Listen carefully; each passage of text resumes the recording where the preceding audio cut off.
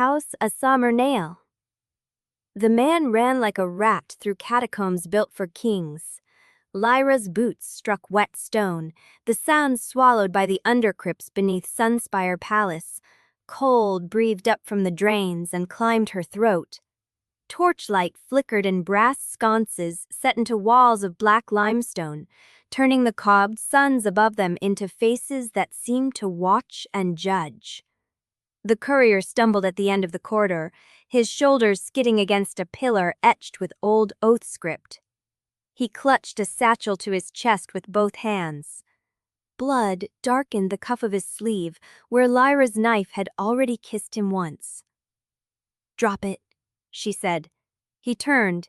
His eyes shone white in the torchlight, wild with the animal certainty of a cornered thing. He darted left. Lyra moved faster. She caught him by the collars and drove him into the wall hard enough to rattle dust from the ceiling.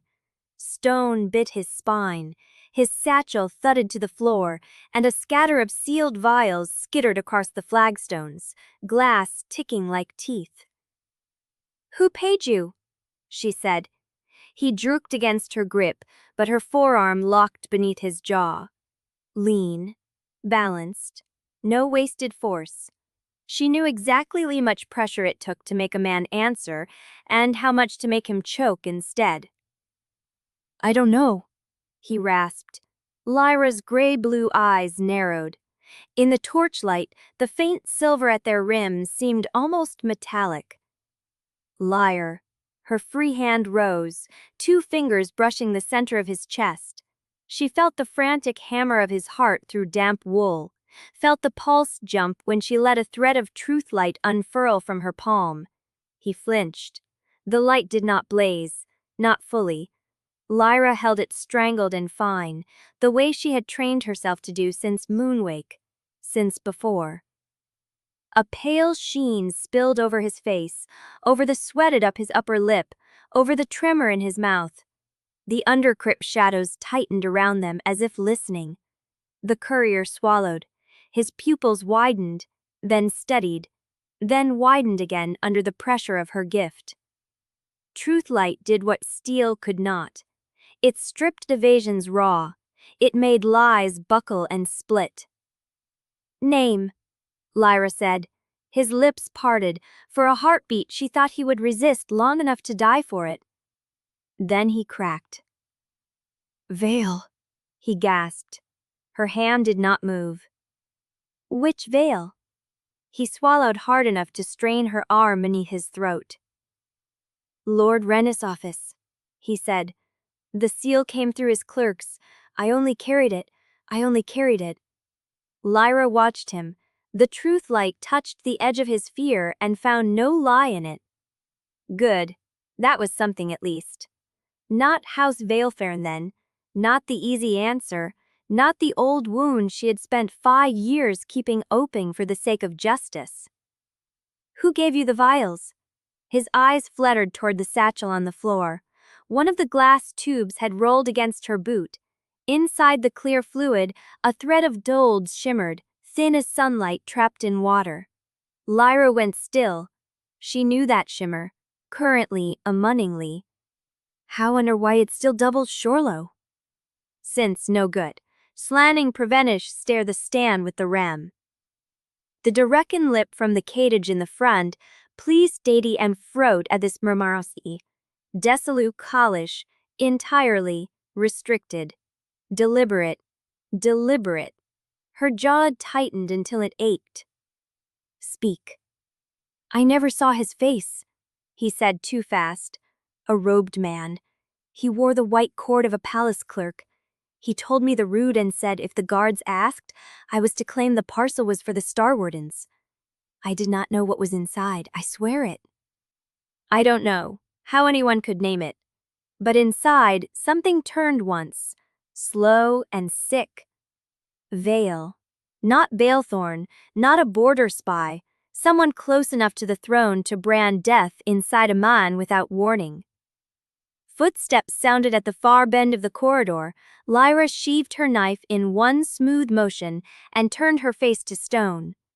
Discipline returned by instinct, cold and exact. She reached down, too, caught the courier's satchel, and swept the broken vials under it with her heel. The gold sheen on the floor was still visible. She hated that. Evidence that glowed. Evidence that wanted to be seen. The footsteps came nearer, that wet, crypt stare. He stripped to my hope. I am slow to park it. I'm selaged, a ben-aish ludened by his definite things. It had not a sketched. I know waysably, not where anyone could name it. But inside, something turned once, slow and sick. Vael. Not Vaelthorn, not a border spy. Someone close enough to the throne to brand death inside a mine without warning. Footsteps sounded at the far bend of the corridor. Lyra sheathed her knife in one smooth motion and turned her face to stone. Discipline returned by instinct, cold and exact. She reached down, caught the courier's set, and swept the broken vials under it with her heel. The gold sheen on the floor was still visible. She hated that. Evidence that glowed. Evidence that wanted to be seen. The footsteps came nearer and struck the river of his definite subject, but I'm not told. To put questions. And that was what Taki did remember. They're completely must your char, it's important. To point, terrible profit. Then they interview the tenor dust def 4, 1/3 10 fin, 4 sicked bust at 1 night. The moment are wikened in the grams, and belonging friel and cramily included. The buccaneathes cresseted, and the pathetic flurless silences plawing cipher me out from her fast. These slowed jeweled my cidics, unlikely like that a gramble majestic, a spee, laws, mayas, doku. Its work, as he givismend, grabbert, uncercited the pathleton signas. Perigiping. Which every guise das cut the sitches stuck her one on the mention of the float lays. Sec. He was born slowly attemently, shisha. Around racklingly begins her punishment lift to bear. Storm. Alone. At the wash crypt stare. He wet his lips. There was a signet ring. Gold. He pressed it into the wax himself. Said the Lord Chancellor required speed. Lyra is microsized sense who process a settle indir golving. These fiffer completely roomly made for him. The prier caps. The moment to be fifo is the treaming of the slating of slow contents as it's explaining at be stida. Action to be sweeps. The bedding that I am swear that I will pack this, per half, which is pretty under loves we arised, with complete hurly dives, fiffering. Clear, said a voice from the shadows. Not a guard. Too controlled. Lyra did not move until Captain Elian Thorne stepped into the torchlight, cloak drawn tight over his armor, one hand resting near the hilt at his hip, as if he had expected blood and found it. His brown eyes took in the corpse, the shattered glass, the overturned satchel, and then rose to her face. He did not ask what happened. That was worse. Did you get a name? He asked. Lyra looked at the body once more. Gold still clung faintly to the man's lips like tarnished wine. Not the one I wanted. Thorne's gaze flicked to the corpse, then to the floor, then back to her. His expression did not change, but something in his posture drew tighter, a cord pulled under skin. Lord Chancellor requested you immediately, he said. Lyra's fingers flexed once at her side. Now? Now. A beat. It concerns the Hearthstone. Of course it did. The courier's corpse lay cooling between them, a warning no one could pretend not to understand. Lyra glanced at the gold fire stain along the man's throat and felt for one brief and unwelcome instant the shape of a trap widening around her. Someone had wanted this courier dead before he could speak. Someone had wanted her to witness it. She bent, picked up the satchel, and slung the strap over one shoulder. Her hand brushed one of the shattered vials by mistake. The gold-threaded liquid had begun to seep into the cracks between the stones, and when she touched it, A strange sting kissed her fingertips. Not pain, recognition. She closed her hand into a fist. "Where?" she asked. Thorne stepped aside to let her pass. "The lunar chamber." Lyra started down the corridor without waiting for him. The undercrypts opened around her in layers of vault stone and old devotional carvings, all carved suns and patient stars, all of it built to outlast men who thought themselves eternal. The air smelled of wax, damp wool, and the faint metallic scent that always clung to places where power had been sworn too many times. She did not look back at the corpse. She could feel the gold curse still behind her, as if it had left a bruise in the dark. By the time she reached the spiral stairs that climbed toward the palace chambers, the cold had settled under her skin. It sat there, orderly and sharp. It would not leave. Neither would the name. Adrastus Vale. She knew how to read a room, a pulse, a lie. She knew how to kill without being seen. She knew the way grief could be trained into obedience until a woman mistook her own scars for loyalty. But the look in the courier's eyes before the curse took him had been something else. Not Vaelthorn. Crown. The thought followed her up into the light, through the archways veined with pale sunstone, past the silent sentries who lowered their gaze as she passed. At the top of the stairs, the palace world waited in polished marble and perfumed air, all ceremony laid like silk over wrought. And somewhere above, beneath the shining roofs of Sunspire Palace, the man who had ordered the silence was waiting for her to come ask the wrong questions. Lyra lifted her chin and kept walking. At the end of the corridor, a guard in white and gold barred her way with a spear across the marble. His face was pale. He would not meet her eyes. "Her Majesty and the Lord Chancellor will see you at once," he said. Lyra stared at the spear point, then beyond it, toward the sealed doors where the kingdom's fate was likely already being decided. "Of course they will," she said. The doors opened before she reached them. Warm light spilled out too bright after the crepes, and with it came the first taste of danger she could not yet name. Chapter 2. The doors sealed behind her with a soft, final sound that made Lyra's shoulder blades tighten. Warmth hit first, then light, then the smell of beeswax, rose oil, and too many candles burning in a room meant to hide bad news behind beauty. The lunar chamber spread before her in a long oval of white stone and polished black inlay, its ceiling ribbed like the inside of a shell. Sunlight from the high oculus had already gone gray with evening, but dozens of wall sconces kept the chamber bright. At the far end, beneath a silver canopy threaded with the sigil of the crown, sat Queen Maris Elowin in a dress of deep blue silk that caught the light like water. Her hands rested together at her waist, still as if she had been carved there and taught to breathe. Chancellor Adrastus Vale stood 3 paces from her chair. Lyra had seen him in 100 rooms and never once felt the temperature of her own blood change because of it. He looked as he always did, immaculate, controlled black hair combed back from a face sharpened by calm. Steel gray eyes, thin white scar at the corner of his mouth. Gold signet ring on the right hand, the one hand that seemed to move less than the other, as though even gestures were rationed in him. He watched her enter as if he had summoned a blade and was appraising its edge. Beside the queen stood a roll of maps pinned open by a silver weight. A pair of ward lamps hissed softly over them, and Lyra caught the glint of colored wax marks spread across the kingdom, red at the coasts, white in the high roads, black at the borders and the river districts. Oath locks in the eastern granaries are slipping. The failings are accelerating.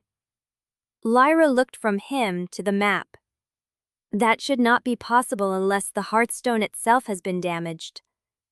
It has been damaged. Mira said quietly. There was a bruise under her voice. Not from grief, Lyra thought, from sleeplessness. The queen had the taut, bright look of someone holding an entire country by the throat, and discovering the body beneath her hands had started to move. Lyra held the queen's gaze. By who? Vael's mouth barely moved. We do not yet know. A lie, maybe, or a half-truth polished until it shone. Lyra let a sliver of truth light rise behind her eyes, not enough to blaze, only enough to taste the room. The air around Vael remained clean and bitter, cut with disciplined earthwork. Around Maris there was fatigue, fear, and something else, something almost like anger turned inward. Neither reeked of guilt. The chamber itself did. Layers of old promises, new panic. Then why am I here? Lyra asked. Maris folded her hands tighter. Because there is only one measure that can stabilize the artifact before the collapse spreads farther. Vael said it with her. The Binding Rite. The room did not change, but Lyra felt the words change it anyway. A pressure behind her ribs, a coldness behind her eyes. No. She had heard the rite spoken of in old archive dust, in the mouths of star priests and broken drunkards, as if it were a story too ancient to be practical and too dangerous to be mere ritual. She knew the theory. She had never believed anyone would force it open again. Maris reached for the map and drew one finger across the central highlands. Asterreach Vault is still intact.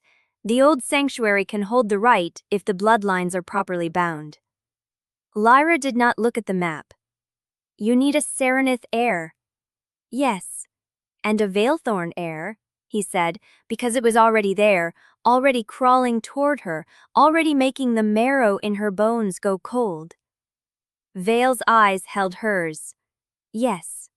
The chamber seemed to narrow. Lyra heard herself say, there is no Vaelthorn heir available to the crown.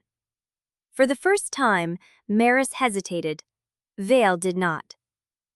Caius Vaelthorn will be brought to Asterreach Vault under authority of the crown, he said. Silence.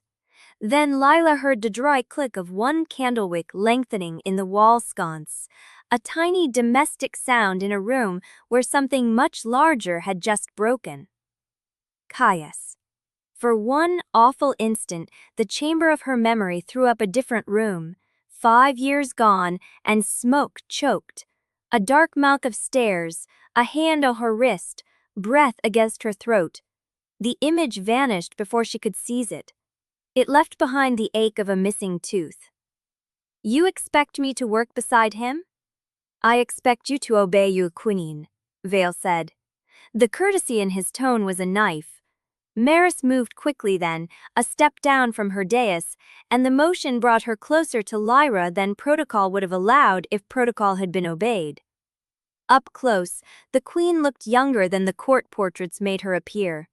Tired around the eyes. Not weak, simply outnumbered. I do not ask as lightly, Maris said. The rite requires one Serenith and one Vaelthorn. It has always required both. Without it, the Hearthstone will fail, the wards will continue to collapse, and Asterreach will begin to lose its bindings province by province. Lyra kept her face smooth. Why now? Why after 5 years? Vael's answer was instant. Because the damage is no longer containable. Again that measured, polished, not quite truth. Her truth light skimmed it and found no cracks she could bite into. Maris glanced at the maps. We have already lost 2 minor ward towers in the west. If the North Road gutters next, the mountain passes will freeze open. Refugees will move, disorder will follow, then bandits, then seizures of land. People will die, Serenith. People will die. As if Lyra had not spent half her life counting that debt. She looked at Vael. Why Caius?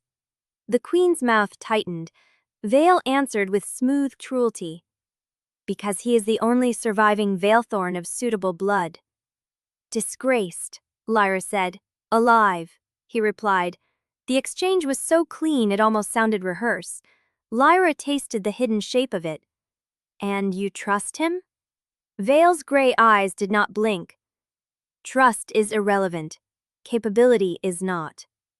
How like him, to turn a human arrangement into a calculation and call it mercy.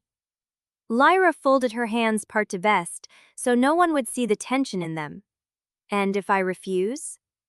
The queen did not answer immediately. That was answer enough. Vale stepped closer to the table.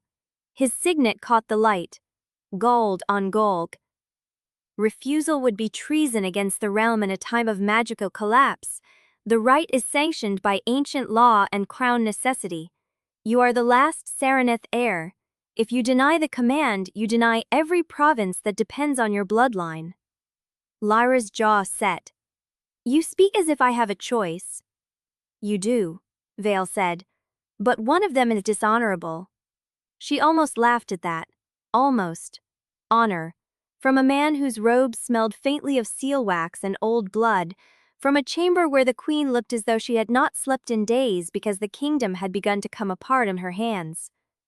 What exactly does this rite require? Lyra asked. Vale's gaze held for a beat too long, as if he enjoyed the shape of her resistance. You and Caius, do we remain within arm's reach for one full lunar month under Starwarden supervision? Sealed quarters, shared meals, ritual trials to harmonize the opposed currents of your blood magic. No unsanctioned distance, no interference. At the conclusion, if the rite has stabilized, you will complete the binding with a final, willing touch. The last words fell into the chamber like a dropped chalice. Lyra heard them, and, beneath them, heard the old law she had been taught as a child. Touch between Serenith and Vaelthorn heirs strips the gift bare. Ruin in the flesh. The pact of enmity carved into practice so hard it had become instinct. Her skin went cold all at once. A willing touch, she repeated. Yes, said Maris, and now she sounded almost pained. It is the only lawful path that remains. Lyra looked at her. Lawful. The queen did not flinch. Necessary. Necessary. Another word for sacrifice when no one wanted to name the body. Lyra turned slightly, enough to look across the room without seeming to. She noted the ward sigils on the walls, the sealed shutters, the 2 cup settings on the sideboard untouched and cooling, the way Vale stood with one hand behind his back, easy in his authority. She wondered how long they had been waiting for her to arrive. How many lies had already been folded into this chamber before she stepped through the doors? Why wasn't I told sooner? She asked. Vale's face remained smooth. Because the courier you were handling in the undercrypts was part of the same chain that threatened to expose this meeting. Her head snapped toward him. So he knew. Of course he knew. He knew everything that moved through his palace if it touched his network. Or wanted people to believe he did. You have eyes in the undercrypts? She asked. I have eyes everywhere, he said. Something sharp moved beneath her skin. Not fear, not yet. Calculation. The memory of the courier's eyes before the curse took him. The gold in his mouth. The way someone had wanted her to see the kill. Myris took a breath, and when she spoke again, the queen's voice had gone lower, quieter, more human. The Hearthstone is the heart of Asterreach. If it breaks, the province wards unravel. Crops fail. Roads become unsafe. Border protections fail. We do not have the luxury of old grudges. Lyra met her gaze and did not look away. You think I care about the old grudges? The queen's expression flickered, not with insult, but with something like sorrow. No. I think you care about the realm. That almost landed. Almost. Vael cut in before it could. Then there should be no difficulty. He had the nerve to sound patient. Lyra stepped back from the table just enough to feel the space between herself and him. Caius Vaelthorn murdered my house. The words came out flat, but the room seemed to hear them all the same. Maris closed her eyes for a single brief beat. When she opened them, she did not deny it. Neither did she confirm it. Vael did neither. The man you will be ritually bound to is the shadow prince of a hostile bloodline, yes. Yet his survival is now entangled with yours, and yours with the kingdom's. Lyra stared at him. The cadence, the certainty, the way he turned devastation into policy. She wanted, suddenly and with a violence that made her teeth ache, to watch the mask crack from his face. You speak of entanglement, she said, as if it were cleanliness. It is leverage, Vael replied. There it was, bare, honest, in the ugliest possible way. Maris drew herself up. Lyra Serenith, I am ordering you to Vault. The queen used her full name with a weight that made the chamber seem to lean in. You will serve as the Serenith half of the Binding Rite. You will cooperate with Brother Tovin Ash and submit to his supervision. You will remain at the vault until the rite is complete or until I'll personally release you. Lyra's throat tightened once, then released. And if I refuse your release? Maris did not answer. Vael did. Then your refusal will be recorded as a failure to preserve the realm, he said. You know what that means in the eyes of the court. Yes, exile, relinquishment, possibly arrest if they needed a more obedient example. Maybe death if her disobedience threatened the wrong people. Lyra held herself still. Behind her ribs, something was moving, small and sharp and furious, like a trapped bird beating against bone. There was a sound at the chamber door, a single knock. Then the door opened at Vael's gesture. A guard entered and knelt. My Lord Chancellor, the carriage is prepared. The vault escort awaits. The vault escort, Astron Vault, Mountain Sanctuary, old star priests, sealed chambers, shared meals, shared air, and Caius Vaelthorn. Her stomach turned once, hard enough to make her fingertips prickle. For one instant, her vision flashed silver at the edges, the way it did when truth light surged against something it did not want to name. Vael noticed. Of course he noticed. His gaze sharpened, not with surprise, but with faint, almost clinical interest, as if he had confirmed a suspicion. You will find the conditions acceptable, he said. Lyra looked at him, then at the queen, then back again. Have you already sent for him? Yes, Maris said. There was no softness left in the queen now, only the hard, necessary shape of power. Lyra felt the trap close cleanly around her, the way a hand closed over the hilt of a dagger. The chamber doors swung open wider behind the guard, and cold air rushed in from the corridor beyond, carrying with it a distant ring of steel and the murmur of voices. Then footsteps. Measured, slow, familiar in a way that made her skin go tight under her sleeves. Lyra did not turn at first. She knew before she saw him that the room had changed. Vael's voice came low and polished at her shoulder. On time, as always. Lyra turned. Caius Vaelthorn stood in the doorway like a wound given shape, dark-clad and composed, one hand resting lightly at his side, the other bare where she could see it, as if he had come prepared to be searched or struck. 5 years had sharpened him into something leaner, harder around the mouth, but his face was still all angles and restraint, the kind of beauty that made enemies and fools both stare too long. His gation. The air went thin. Lyra's body betrayed her before her mind could clamp down. A silver flare sparked behind her eyes, sudden and involuntary, as if some buried part of her had recognized him and bared its teeth. Caius's expression did not change, but his pupils widened, just once. Then Vael said, with terrible calm, "The Binding Rite begins now."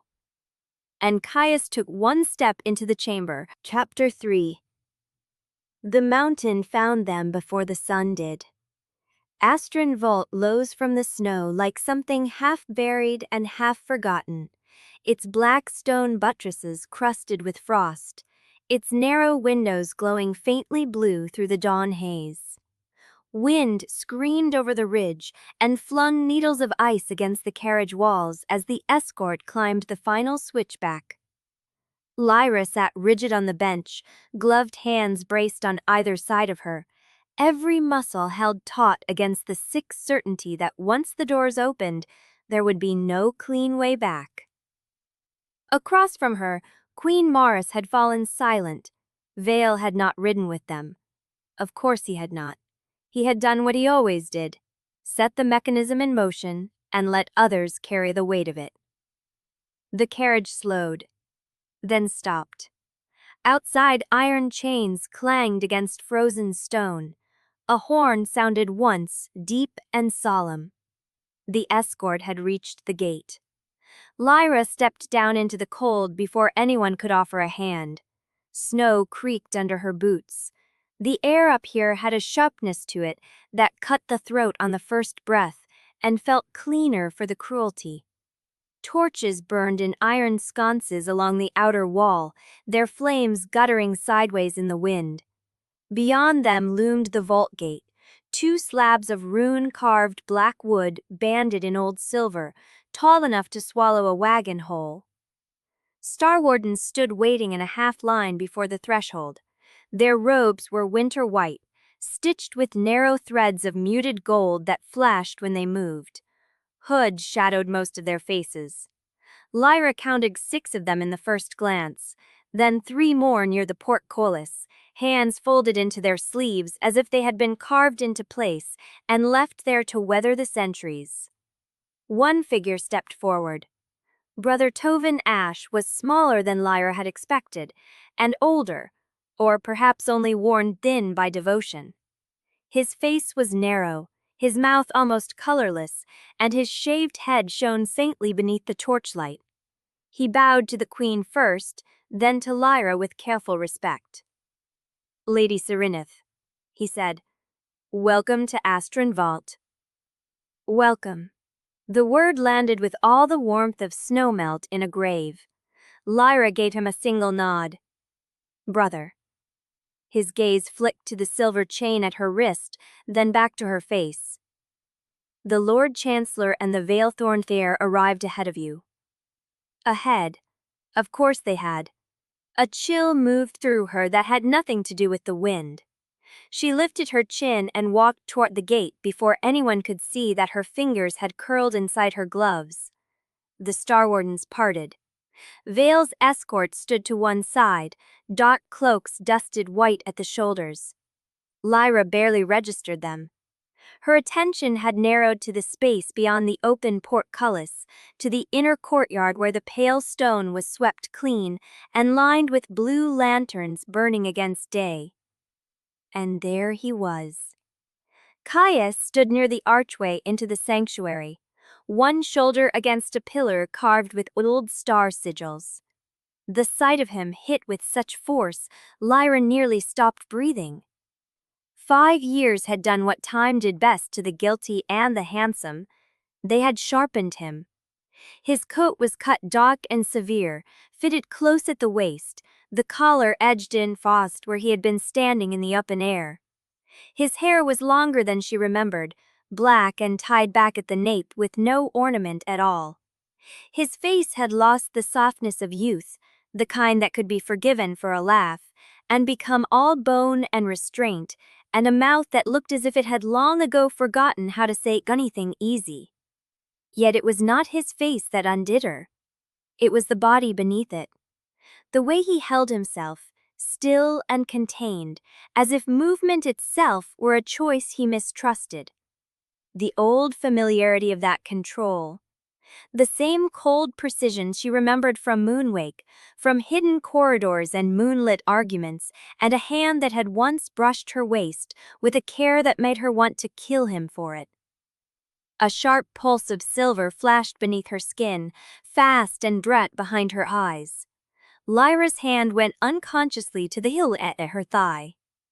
Caius looked up. The rest of the world narrowed to a hard, bright line. His gaze struck hers and stopped.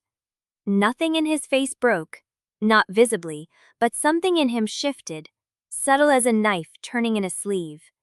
His pupils widened, just enough. Lyra hated that her body noticed before her mind did.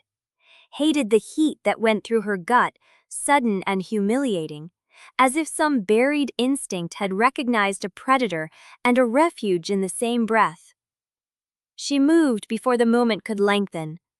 "Vaelthorn," she said. His mouth tilted not into a smile, into something colder. The escort leaded with all the warmth of snowmelt in a grave. Lyra gave him a single nod. "Brother." His gaze flicked to the silver chain at her wrist, then back to her face. "The Lord Chancellor and the Vaelthorn heir arrived ahead of you." Ahead. Of course they had. A chill moved through her that had nothing to do with the wind. She lifted her chin and walked toward the gate before anyone could see that her fingers had curled inside her gloves. The Starwardens parted. Vale's escort stood to one side, dark cloaks dusted white at the shoulders. Lyra barely registered them. Her attention had narrowed to the space beyond the open portcullis, to the inner courtyard where the pale stone was swept clean and lined with blue lanterns burning against day. And there he was. Caius stood near the archway into the sanctuary, one shoulder against a pillar carved with old star sigils. The sight of him sit with such force, Lyra nearly stopped breathing. 5 years had done what time did best to the guilty and the handsome. They had sharpened him. His coat was cut dark and severe, fitted close at the waist, the collar edged in frost where he had been standing in the open air. His hair was longer than she remembered, black and tied back at the nape with no ornament at all.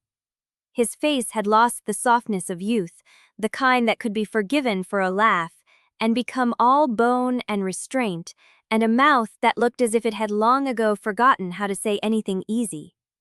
Yet it was not his face that undid her. It was the body beneath it.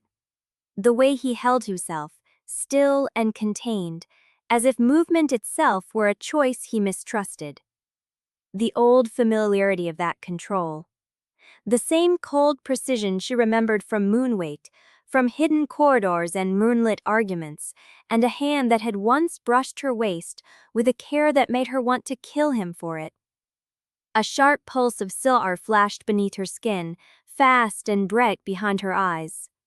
Lyra's hand went unconsciously to the hilt at her thigh. Caius looked up. The rest of the world narrowed to a hard, bright line. His gaze struck hers and stopped.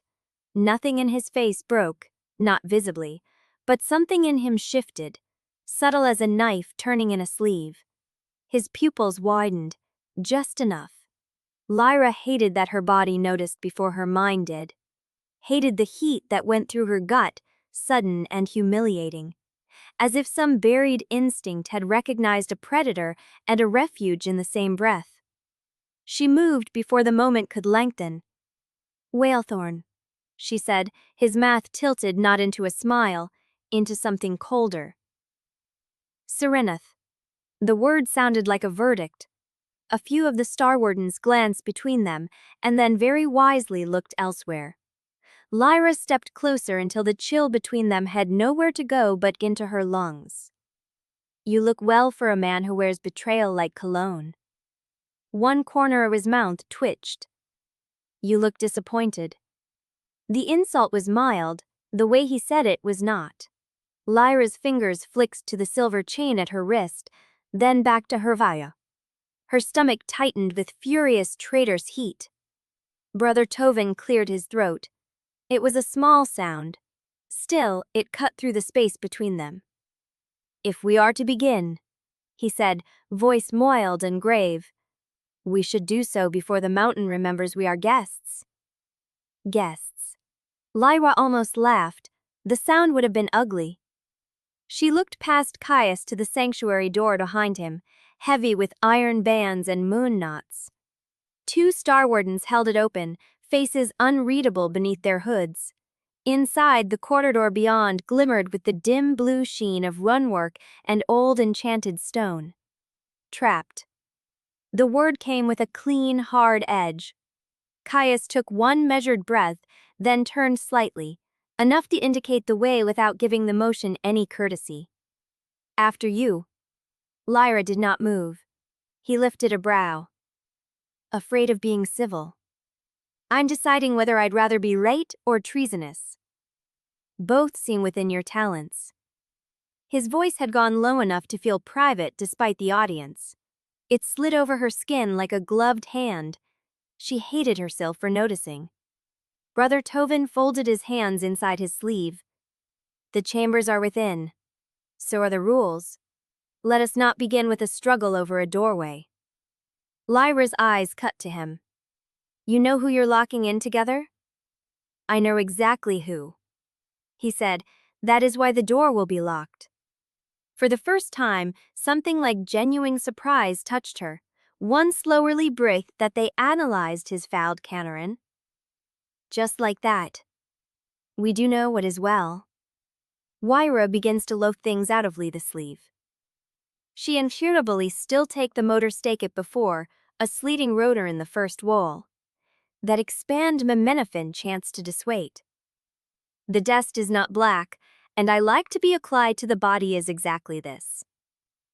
They worse for we move. They apply to career and I am build.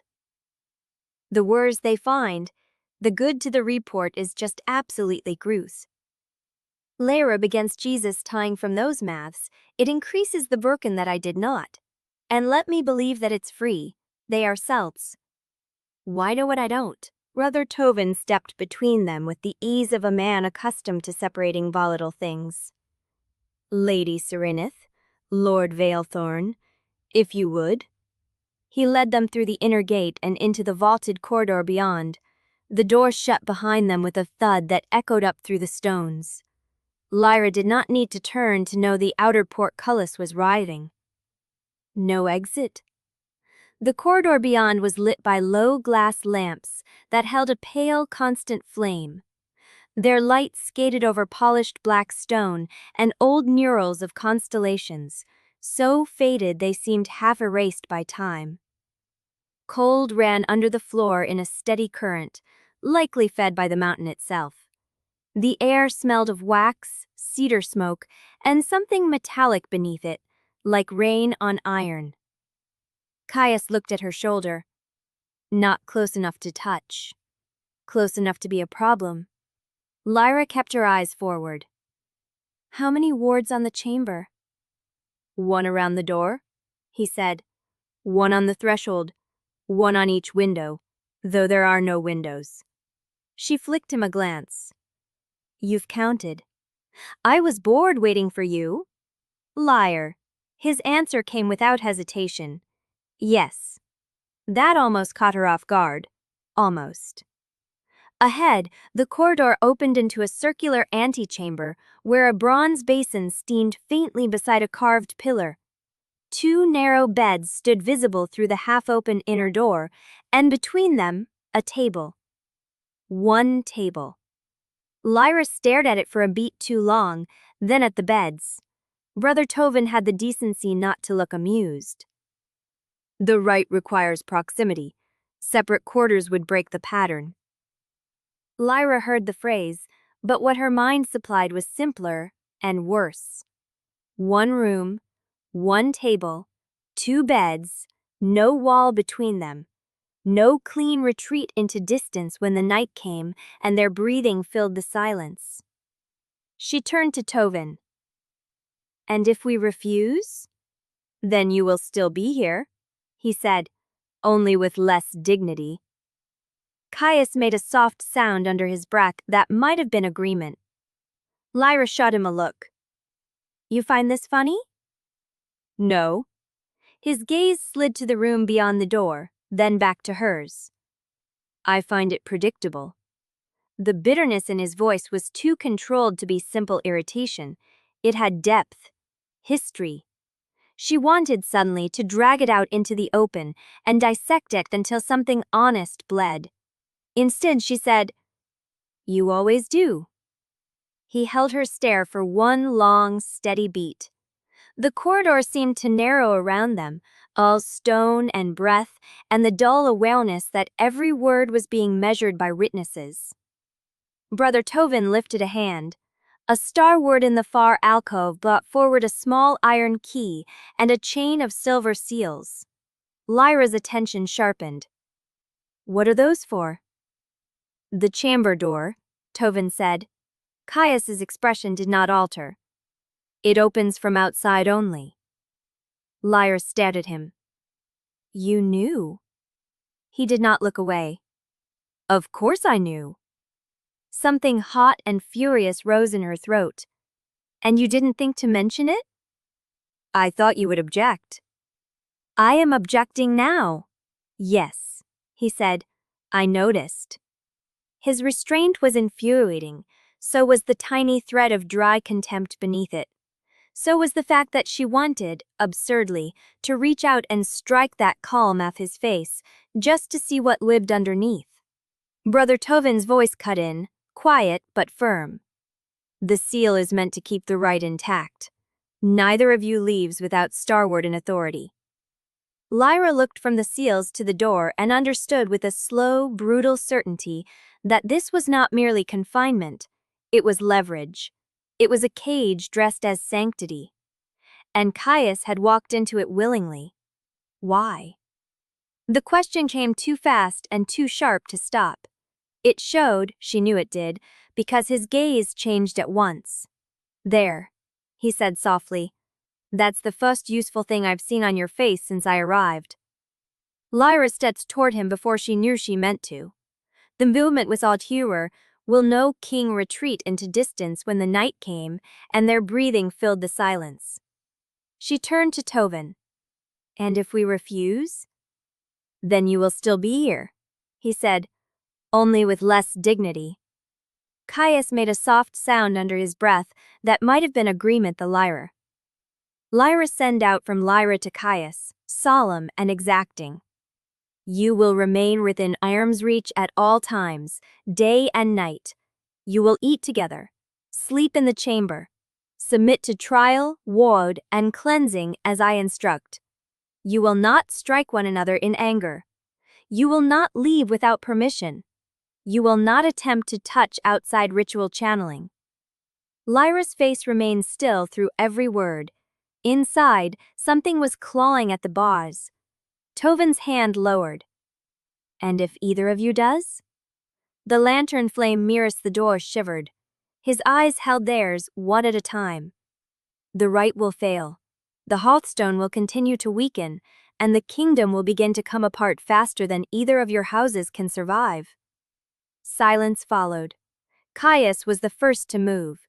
He stepped toward the chamber door and looked back at Lyra once, his expression unreadable again, but something in it had gone taut, almost wary, as if he knew precisely what it cost her to follow. She refused to give him the satisfaction of hesitation. Lyra walked past him into the room. The air inside was colder than the corridor. The two narrow beds stood against opposite walls, covered in gray blankets folded so neatly they looked untouched for years. The table between them was bare save for a single iron candle holder and a basin of clear water. No comforts, no softness, only the hard geometry of enforced proximity. Behind her, Caius entered and the door began to swing shut. Lyra turned at once. Wait. Too late. The heavy door thudded closed. The lock slid into place with a deep metallic snap that seemed to travel up her bones. Then came the second sound. A low, resonant hum, not from the door itself but from beneath it, from the seals set into the stone. The runes around the frond lit one by one in a pale blue lattice that crawled up the edges and then settled into a steady glow. Lyra took one step forward and stopped. The air changed, not visibly, in the body, like pressure before a storm.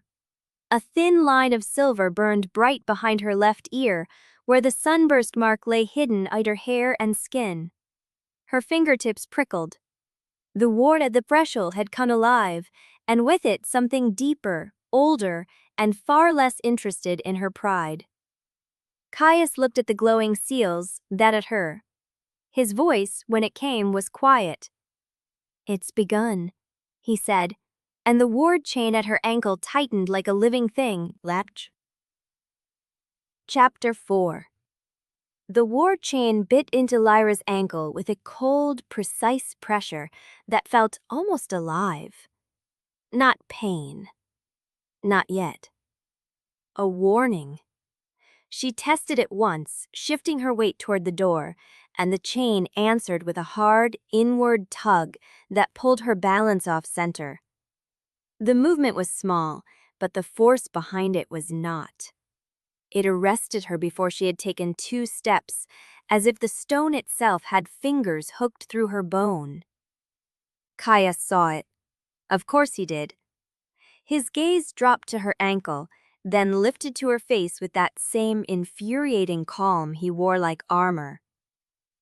"Don't," he said.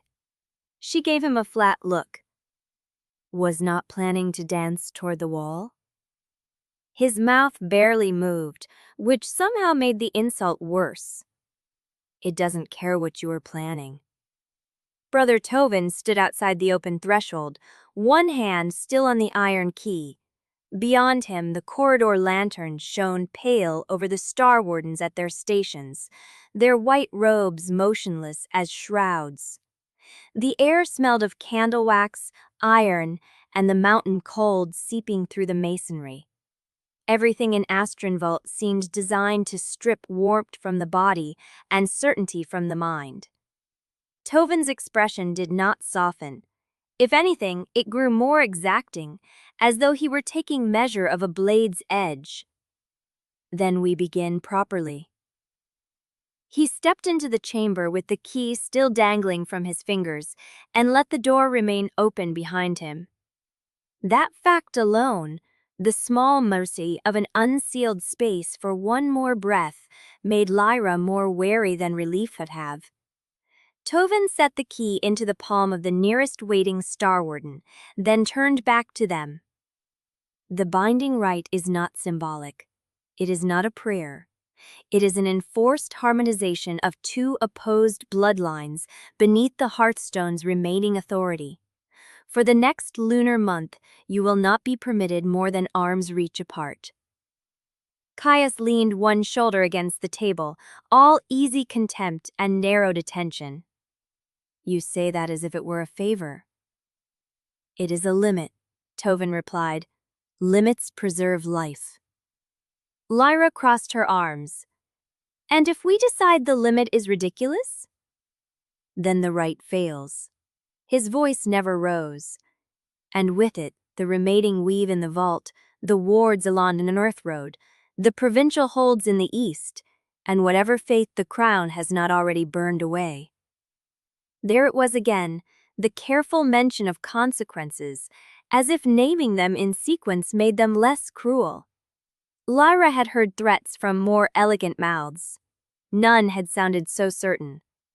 Tovin continued. "You will sleep in the chamber, you will eat in the chamber, you will train in the chamber or in spaces I designate. You will attend ritual trials when summoned. You will not leave Astrenvault grounds. You will not speak to outside correspondents without my knowledge. You will not attempt any private bindings, any blood work, any memory craft, and you will not engage in touch outside ritual necessity." Caius lifted a brow. "And if we dislike one another?" Tovin's gaze shifted to him, steady as a nail livid. "Then you will endure it." Lyra almost smiled at that. Almost. The faintest scrape of Caius's boot against the floor drew her attention back to him. He had gone still again, but not relaxed. There was always some tension under his composure, some ready violence held in a narrow fist. She knew enough of him to understand that it was never wasted motion. He was listening to every word, counting them. He had likely counted the locks, too. Tovin's eyes moved between them. The final requirement is the one that matters most. At the end of the lunar month, after the rite has been properly braided, you will complete it with a willing touch. Lyra felt the room alter around the phrase. Willing touch. The words were clean, the meaning was not. Caius's jaw tightened once, a brief shift so small most would have missed it. Lyra saw it anyway.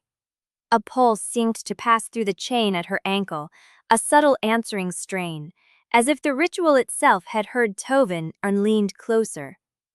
She made herself ask, what counts as willing?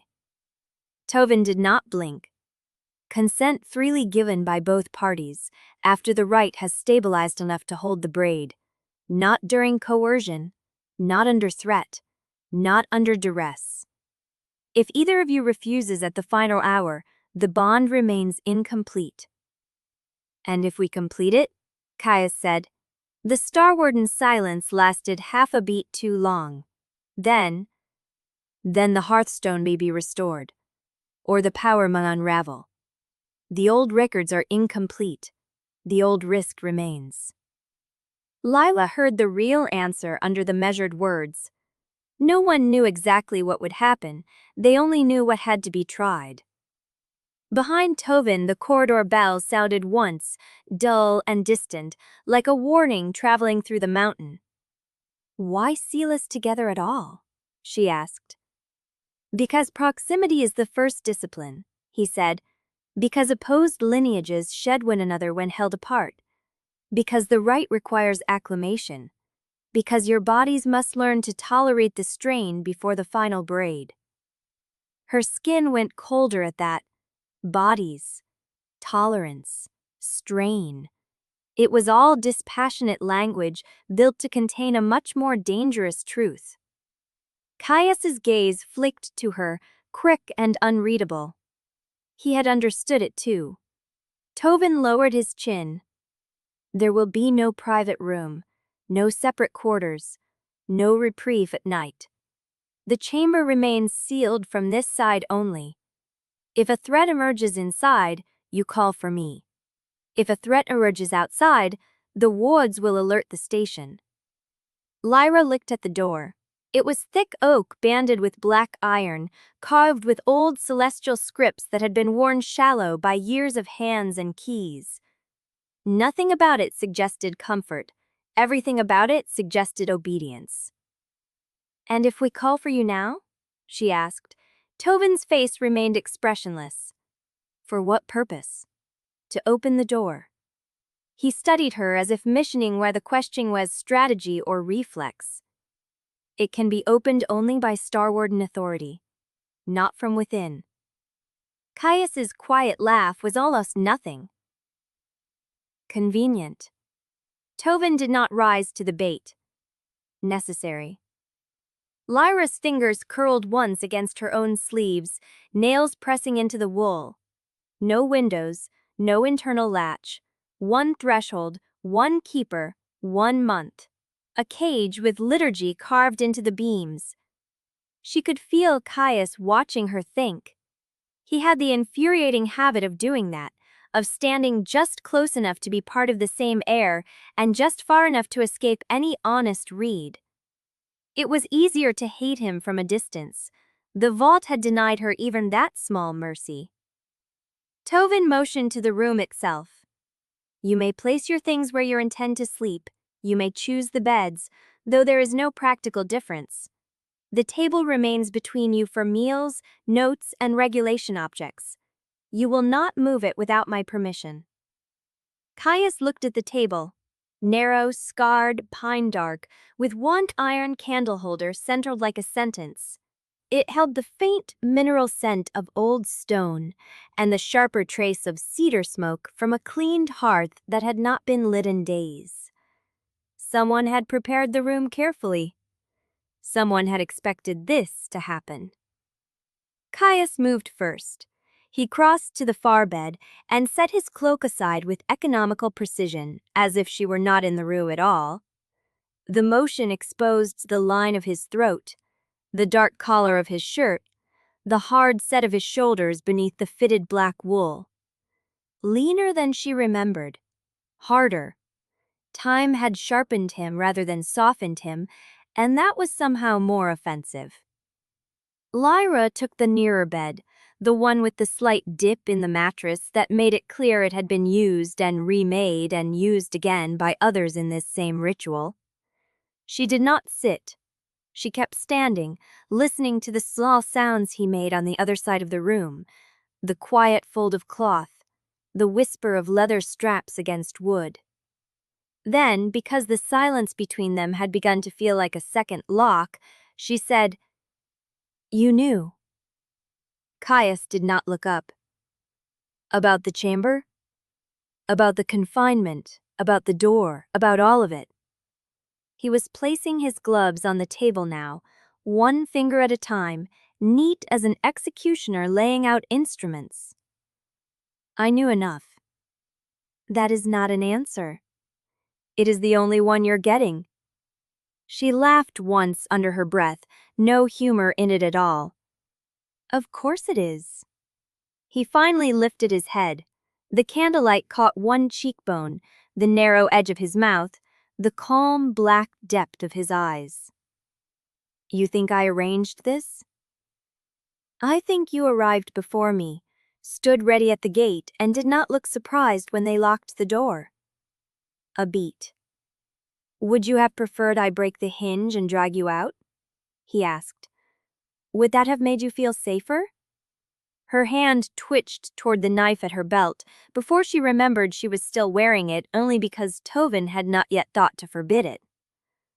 "I would have preferred not being handed to you like an obligation." Something flickered behind his expression then, quick as a blade under cloth. Not hurt, not quite. Recognition, maybe. "Then you're in luck," he said. "I'm equally annoyed."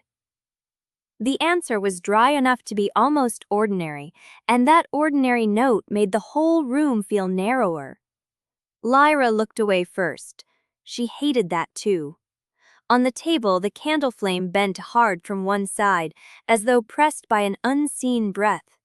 The ward light along the seams of the walls flickered once in reply. The chamber listened. The vault listened. Even the stones seemed to keep account of where they stood. Lyra set a hand to the bedpost and felt the wood chilled through her glove. She should unpack, establish order, measure angles, count exits. There was only one exit, and it had already been denied her.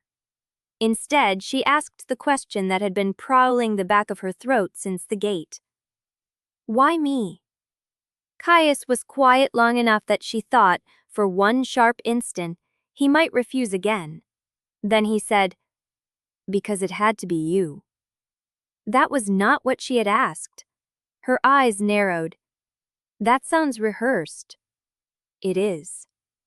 "And why is it me?"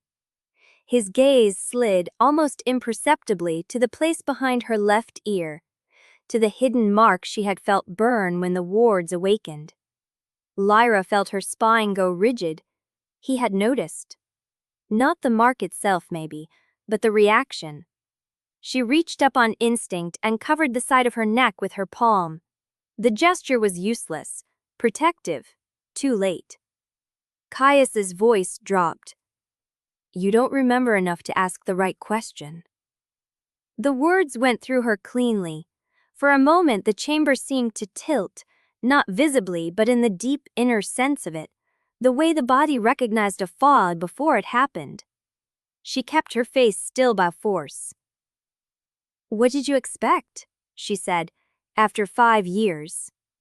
His eyes held hers. "Something you didn't do to yourself." The room went very still beside the table. Lyra felt the ward chain tighten hard enough to drag her ankle half an inch across the stone. And in the silence that followed, a familiar voice called through the door, muffled by iron and rune glow, calm as prayer and far more dangerous. "Open the chamber," said Chancellor Vale. "Please actually set bow. Her sons are further, a total real leaders being less for a man." I said if the Hagatile Smy's change is raging so long, we have exploded it's already complete with a ford. Then I've set the clever of Harding's Rupture wackling, but sometime it still just smite you. Her sheen will adjust his lapples or knows the fitical colors mun, but one simply. Her ads replied terribly that they problemed me finished covering a Harvel care miniature, and this as the tension loke. Sleet it. The caracal knave of the person's careel, a largely doring bap, plussing. Sent 6,000, 6 strike spot 1084. Defty one window H oath, which may be a time of bolden, do they unappeared. If there is on the seki coffee, but what do you wanted to move for that? We are thinking about this. Don't let Visity bake it. Cuse is trying to trusen anyway to say that we already untired its place. He just definitely dissuades and dav mefoder, whatever really is, providing this market coal. He slowly caps the imbludes into the X at the espacement of a wall's clean. No meaning the neuron, we haven't forget the month has gone all. Their company's just getting a trun or a ping account. Wait, he's setting the blighted in tires riser, so jobs speak the storns. Frankly, minding the gloge to erect coke, store, turner, billing tug, and Lyra caught herself on the edge of the table before her balance could betray her. The links at her ankle tightened until the lever of her boot creaked. Not enough to bruise, enough to remind. Caius's gaze flicked once to the chain, then to the door. "Don't," he said under his breath. She shot him a look. "Don't what?" "Fight the room." The answer was it earned him a blade in any other setting. Here it earned him her silence. Outside the chamber there was a murmur of movement, the soft scrape of robes, then the measured retreat of footsteps. Vale had not come to enter. He had come to be heard. To press a hand against the other side of the wall and prove he still reached in. Lyra stood very still until the corridor quieted. Then she crossed to the door in 2 clipped strides and put her palm flat against the iron. Cold. No latch. No seam she could pry. Only the faint pulse of ward glow threading the frame like veins under skin. "Open this," she said to the door, to the stones, to whatever listened. Nothing answered. Behind her, Caius said, "If you keep glaring at it, it may pity you." She turned slowly. He had taken the nearer bed, or claimed it by standing beside it, which in practice looked the same. His cloak was gone now, thrown over the one chair. He had loosened the collar of his dark tunic. No armor, no visible weapons. The absence of them was almost more dangerous than their presence. Lyra crossed to the table between the beds and saw, waiting there beneath a brass cloche, a covered tray, 2 cups, a loaf cut into uneven thick slices, a bowl of winter pears preserved in syrup, and a small dish of salted butter. Simple fare, sanitized. As if someone had decided hunger was easier to manage than trust. She lifted the cloche with 2 fingers. Steam ghosted up, carrying the smell of rosemary broth and pepper. Her stomach tightened once, betraying her despite itself. She had not eaten since before the courier had died screaming in the undercrypts, and the body was annoyingly literal about such things. Caius watched her from the bed. "You should eat." "I don't take orders from you." I was making a suggestion. It sounded like an order. His mouth moved almost into a smile, but it never made it fully. Then consider it a habit you'll need to survive the month. Lyra set the tray down with controlled care. The spoon clicked softly against ceramic. I'd survive better if you stopped speaking. Doubtful. She sat in the chain instead of taking the bed, because refusing comfort was still a form of control. The chair was narrow and stick-backed, fit more for confession than rest. She broke a heel from the loaf and left it untouched. Across from her, Caius made no move toward the food either. He leaned back against the bed frame with his hands loosely folded, a posture so deliberately unguarded it became another kind of armor. Minutes passed. The candles burned lower. The ward light in the seams of the wall stayed steady, a faint blue sheen that turned the stone to ice-colored bone. Somewhere deep in the vault, a bell sounded once, low and distant, and then there was only the chamber breathing around them. Lyra hated that she could hear his breathing. Not loudly, not enough to be intrusive, just enough to exist. A measured rise and fall that made her aware of the shape of the room, the distance between them, the fact that he was real and not a memory sharpened by rage. "You're not going to ask what I know," he said at last. She did not look up from the untouched broth. "You'd lie." "I might." "That's not reassuring." "No, it isn't." That, more than any denial, made her glance up. He looked as composed as before, but there was strain in the set of his shoulders now, a fine tension drawn across him like a wire. Not fear exactly, vigilance. The sort that lived under skin and never slept. Lyra put the spoon down with enough care to avoid the clink she wanted to make. "Not yet."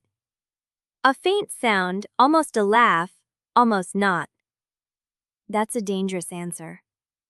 It was honest. "Yes," he said. It was. The words struck harder than they should have.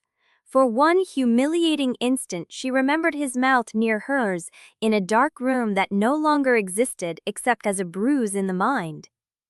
Her grip tightened around the empty bowl until her knuckles ached. She set it back on the tray and began pacing again, smaller now, circling the bed, the table, the narrow strip of floor the ward would permit before she was pulled back by the chain. Every pass shortened the route in her mind until it felt like a measured coffin. Caius watched, saying nothing. At the third circuit, Lyra stopped. "Do you know why they really built this chamber like this?" He tipped his head slightly. "There are many reasons." "Do not answer like Vael." "I was making a suggestion." It was. The words struck harder than they should have. For one humiliating instant she remembered his mouth near hers in a dark room that no longer existed except as a bruise in the mind. Her grip tightened around the empty bowl until her knuckles ached. She set it back on the tray and began pacing again, smaller now, circling the bed, the table, the narrow strip of floor the ward would permit before she was pulled back by the chain. Every pass shortened the room in her mind until it felt like a measured coffin. Caius watched, saying nothing. At the third circuit, Lyra stopped. "Do you know why they really built this chamber like this?" He tipped his head slightly. "There are many reasons." "Do not answer like Vael. It isn't focus." He turned. "Do you ever stop irritating people by accident, or is it a calling?" "No," he said. "It's a talent." The answer had no right to be as dry as it was. It slipped Custer the defenses by sheer familiarity, and she hated that too. Hated that a tiny, traitorous part of her had once known exactly how to answer him back. She crossed to the bed on the far side of the room, the one farther from the door, and reached for the folded blanket at its foot. The ward chain snapped tight. Lyra's breath hitched as the lynx jerked her ankle backward with sudden force. She staggered one step, catching the bedpost, the blanket half falling from her hands. The room lit blue at the edges. Caius was on his feet at once. Not rushing, not reaching, but alert in that dangerous, immediate way that made him look carved from the same stone as the vault. "What happened?" he said. Lyra caught her balance and stared at the chain. The sigils along it had brightened, each tiny rune glowing like a submerged ember. The metal felt warmer now, not cold restraint, but a pulse, as if it had sensed intent and answered. She made the motion again, testing. Another jerk. Harder this time. The chain did not let her pass beyond the invisible arc the rout had set around him and the room itself. Her jaw tightened. No one had said the ward chain would move with her proud. She stood there for one silent beat, then another, breathing carefully through the heat rising in her chest. Not anger. Not quite. The sharper, uglier thing beneath it that wanted to refuse the shape of every demand ever laid against her. Caius was this feat the witness of the carf. Much are easier, as I need. Pretend being a suggestion. You thought it only kept you near me? She did not answer. The chain settled, its blue light dimming to a watchful pulse. He took one step closer, then stopped at what Lyra now understood was the invisible edge of the rite. It knows when you try to leave its terms, he said. That's the point. Her fingers curled around the blanket until the fabric wrinkled in her fist. The point is control. Yes. The simplicity of his agreement made her look up again. He did not soften it, did not pretend otherwise. The room held between them, cold and exacting. Lyra let out a short breath and crossed back to the table. She took the bowl of broth and carried it to the windowless wall, turning her back on him while she drank. The broth was too rich, too peppery, and her stomach rebelled once before accepting it. She hated the fact that her hands had steadied. Behind her, there was a rustle of fabric as Caius sat again. He said nothing, while she finished half the bowl. He waited until the silence became sharpened by use. Then, you keep looking for a door. Because there usually is one. In rooms like this? In any room built by men who think they can contain me? That earned a pause. When he spoke again, his voice was a shade lower. And can they? Lyra set the bowl down with enough terror to avoid the clink she wanted to make. Not yet. A faint sound, almost a laugh, almost not. That's a dangerous answer. It was honest. Yes, he said. It was. The words struck harder than the shav. For one humiliating instant, she remembered his mouth near hers in a dark room that no longer existed except as a bruise in the mind. Her grip tightened around the empty bowl until her knuckles ached. She set it back on the tray and began pacing again. Smaller now, circling the bed, the table, the narrow strip of floor the ward would permit before she was pulled back by the chain. Every pass shortened the room in her mind until it felt like a measured coffin. Caius watched, saying nothing. At the third circuit, Lyra stopped. Do you know why they really built this chamber like this? He tipped his head slightly, a subtle shift in his expression, almost appreciation. Because people in a rite are easier to manage when they cannot pace far enough to form conspiracies, when they cannot touch walls long enough to listen through them, when they cannot sleep out of sight of each other and begin plotting in silence. Lyra's mouth thinned. You've thought about this before. I've been trapped in worse rooms. By choice? Usually not. The answer should have satisfied her. It did not. She went to the narrow basin set in the corner and washed her hands, though they were clean, letting the cold water bite into her skin. When she looked up into the polished metal above it, her own face stared back, pale in the candlelight, the braid at her nape already coming loose in a way she disliked. She smoothed it once and found no comfort in order. In the reflection, Caius stood behind her, not close enough to touch, but closer than he had been when they began. "Stop doing that," she said without turning. "Doing what?" "Following me with your eyes." A beat. Then, "I'm in the same room." She faced him then, wet hands at her sides. "And yet somehow you make it feel intentional." His gaze did not move from her face. "It is." The answer landed with a peculiar weight, not vulgar, not playful, simply bare enough to be dangerous. The candles shifted, and the light touched the side of his throat where the pulse moved once under skin. Lyra noticed it before she wanted to. Not because she was looking, because some part of her had been trained, long ago, to register the vulnerable places in a body before the body itself understood the threat. Her own pulse answered, sharp and unwanted. She stepped back. The ward chain stayed still. No correction this time, only awareness. Night gathered at the edges of the chamber. The broth cooled, the loaf hardened. The room filled with the small sounds of their unwilling inhabitation, fabric shifting, fire settling, breath and silence, and the occasional scrape of a boot against stone as one of them moved too sharply and then pretended not to have. At some point the candles burned low enough that the room changed shape. Shadows pooled under the table. The beds became darker islands. Lyra sat again on the chair and braced her elbows on her knees, staring at the tray as though it might confess something if she looked long enough. Caius spoke without opening his eyes. "Sleep?" "No." "You will need the rest. I've gone longer without it. That is not the boast you think it is." She looked over. He was seated on the bed now, one ankle crossed over the other, one hand resting loosely on his knee.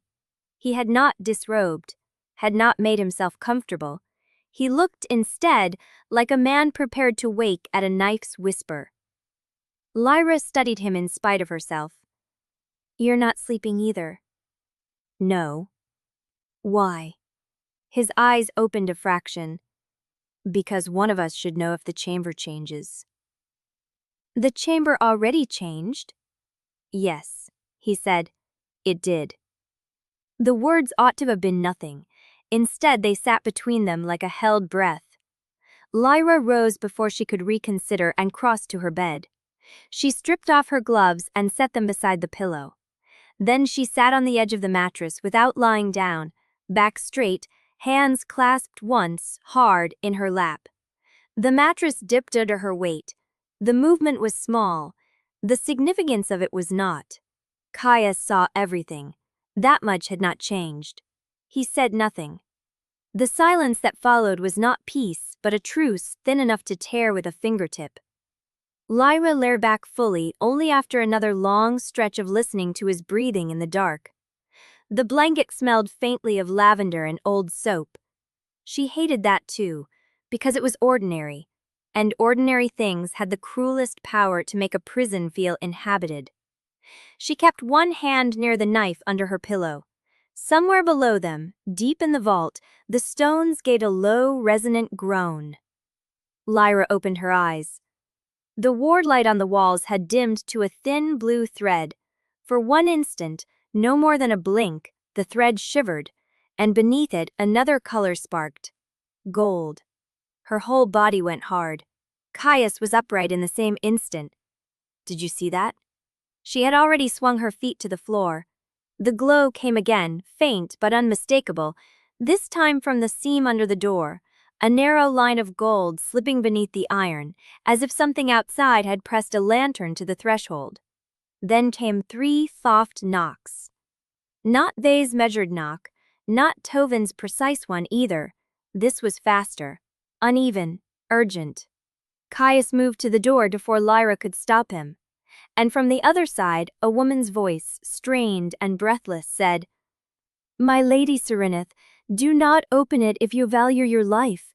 They've come into the vault." Chapter 6. The snow court looked carved out of the mountain's own breath, a long white rectangle hemmed in by black stone and iron braziers that burned with a steady blue flame despite the cold. Lyra stepped onto the packed frost with her hood up and her jaw set hard enough to ache. The air bit through wool and leather alike. It carried the sting of resin from the torches, the mineral cold of the walls, and beneath it all the faint metallic tang that lived in Astron Vault like a secret. Caius was already there. Of course he was. He stood near the center line with a practice blade in one gloved hand, dark coat closed to the throat, his posture loose in the way only disciplined people could afford to be. He did not turn when she entered, but she saw the shift in his shoulders, the exact fraction by which his attention sharpened. Brother Tovin waited at the edge of the court, a narrow figure in winter white robes, his shaved head catching the firelight. Two Starwardens stood behind him like sentries cut from pale wool and silence. "Begin," Lyra asked, stopping just inside the threshold. Tovin's colorless mouth moved once. "No." The answer landed flat in the cold. Lyra glanced at him, then at the blades in the rack beside the wall. "Then why summon us here?" "To move," Tovin said. "To learn where the edge is." Caius finally looked at her. A comforting philosophy. Lyra almost smiled. Almost. "You'll forgive me if I don't trust a man who dresses hardship as wisdom." Tovin ignored both of them. He crossed to the rack and selected two matched practice swords, their steel dulled and wrapped at the grips with worn black cord. He held one out to Lyra, then the other to Caius. "When the body cannot agree, make it answer under pressure," he said. "The rite requires harmony. Today you will not be given peace. You will be given movement." Lyra took the sword. The leather of the grip was cold enough to sting her palm. Caius rolled his wrist once, testing the weight. "And if we refuse?" "You are free," Tovin said, with the bleak courtesy of a knife laid on a table. "To fail." That shut the air between them. Lyra took her stance on the marked stone. Caius mirrored her 3 paces away, close enough that she could see the faint shadow of last night on his eyes. Close enough that if she lifted her weapon and lunged badly, she could take his throat before he had time to breathe. Tovin lifted one hand. Attack. Lyra moved first. She came in low and fast, blade cutting for Caius's ribs. He pivoted, caught the strike on his own sword, and the impact rang through the court, sharp as struck glass. He redirected rather than blocked, sending the force aside with infuriating ease. She came back at him at once, a diagonal slash meant to drive him backward into the wall. He slipped under it. The snow under their boots crunched and scattered. Breath smoked from both of them. Lyra pressed harder, her strikes tight, efficient, aimed for openings that lasted a heartbeat. Caius met her with the same precision, but he moved like water poured into a dark vessel, always where he should not have been, always a fraction too quick. Their blades crossed, once, twice. Then the pattern changed. He baited her right shoulder, and she answered by feinting toward his wrist, only to have him catch the deception before it fully formed. The swords snapped apart. He stepped inside her guard. She turned with it, using the motion to strike at his flank. He withdrew, then cut back toward her thigh. Lyra blocked low, then drove her elbow up. It should have been clumsy. It should have been ugly. Instead, it fit. Her elbow checked his forearm at the exact angle his blade had been moving. The impact forced his sword offline. His next step carried him just far enough that her follow-through passed inches from his coat. The space between them narrowed to a breath, and then widened again. Lyra froze for half a heartbeat. Caius did not. He took the opening and tapped the flat of his practice blade against her shoulder. "Dead," he said. Her mouth went dry with something she refused to name. "Again?" Tovin's voice cut across the court. "Again." They began a second time. This time Lyra watched the line of Caius's hips, the shift of his feet, the way he breathed before he committed to a strike. She expected the old cruelty, the elegant malice of an enemy who had once met a sport of making her furious. Instead, she found rhythm, not ease, not surrender, something more dangerous. Recognition. He anticipated her with a precision that bordered on obscene. Every time she pressed too far, he was already moving into the answer. Every time he retreated, it was not to flee but to draw her into a line where her own momentum betrayed her. He knew her speed. He knew her blind side.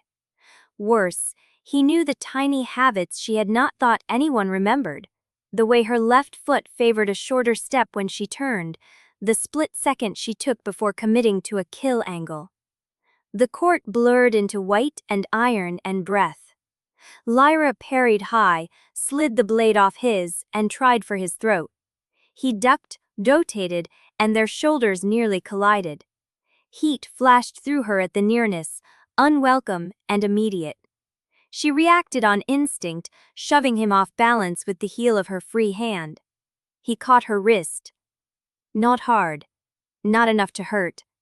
Enough. The contact lasted no more than a blink, but the room seemed to narrow around it. Lyra felt the pulse at the base of her thumb leap under his glove. The old, sickening spark of wrongness flared under her skin, and at the same instant something else hit, deeper and more confusing, a quick silver recognition that made her stomach drop. Caius released her as if burned. Tovin's gaze sharpened. No touching. "I know that," Lyra said too fast. Caius's mouth tipped, not quite a smile. "Do you?" She lunged at him. He blocked, but the force of it carried both of them half a step sideways. Her blade skittered along his shoulders tensed, then loosened. He was laughing at her inside the shape of his face, or almost laughing, and she hated that the sight was too alive to ignore. Their swords clashed again and again until the sound filled the court. The Starwardens watched without moving. Snow drifted in through the high slit of the gate and melted on the stones near the brazier line. Lyra's lungs burned.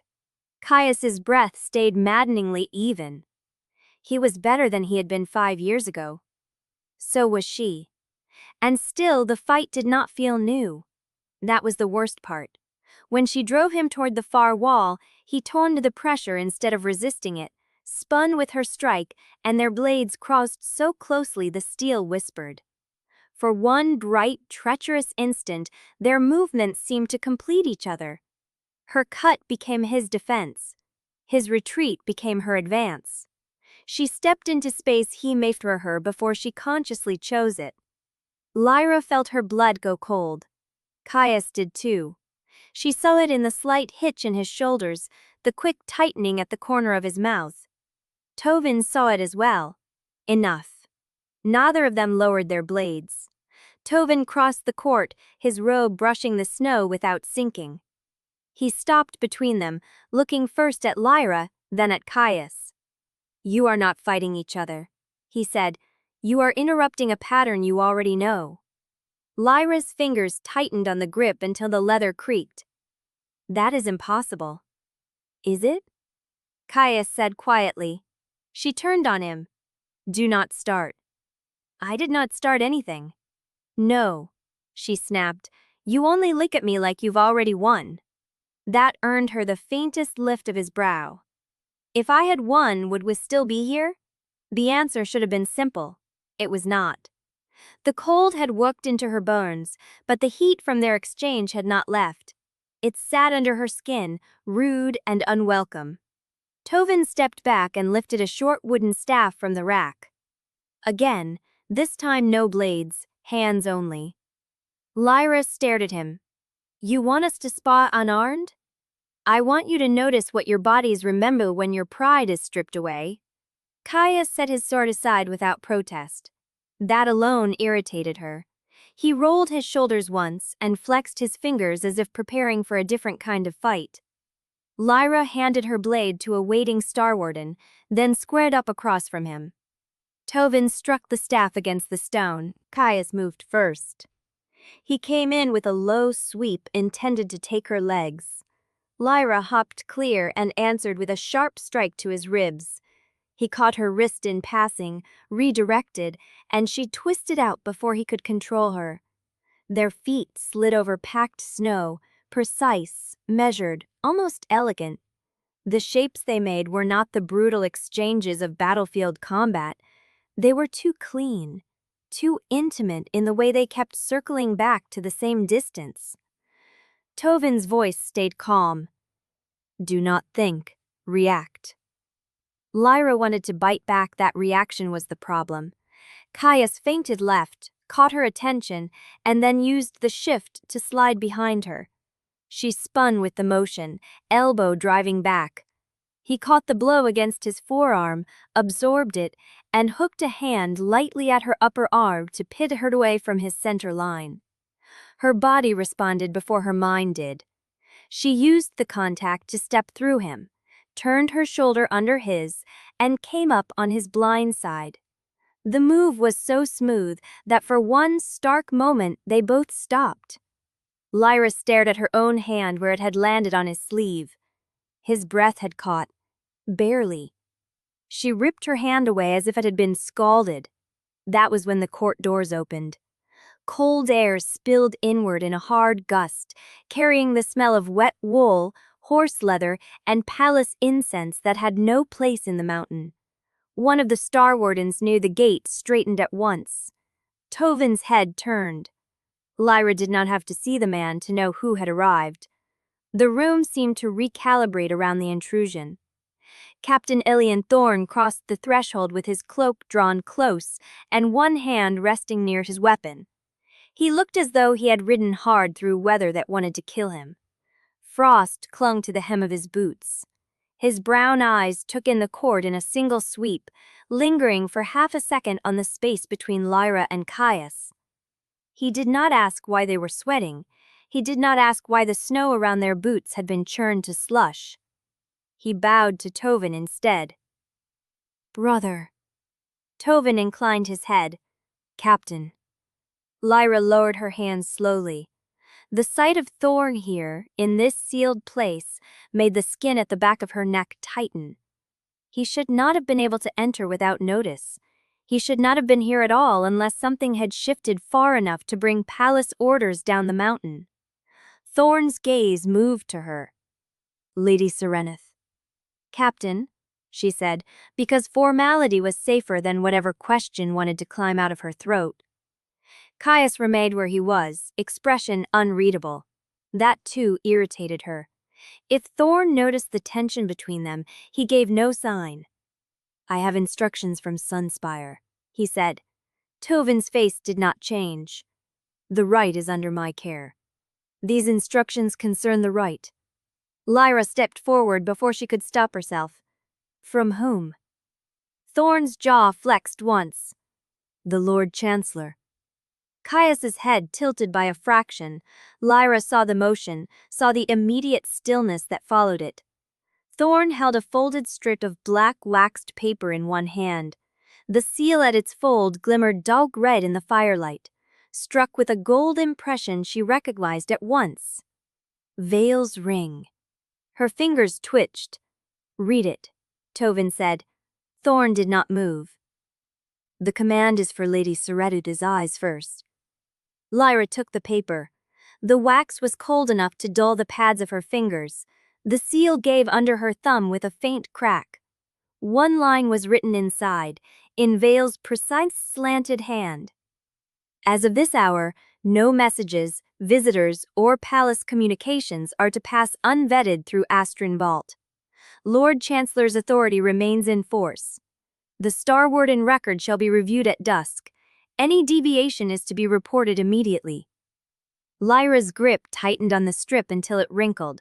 That was not support. That was a leash. He is restricting the sanctuary, she said. Thorne's expressions did not shift. He is maintaining order. Caius gave a soft, humorless exhale. Order. Convenient word. Thorne ignored him. There is more. Lyra looked up. For the first time since entering the court, Thorne seemed to choose his words with visible care. You are to remain within the chamber after drills until further notice. No unscheduled movement through the upper galleries, no private use of the south stair. If any ward response changes, I am to be informed at once. Lyra's eyes narrowed. Any ward response? At the edge of her vision, Caius straightened, just slightly, enough that she caught it. Thorne's answer was too quick. Standard precaution. No, not standard, not for this. Tovin's pale gaze slid to the paper in Lyra's hand, then back to Thorne. Who ordered the review? The Chancellor. Why now? Thorne's mouth thinned. Because something has been detected in the vault. The snow court seemed to lose half its warmth at once. Lyra stared at him. Detected by whom? Thorne did not answer immediately. That silence was answer enough. Captain, she said, each word clipped clean. What has Vael found? Thorne's gaze flicked once, not to her but to Caius, and that was when Lyra felt it. Not sight, not sound. The ward chain around her ankle gave a sudden sharp pull. Her breath stopped. The blue sigils beneath her skin flared hot enough to sting, and somewhere beyond the court, deep in the mountain, a bell began to ring once, low and terrible. Tovin turned toward the sound. Thorne went utterly still, and Caius said very softly, Lyra, do not touch the door. Rupture 7. The hot water had gone first. By the time Lyra reached the washroom off the right chamber, the basins were breathing out only a thin ghost of steam, no more than a lie told by old pipes and stubborn stone. She stopped in the doorway with one hand on the frame, listening to the hush beyond the screen. Water still dripped somewhere in the wall. Slow, measured, as if the mountain itself were rationing mercy. Caius stood at the far basin with his sleeves rolled to the elbow, bare forearms exposed to the cold marble. He had one hand braced on the lip of the sink, and the other turned under the trickle from the tap, testing it with a face composed to stillness. The light from the narrow grate in the ceiling made the dark line of his wrist look almost silver. Lyra looked away first. That irritated her. There's barely enough for one, she said. He glanced over his shoulder. You were considering offering? No. His mouth moved, not quite a smile. Then we agree on the shortage. She stepped inside and shut the door behind her. The latch made a small, ugly click. The chamber beyond the screen was no larger than a chapel, sacristy tiled in pale stone gone dull with age, with a folded linen shelf, 2 basins, and a screen of painted cedar that split the room into unequal halves. Someone had placed a folded stack of cloths on the bench, 1 clean towel, 1 pitcher, and a stub of soap that smelled faintly of lavender crushed flat by weather. The scent of it reached her before the steam did. They had been drilled, fed, measured, watched. Never, in all the kingdom's formal cruelties, had anyone thought to ask what happened when 2 enemies were forced to share a washroom and 1 water heater failed in winter. Lyra set her knife on the bench within reach. Caius's gaze flicked to it, then to her face. You need to keep that under your pillow, he said. I know where I keep my things. And I know you prefer blades to common sense. She dipped her fingers into the basin. The water bit cold. You keep talking and I'll use the knife on the problem nearest me. He reached for the pitcher and poured what little warmth remained into the second basin. The steam rose in a frail ribbon and vanished almost at once, swallowed by the draft from the vent. He did it with irritating calm, as if the shortage had merely inconvenienced his morning. Lyra wanted to fling the water at him. Instead, she began to wash. The first shock of cold took her breath. She dragged soap over her hands, over her wrists, over the thin scars at the base of her thumb, where old wire had once cut her during a mission she had not slept before and could no longer remember clearly enough to know whether she had deserved the pain. Hard skin reddened in the chill. The room seemed to close around the scrape of cloth, the hush of water, the soft sound of Caius leaning over his own basin. Through the screen, she could see only fragments: a hand, the shadow of his jaw, the line of his throat when he tipped his head back to rinse his hair. Enough. She scrubbed harder. "You're taking that personally," he said. "The water? The starvation?" She shot him a look through the painted slats. "If you're hungry for conversation, try praying." "I did, once. It was unimpressive." She had expected him to be mocking. He said it too flatly for that. The line lingered in the air between them, and Lyra hated that it did not feel like a joke. She turned back to the basin. "You seem very comfortable in deprivation."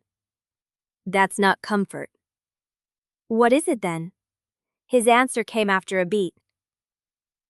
"Familiar?" The water dripped. Somewhere beneath the floor, the pipes gave a low groan, a tired dinosaur shifting in its sleep. Lyra's fingers stilled around the soap. She did not ask what he meant. Asking would have made room for the answer. Instead, she leaned down, splashed cold water over her neck, and caught sight of her reflection in the basin, broken by ripples. Pale hair braided tight at the nape. Gray blue eyes that looked flatter in the dim room. The sunburst mark behind her left ear was hidden by the fall of hair, but she could feel it as if the ward light still lived under the skin. Caius had gone silent. She glanced up. He was looking at her hands. Not her face, not her throat, her hands. The attention landed there with an almost physical weight. Her left hand, still damp, rested on the basin rim. Her right was reaching for the towel. He watched every motion with a stillness that was worse than staring. Lyra's fingers tightened around the cloth. "Stop that." "Stop what?" "That look." His eyes lifted to hers. "What look?" "The one that suggests you've forgotten how to behave." Something in his expression changed briefly, like a door pushed open in a storm. "I haven't forgotten." The answer came too quickly, too carefully. Her pulse struck once, hard. She looked back to the basin so he would not see the shift in her face. "Then behave." For several breaths, neither of them moved. The room filled with small sounds: water, cloth, a distant clack of heat in the walls where whatever furnace still functioned was laboring under the mountain's cold. Then Caius set his hands flat on the marble and shut off the tap. Lyra heard the scrape of skin on stone. Her attention snagged before she could stop it. His wrists were marked by old lines, pale and nearly vanished. Not scars exactly, but pressure marks, as if something long ago had held him in place. The sight Merhutliko ate too late. He noticed. Of course he noticed. "You're curious," he said. "I'm trying to decide whether to be offended." "By my wrists?" "By your face, most likely." That earned the smallest exhale, almost a laugh. It disappeared before it could become one. Caius reached for the towel, dried his hands, and tossed it over the edge of the basin between them. It landed with a soft slap. The gesture should have been ordinary. It was not. It was too close to an offering. Lyra ignored it. She took the towel after a moment and patted at her own skin with brisk efficiency. Her pulse had settled into a hard, even beat that she did not trust. The washroom was too small, the screen too thin, the steam too weak to blur anything useful. "You should eat," Caius said. "I'm not hungry." "Then you're lying in a way that only hurts you." She met his eyes. "Careful." "You first." The reply sat between them with the old shape of a challenge. Her mouth went dry. He had said it like a warning, but the room had turned the words into something else.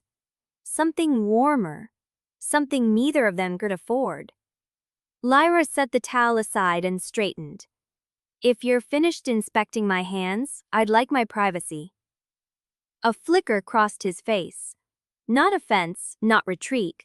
Recognition maybe, though, of what she could not say. "There isn't much of it to have." "Then you can start by pretending there is." He stepped back from the basin. "Very well." He turned toward the screen, giving her his shoulder with the kind of deliberate courtesy that made it feel less generous and more dangerous. Lyra waited for the release of tension, but it did not come.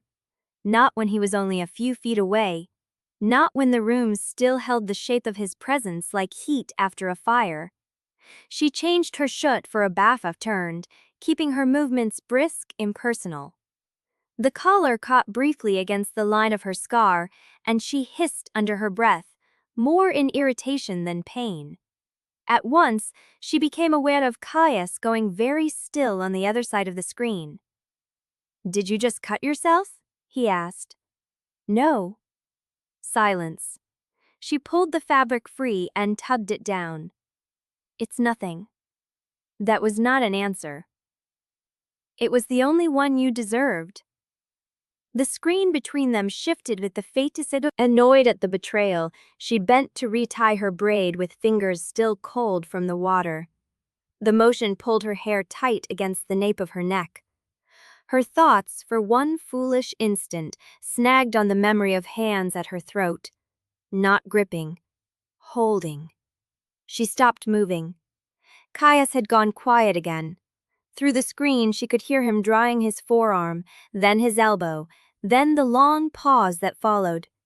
A man who knew exactly how much sound he made. A man who had learned, perhaps, that silence could be another kind of defense.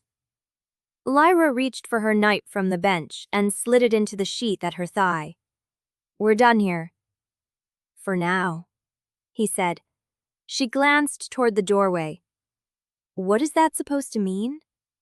His answer came after a beat long enough to feel chosen. "Only that the mountain is colder at night." That made no sense. Which meant, from him, it meant something. Before she could ask, he reached for the basin again. The faucet coughed and spat a final thread of water. He cursed under his breath very softly and turned it off. The sound was almost intimate in its restraint.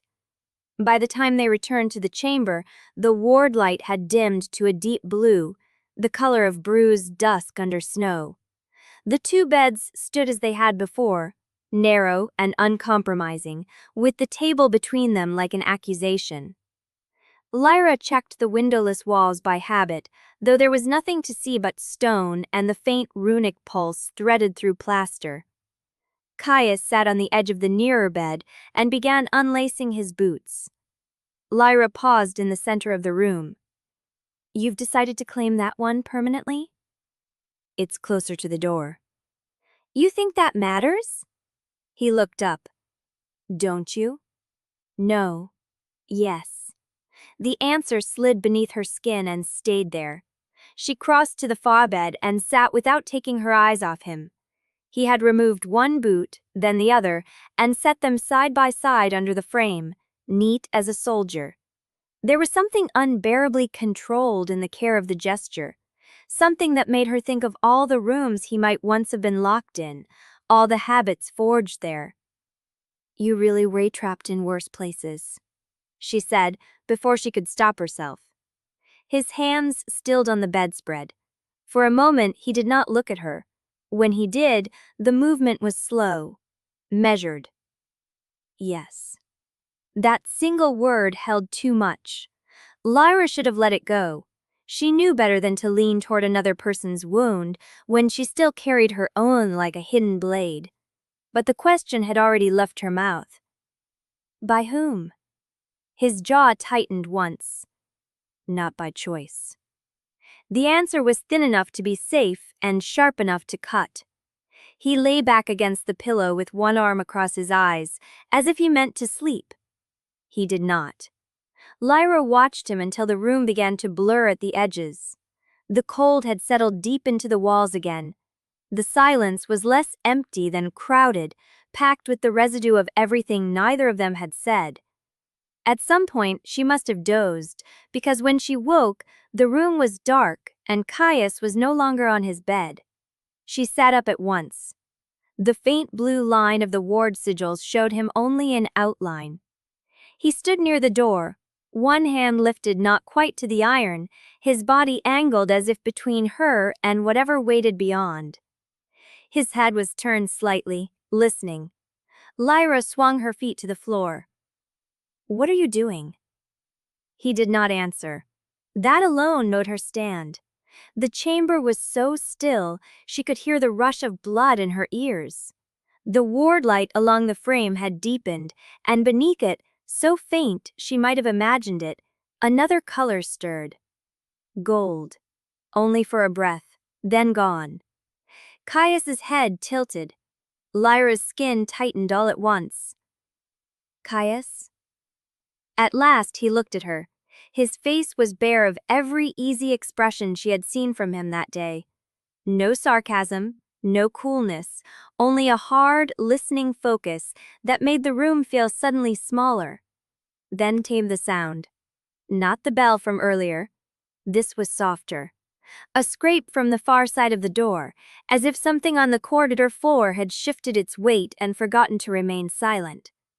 Caius moved before she did, crossing the room in 3 quick steps and catching her wrist when she reached for the latch. His hand was warm. Too warm. "Don't," he said. Then, from just outside the chamber, a voice she did not know whispered through the wood, thin as breath on glass. "Lady Serenith," it said, "if you can hear me, do not open the door. They found the inner granary. Wap. Think." Swak did not loosen her grip on Caius's wrist until the wood beneath her palm gave a second, quieter scrape. The whisper outside the door had not repeated itself. That was worse than if it had. The chamber seemed to hold its breath around them, blue ward light thin along the frame, the dark seam of the hallway beyond breast flat against the iron.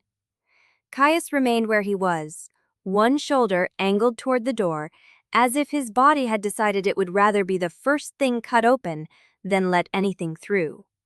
His hand was still around her wrist. Not hard, just enough. Lyra looked down at his fingers and then up at his face. "Let go." His gaze stayed on the door. "Not yet." "Do you expect me to run at it?" "I expect you to be you." A muscle jumped once in his jaw. Mockery would have been easier. This was not mockery. It made the air between them feel too narrow. Lyra pulled free anyway, slow and deliberate, to prove she could. He let her. The fact that he let her did not make her feel safer. She crossed to the table and slid her knife into the sheet at her thigh, then stood still with both hands braced lightly on the back of the nearest chair. The chamber had gone so quiet she could hear the faint tick of cooling stone in the wall. Outside, somewhere in the vault's long bones, metal struck metal once, then stopped. Caius turned from the door at last. "If anyone knocks again," he said, "wait." "For what?"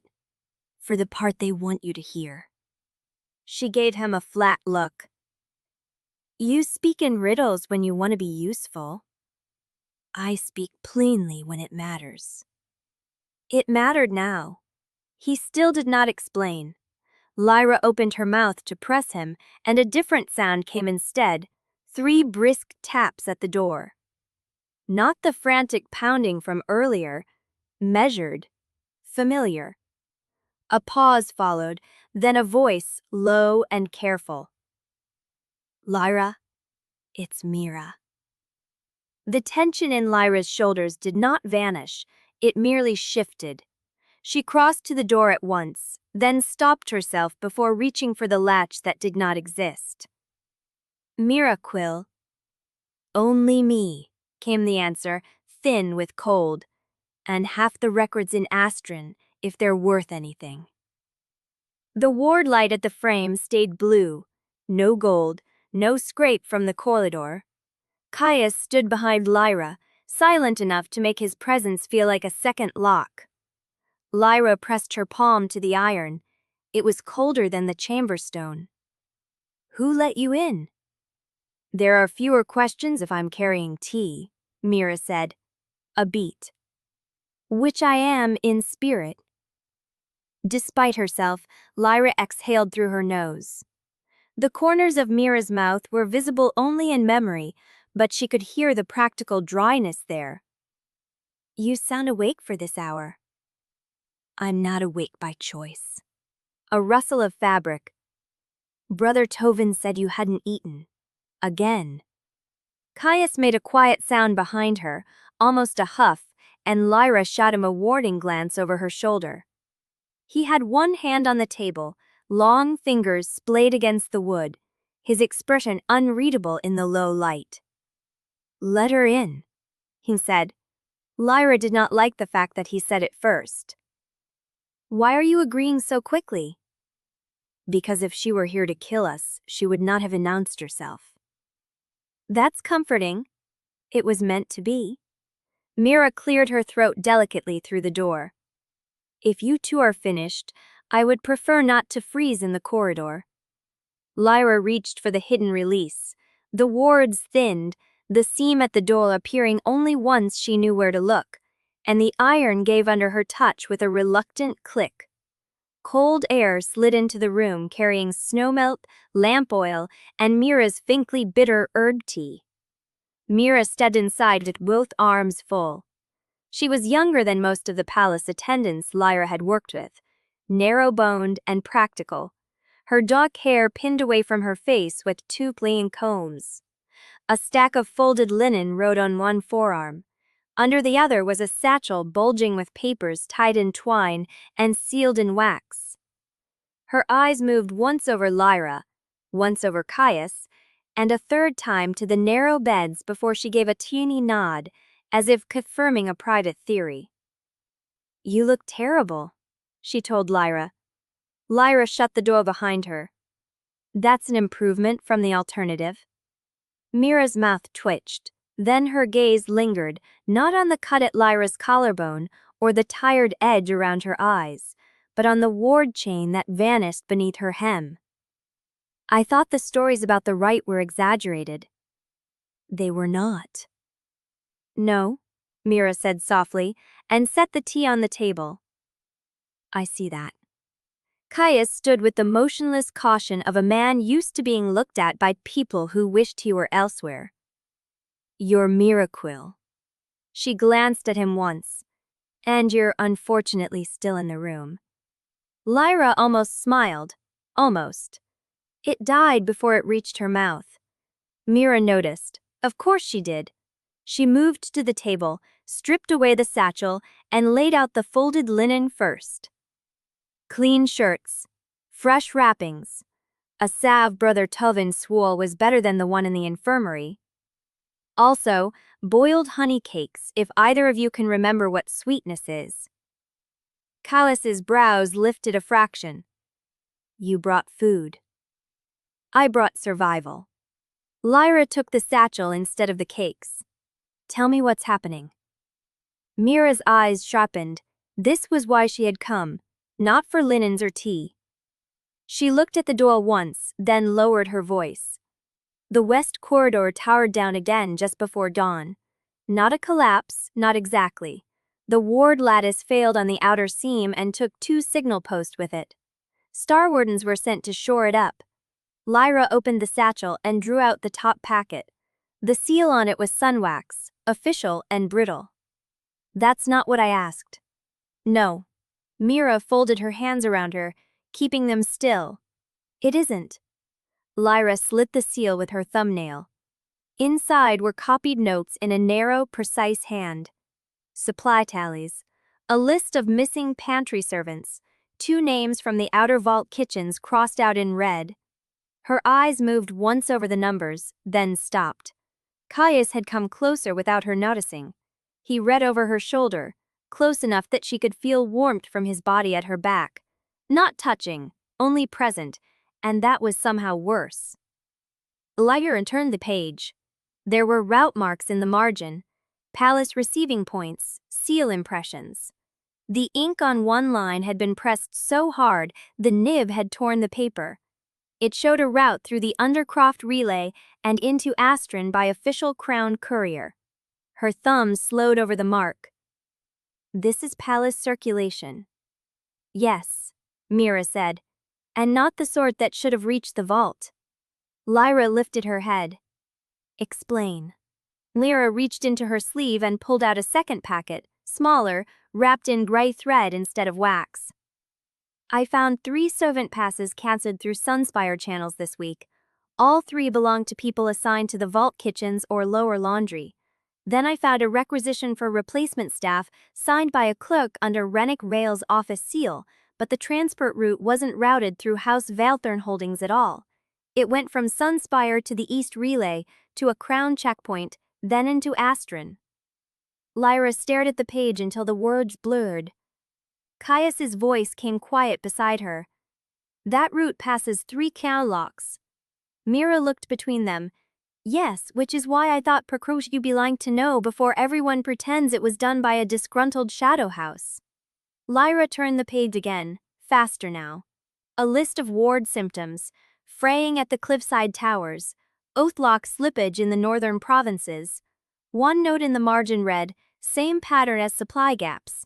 Another line beneath it had been scratched out and rewritten in a hand different from the rest. Not Vaelthorn movement, crown-controlled access. Her throat tightened against the inside of her collar. Who wrote this? I did, Mira said.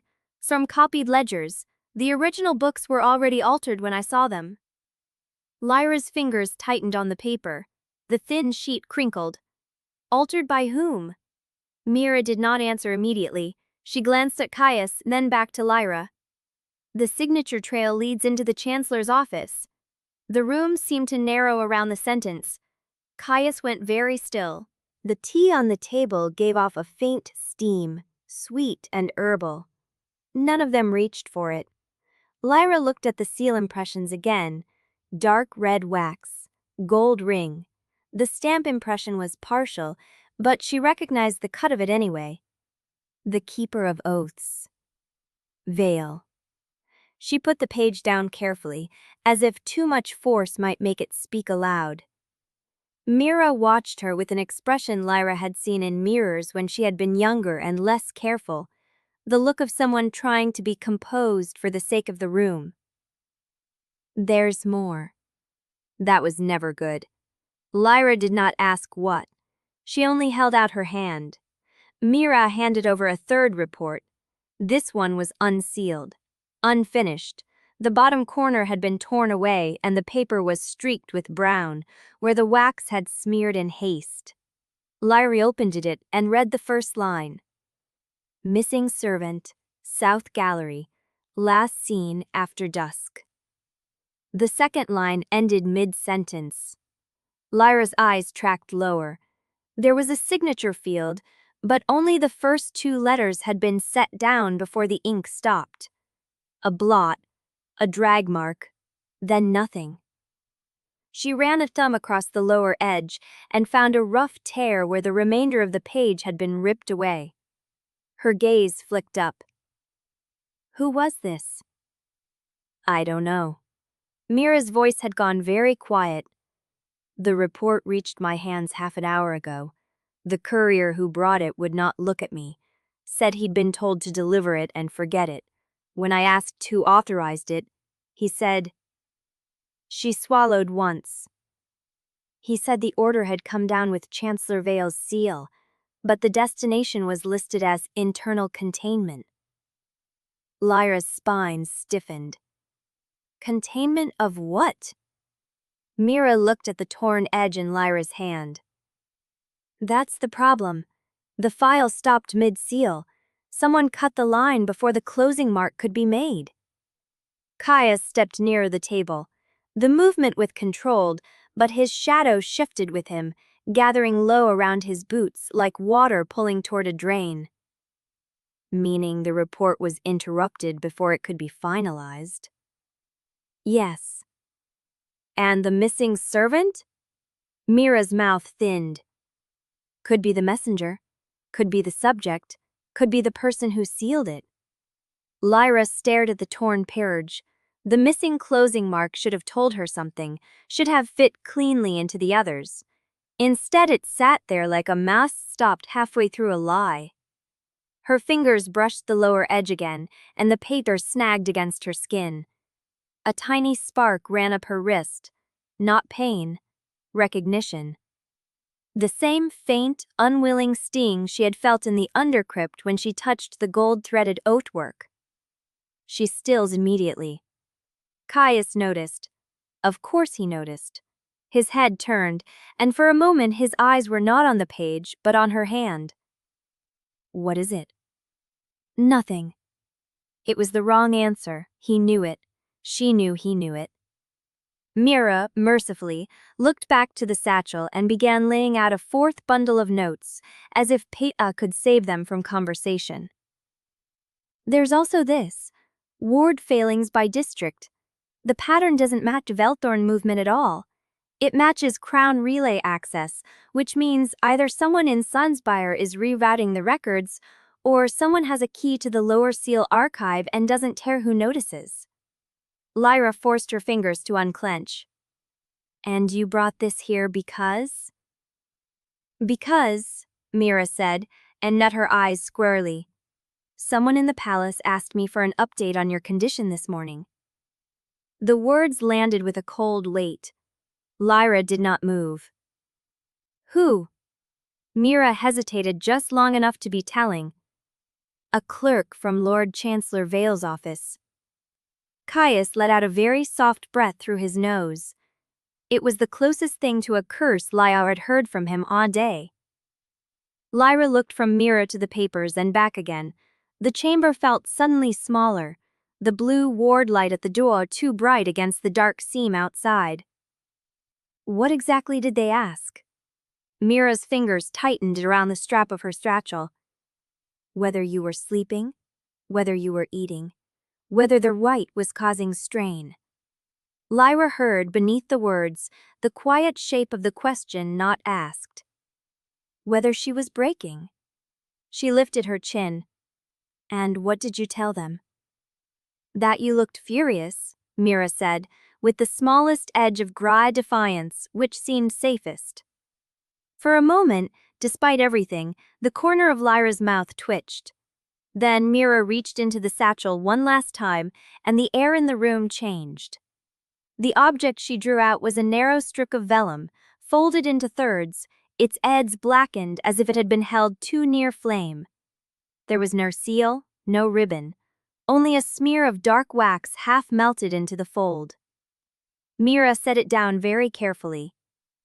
This came attached to the last report. Lyra's gaze fixed on the fold. What is it? I didn't open it. Mira's voice had gone thinned to a thread. Because by the time I saw the mark, the courier had already gone white in the face and said he hadn't been ordered to carry it to me. Caius was moving before Lyra registered the shift. 1 step, 2. Not toward the vellum, toward the door. Lyra noticed that too. What did the mark look like? She asked. Mira drew in a breath, then answered in the barest whisper. A hand, she said, pressed in gold. Lyra's pulse struck once, hard under her throat. That was impossible. Or it should have been. Her eyes went to Caius. His face had gone stripped of color, every line cut taut with something sharp and immediate and unmistakably old. Then the vellum at the center of the tato twitched, once, and the blackened fold began to open on its own. Chapter 9. The vellum peeled itself open with a dry little sigh, like skin parting from a healed scar. Lyra's hand went still on the table edge. Mira had already stepped back from the parchment by a careful half-pace, the color draining from her face, as if she had seen a blade laid across the room. Caius did not touch the vellum. He only stared at it, jaw locked, one hand braced against the back of the chain near the wall, as though he expected the chamber to tilt beneath him. The fold opened wider, not by fingers, by force. A strip of inner paper showed, then another, and the blackened edges curled outward to reveal a smear of dull gold beneath. Not ink exactly, but something thicker, metallic, alive to the light. Lyra's pulse kicked hard enough to sting behind her ribs. Mira made a small sound. Not quite a word. Caius crossed the last step in a blur and snatched the vellum up before it could unfold fully. No. The paper resisted him. It shivered in his grasp, then snapped open with a faint crackle, and the gold mark inside flashed once, bright as a pinprick star. Lyra saw the shape before the light died. A hand, yes, but not a hand in greeting, a hand in command. The room went wrong around the edges. Mira's breath caught. What is that? Caius crossed the vellum over as if the answer might be stamped on the back. His fingers were pale where they gripped the edge. A seal. Lyra came around the table in 3 quick strides. Whose? He looked up at her. For once, there was no smugness in the set of his mouth, no careful barbs prepared for her. Only a hard, bleak attention that made the skin at the back of her neck tighten. Not one you want to find in this vault, he said. Then the ward light at the door shuddered. Blue slid under gold. The seam in the iron frame flashed like a struck nerve. Lyra's ankle chain went tight in one sharp bite, dragging her ankle inward. She caught herself against the table with one hand. Caius swore under his breath and took a step toward her by instinct, stopping only when the chain's invisible arc warned him back. Mira had gone rigid. Brother Tovin said if we saw any further distortion, we were to wait in the chamber. That was before the paper tried to wake itself. Lyra snapped. A bell sounded deep in the mountain. Not the clean, measured toll from before. This was lower, ragged, more urgent, as if the stone itself had struck back. The gold in the vellum pulsed once in Caius's hand. Then the ward light died entirely. Darkness dropped over the chamber so fast, Lyra felt it as a weight. The blue lattice vanished. The door seam vanished. Even the glow in the hearthstones along the baseboard went out, as though someone had pinched the room shut between 2 fingers. Mira cursed softly and made the mistake of moving. There was a snap of force at her wrist, a brief white flare from the rune bands on the floor, and she stumbled backward with a strangled cry. Lyra turned toward her voice. Mira? I'm here, Mira said, breathing hard. I'm here. A scrape sounded at the door, then another, not from outside, from below. Lyra's gaze cut to the floor. Thin lines of light had begun crawling along the stone seams, gold threading under black rock like fire under skin. She took one step, then another, and felt the ward chain tug at her ankle as if the room itself was setting its teeth. Caius's voice came from the dark, lower, and very close. Don't move. That was not my plan. It should be. Something shifted beneath them. Not an earthquake, a pressure change. The kind that came before old stone made a decision. Lyra heard it then, faint under the bell's echo. A groan from somewhere beyond the wall, long and wet and structural. The sound of mountain architecture giving up its balance, under loss, disorientation, and pressure. You will follow the route, you will not separate. If the wards split again, you will find the lightless path by instinct and the bright path by trust. That sounds like a prayer, Lyra said. It is a threat, Tovin replied. Then the floor lurched. Not enough to throw them, just enough to steal footing. Somewhere below, stone cracked open. The sound ran through the chamber walls like a groan through bone. Tovin tightened his grip on the door. Come now, quickly, before the lower corridor closes. Lyra stared at him. Closes how? But he was already withdrawing into the hall, and whatever answer he meant to give was stolen by a sudden shriek from the left corridor. It rose, sharp and human, then cut off in a choked gasp. Mira's hand flew to her mouth. Caius went still in a way Lyra had seen only once before, on the edge of combat. There's someone out there. Tovin's face tightened.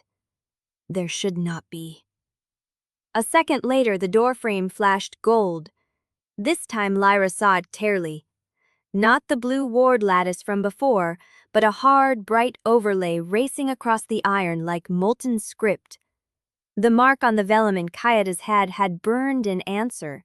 He swore and crushed the paper in his fist. The gold did not go out. It simply bled through his fingers. Lyra saw the same expression on his face that she had seen when Mira named the handmark, stripped bare and old and very nearly afraid.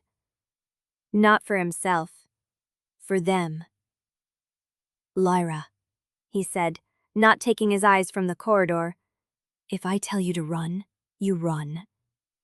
She looked at him through the thinning dark, anger and instinct flaring together. I don't take orders from you. Then take this one from the mountain. Another crack split the tunnel beyond the door. This time the sound came from below the floor, directly beneath their feet. The chamber shivered. Dust burst from the seams. Lyra heard Mira cry out as the table skidded half a foot across the stones. And then the lower passage, the one Tovin had called the bright path, erupted. Light poured through the corridor like a living thing. White. Gold, hot enough to make the air hiss. It flooded under the open door and speared across Lyra's face. She cried out, stumbling back, both hands over her eyes. The world burned away to a red blur behind her lids. Something hit the floor with a clatter. Maybe the chair, maybe Caius's clasped hand against the stone. Tovin shouted something she could not understand. The flare kept coming. Long enough to show shapes. A figure in the corridor. One of the Starwardens, maybe? Or something wearing a hood. Arms thrown up against the light. A second shape behind it collapsing. Lyra blinked against the searing brightness and saw, in the middle of the corridor, a line of gold thread drawn straight through the air from wall to wall. A ward line. Then it snapped. The blast hit like a slap. Lyra flew sideways into Caius's shoulder, hard enough to knock both of them off balance. His arm came around her by instinct, bracing her before she could fall. Heat burned through the thin layer of cloth between them, sudden and intolerably intimate. She felt the fast thud of his heart through his chest, one violent beat after another. Too close. Too close. Their ward thread reacted at once. Blue light flared around Lyra's ankle, vicious and bright. Caius hissed as if struck. The invisible arc tightened, dragging them both toward the corridor, toward the seam where the tunnel had split open. Lyra grabbed at his sleeve, more to steady herself than out of choice, and felt the jolt of his body lock beside hers. The chamber door slammed shut. Not gently, not by hand. Stone met iron with a final grinding crash, so violent it shook dust from the ceiling. Tovin had vanished beyond it. The flare light beyond the corridor guttered once, then went out, leaving only the echo of the seal closing and the smell of scorched stone hanging in the air. Silence fell in jagged pieces. Mira was breathing somewhere behind Lyra, fast and thin. Caius had one hand still at her waist, though he seemed not to realize it. His grip tightened once, then loosened as if the touch itself had startled him. Lyra dragged in air that tasted of ash and cold metal. Her eyes watered violently. Shapes swam and doubled. The corridor beyond the door was gone. The chamber wall before her seemed to pulse, not with ward light now, but with the memory of it. Bright spots stuttering across her vision. From somewhere beneath the floor came a sound like a chain being drawn slowly, deliberately through stone. Then, out of the dark corridor beyond the sealed door, a voice spoke. Low, calm, too near. "Don't let it see you," it said. Lyra went perfectly still. The voice was not Brother Tovin's, not Mira's, not Caius's, and the thing speaking from behind the wall knew exactly where she was. Chapter 10. Lyra could not see the corridor, only the shape of its darkness pressing against her eyelids. It was worse than night. Night still held edges, a gleam from stone, the pale memory of windows.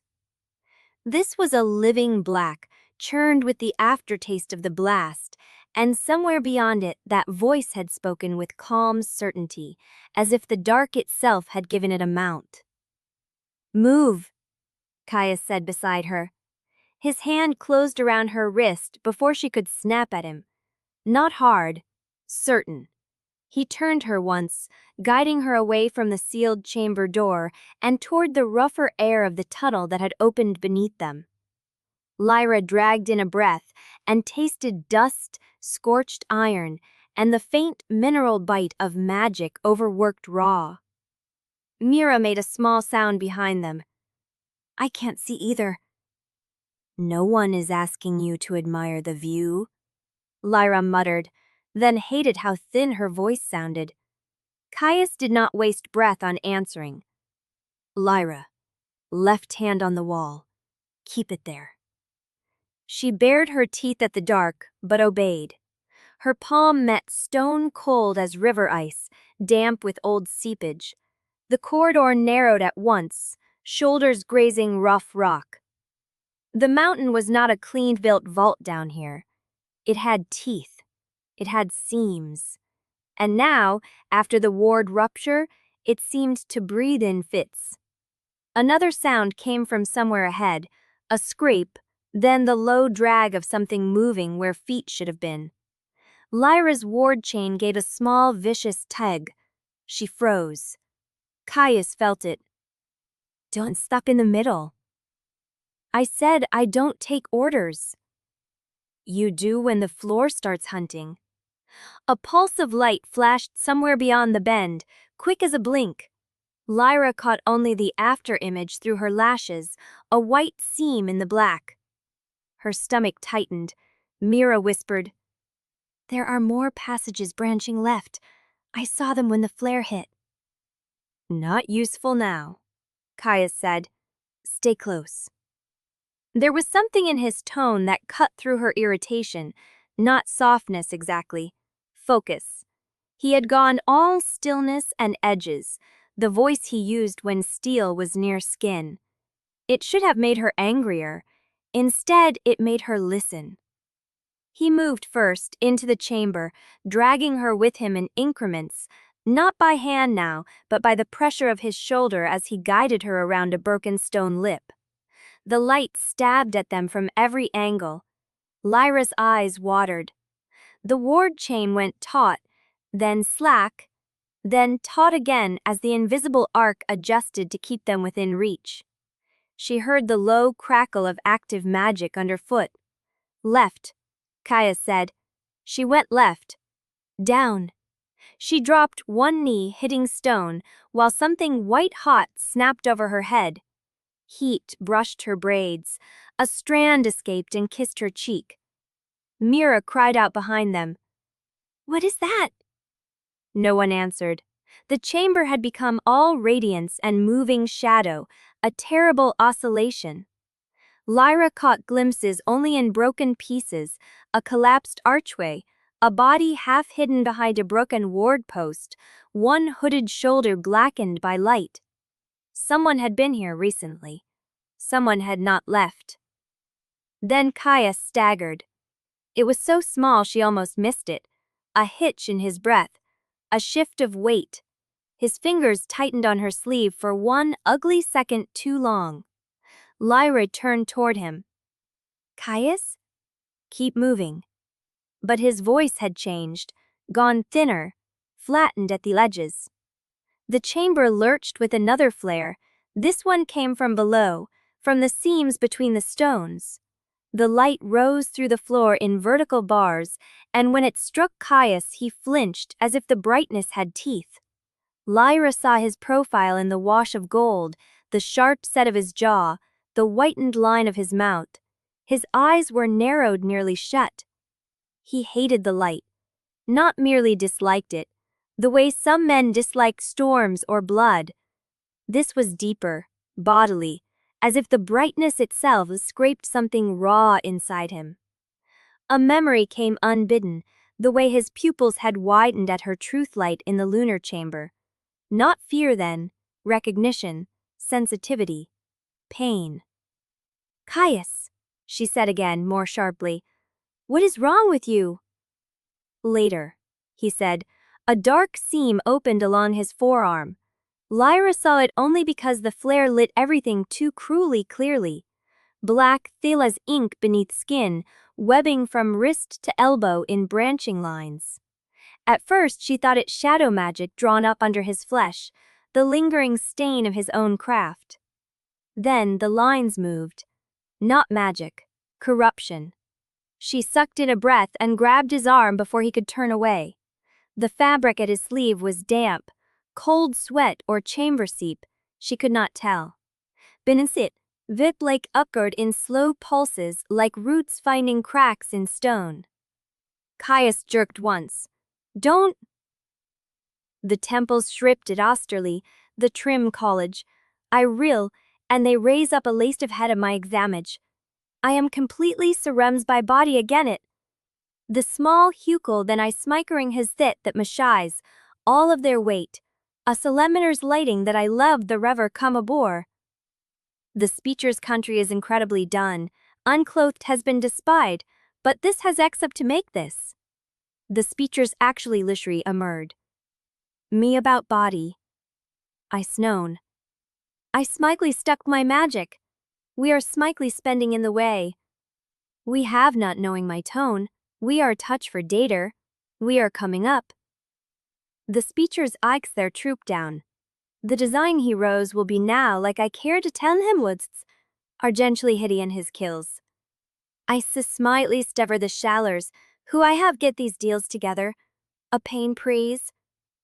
Fair. She right ahead, she praising the land chemical. Whoever most we paced by the navigenacious prey, kept his lent with inhelt apparentment. Hurried. And manually. Whispered. Clearly. Literally. Perfect. Clearly. Smiley. The speechers. Emtress C. 2-3. 1 Cheel 1 Duos 2 Art 3. Mundata by 01.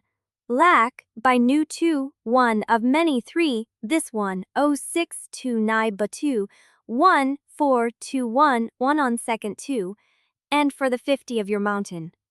The speechers caned for the first one throughout them.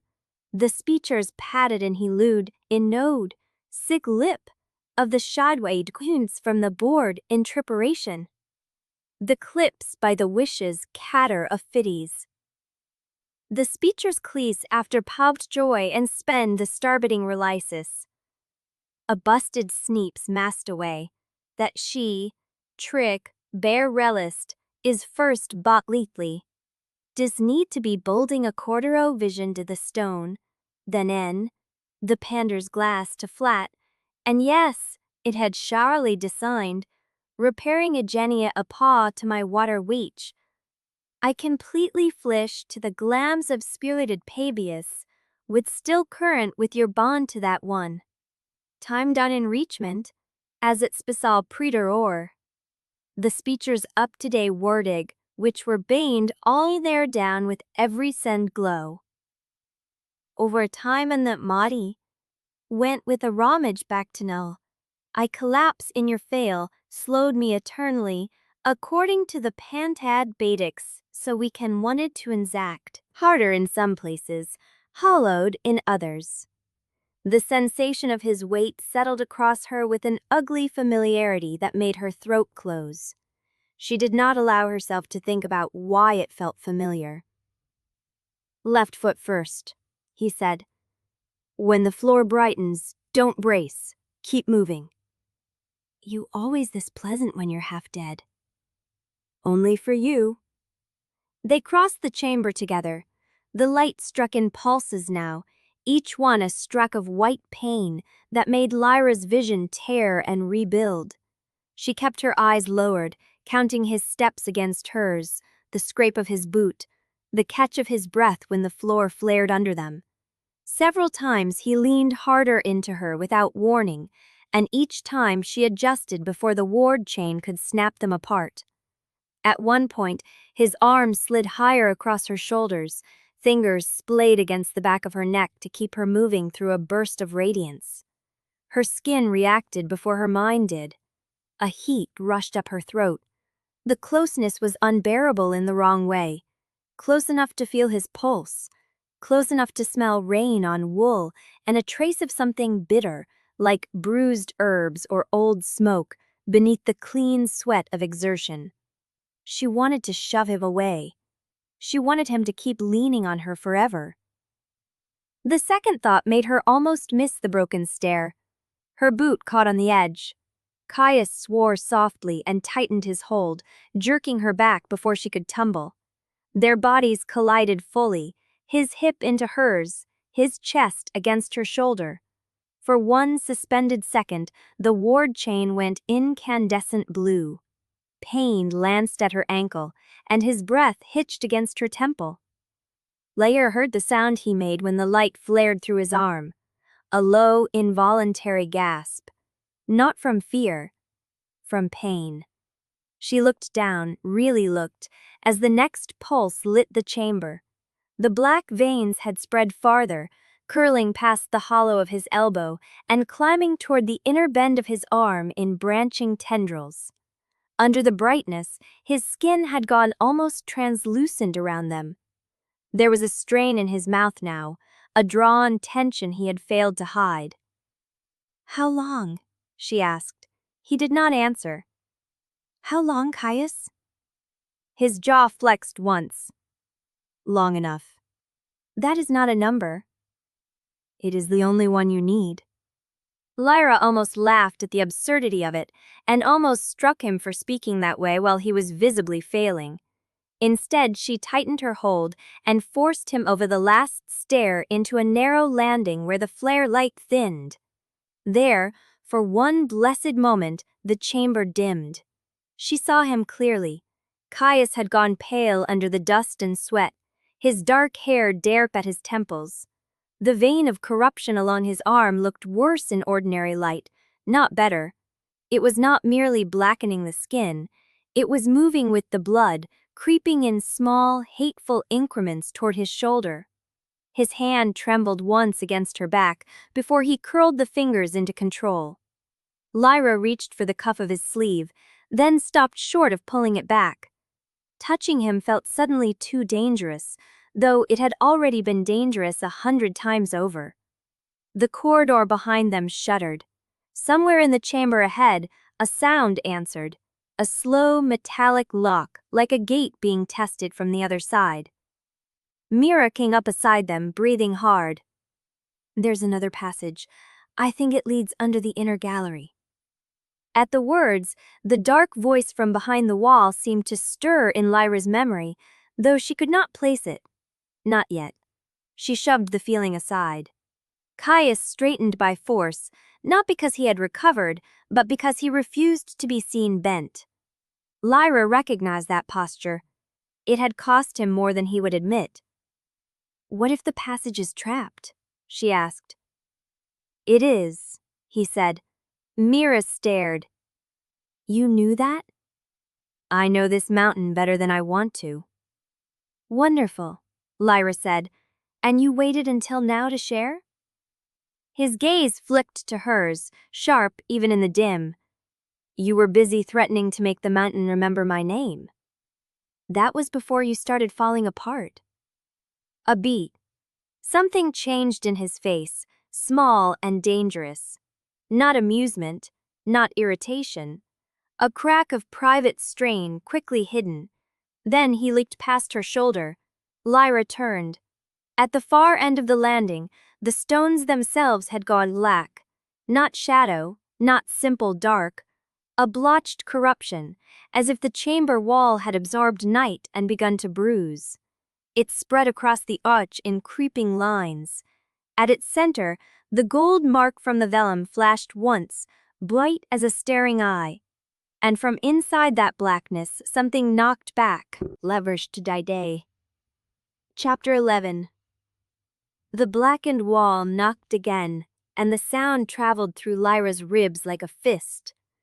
Mira made a small, strangled noise beside her. Caius went utterly still. Not frozen, not startled. Listening. Another knock followed, deeper this time, as if whatever waited beyond the corruption had found a hand or a shape and was testing the stones for weakness. The gold mark at the center of the bruised wall flashed once, then dimmed to a sickly ember. "Back," Caius said. Lyra's fingers tightened around the curve of his sleeve. "We are already at the back." His mouth twitched, not quite a smile. Then the floor lurched. The landing split with a sound like ice breaking on a river. A single wet light tore up through the stone between them, searing Lyra's eyes. She threw an arm across her face as dust burst hot and bitter into her mouth. Mira stumbled into her shoulder. Caius caught both of them by instinct, one hand hard at Lyra's elbow, the other flung out to keep Mira from tumbling over the edge as the far half of the floor dropped away. For one suspended breath, there was only the roar of shifting rock. Then the light died. Darkness slammed over them so fast, Lyra's stomach turned.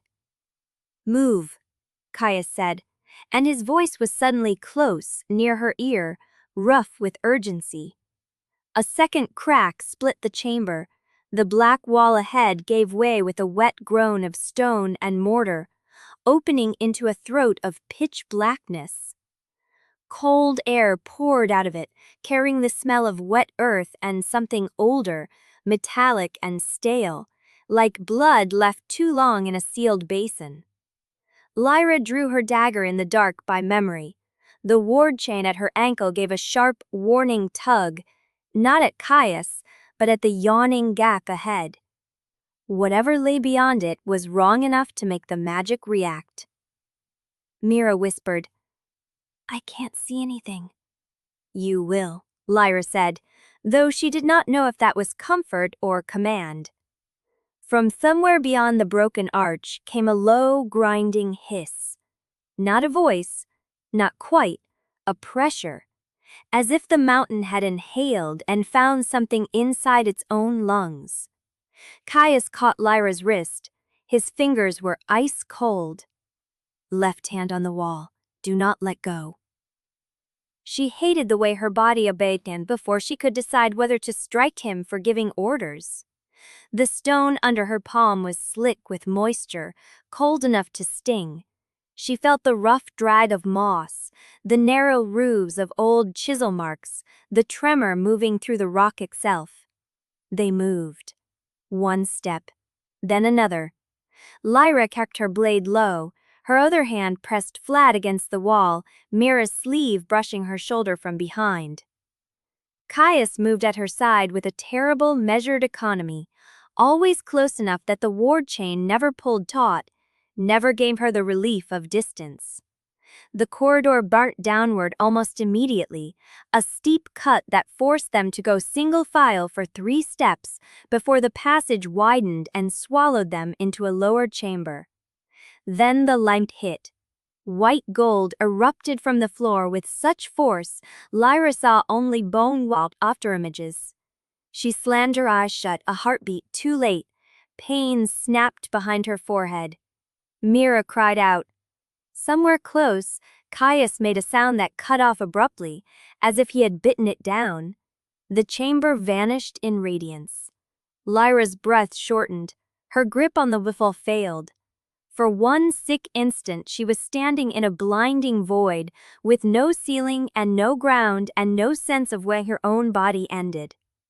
A flare of silver surged behind her left ear, hot as a brand, and the ward chain answered with a vicious bite around her ankle.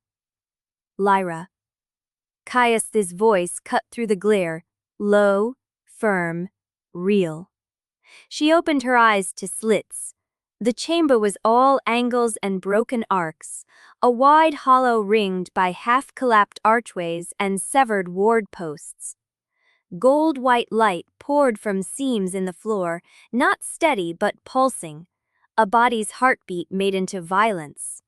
Between each pulse the shadows thickened to black glass, the walls seemed to breathe. And there, at the far side of the chamber, something moved in the radiance. Not fully human. Not any shape Lyra trusted. It was tall when it stood straight and low when it bent, too narrow through the shoulders and wrong in the jointing of its limbs. Light skated across it and did not remain. It blurred at the edges, as if the chamber could not agree on what it was seeing. Mira went rigid behind Lyra. Caius swore once under his breath. The sound was not fear, it was recognition sharpened by disgust. The thing turned its head. Lyra could not see a face, only the suggestion of one, where brilliance pooled and failed to hold. Then the next flare struck, and the chamber went white again. Down. Caius snapped. They dropped as one. A blade of light swept the space where their heads had been. It struck the wall with a shriek and blew stone dust into the air. Lyra smelled heat, scorched mineral, the sharp copper edge of broken magic. Mira pressed a hand over her mouth. Caius had already moved, one arm across Lyra's shoulders, hauling her into the black gap beneath a fallen arch. Too close. His body was a hard line against her back. His breath brushed her temple, quick and controlled. She could feel the tremor in his arm and hated him for it and for what it did to her own pulse. "Can it see in the dark?" Mira whispered. "I can't see anything." "You will," Lyra said, though she did not know if it was comfort or command. From somewhere beyond the broken arch came a low, grinding hiss. Not a voice, not quite, a pressure. As if the mountain had inhaled and found something inside its own lungs. Caius caught Lyra's wrist. His fingers were ice cold. Left hand on the wall, do not let go. She hated the way her body obeyed him before she could decide whether to strike him for giving orders. The stone under her palm was slick with moisture, cold enough to sting. She felt the rough rag of moss, the narrow roofs of old chisel marks, the tremor moving through the rock itself. They moved. One step, then another. Lyra kept her broad low, her other hand pressed flat against the wall, Mira's sleeve brushing her shoulder from behind. Caius moved at her side with a terrible misredment. "Laver heading I can near their shees, I would pan the nigher," she murmured. The words scraped out of him. "Yes. You don't need to." "Neither do you," Mira said, though she did not know if that was comfort or command. From somewhere beyond the broken arch came a low, grinding hiss. Not a voice, not quite, a pressure. as if the mountain had inhaled and found something inside its own lungs. Caius caught Lyra's wrist. His fingers were ice cold. Left hand on the wall, do not let go. She hated the way her body obeyed him before she could decide whether to strike him for giving orders. The stone under her palm was slick with moisture. The older Holstope is blend, actioning computed into every. The lure instead into the Normac formed, ensuring that pathetics agreeally, the funny things is depno, the flare hit. She kept her eyes open this time, and the chamber burned around them, while Caius went visibly pale in the center of it. His mouth parted on a breath that did not sound like his own. The black veins along his arm pulsed once, ugly and living, as though the light were driving something deeper beneath the skin. He swayed. Lyra caught the first drop of his fall with both hands and shoved him back upright. Her palms found the hard planes of his chest through wet cloth. For one wild instant, the ward chain shrieked blue against her ankle. Pain lanced up her leg, but she held on. "Look at me," she said. He tried, failed, tried again. His lashes lifted. The flare-lit chamber turned his eyes into shards of storm-dark glass, unfocused and raw at the edges. "Listen," she said, lowering her voice until it threaded through the crackle of failing wards. "Breathe when I tell you, not when it hurts, when I tell you." His jaw tightened, a refusal. Then another pulse hit and stripped the rest of his balance from him. "Now," Lyra said. He inhaled, sharp, shaking. "Again." He did. Mira had gone very still behind them, one hand braced against the wall. Lyra could hear the thin edge of her breathing, controlled only by force. "Good," Lyra said, and the word came out rougher than she intended. Caius's head tipped fractionally toward her voice, as if it had become a line he could follow in the dark. "You sound." He swallowed hard. "The same." Lyra frowned, keeping her gripped fur around him. "The same as what?" But his eyes had half-lit it again. The next flare surged, and he made a sound she felt more than heard, a strained, involuntary break in his control. His hand clenched around her cloak with startling force. Her name slipped from him on the exhale. "Lyra." Not a warning, not a command, something else. Old and raw and intimate enough to turn the air between them to glass. She went very still. The chamber flashed again, and in the white blaze she saw his face bent toward hers, lips parted, the line of his mouth ruined by pain. The look in it was not the one he wore in court, or at the vault gate, or in battle. It was stripped bare, almost helpless, and the sight of it hit her harder than the ward fire. Because he knew her. Not the version she fought, not the version she had become. Something underneath all of it. The light cut out. In the dark, his forehead came to rest for the briefest instant against her temple. "Don't leave me here," he said, so quietly she might have mistaken it for breath. Her pulse stumbled. Then the chamber ahead gave a long, ugly groan. The floor lurched again, harder this time, and somewhere beyond the broken arch, the thing in the light answered with a sound like laughing glass. Lyra tightened her arms around Caius as the wall to their left began to crack. Chapter 12. The wall cracked with a sound like splitting ice. Lyra tightened her arms around Caius and shifted her weight before the first stone gave way. Dust rained into her hair. A cold draft hissed through the seam, sharp enough to smell wet rock and old metal beneath the ward heat. Mira swore under her breath somewhere behind them.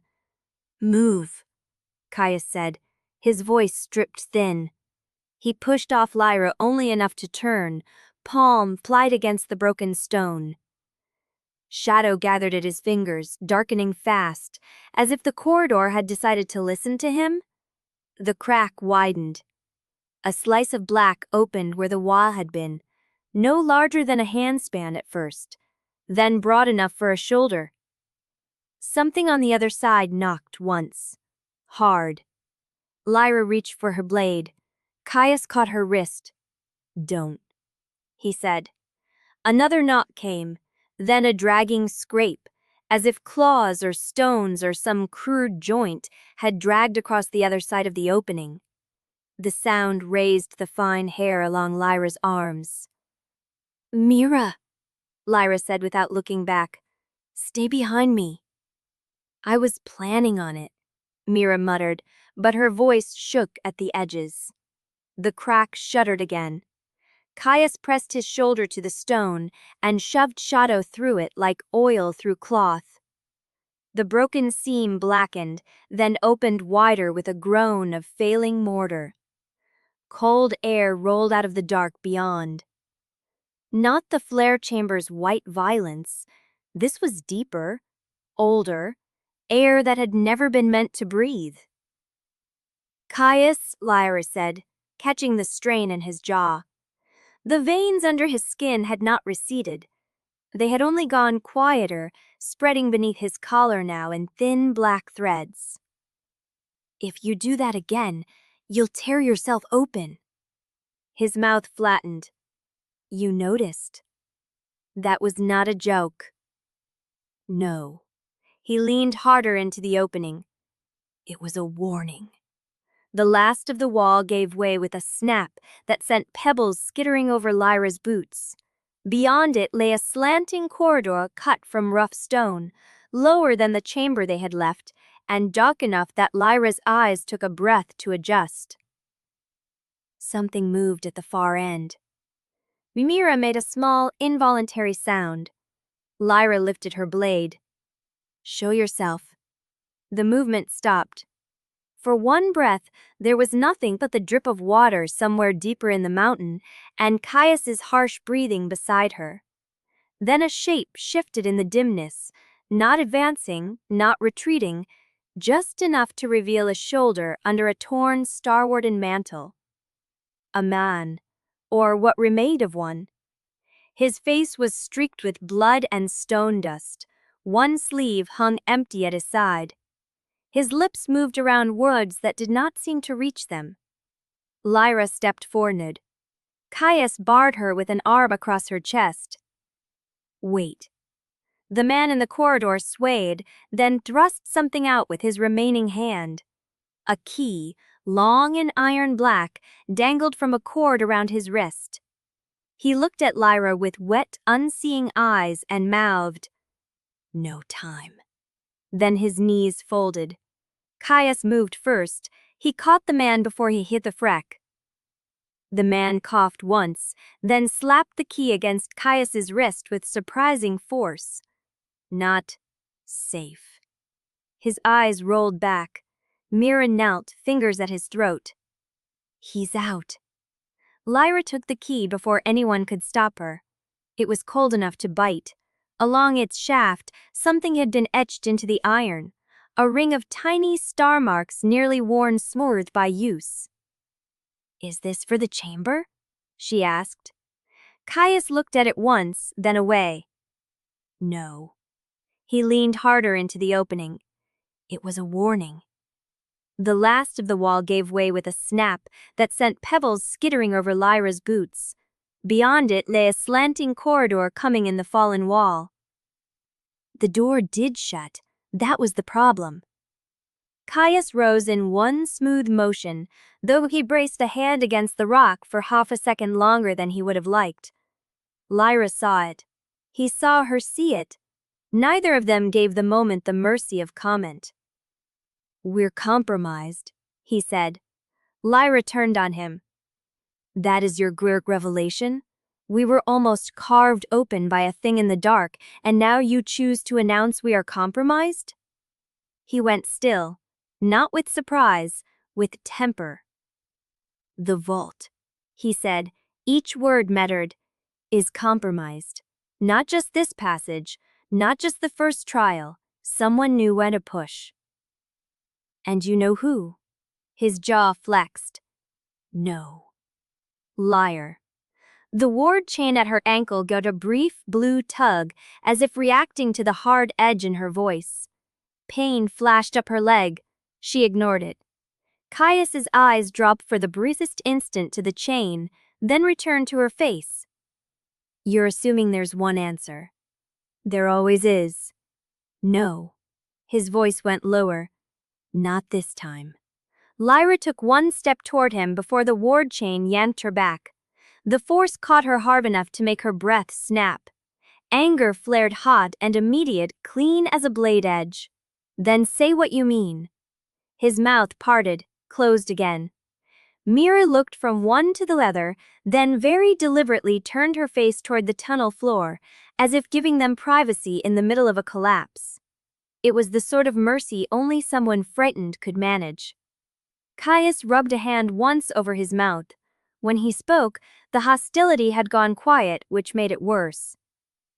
If I tell you everything I know, and I'm wrong, we die faster. Lyra stared at him. The statement was not a refusal. It was something colder, a calculation with teeth. You think I'm so fragile I can't hear it? I think, he said, and the words came out controlled enough to be cruel, that you've already been handed enough fragments to start a fire. Something in her face must have changed, because his gaze sharpened at once. No, he said, don't do that. Do what? Look at me like you're deciding whether to believe I'm protecting you or controlling you. Lyra's fingers tightened on the key. Those two things are not so different. They stood with the corpse between them, or the half-dead man, or whatever was still remaining beneath the blood. No one moved. Even Mira seemed to have gone still as a prayer. Caius dragged in a breath and let it out slowly. There are places in this mountain that do not answer to Brother Tovin's maps. There are wards under wards, things sealed before the rite was built. His eyes flicked once toward the black opening in the wall. Something came through today. Not for us at first, for the vault itself. Lyra's throat tightened. The Gulf hand. He did not deny it. That was answer enough to make the air feel colder. Before she could press him farther, a voice spoke from behind them. Help me understand why my instructions were ignored. All three of them turned. Captain Thorne stood at the bend of the corridor, cloak drawn tight over his armor, one hand resting near the hilt at his hip, as though he had stepped out of a shadow and meant to stay there. Two Starwardens flanked him a pace behind, faces hidden beneath hoods. His gaze touched the broken wall, the fallen man, the blood on Caius's sleeve, and settled finally on Lyra with the careful neutrality of a blade held at throat level. Too quick. Lyra noticed it before she could stop herself. Too quick to have come from the upper sanctuary unless he had been waiting nearby. What instructions? She asked. Thorne's mouth barely moved. That private inquiries cease until further notice. Mira let out a thundered head. Cruddy not? Chris Lya. My ward chain at her ankle gave a brief blue tug, as if reacting to the hard edge in her voice. Pain flashed up her leg. She ignored it. Caius's eyes dropped for the briefest instant to the chain, then returned to her face. You're assuming there's one answer. There always is. No. His voice went lower. Not this time. Lyra took one step toward him before the ward chain yanked her back. The force caught her hot enough to make her breath snap.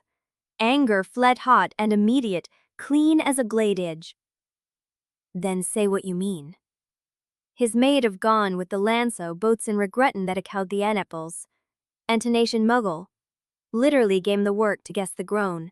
Stretch on the last roop, a zashment with happer parents, to completely slowly wait. The looms remind us for the Justice-Saver, Celebrator, and the Motivation. It manages intactively from a lytle temistreed thought, a chest who head, a justice of heart. If you can do someone she, this brazing engineer, and if he still salivate everything manily, it is not heaven head, even as walking rag the board into supplies soul or slav for the ab. Also, it's the century of communintern immense, Betterwiger, creeving in off, Screen, Rasback the lot the Venery, in summer razory, completely foam stayed sets are smiled. I mean, always tasked bin then share, I was power for jocklisk mission. Screened evers on it, his only stores a gleast truth lom. Shillis Weezers? For the arity endy, make sure? Shelley Ricard of his mudrum to end? Thorne ignored her. His brown eyes stayed on Lyra. Brother Tovin requested I deliver the message myself. Caius gave a short, humorless exhale. How considerate. Thorne's gaze flicked to him, sharp as a pin. I would not call it that. Lyra felt the old urge to measure him, to weigh every word for hidden seams. He had the posture of loyalty.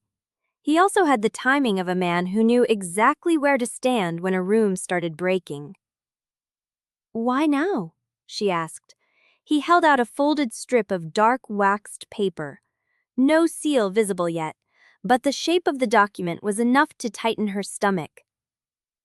Because the vault is on restricted footing until the chambers are fully rechecked. By whom? By those with authority. Lyra did not take the paper. That is not an answer. It is the only one available to you. The phrase landed with a small, ugly finality. Caius shifted beside her, subtle as a shadow moving over water. Thorne saw it, his eyes narrowed by a fraction. Lyra reached for the paper anyway, more to force the exchange than because she wanted it. The instant her fingers brushed the edge, the ward chain at her ankle gave a sudden bright pulse, and the skin behind her ear burned so sharply she hissed through her teeth. Thorne's attention snapped to the mark there. Caius's head lifted. For one breath, the corridor went very still. Then Thorne stepped closer, just enough to make the torchlight catch on the planes of his face. You will remain within the designated chambers, he said, quiet and distinct. No further descent, no unsupervised examination of the lower passages, no discussion of what you saw with anyone outside the right circle. Lyra stared at him. Since when do crown orders reach into Starwarden rights? His expression did not change. Since the Chancellor decided the vault required containment. There it was, not asked, imposed. Lyra's pulse moved once, hard. Containment of what? Thorne looked at her for too long before he answered. That is exactly the sort of question you are no longer to ask. Behind her, Mira stiffened. Caius made a small sound in his throat, not quite a laugh. Lyra folded the paper without opening it and held it up between two fingers. Did Vale write this? Thorne did not answer, which was answer enough. The corridor seemed to shrink around them. Somewhere deeper in the mountain, stone ground against stone, a distant and unsettling shift like a door being dragged shut. Lyra took one step toward Thorne. If you are lying to me, Captain, say it plainly. His eyes did not flinch. I am obeying orders. From who? From the same place you were meant to trust before tonight. Mira made a small, disbelieving noise. It might have been a laugh if the mountain had been kinder. Lyra looked at the broken wall, at the unconscious Starwarden, at Caius, whose silence had gone rigid again, and then back to Thorne. He had delivered the order too quickly. He had found them too quickly. And the paper in her hand carried the faint metallic scent of crown wax. Everything in their heart went told. You knew, she said. Thorne's jaw tightened once. Knew what? Mira asked, though her voice already sounded as if she feared the answer. Lyra did not look away from Thorne. You knew something was wrong down here. I knew the vault had become unstable. That is not the same thing. No. He met her stare squarely. It is not. The silence that followed was not empty. It was crowded, with omitted names, with withheld warnings, with all the things no one was willing to place in the open. Then Thorne said very quietly, "If you insist on living through this month, Lyra, you will stop digging." Caius moved, just a fraction, enough to shift the air. Lyra turned at once, expecting him to argue, but his gaze had gone past Thorne, toward the dark corridor behind the captain's shoulder. His whole body changed by degrees, the way a blade changed when drawn an inch from its sheath. "What is it?" Lyra asked. Caius did not answer her. The Starwarden standing nearest Thorne made a low, involuntary sound. Then something in the dark beyond them laughed. Not loudly, not even humanly, just enough to curl the edge of the sound through the corridor and stop every breath in her lungs. Thorne's hand went to his weapon. Lyra's fingers tightened around the key. And from the black opening in the wall, slow and deliberate, a pale hand reached out and touched the stone. Chapter 13. Sleep came only in shards.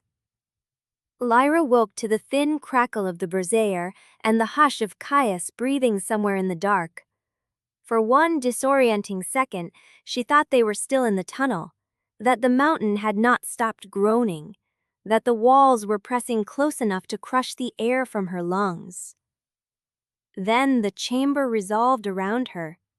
2 beds, the table between them, the blue runes dim under the door, snowlight seeping through the seam in the stone like a blade. Her ankle chain lay slack, but not quiet.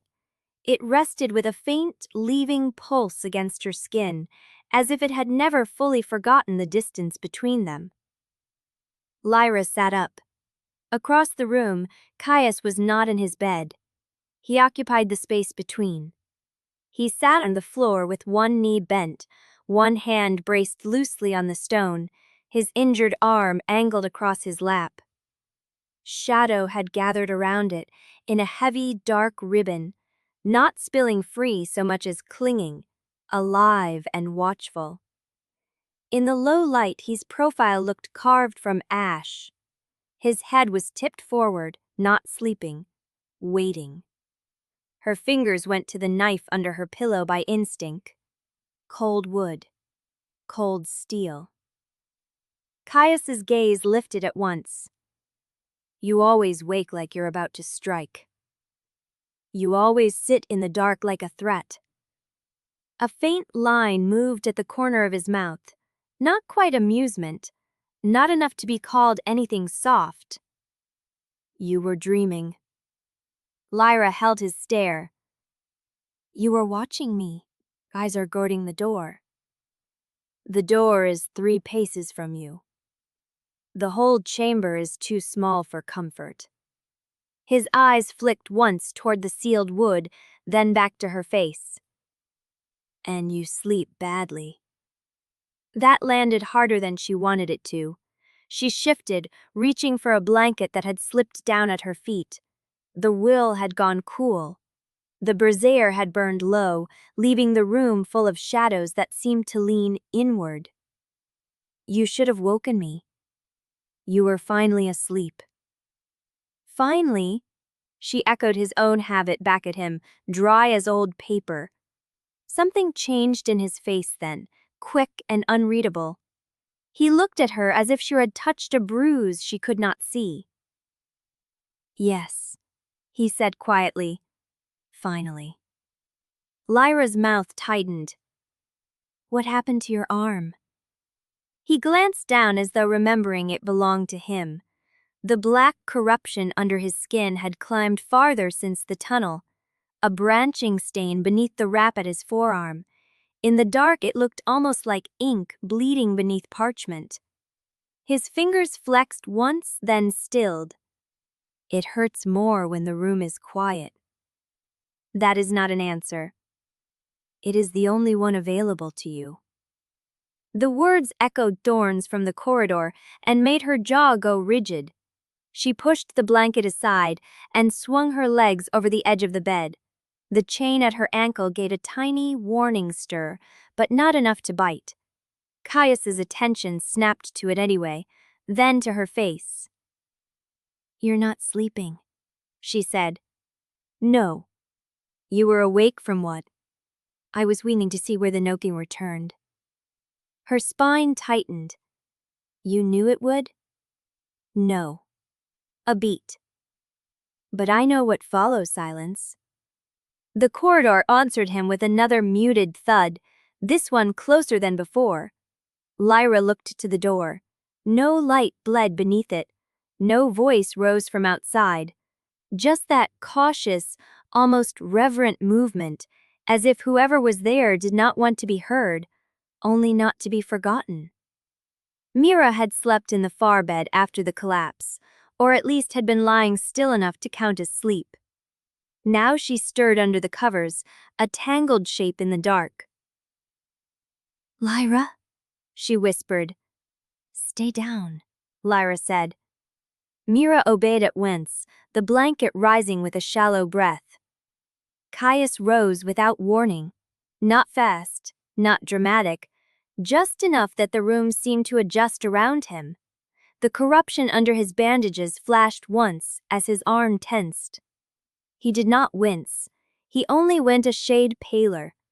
Lyra caught the movement. "You're worsening." His eyes cut to hers. "And you observant." Caius. He braced a palm against the table, leaning into it for a heartbeat longer than he meant to. The shadow gathered more tightly around his forearm, thick than protective, as if he were wrapping the injury in dusk itself. "If something is outside that door," he said, "I would rather it meet me standing." "That sounds suspiciously noble." "It isn't." The corner of her mouth twitched before she could stop it. It vanished almost immediately. The sound outside came again, this time not a song raced for a desire, a roan, a preparate end-up of a magic bass. The bass scratched under the frode, as it's not much like incast braid at the ear blend of a shame, a hole proven. Her secking replex his shoulder. "Shobble. L is the only wheel would." Lyra axed this honesting fire. He might the book a corners on ravation, but he feels spelisively. "It isn't my water." The corner of her mouth twitched before she could stop it. It vanished almost immediately. The sound outside came again, this time not a scrape, but 3 soft taps. Measured. Deliberate. The same patience as a finger testing the edge of a blade. Lyra's hands hid to the dagger at her thigh. Who would knock like that? Caius did not answer. He was looking at the door with the stillness of a drawn bow, every line of him alert.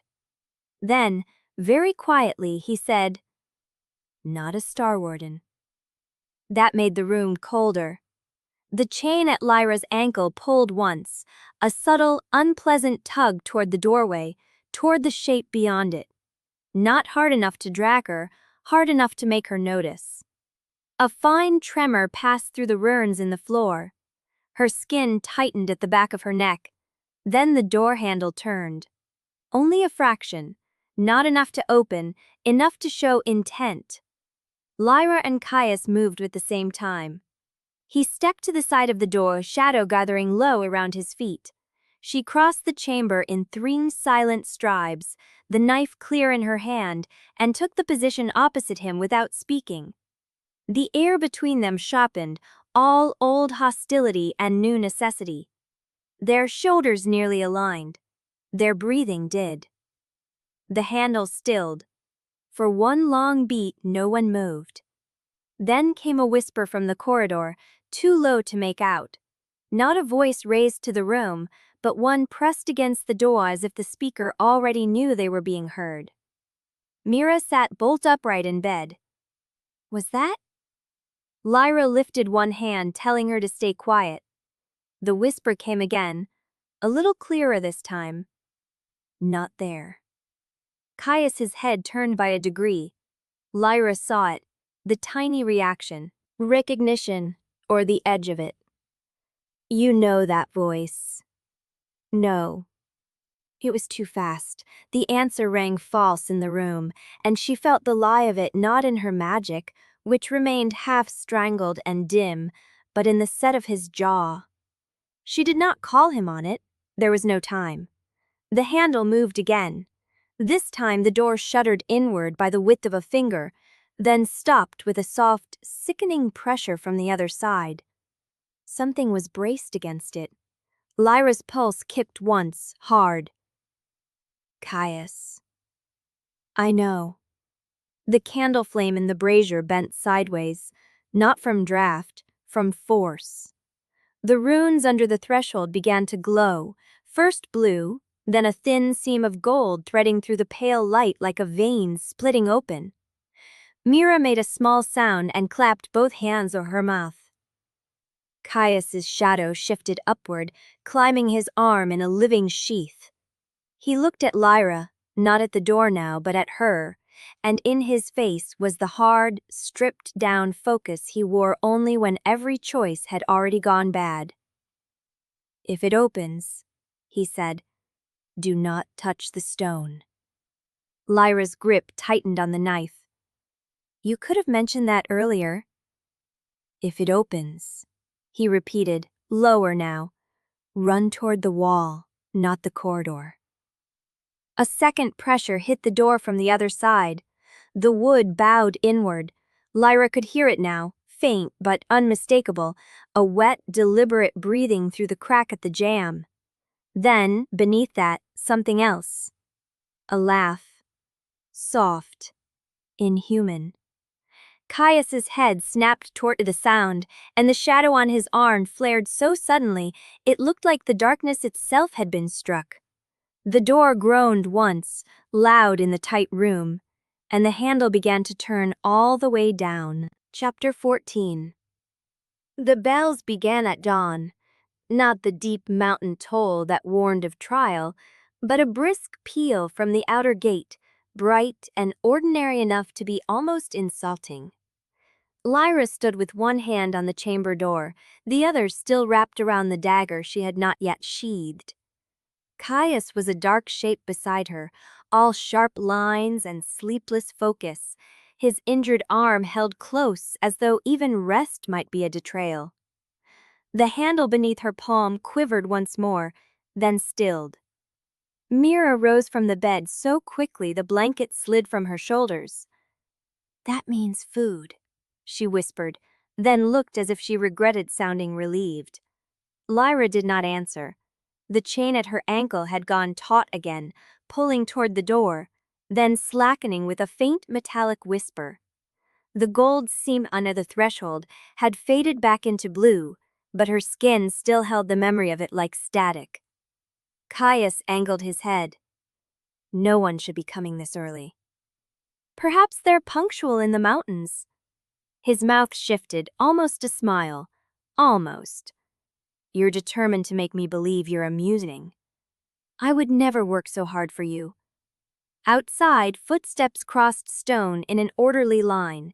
Not the tread of a single Starwarden, nor the soft scuff of a servant with a tray, but several people moving in step, careful and rehearsed. A murmur of voices followed, low enough to be lost through the wood. Lyra felt Caius's attention sharpen beside her. He had gone still in that way that meant danger had found him before it announced itself. Another knock sounded, formal this time. Then a voice through the door. Provision delivery for the Rite chamber, by order of the sanctuary. Brother Tovin had not sounded like that. The man's voice, when it carried at all, was dry as old paper and threaded with fatigue. This one had the same clipped cadence as a palace clerk trying on humility like a borrowed coat.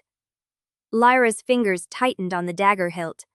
Caius gave a minute shake of his head, not refusal, warning. Behind the door came the clink of pottery, the faint scrape of a cartwheel. Ordinary things, almost convincing. Mira drew in a shallow breath. Should I? Stay back, Lyra said. She opened the door only a handspan. Cold air rushed in, carrying snow dust and lamp oil. 3 men stood in the outer passage with covered trays and rolled linens, their hoods lowered in the manner of servants used to being seen and forgotten.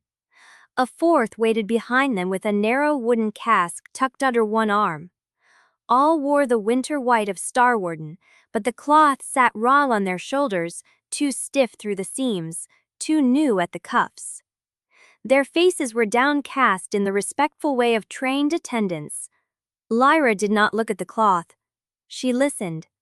One of them, the 3rd in line, breathed out on the length of a vow under his breath, a habit so ingrained it had become unconscious. The cadence hit her like a thumb to a bruise. Wrong. Not the words themselves, the rhythm. Starwardens spoke their service vows with the pause after the second beat, the little hitch before submission that marked the old mountain order. This man's oath landed too smooth, too polished, like a court recitation dressed in the language of faith. The sound had the shape of devotion and none of its weight. Her truth light stirred, weak but alive. A silver flicker brushed the back of her eyes. The man's head lifted by a fraction, not enough for the others to notice, enough for her. His gaze was calm, too calm. It slid to her throat, not her face, and the tray in his hands tilted a degree toward the doorway. Kill first, move second. Lyra shifted her weight. You're not Starwarden. The man nearest the cask moved in the same instant. The linen covering the tray flew back. Under it was not food, but a narrow-bladed instrument catching the dawn light, and the man's free hand came up with a small bite knife meant for throats at close range. The 4th figure cricked the cask hard into the hall. It burst open in a spray of gray powder. Mira screamed and threw an arm over her mouth as the corridor filled with dust that glittered faintly gold before the light swallowed it. Not ash, not stone grit. Something worked into a choking veil. Lyra slammed the door wider and drove her shoulder into the first attacker before he could reach her. His knife glanced off the edge of her blade, sparks biting from steel. The impact jarred up her arm. He was solid, trained, heavier than he looked. The hood slid back just enough to show a shoved temple marked by a thin wash of white paint, the kind used to mimic old ritual scars. Disguise. Caius, Lyra snapped. He was already moving.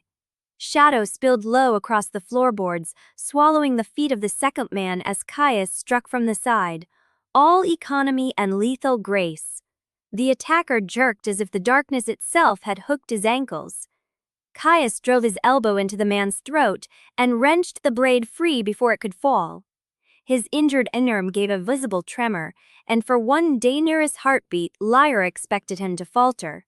He did not. The 3rd false Starwarden lunged past Lyra with his blade angled not for her heart, but for the hall beyond, straight toward the inner passage. The Hearthstone corridor. Lyra saw it at once. They had not come to kill everyone. They had come for the root, the chamber beyond, the artifact itself. She twisted and caught the man by the wrist, forcing the blade offline. He slammed his shoulder into her chest and drove her back against the door frame. Pain flashed under her ribs. The white scar there pulled tight. His breath stank of mint and old blood. He leaned close enough for her to see the tiny gold flecks worked into the inside seam of his collar. Crown oathwork. Her blood went cold. He smiled as if he knew she had recognized it. Then the knife in his hand dipped, not toward her heart, but toward her throat. Fast. Too fast. She threw her head back by instinct, the blade scraping shallow across the skin under her jaw. Warmth spilled down her collarbone. The man's eyes widened with satisfaction, as if he had expected the cut to land deeper. Lyra's silver truth light burst in answer. His face flashed cleanly in her sight, stripped of disguise, and she saw not the servant's hood, not the soft folds of the borrowed robe, but the hard line of a palace operative's mouth. The seal marks hidden beneath fuss paint, the residue of oathwork along his fingers. He had been sworn, paid, placed, by whom she could not yet say, but the crown's stink was all over him. Caius hit the second man hard enough to drive her into the wall. Stone cracked. The attacker coughed and reached, not for his fallen blade, but under his sleeve. A gold-threaded vial glinted there for a fraction of a second before Caius crushed the wrist and shattered it against the wall. The liquid splashed black across the floor. Not blood, not glass, something thicker, shimmering at the edges. Lyra's stomach turned. The first attacker tried to wrench away. She used the momentum, stepped inside his reach, and drove the pommel of her dagger into the hinge of his jaw. Bone clicked. He staggered. She caught his wrist, turned it, and the knife fell from numb fingers. Mira, white-faced, grabbed a tray from the threshold and hurled it with both hands. It struck the fourth man across the mouth. He cursed and stumbled back, and in that instant Lyra saw the same gold-threaded residue smeared along the underside of the tray, invisible until the light struck it. The servants were the delivery. The cargo was the weapon. Down! Caius barked. Lyra ducked on reflex as a thin thread of shadow cut across the hill behind her. It severed the cord holding one attacker's belt pouch, and the pouch burst open, scattering little seals across the floor. Wax, gold, several stamped with a star over a crescent. False Starwarden tokens. The man nearest the stairwell lunged again, and this time he was not reaching from Lyra. He was reaching past her. Straight for the corridor that led deeper into Asterreach vault. Lyra's pulse slammed once, hard and cold. The route mattered. The Hearthstone chamber mattered. This was not a raid. This was a breach with intent. Someone had opened the way from inside. Her gaze flicked, unwillingly, to the hall behind the attackers. More figures stood there, half hidden by dust and dawn glare. 6 at least. Their robes white, their hoods up, their faces obscured by the shadows they wore too confidently. One of them held a long hook of iron, the kind used to haul ward plates from their housings. Another had a narrow case strapped to his back, the shape of it familiar enough to make her jaw tighten. Tool case. Access gear. Inside help. "Caius," she said, and did not bother to hide the edge in her voice. "They're moving for the corridor." "I know." His answer came flat, already elsewhere. He had seen it too. One of the disguised men gave a sharp whistle. The first attacker, the one she had cut, slammed his elbow into her ribs and tried to break free toward the chamber. Caius caught him by the back of the neck and drove him down hard enough to crack his teeth against stone. Another rushed him from behind with a hooked blade. Caius turned with impossible speed, but the movement dragged at his injured arm, and for a split second the corruption beneath the bandage flashed, black and ugly, under the strain. Lyra saw the pain climb his face like a shadow passing over glass. No, not now. She moved before thought could form. Her knife was in her hand again, and she stepped into the gap beside him, shoulder to shoulder, the old muscle memories snapping her into place, as if she had done it 100 times before. Her blade caught the hookman under the wrist. Caius drove his palm into the man's sternum, shadow bursting out low and sharp. The attacker hit the wall and slid down with blood at his mouth. A soft, stunned sound came from Mira behind them. The fourth false Starwarden, the one by the cask, lifted something small and round from his belt. A seal disc. Gold. He crushed it in his fist.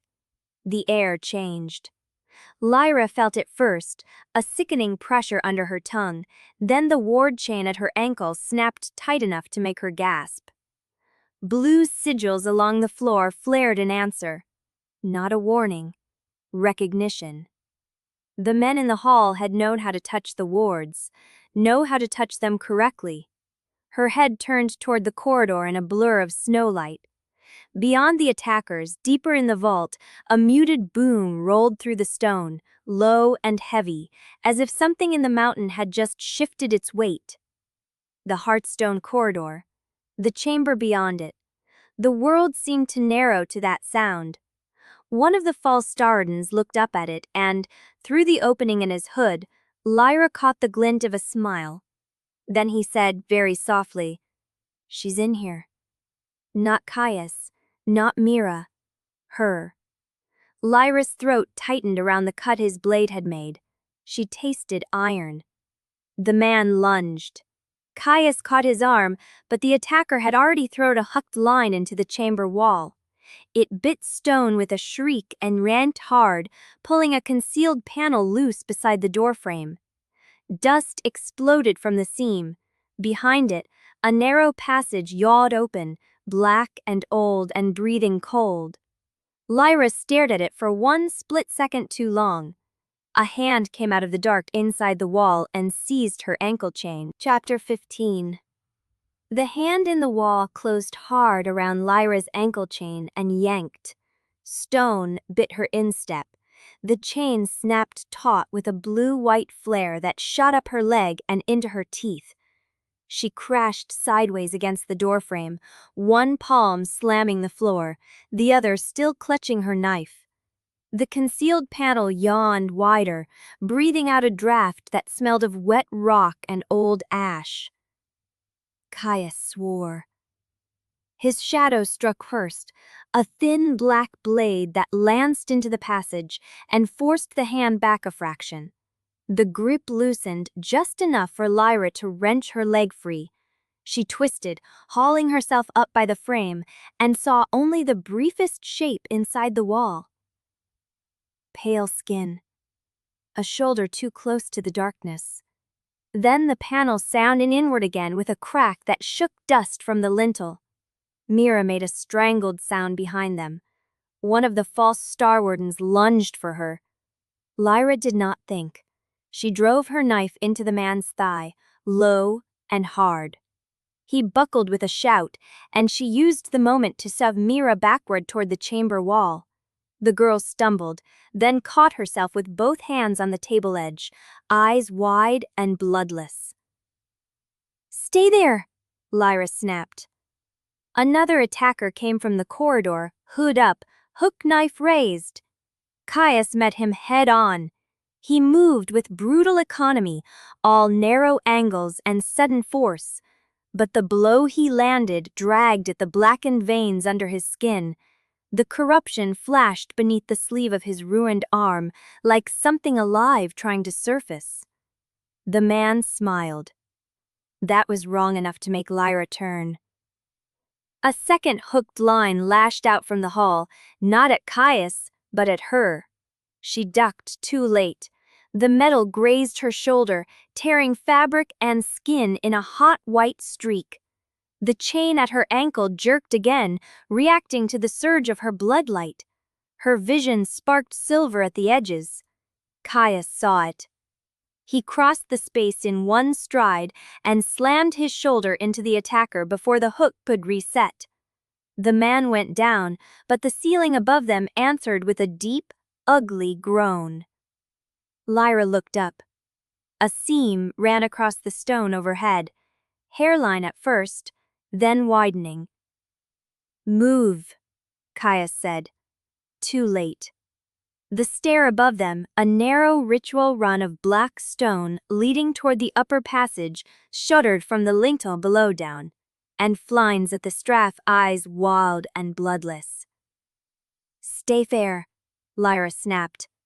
Another attacker came from the corridor, hood up, hook knife raised. Caius met him head-on.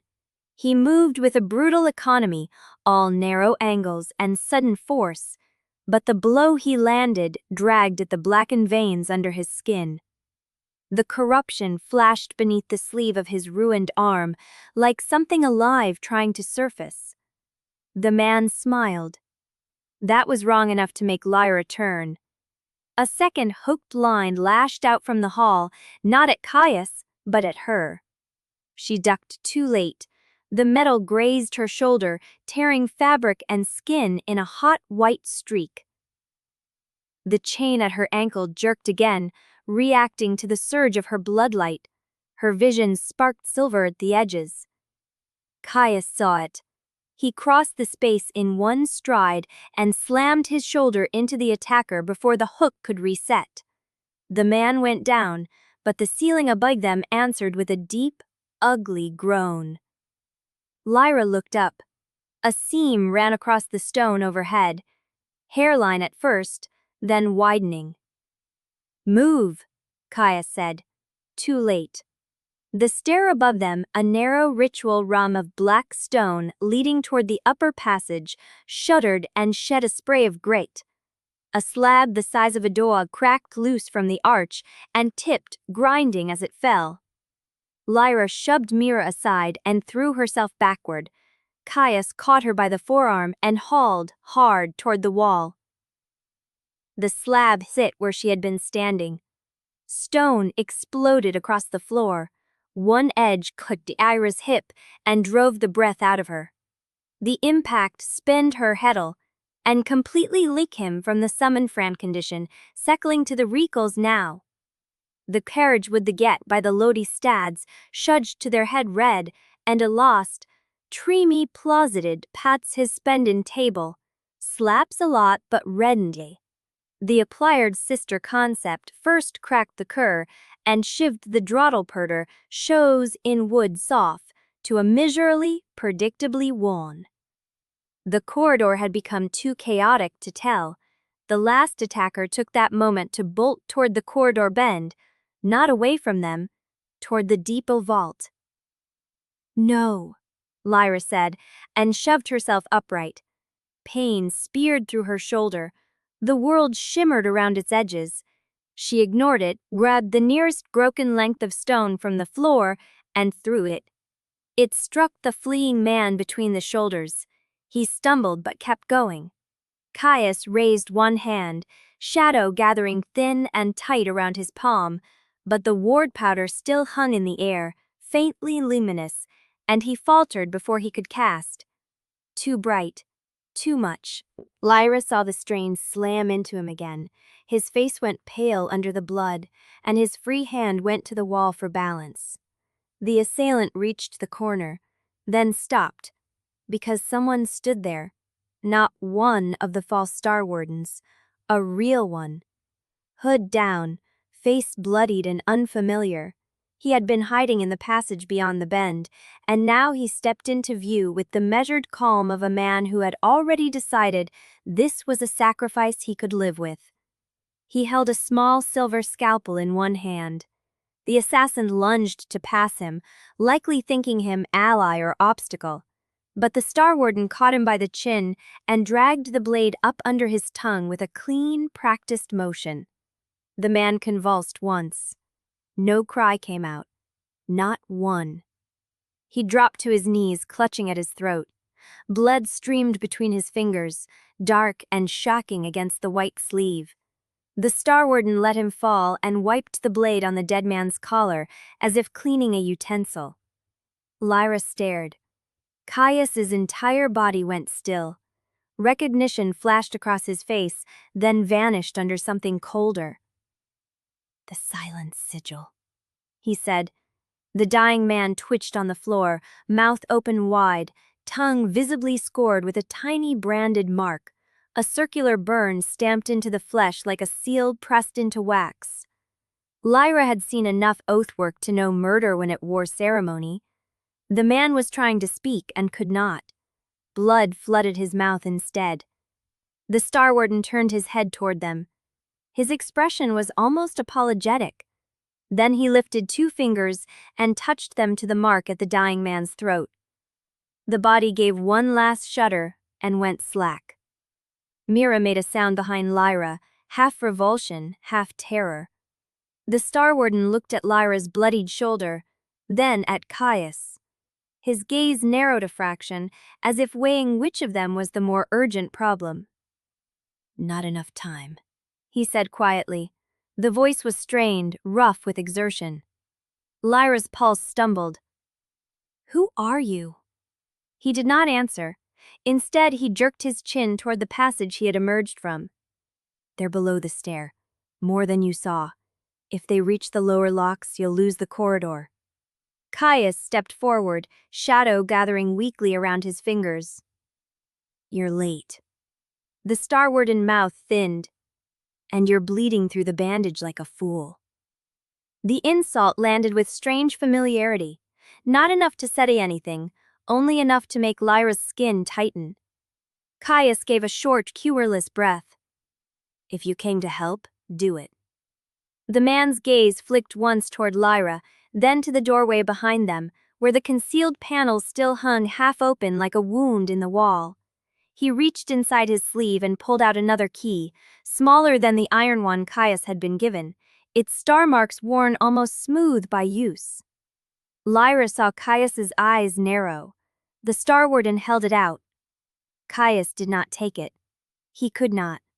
Another wave of pain rolled through him, visible now in the hard clench of his jaw, the way his shoulder dipped. The black veins under his skin had climbed farther, past the bandage and up the curve of his throat, thin as roots under snow. His breath came shallow. Lyra grabbed his sleeve before he could hide it again. His skin was burning hot, too hot. Caius. He did not look at her. His attention had gone past the Starward and down the passage where something deep in the mountain gave a low, answering thud. Once. Then again. The star-marked key in the stranger's hand trembled, and from the dark below, a voice Lyra had heard only once before whispered her name. Chapter 16. By the time they got back to the chamber, the blood had dried in ugly places. It stiffened Lyra's sleeve where she had shoved it under the strap of her shoulder wrap, and it crusted dark around Caius's mouth, his throat, the torn edge of his bandage. Mira shut the door behind them with both hands and leaned there for a second too long, eyes fixed on the floor as if she expected it to lunge. No one spoke. The room looked smaller after the corridor. The two narrow beds, the little table, the wash basin set in its chipped stone cradle. All of it seemed arranged for examination rather than rest. The ward lights in the walls glowed their usual blue, but the light had a thin, watchful quality now, as if it had seen too much. Lyra crossed to the basin first. She braced one palm on the rim and bent over the water. It was cold enough to bite. She scrubbed at the dried blood on her fingers until the skin stung raw, then dragged water over her wrists and the side of her neck where the sweat had gone tacky under the fight. Behind her, Caius moved with measured care, one hand pressed to the bandage on his throat. She caught the hitch in his breathing when he lowered himself onto the edge of the far bed and bent to unlace his boot. "Don't do that," Mira said at once, already halfway to him. He looked up, one brow lifting. "Breathe, Quill. I'm not dying from a boot." "You look like you might." "That is not the same thing." Lyra bit back the sound that tried to rise in her throat and rinsed the blood from her mouth instead. Iron and mountain water. The taste clung no matter how long she spat. Mira hovered between them, torn in two directions. At last she set the broken tray she had dragged back from the corridor on the table with a brittle clatter. "I have salve," she said, "and clean strips. If you two are done burning, you don't need them. I'm staying more until someone stops bleeding." "No one is pretending," Lyra said.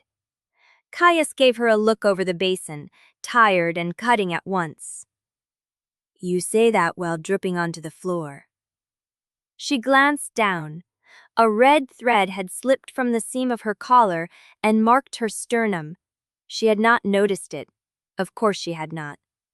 Mira made a short, helpless sound and began rooting through the supplies with more force than necessary. Lyra yanked the collar of her shirt aside and peered at the knife wound beneath it. It had not opened further, but the edges had slicked dark against the bandage Caius had tied too hastily in the corridor. One of his strips had already bled through. She looked at him. He had gone still in the exact way he did when he was trying to hide pain. His face was angled toward the basin, but his shoulders sat too rigid beneath the black fabric, and the pulse at his throat jumped against the edge of the dressing. "You should have let Mira do that," Lyra said. He glanced at the torn binding on his forearm.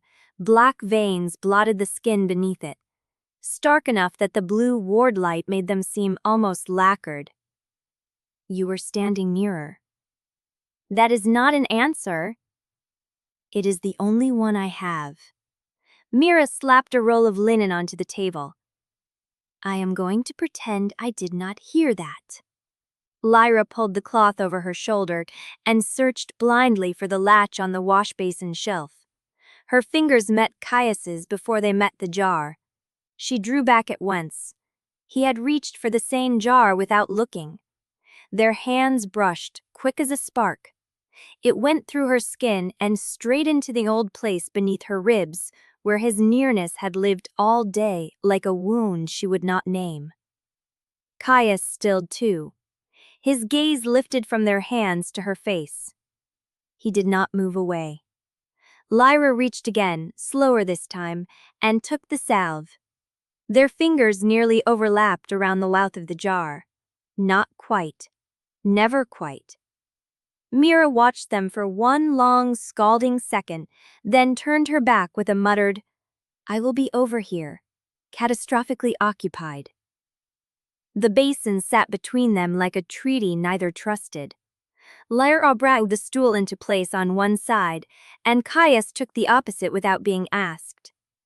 They worked in mirrored silence for several breaths, each washing blood from their skin, each keeping the basin between them as if distance itself could be handled like a blade. Lyra tipped water over her shoulder and hissed when it ran into the wound. Caius looked up immediately. Hold still. I am holding still. You are flinching. That is not the same thing. One corner of his mouth moved, then fell away when the motion tugged at the cut there. He dipped the cloth in the basin and wrung it out, his knuckles white around the fabric. The sight of his hand made her stare longer than she meant to. Long fingers, scarred at the joints, precise even in weakness. There was dried blood beneath one nail, black at the root, and for an instant she could not stop looking at the line of his wrist where the corruption had climbed. He noticed. Of course he did. Do not, he said quietly, start looking at me like that. Like what? As if you're deciding whether to cut me open for the truth. Her fingers tightened around the cloth. That would depend on what was inside. His eyes met hers, steady and unguarded in a way she was not used to seeing from him. There was dried blood at his temple. One lock of dark hair had fallen loose near his cheek, damp from the basin. He looked less like a prince then, and more like a man who had been peeled down to the bone by too many nights without sleep. Lyra's hand remained around his wrist. Neither of them seemed willing to notice. Mira made a small, pointed noise from the shelf. If you two are burning holes in each other, I need to know whether the corridor is still clear.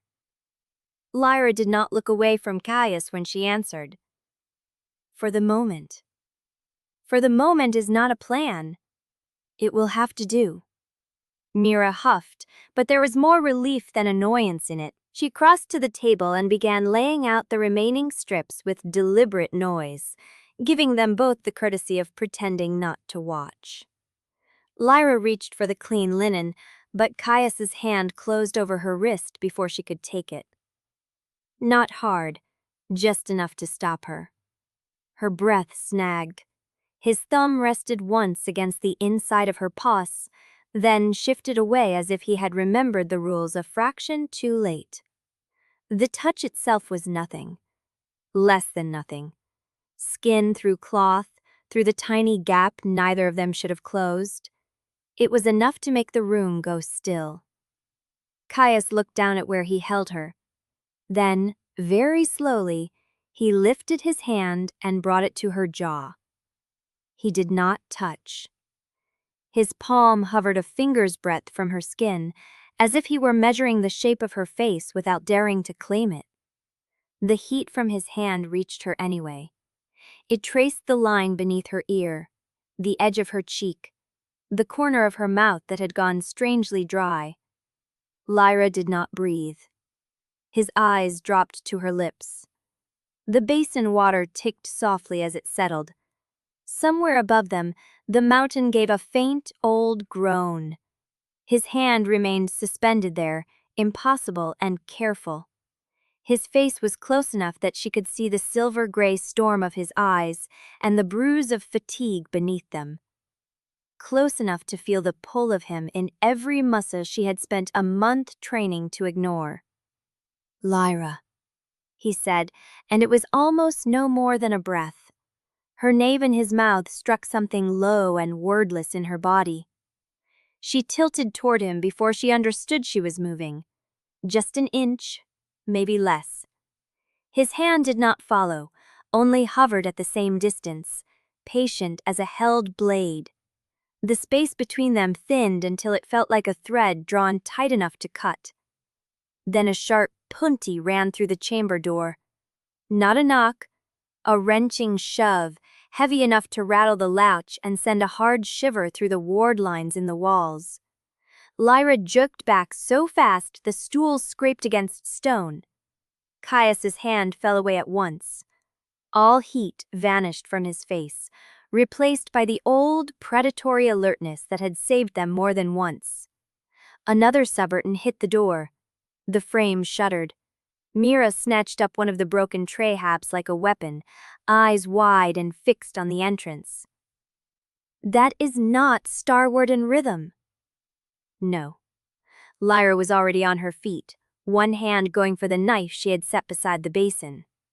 The ward chain at her ankle answered with a cold blue flare, and then a violent tightening, as if the chamber itself had taken a breath and found it poisoned. Caius was beside her in the same instant, shoulders squared, shadow gathering thinly at his left hand, despite the pain it must have cost him.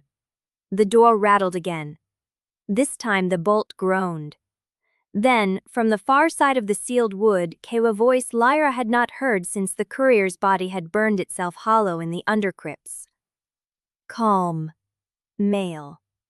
And threaded with such perfect certainty that the skin at the back of her neck went cold. "Open the door," Chancellor Vale said. Chapter 17. The tea had gone cold again. Lyra stood over it in the dark, one hand still on the cup, as if warmth might return by force. Ash-gray light leaked through the seam beneath the chamber door, narrow and mean. The mountain had settled into its night breath around Asterreach Vault, that old, patient groan of stone under snow. Another nightmare had dragged her up from sleep, with her throat clenched and her pulse hammering against the ward chain. Again. This time she had not called out. She had only crossed the chamber in the black bare feet silent on the rush mat, and found the cup waiting beside the basin. Steam had already thinned to nothing. Beside it lay a folded cloth, a spoon, and, because Caius was infuriating enough to be thoughtful, a slice of dried pear wrapped in paper. No explanation. He was asleep now, or pretending to be. The beds stood in their usual hostile arrangement across the room, both made with military precision, both untouched by any softness. Yet the tea had been set exactly where her hand would find it if she woke before dawn. Lyra lifted the cup and stared into the dark surface. The scent was bitter, with ash root beneath the herbs. Not her preferred blend. Not his either, if she remembered the old stories he never told strength. It had been chosen with care. That was what made it irritating. She drank anyway. The liquid burned down her throat and settled warm behind her ribs, a small, stubborn ember against the cold that had settled in her bones since the attack. Outside, wind pressed against the high windows of the outer vault and worried the shutters with a faint metallic hiss. From the bed nearest the wall, Caius made a low sound in his sleep and shifted. The movement tugged the bandage on his forearm. Lyra's gaze went there at once. He had been hiding the corruption under layers of cloth since the corridor fight, rewrapping it himself when he thought she was not looking, as if sheer refusal could hold the black veins in place. It did not. Even now, under the dim amber of the chamber lamp, the stain showed through the linen in branching shadows, dark and thick as spilled ink. She set the cup down. A week ago she would have let him bleed through his pride. A week ago she would have called it balance. Now, she was tired enough to hate the effort of pretending she did not care what happened to the hand that had caught her before she fell.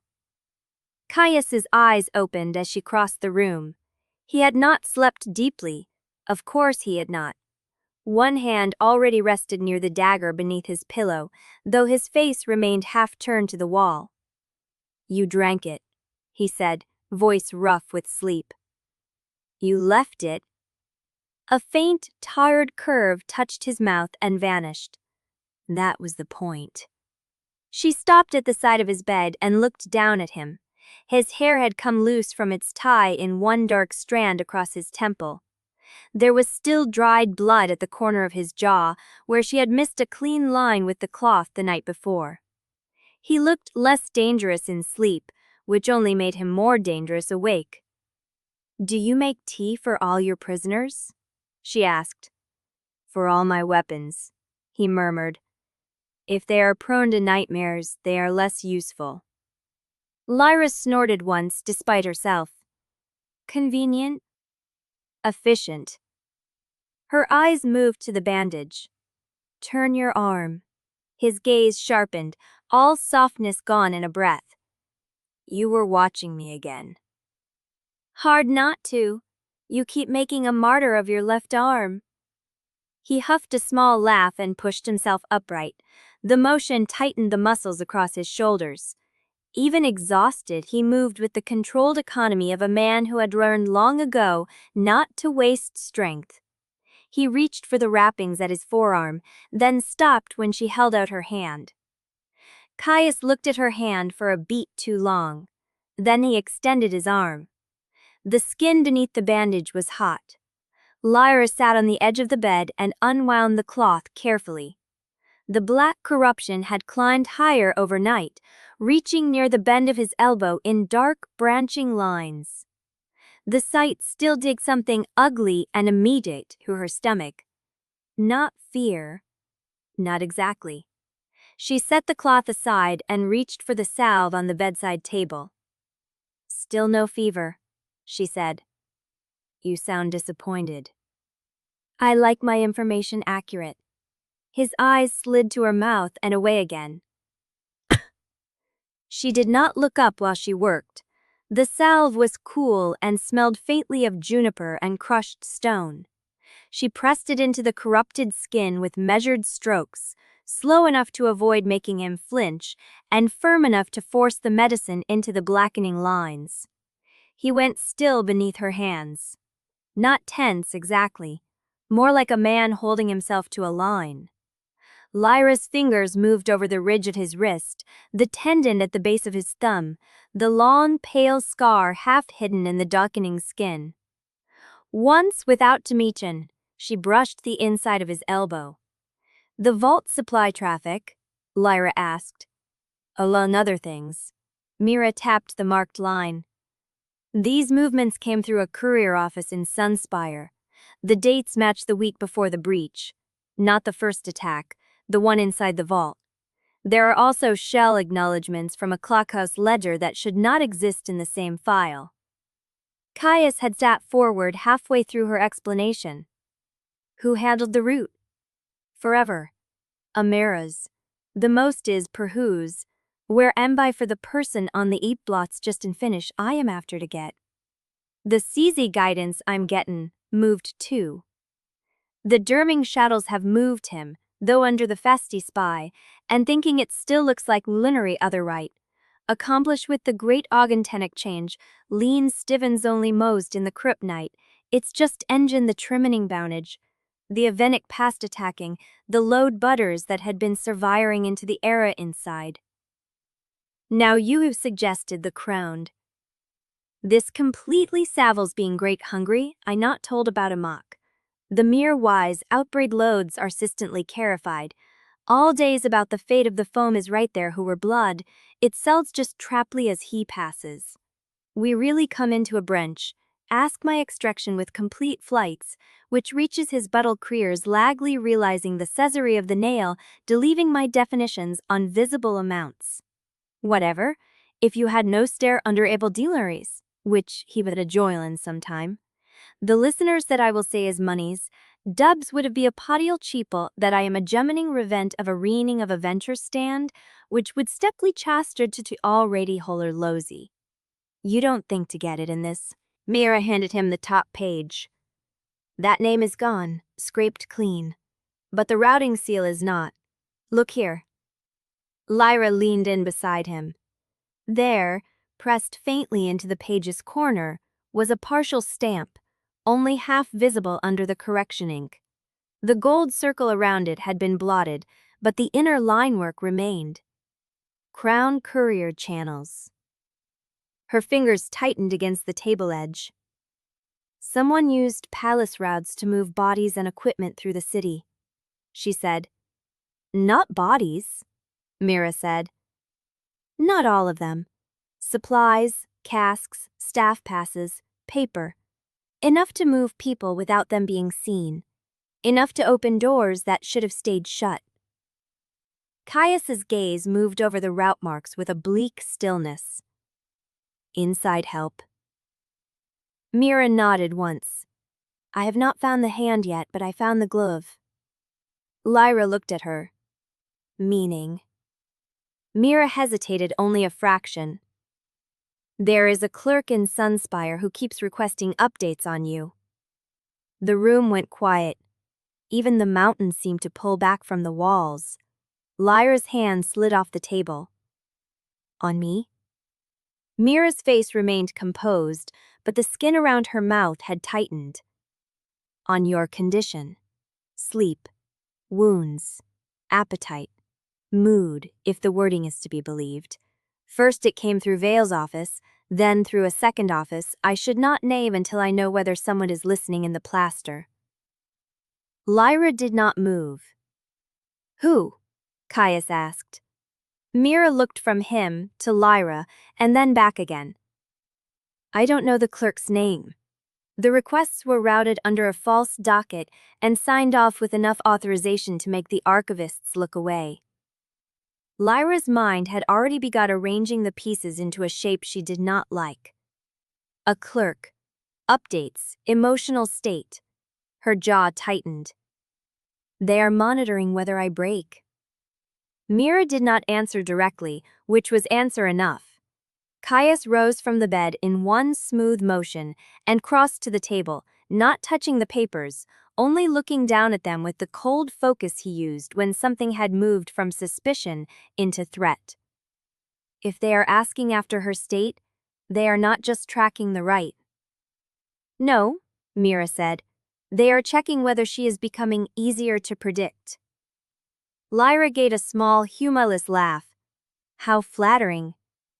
Not flattering, Mira said. Useful to someone. She reached into the fold of her mantle and drew out one more page, smaller than the others. The sheet had been torn from a larger ledger. One side carried a list of supply transfers. The other showed a narrow strip of notation in a hand Lyra did not recognize, but the ink had been pressed hard enough to dent the paper. Caius's gaze locked on it. What is that? Lyra asked. Mira's answer came carefully. A transfer marked for tonight, to the lower corridor beside the Hearthstone approach. Lyra took the page from her. The cover was cold from Mira's coat, and beneath the ledger lines there was another trace, a faint metallic shimmer that caught in the candlelight. Oathwork residue. She held very still. The name on the line was not clear, but the routing seal was. Vale's office. And beneath it, a second mark had been stamped and partially smeared, as if someone had tried to hide it in haste. A narrow crown, crooked at the points. A courier authorization used by the palace. Lyra looked up slowly. Mira's voice had gone even quieter. There is more. One of the staff passes cancelled from the west corridor was reissued under a name I saw in Sunspire's laundry roster. The person is dead. Or should be. Their work record is still active. A chill moved down Lyra's spine, clean and precise. Dead people do not keep ledgers, Caius said. No, Mira replied, but someone else does. She folded her hands around the tray's edge, and for once the confidence in her posture looked borrowed. I came because I thought you should know before the next bell. If the clerk keeps asking, it means somebody wants regular reports, not on whether you are surviving. Her eyes flicked briefly, almost apologetically to Lyra's face. On whether you are grieving, or angry, or close to trusting him. The last word landed with deliberate care. Lyra's fingers curled once at her side. Who told you that? Mira did not blink. No one. I am not blind. Caius gave the faintest exhale through his nose, not quite a laugh. His arm, wrapped fresh again beneath the linen, rested against the table edge. The black stain beneath the bandage seemed darker for the news. Lyra set the page down. Outside the chamber, the mountain gave a deep, hollow shudder. Not the slow settling of old stone, something heavier, deliberate. All three of them turned toward the door. The ward lines in the threshold, which had held a steady blue for hours, began to tremble. Once. Twice. Then they flashed gold. Chapter 18. The ward lines flashed gold again, and this time the light did not vanish. It crawled across the threshold in thin, living seams, throwing the chamber into a sickly gleam that turned the table pale as bone and made the basin shine like spilled lorcury. Lyra's fingers tightened around the edge of the ledger page Mira had left behind. Caius had already moved, one hand lifting as if he could press the light back into the stone by force alone. Mira drew in a shallow breath from the far side of the room. That is not encouraging. Lyra did not look away from the door. No, she said, it is not. The mountain shuddered once more, lower this time, like something massive turning over in its sleep. Dust sifted from the lintel and dusted the dark wool at Caius's shoulders. His jaw had gone rigid, the line of it sharp enough to cut the gold light into pieces. Then the gold faded, leaving only the chamber's usual blue wash and the cold candle flame on the table. No one spoke for a beat. Mira was the first to move. She set down the documents she had brought, though her hand lingered a moment too long on the edge of the tray. If someone is monitoring your moods, she said softly, then they will know this happened. Let them, Lyra said. But she was already looking at Caius. He had not sat back down. He stood with the stillness of a drawn blade, eyes fixed on the door as if he expected it to speak again. The black corruption on his arm showed dark beneath the bandage, a branching stain that the light had made worse to look at, if not worse to be. It seemed to pulse at the same rhythm as the wardlands. Brother Tovin's warning from earlier drifted back into her mind, precise and flat. Not a ritual. A pattern. What pattern? Lyra folded the ledger page once and set it aside. We should do the synchronization exercise. Mira blinked. Now? It keeps being postponed by people trying to kill us, Lyra said. I do not think waiting will improve matters. Caius finally looked at her. You want to do it because the door shook? I want to do it because something in this vault is listening, Lyra said. And because if I have to spend one more hour guessing whether your face means danger or exhaustion, I may start throwing knives at walls just to feel useful. A shadow of something passed over his mouth, got on before it could be called a smile. Your methods are always so subtle.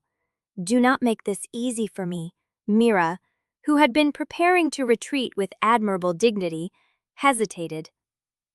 If you mean the smaller exercise Tovin described, the one without direct contact, she said. I can remain and time it if you want someone to make sure neither of you collapse or set the room on fire. Lyra gave her a look. Mira lifted her hand slightly. Metaphorically? Probably. Caius's gaze went to the far bed, then back to Lyra.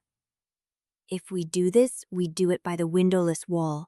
Less chance of the wards overreacting. There are no windows, Lyra said. His mouth twitched once. That was the joke. It was almost enough to soften the room. Almost. Lyra crossed to the blank stretch of stone opposite the beds, where the ward light was steady and the air smelled faintly of oiled plaster and juniper salve. Caius followed at a measured pace, stopping a few feet away, close enough that she could hear the faint dread of his breath before he controlled it back into silence. Tovin had explained the exercise in his careful, bone-dry voice. Stand within the Hearthstone distance, face each other, breathe together, let shadow and truth light find a common rhythm without touch. A minor weave, a test, not a trial. Lyra hated that she already distrusted the word minor. She set her feet shoulder-width apart and lifted her chin. Ready? Caius watched her for a long second. As ever. That answer should have irritated her less than it did. Mira settled near the table with the ledger pages, quill poised over a scrap of paper. I will count you in. Do not begin until I say. Worrying, Lyra muttered. Always, Mira said, and then her voice steadied. On my count, 1, 2, 3. Lyra drew in air through her nose and let truth light rise behind her eyes, not fully opened, only enough to stir the room's edges. The blue ward light thinned. Caius's shadow answered, quiet at first, then deepening around him like ink dropped in water. The space between them tightened. Breath. Hold. Exhale. Again. On the fourth cycle, the air changed. It happened so fast she almost missed the first pull, a clun hook behind her sternum, as if some unseen thread had taut and tugged. Her vision skipped. The chamber vanished. Moonlight. Not the pale hard glow over Astran slopes. This was softer. Silver poured through glass that had been cut into stars. Lyra stood in a high room lined with brass instruments and a domed ceiling above her, every pane of the observatory catching the night and multiplying it. Snow drifted outside in slow spirals, lit from below by some unseen lantern in the grounds. The glass smelled cold. So did the air. Under it, faint smoke, old paper, and cedar. Her hand lifted. Not her hand, or hers, but not in this moment. Another hand reached toward it, fingers half curled, stopping a breath short of contact. Caius. She knew it before she saw his face. The vision sharpened with a sickening intimacy. Caius stood opposite her in the observatory, younger by only a little or perhaps not younger at all. His dark hair looser, his expression stripped of the hard court control he wore now. There was something almost furious in the restraint of him. Not anger. Hunger held on a chain. His fingers hovered near hers, the smallest distance separating them. One breath, one choice. His thumb shifted as if it might brush her knuckle and never quite dared. A taste came next, sudden and undeniable, clean as snowfall on the tongue, and underneath it the metallic bite of secrecy, of breath held too long in a room where any sound might travel. Her own heartbeat began to pound somewhere outside her chest. No. Lyra jerked so violently the vision fractured. The observatory shattered into strips of light and dark. She caught herself against the stone wall, nails scraping the plaster hard enough to hurt. The room came slamming back around her, cold and blue and cramped. Caius had stumbled one step forward. Mira's quill snapped in her hand. "What happened?" Mira said, always unremarkable. "New, and I see this 1/1, just for the brood. Should I have Astingon around her at that act, to move their lickies yep?" This completely genuinely said, that would exker. She just will outed the space for the gritterd, much many things with sleep blows for the wall, against his lamel. It was also Pothicaid Clitty, much reckonary bitters work again. Taking a lot down, we are just trying to record like a stoled, and any of next time and hister already to neck, the candle flames shivered between them. For a moment she thought he would deny it, wrap the truth in one of his polished evasions, let her bleed against the wall while he pretended control. Instead, he said, very quietly, "It was not supposed to reach you like that." Her stomach dropped. Not supposed to. The words were so carefully chosen they made her want to strike him. What is that meant to mean? Caius looked at her, and something in that look undid the anger before it could become anything simpler. "Yours," he said. The room seemed to tilt. Mira muttered, "Oh, stars," in a voice so small it barely carried. Lyra heard nothing else. Not the mountain, not the candles, not the faint rasp of Mira setting her quill down with shaking care. Only the blood in her ears and the echo of a hand hovering in moonlit glass. Her own hand rose unbidden toward the birthmark behind her ear. The skin there felt hot, then numb. "You are lying," she said, but the words had no shape. Caius did not move toward her. He did not reach, did not soften, did not offer the easy cruelty of denial. He simply stood there with his arms at his sides and his face stripped bare in a way she had never seen on him before. That was what frightened her most. Because he looked like a man bracing for a blow he had earned. Mira's voice came from far away. "Lyra, sit down." Lyra did not obey, could not. She stared at Caius until the edges of him blurred and the observatory slammed back into her again. Silver panes and snowfall, and his fingers just shy of hers. A hidden room. A secret they had been keeping from themselves. She should have struck him.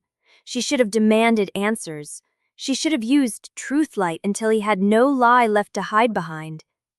Instead, she heard herself say, "How long?" Caius's lashes lowered once. "Long enough." The same phrase he had given her before, when she had asked about the corruption. Her throat closed around a bitter taste. "You are impossible."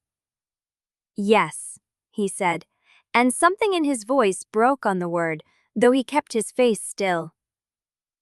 "I know." The ward lines at the threshold gave a soft, hungry flicker. Then, all at once, every sigil in the chamber flared gold. Mira swore under her breath. The tray clattered against the table as she lurched back. Lyra turned toward the door just as the handle began to turn from the outside. Not slowly, not testing, opening. A voice pressed through the crack before the latch had fully yielded, smooth as polished stone and cold enough to freeze the marrow. Lyra Serenith, Veil. And beneath his voice, threaded through the gold light in the wards, came a second sound, too faint at first to trust. A child's laugh, familiar, wrong. Lyra's blood ran cold as the door swung inward by an inch, and the shadow behind it moved with a hand raised to the throat, as if something had already put its fingers there. Chapter 19. The door swung inward a handspan, and the child's laugh sharpened into something thinner, older, almost metallic before the opening stopped. No one crossed the threshold. The gold flare in the ward lines held for one suspended breath, then guttered back to blue, as if some unseen hand had pinched the light between finger and thumb. Vale's voice did not come again. Only the draft moved, cold and damp off the corridor stones, stirring the candle flames into low, nervous bow. Lyra had already stepped back from the door before she knew she moved. Her fingers were splayed at her sides, one hand half curled as if around a blade that was not there. The shape behind the crack remained hidden, but the sense of it pressed against the opening, listening.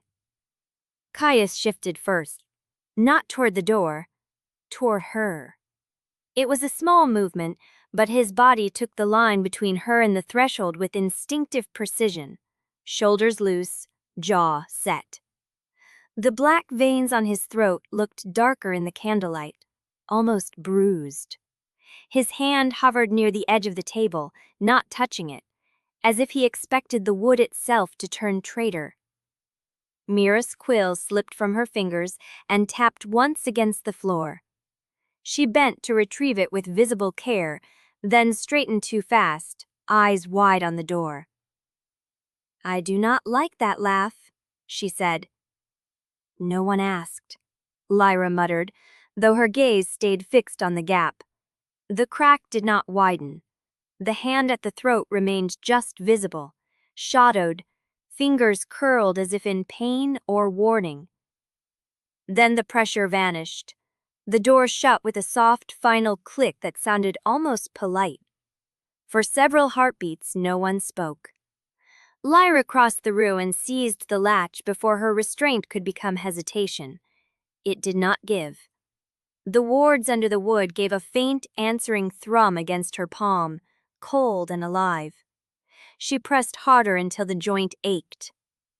"Worthless," she said under her breath. Caius let out a breath that might have been a laugh in another room, another life. That is one word for it. She looked over her shoulder. "If you are about to say something clever, do it quickly." He leaned a shoulder against the table and watched her with that maddening stillness he wore when he was choosing which truths to hide. "You are taking this very calmly." "I am not." "No, you are not." His eyes flicked once to the door, then back to her. "That is what makes it calm." Mira made a noise low in her throat and turned toward the narrow desk by the wall. "Something came through the storage slit just now." She lifted a folded square of chrome paper that had been wedged under a chipped brass dish. The seal caught candlelight, red wax impressed with the Queen's ring, not Vale's. "It was there when I went to fetch more ink." Lyra's hand was on the letter before Mira finished speaking. The wax was warm, not from heat, from recent contact. It had been pressed and carried with care, as if someone had held it in a protected sleeve against the mountain chill. The Queen's seal stood intact, the impression of a Lillian sunburst softened at the edges by haste. Maris. Lyra broke the seal with her thumb. The paper smelled faintly of brose oil and cold linen, court paper. Not the thick, ostentatious kind used for decrees, but a private sheet, the sort folded and hidden in a glove when words had to pass through the wrong hands. Her eyes moved down the page once, then again, slower. "My Lady Serenith, I hope this reaches you through hands that remain loyal to their charge. You have my thanks for undertaking what the kingdom has asked of you. I will not insult you by pretending the burden is light. It is not. But the Hearthstone will not survive delay, and whatever has been done to it is spreading beyond the chamber faster than our healers can counter. Complete the rite as instructed. Keep to the Starwarden's guidance. Do not allow this crisis to become an excuse for further interference. There are those who believe stronger oversight at Asterreach is now necessary. I do not share their certainty, but I cannot dismiss the pressure entirely. Chancellor Vale argues that the vault requires additional crown presence. He believes the sanctuary is too vulnerable to remain so isolated.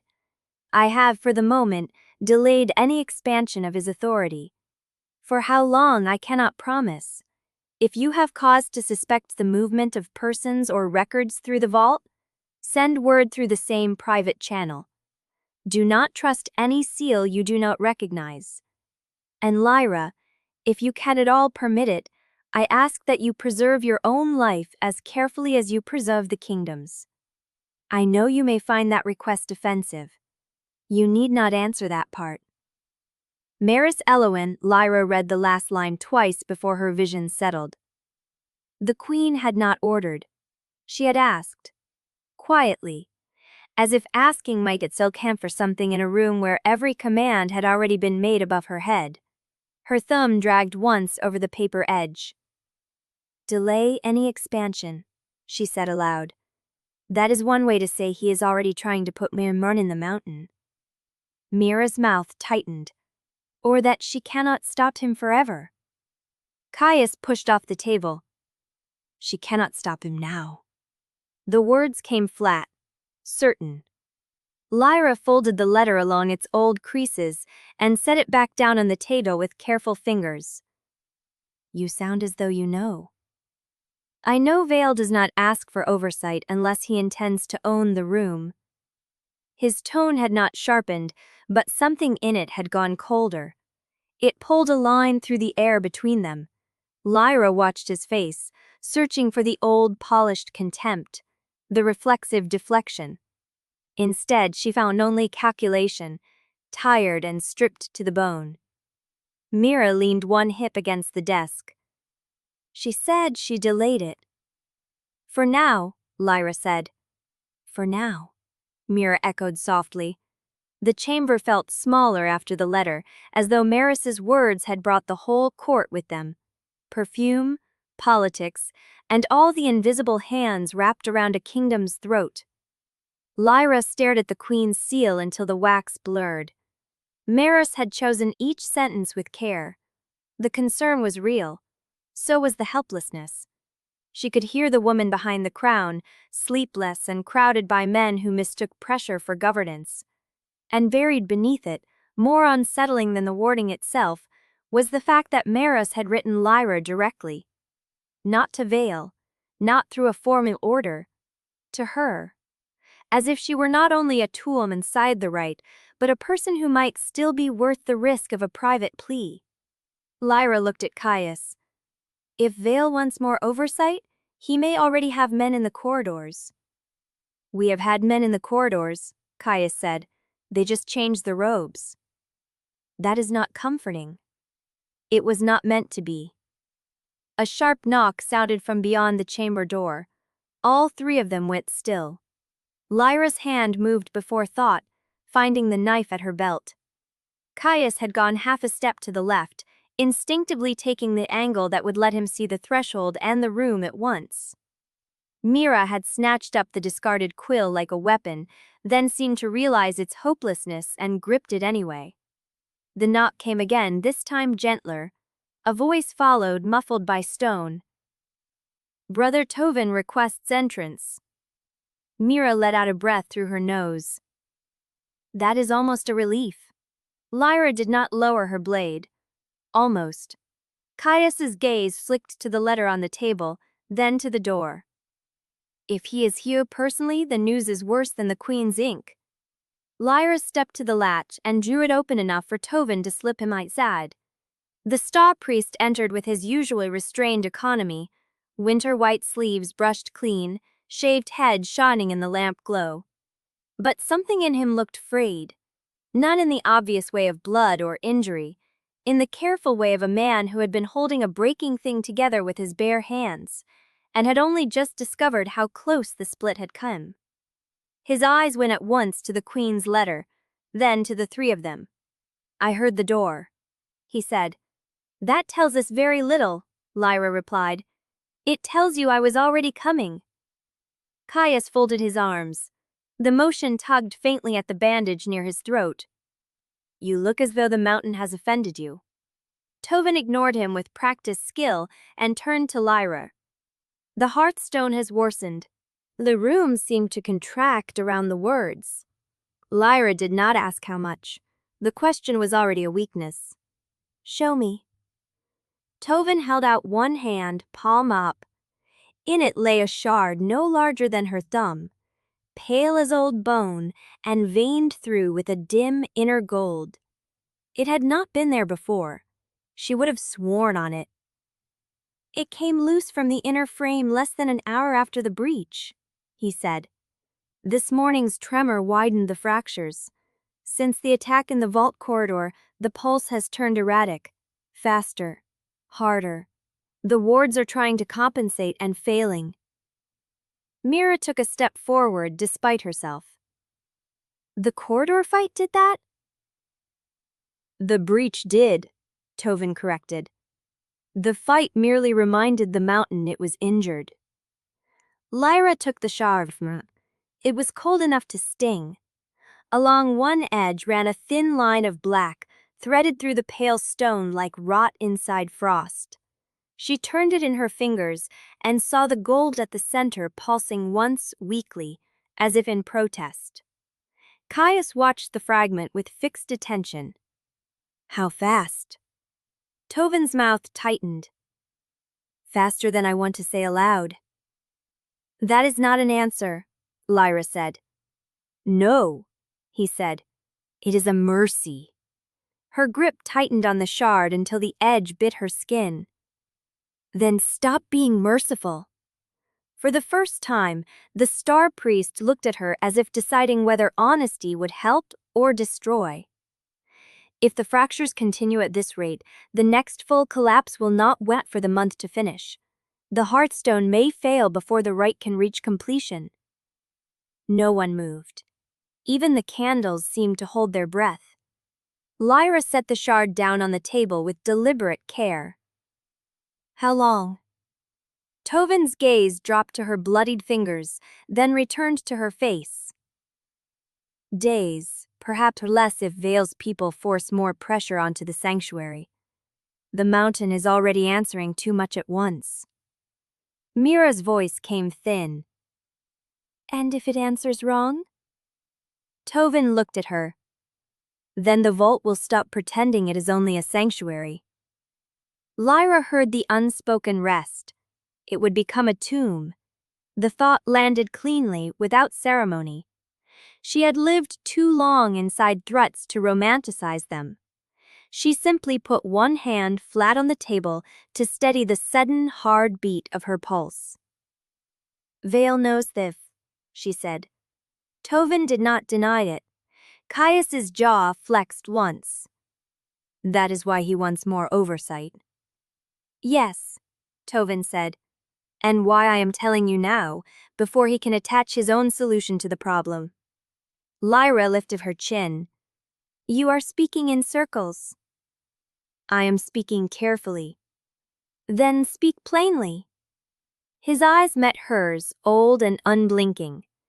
If the Crown places more bodies in Astron, it will not be to protect a right. It will be to control it. Once they do, they will have the excuse they need to move you, contain him, and declare the breach a matter of national security. You will not be asked to finish the rite. You will be ordered to survive it on their terms. A cold line traced itself down Lyra's spine. Mira swore under her breath and pressed her knuckles to her mouth. Caius laughed once. It held no humor at all. So Vale is still pretending to help us while he prepares to lock the door from the outside. Yes, said Tovin, with a more polished face than that sentence deserves. Lyra looked down at the Queen's letter again. The careful warning, the private plea, the very fact that Maris had delayed him meant Mael had already pressed hard enough to require resistance. Not a victory, a postponement. A reprieve thin as frost on glass. She pressed the heel of her hand against her brow and drew in a slow breath through her teeth. The movement grazed the scar beneath her rib and reminded her of every room she had survived by trusting only the walls. Then we do not give him a reason, she said. Tovin's brow lifted. We keep the rite moving, she continued. We keep the chamber sealed. We keep the records close, And we do not let Vael use the breach as a pretext to crawl in with his silver cuffs in righteous concern." Caius said nothing, but when she looked at him, his expression had changed by a fraction, not softer, sharper, as if he had just heard her choose a battlefield and was measuring how long it would take her to bleed for it. Mira swallowed. "If he comes anyway?" Lyra folded the Queen's letter once more and slid it beneath the shard on the table, hiding both beneath her palm. "Then we make him pay for every step." Tovin's gaze settled on her a moment longer than the others. "That is exactly the sort of answer I expected from a Serenith." "And from a woman who is trapped in this room with 2 men and a mountain that hates her?" Mira asked, trying for dry and failing. A faint crack sounded from somewhere deep below them. All 4 froze. Not the door, not the corridor, something beneath the floor. The candle flames shivered high and narrow. Dust sifted from the seam between 2 flagstones near the hearth, then again faster, as though a heavy shape had shifted under the stone and dragged itself closer. Lyra stared at the floor. The ward chain at her ankle gave one hard, violent jerk. Then the shard Tovin had brought, still lying under her palm, flared gold like a caught star and split cleanly down the middle. Chapter 20. Lyra knew before Tovin spoke that the thing under the floor had come nearer. The air had changed. It carried a damp, mineral breath through the cracks in the stone, as if the mountain itself had leaned in to listen. The ward chain at her ankle gave another hard twitch, then lay still, taut as a nerve. Mira took one step back from the hearth and stopped when Tovin lifted a hand. "No one moves from the center," he said. His voice was calm, but his fingers had gone white around the Hearthstone shard he still carried. The split in the shard had opened to a thread of raw gold, thin as a blade edge, and that light bled onto the table, onto Lyra's hands, onto Caius's jaw as he turned to her. "What now?" Mira asked. Tovin set the shard down between them. "Now you stop resisting long enough to let the right answer." Lyra's mouth tightened. "That is not a reassuring phrase." "It was never meant to be." Caius was already watching the shard, not the gold in it, the way it pulsed, the way the split seemed to widen and close with a heartbeat that did not belong to any living thing in the room. Lyra hated that he looked more dangerous when he was still. She folded her arms to hide the tremor in one hand. "If you expect me to kneel and chant while the mountain drags its claws through the floor, you have misjudged the moment." Tovin's eyes lifted to hers. "I expect you to sit opposite him and breathe when I tell you." Caius gave a small, humorless exhale. "I can manage breath without instruction." "Can you?" Tovin asked. That shut him up. Mira, pale but steady, cleared the space around the table with her shoulder and placed the chair nearer the hearth. "If this turns into one of your holy disasters, please try to keep it tidy." Tovin ignored her. He picked up the shard and held it over the table where the candlelight could catch the fracture line. The gold within it seemed to brighten at once, as though recognizing the attention. "The midpoint route is not about force," he said. "It is about yielding. One of you will go first, the other follows. If either of you resists the pull, the pattern breaks."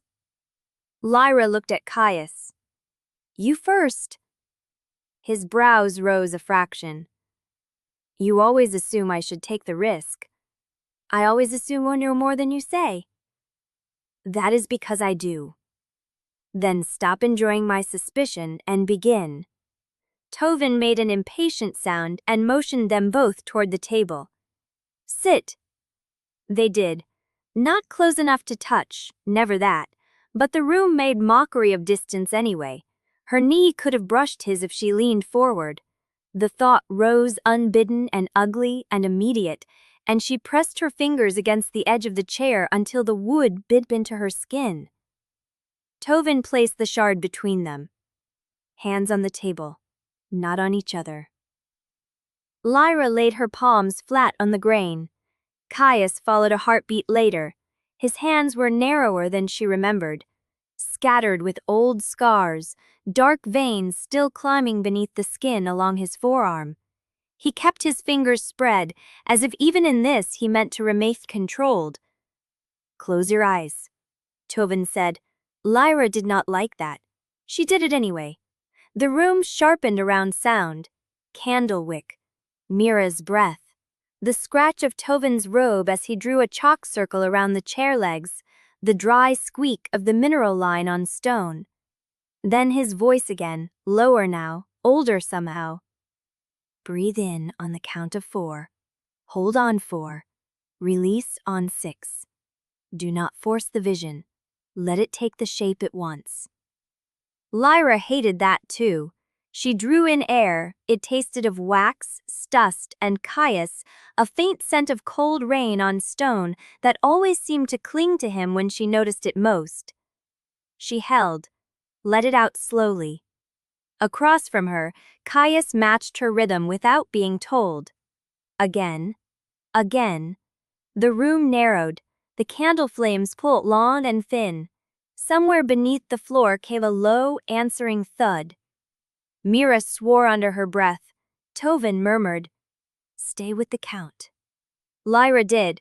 The pulse in her ears became the pulse of the Hearthstone shard, then something stranger, a second rhythm sliding against the first. Caius's fingers twitched on the table. So did hers, though she had not commanded them. A pressure built behind her eyes, not pain exactly, but a strain like looking into bright snow after night. When she opened her eyes, the gold in the shard had climbed.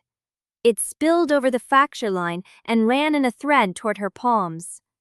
Caius had opened his eyes too, dark, fixed on hers. No mockery in them now, only a stillness that made her stomach tighten. Lyra Serenith, Strace, willing. It is about theory.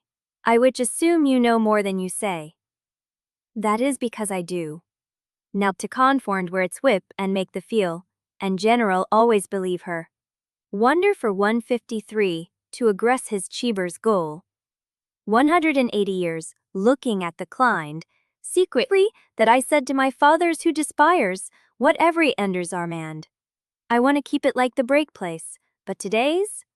Why are coming through Eversamewell, while everybody raising, just if he called him her awesome? It seems been the very bitten hand. I did not like that. You see I'm share. We shouldn't mourning for Mrs. Amassive. We need a crowd. Florally. If we should her localing, if I have a big location, I know my leader is. Way. I's looking this. Looking in the first mips of dest, criting all too, you made him malnefis before it beginned. That is not just a messing frodator. Now I do not going to spin. You fix my another decision, let's just get to the shards together to be until this. Toward the future she had not been able to outrun. I'll come back, he said. Her younger self grabbed his wrist before he could vanish. Don't lie to me. His mouth tightened, not with anger, with grief.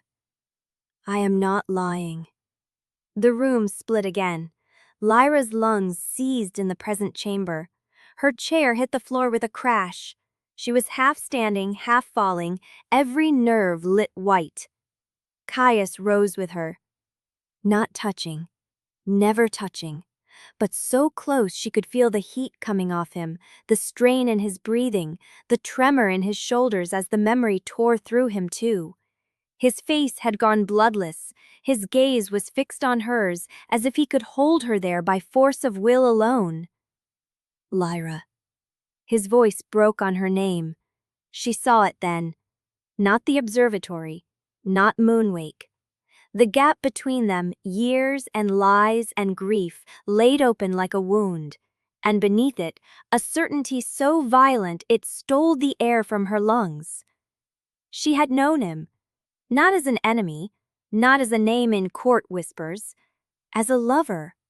The truth hit her with such physical force, she folded, one hand slamming to the table to keep upright. Heat surged up behind her eyes. Her throat burned. The silver she kept caged in her blood blazed all at once, bright enough that Mira cried out and Tovin snapped an oath under his breath. The room flashed. A dozen stolen scenes came at once. Caius leaning over the observatory table, ink on his thumb, smiling at something she had said. Her own hands hidden in his coat sleeves to steal warmth.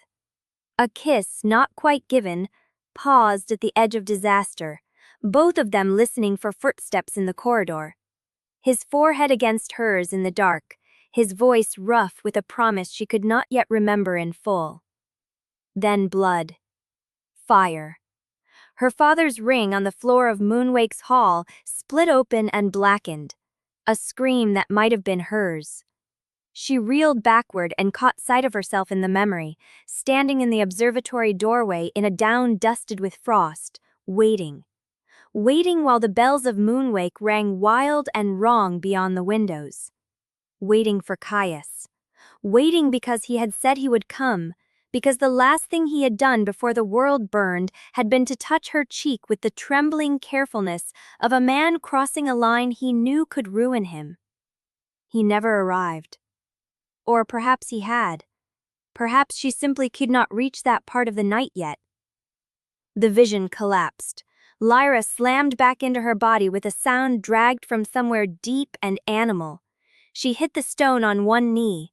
Hands grabbed at her, not flesh, the edge of the table, the seat, the air itself. Mira was saying her name. Tovin. Again. The whole chamber rang as if a bell had been struck beneath the floor. Caius was on one knee opposite her. His face had lost all remaining color. Black veins crawled at his throat, furious and dark. But he was looking at her as though nothing in the room existed except the wreckage opening between them.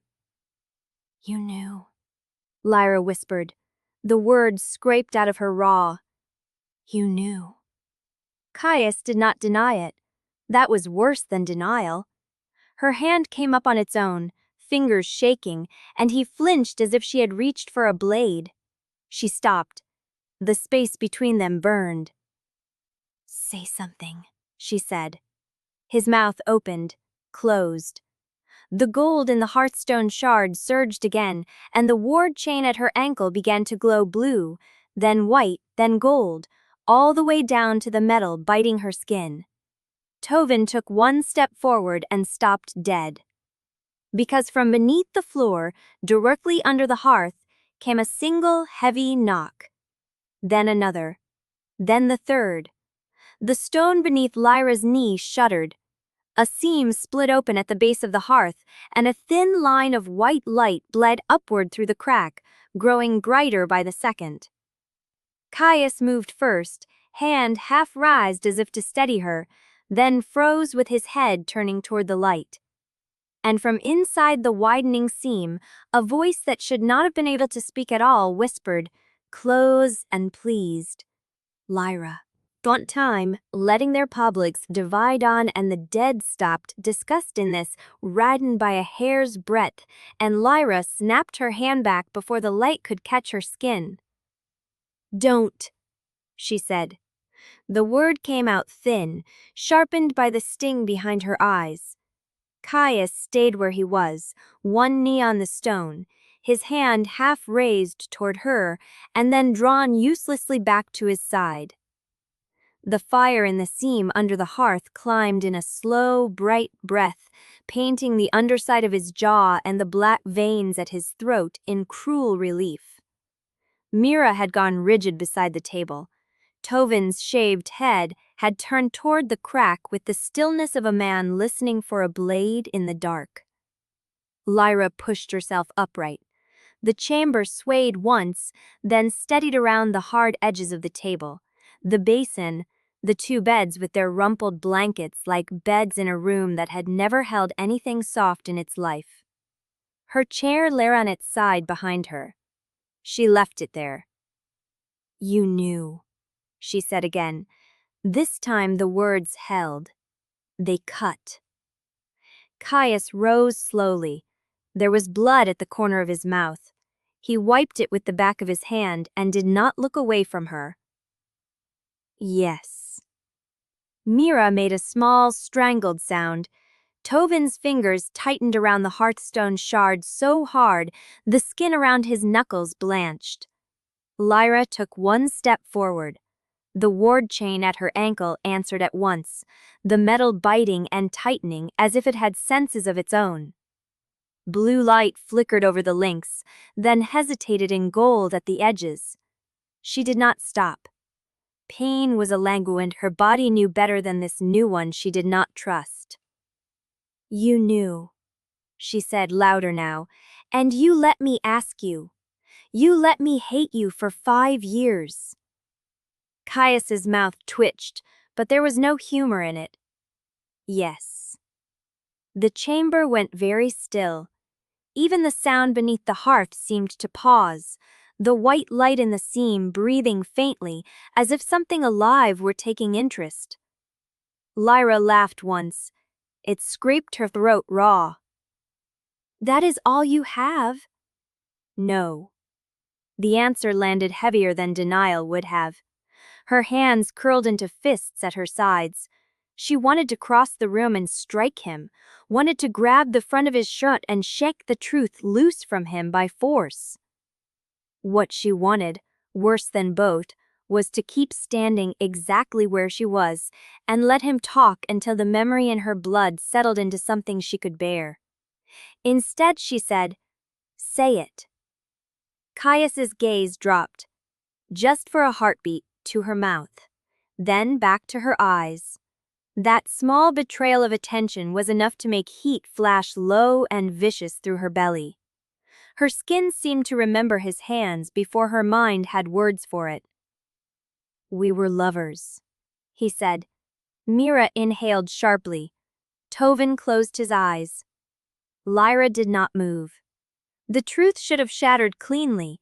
Instead, it sat in her chest like a blade turned sideways, impossible to swallow, impossible to spit out. "Again," she said, "I name this music. I know. You don't get to decide what pain I can carry." "I know that too." "Then why?" The word snapped out of her. "Why did you do it?" Something in him went still. Not defensive, braced. When he spoke, his voice had dropped to the careful tone he used when a door was about to break or a lie was about to cut. "Because the night Moonwake fell, you were dying." The chamber ran around the words. Mira's hand flew to the edge of the table. Tovin turned, one slow degree at a time, as if he had just heard a bell no one else could hear. Lyra stared at him. "No." Caius did not flinch. "Yes, no." "I found you after," he said, and there it was, the fracture in his composure, tiny but visible now. "Not at the observatory, not where I promised, in the ruins, half buried under stone and flame. Your blood was on everything. The ward sigils were gone. The truth light in you had collapsed so hard it had torn through your own mind." Lyra's breath stopped. She had expected an argument, a deflection, another grave, polished half-truth. Not this. Not the image his voice forced into the room, whether she wanted it or not. Her hand lifted to her throat, then fell back to her side. "You are lying." Caius's mouth tightened. "I'm not. Do not decide that either. I'm trying to keep you alive." "By lying? By waiting?" Something in her chest lurched. "Waiting for what?" Caius's silence answered before his mouth did. Lyra's temper went razor thin. "What did you not tell me?" The white light under the hearth pulsed once, strong enough to paint the underside of the table in silver. Tovin stepped closer, but he did not interrupt. His gaze kept darting between the seam and the floor and the two heirs standing too close to violence.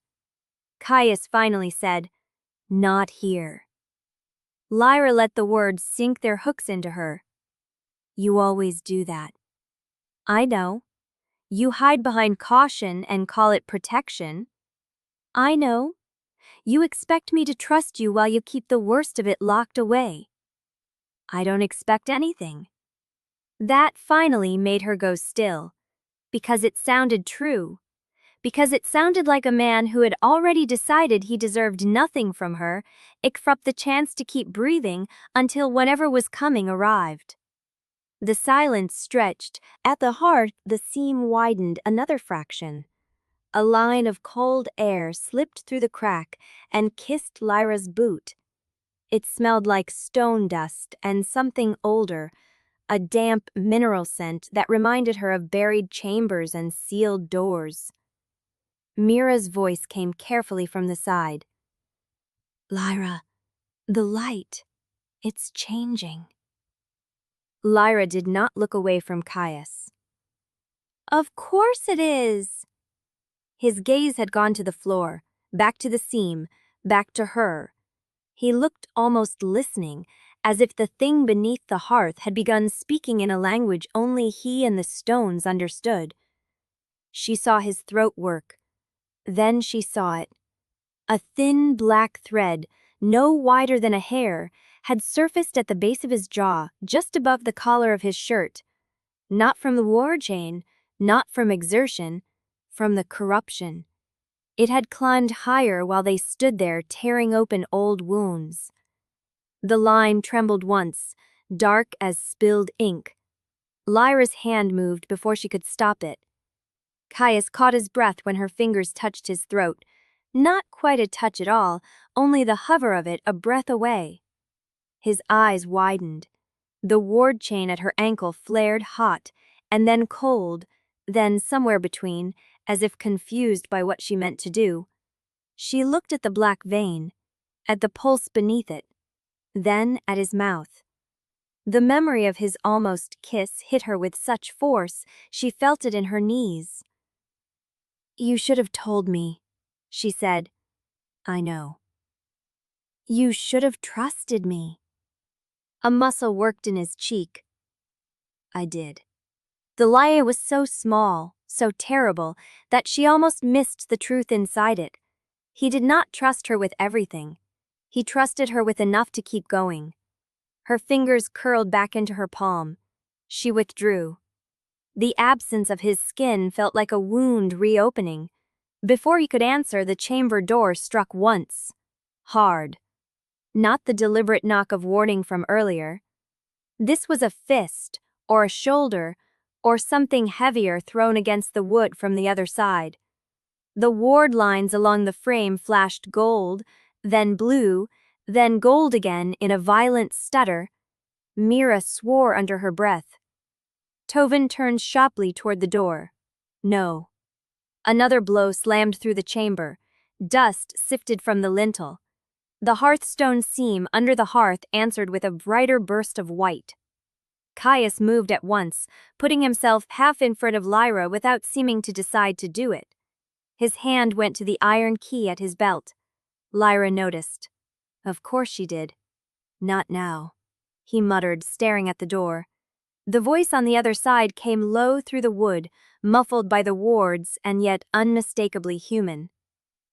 "Open. At once." Not Vale. Thorne. Lyra's pulse kicked once, hard. Then another voice followed, thin and strained, from somewhere beyond the first, a voice she did not know but that made the hair at her nape rise anyway. A woman's whisper close to the door, as if her mouth were pressed to the cracks.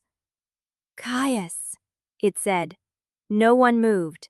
The chamber held its breath. And from beneath the hearth, in the widening seam of white light, something answered with a slow, pleased knock from inside the stone. Chapter 22. The blow came again from the chamber door, and the sound of it made the seams in the flagstones jump. Dust sifted down in a pale veil. Mira flinched back against the table, one hand lifting as if to protect her face from splinters that did not come. Brother Tovin did not move. He had gone very still, all his attention narrowed to the white crack under the hearth and the violence gathering at the threshold. "Open it." Thies, lower and too calm, said, "You are delaying an order from the crown." Vias, Lyra's fingers, curled into her palm so hard the nails bit. The last of her restraint hung by a thread. She could feel it, thin as wire, stretched from the door to the seam in the floor, to the man beside her who had lied with the same steady mouth he used to ask Carfok. Caius did not look at the door. He was watching her. That was worse. The black thread at his throat had grown since she touched him. It lay there like spilled ink under skin, too close to the pulse. His face had gone paler by the minute, but he stood with that same infuriating control, the one that made him seem carved from restraint instead of flesh. Lyra stepped toward him before she had chosen to. "Tell me." His jaw tightened. "Now."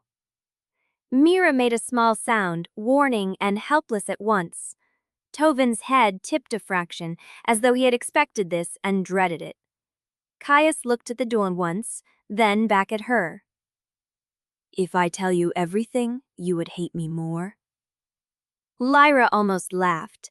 It came out as breath, sharp and bare. "You think I have any room left for that?" His mouth flattened. She folded her arms hard over her ribs, as if she could pin herself together by force. "You said not here." "Fine. Then start somewhere. Start with Moonwake. Start with the thing you did not say when you let me spit on your name for 5 years. The blow at the door came again, and the wards screened gold around the frame. Caius closed his eyes for a brief, controlled second. When he opened them, something in his face had shifted. Not softness, never that. Something graver. Older. "I found the order 3 days before Moonwake fell," he said. The chamber seemed to pull onward around the words. Lyra did not move. "What order?" "A strike order," he said. "Crown routed, not through the usual office seals, through side channels, hidden ones. It named Moonwake and 3 other householdings as necessary failures." Mira went white. "Necessary failures?" "To make an example," Caius said. His voice stayed level, which made it worse. "To remove the old houses in one sweep, then place the blame where it was easiest to sell." Lyra's hand went to the table edge. Wood bit into her palm. "No." He did not flinch from her denial. "Yes." Her throat rooked once. "You're telling me the crown ordered my house burned?" "I am telling you I saw enough to know it was coming." "And you said nothing." The words came out low and dangerous. The truth light behind her eyes stirred, hot and vicious, but she kept it banked. She wanted the ruse to stay in shadow for one more moment, wanted him to have nowhere to hide if she cracked him open with it. Caius's gaze did not leave her face. "I sent a stand-down order." Silence snapped tight. Mira blinked. "You what?" "I sent one to every route I could reach," he said. "Courier lines, internal relays, shadow channels in the North Road, anything with enough authority to interrupt the strike before it began." Lyra stared at him as if the shape of him had gone wrong before her eyes. "You sent it where?" "Directly into the chain that carried the strike." "Through who?" His mouth twitched without humor. "Through the same hands that later made sure you never saw it." The chamber door took another hit, but Lyra barely heard it. She heard blood in her ears. She heard Moonwake as she had not heard it in years, all screaming wind and falling ash and her own name lost in flame. "You expect me to believe that?" she said. "No." The answer landed between them. He let it. For one savage instant she wanted to cross the space and strike him. Not a careful blow, something ugly. Something that would make his careful face split. Instead, she planted both hands on the table so hard the dishes rattled. "If you had proof," she said, each word clipped clean. "If you had proof of a crown strike order against my house, you would have told the queen. You would have gone public. You would have burned their names into the court floor if you had to." His eyes hardened. "And they would have killed you before the sun set." "Do not decide what I survive." "I did not decide it lightly." The words came sharper now, the first break in all that measured control. "You think I wanted to carry that alone? You think I wanted to watch your name become a blade used by the people who gave the order? I had no proof anyone in the court would accept, not enough to accuse them and live long enough to matter." Lyra felt the room tilt, just slightly. Not from magic, from rage, from the impossible shape of what he was saying. "Moonwake burned," she said. "My family burned." "I know. Say it again." He swallowed. "Once." "Moonwake burned." And there it was, the helpless thing beneath his composure, the sound of someone forced to stand inside his own ruin. It did not forgive him. It did not soften anything. It only made the air harder to breathe. She shook her head once, small and vicious. "You let me believe Vaelthorn did it." "I let you hate me," he said. The words were so quiet she almost missed them. Lyra's breath stopped. He went on anyway, as if the worst of it had already been spoken and there was no point in mercy now. "I thought if you had a target it would keep moving. I thought if the truth stayed buried it would keep you alive long enough for me to find proof and bring down the faction that ordered it. I was wrong about how long that would take." The seam beneath the hearth flashed white. A pulse of cold light washed up the table legs and silvered the underside of Lyra's hands. "You thought wrong?" she said. "Yes. Again."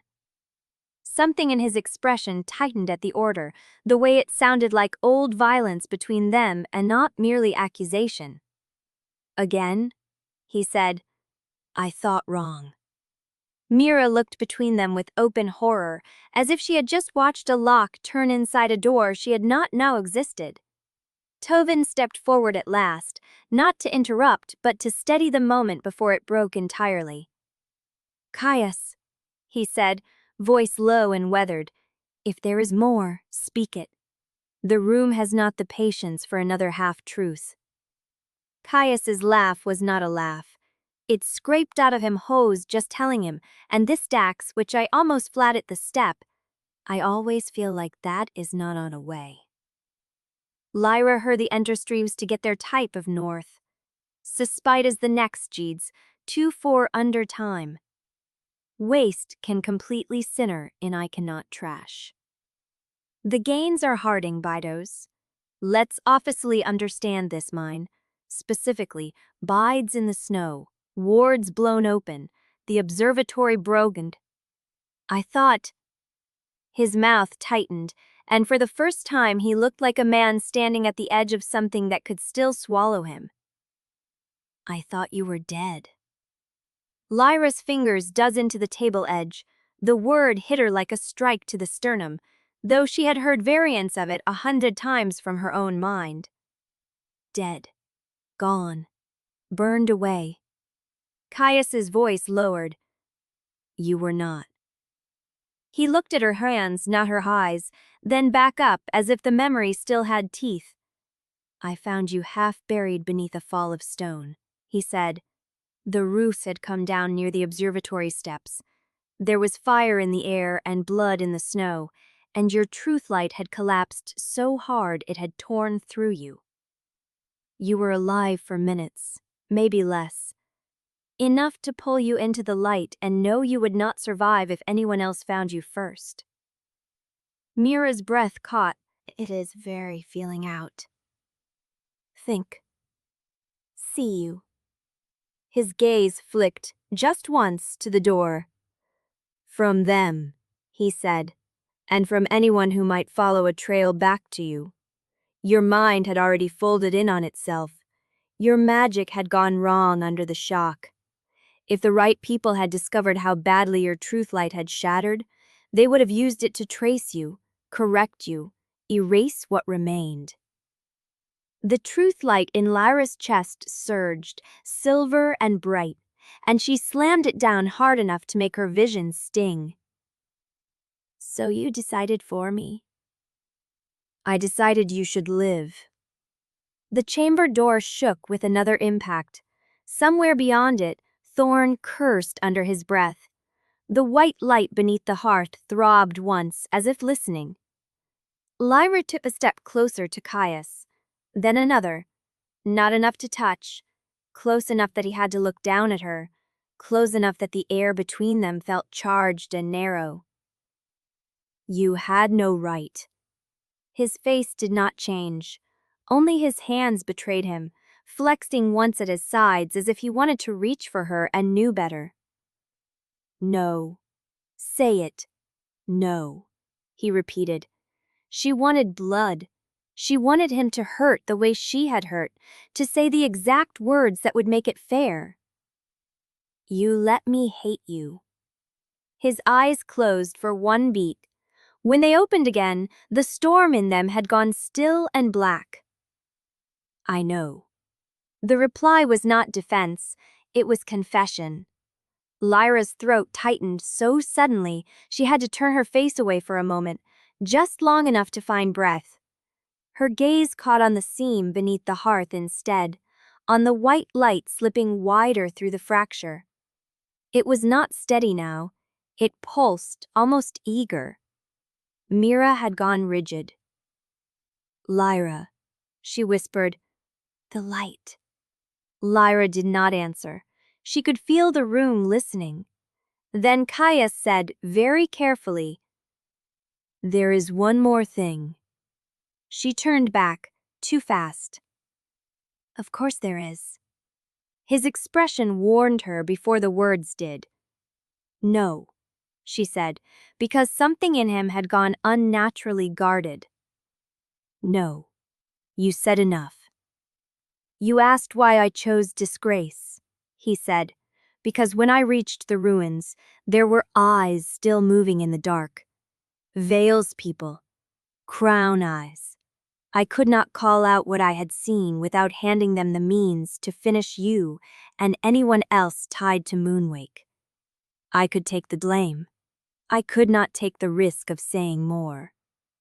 Lyra felt the shape of that answer before she understood it.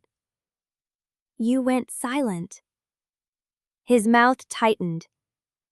I went useful. The words were so bleak, they almost took the air with them. Tovin's head lifted sharply. Caius? But Caius had already seen what he had done to her face. He saw the instant the room shifted from revelation to something darker. The exact second her hand lifted from the table. Not toward him, toward the iron key at his belt. Lyra's eyes dropped to it, then to his hand. Worn star mark etchings. The key from the Woolton Starwarden. The key Caius had refused to explain. The key he had carried through every lie. She had not meant to seize it. She only wanted to stop him from hiding another thing. But when her fingers closed around the metal, the key went cold as winter blood. And somewhere below the hearth, very near and very pleased, the thing in the stone answered with 3 slow knocks. Chapter 23. The key froze in Lyra's grip. Not chilled, frozen. A dead, biting cold that sank through her palm and climbed her wrist, as if the metal had been waiting all this time for a hand with Serenith blood in it. The white light beneath the hearth throbbed once, slow and pleased, and the ward chain around her ankle answered with a sharp tug that made her stagger. Caius moved first. His hand came up, not to take the key from her, but to catch her elbow when her balance shifted. The touch was brief, necessary, infuriating. "Don't," Lyra said. He withdrew at once. Mira had gone pale enough to look carved from ash. She stood half behind the table, one hand still on the broken Hearthstone shard, eyes flicking between the seam and the floor, and Lyra's face, as if she expected one of them to split open next. Tovin's voice cut through the room, low and severe. "Set it down." Lyra did not. Her fingers tightened until the key's teeth bit into her skin. Worn star marks ran along the bow, dulled by use and years of handling. Not ceremonial, meant for real locks, real doors, real secrets. Every lie Caius had withheld now sat heavy in the metal. She turned on him so fast the ward chain snapped taut. "You knew what this was." Caius's jaw worked once. The black thread at his throat had deepened over the last few minutes, a thin, ugly mark climbing beneath his skin like spilled ink searching for a vein. "I knew it mattered." "That is not an answer." "No." The word landed flat, honest, and still not enough. Lyra gave a short, disbelieving laugh that came out wrong in the small chamber. "You have a talent for that." Mira made a sound like she meant to interrupt, then thought better of it. Outside the chamber door, a hard impact boomed through the warding. Dust sifted from the lintel. Somewhere beyond the stone, Thorne barked an order Lyra could not make out. None of it reached her. All she could see was Caius's face, too composed for the ruin he had admitted, too still for the blood under his skin. He looked like a man standing on the far side of a burning bridge and refusing to step back from it. "Tell me," Lyra said. Her voice sharpened with each word. "Tell me what it opens." His eyes lowered to the key, then to her hand around it. "Not here." She stared at him. "You keep saying that. And you keep standing in the one room where anything we say can be used against us." "There is no one here but us." That finally drew a reaction. His mouth tightened, barely. "That has never been true in this vault." The answer struck too close to the thing beneath the hearth, to the watcher at the door, to the invisible hand that had been moving through Astron like a knife under silk. Lyra pressed the key tighter until the cold seared. "You erased my life," she said. The chamber seemed to shrink around the words. "You took 5 years and folded them under your hand and decided I would never know." Caius did not flinch. That was the worst part. Yes. No defense. No softenings, no excuses dressed as mercy, just the bare, brutal shape of it. Lyra's breath went shallow. She could feel the seam under the hearth in the corner of her eye, the thin, white light breathing through the fracture like an open mouth. "You think saying yes makes it acceptable?" "I think it makes it true." Her laugh this time had no humor at all. "Truth. You keep using that word as if it absolves you." "It doesn't absolve me." "Then why do you keep acting as if it should?" The question cracked something in the room, or in him. Caius looked toward the floor, toward the white seam, then back to her with a tiredness that had nothing to do with sleep. "Because absolution is not what I want." "What then?" His answer came after the smallest pause. "For you to be alive." That should have sounded noble. It should have sounded like duty, or grief, or any of the clean, courtly things people said when they wanted to justify theft. Instead, it came out raw enough to hurt. Lyra felt the bruise of it under her ribs and hated that it landed there. She stepped closer. The ward chain clinked softly at her ankle. You had no right. I know. You do not get to hide behind that look, Caius. I am not one of your damned shadows. I am not some piece on a board you can move because you think the game is ugly. His expression tightened, a flash of something dangerous crossing his mouth. No, he said. You were the one bleeding on the stones. The words went through her like a blade slipped between ribs. Mira inhaled sharply and Tovin behind them said her name once in warning. Lyra ignored them. Do not, she said, very quietly. Caius's gaze held hers. Then stop asking me to pretend I had a cleaner choice. A pulse of soot snapped through the ward chain and Lyra's ankle jerked hard against the metal loop. The reaction startled all of them. For a beat, everyone looked down. The chain had gone from blue to bright, riving gold along the links. Mira took a step back. That is new. It is reacting, Tovin said, and there was a note in his voice Lyra had not heard before, something thin and wary. To what, I do not know. Lyra felt the answer before she knew it. Her hand still held the key. Caius was standing too near. The seam in the heart was wider than it had been. Pressure gathered in the chamber like a storm deciding where to break. She forced her hand to unclench, and the key fell against her paw with a dull metal weight. You keep talking about survival as if it erases choice. It does not erase it. Caius's voice roughened. It leaves a person with fewer of them. You left me with none. That landed, properly this time. He went still.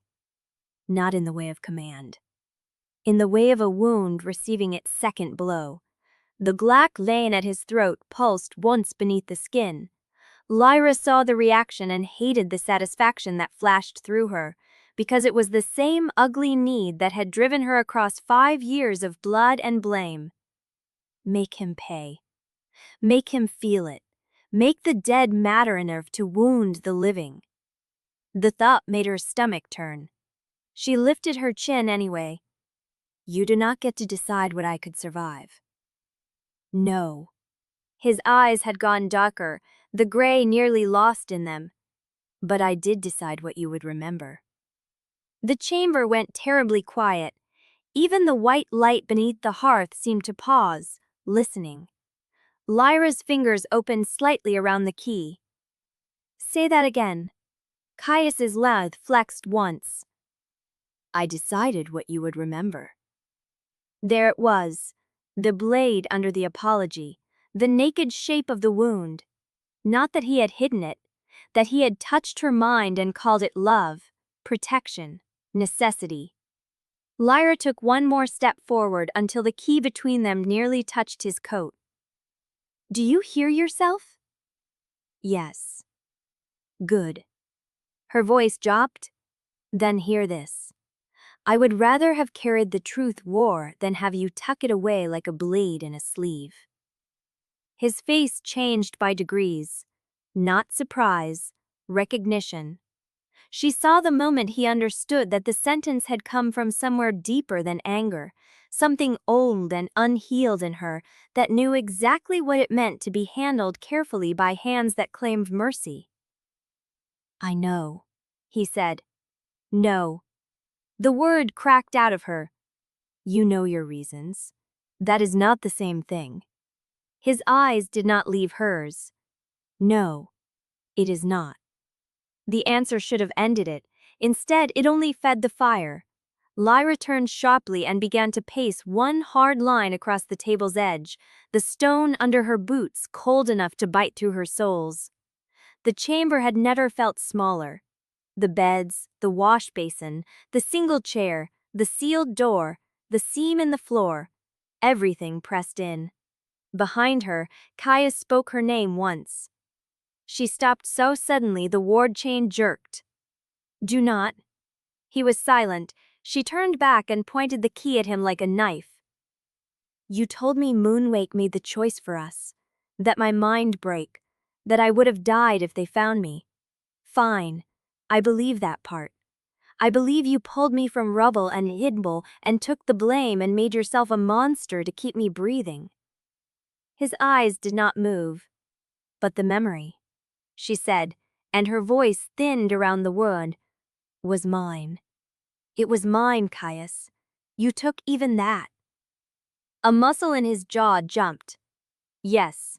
The room rang with the truth of it. Lyra stared at him and saw, for one horrible instant, the shape of her own mind under his hands. Not cruelly, not perhaps even carelessly, but still handled, still altered, still denied its own pain. Her fingers went numb around the key. You let me believe I had chosen hatred, she said. I let you survive. And what if I had chosen something else? His gaze sharpened, almost violent in its stillness. Then you would have been easier to find. The answer was so immediate, so certain, that it chilled her more than any lie could have. There was the fear, there was the control, not just grief, not just guilt, control, wrapped in devotion until no one could tell where one ended and the other began. Lyra's silver light flared under her skin in a thin, involuntary pulse. She felt it at the edges of her vision, saw Caius's pupils widen in response before he mastered his expression. That, too, enraged her. Even now her body betrayed the shape of him. You think fear gives you the right to own my past? No. Then what? His voice dropped. I think fear gave me the duty to live with what I did. Lyra's hand trembled once. She closed it around the key so tightly, pain sparked at her knuckles. If you had truly wanted me alive, you would have told me. You would have trusted me. Trusted you with what? His control finally thinned, a raw edge cutting through. With the names that would have put a blade in your back? With the people still buried in the crown's walls? With the fact that your mind was broken so badly that one wrong touch, one wrong whisper could have finished what Moonwake started? Lyra stopped breathing. He stepped forward before she knew he meant to. One pace. Only one. But it made the air between them blaze hot and narrow. You think I withheld the truth because I enjoyed the power? No. Then what? His voice dropped. I think fear gave me the duty to live with what I did. Lyra's hand trembled once. She closed it around the key so tightly, pain sparked at her knuckles. If you had truly wanted me alive, you would have told me. You would have trusted me. Trusted you with what? His control finally thinned, a raw edge cutting through. With the names that would have put a blade in your back? With the people still buried in the crown's walls? With the fact that your mind was broken so badly that one wrong touch, one wrong whisper could have finished what Moonwake started? Lyra stopped breathing. He stepped forward before she knew he meant to. One pace, only one, but it made the air between them blaze hot and narrow. You think I withheld the truth because I enjoyed the power? The word power hung between them like smoke. Didn't you? Silence. His throat moved, the black vein at his jaw darkened, spread a fraction lower. When he spoke again, his voice was quieter, and somehow worse for it. I would do again, he said, if it meant you lived. Lyra's hand went up before she knew it. Not to strike him, to catch the shape of that sentence before it could enter her skin. Her fingers curled around his sleeve hard enough to wrinkle the dark fabric. The room gave a low, answering hum. Every ward in the chamber flashed gold. Mira swore under her breath. Tovin snapped his head toward the hearth. The ward chain at Lyra's ankle went white hot. She gasped and stumbled, and Caius caught her by the upper arm, instinctive and immediate. The moment his hand closed over her skin, the chain screamed with light. Not pain, warning. A violent, impossible note that shot from her ankle through her bones and into the chamber walls. Both of them froze. Under the hearth, the white seam widened in a quick, hungry twitch. And from the stone below, the pleased voice whispered her name again, close enough that Lyra felt the sound against her teeth. Chapter 24. The ward chain was still humming white-hot when Mira crossed to the wash basin, snatched Lyra's abandoned towel, and threw it over the chain as if she meant to smother a snake. The light beneath the hearth throbbed once, not angry, interested. Lyra tore her hand free of Caius's sleeve and took 2 steps back, chest lifting too fast. The chamber smelled of wet stone, old ash, and the sharp metallic tang that came before blood or magic broke. Caius stood very still where she had left him, one hand lowered, the black thread at his throat darker now than the shadow under his collar. Mira looked from the chain to Lyra's face, and then, with a composure that barely held, toward the low storage niche built into the wall. If either of you intends to start another metaphysical disaster before breakfast, do it after I have moved the papers. No one asked you to move papers, Lyra said. Mira's mouth twitched once. No, but if I wait for permission, we will all die of curiosity first. Tovin, still near the hearth, was bent over the crack in the floor, with one hand braced to the stone. He did not look up. His shaved head caught the sick white spill from below, turning the skin along his scalp to ivory. The chain reacted to contact, he said softly. Not merely touch, intent. Lyra's fingers curled. The white-hot pulse had gone, but the warning still rang in her bones. She hated that her body had answered Caius before her mind could stop it, hated more that the chamber had noticed. Caius's gaze stayed on her hand, on the key. Set it down. She closed her fist around it harder. No, she said. For a moment, no one moved. Then Mira turned away first, practical as a knife, and crouched at the storage niche. It was barely larger than a bread oven, lined in cedar gone gray with age. She reached inside and dragged out a flat bundle wrapped in waxed linen, then another, then a third, each tied with faded cord and stamped with the star mark of the sanctuary. Lyra frowned. What is that? Damaged records, Mira said. Old ones.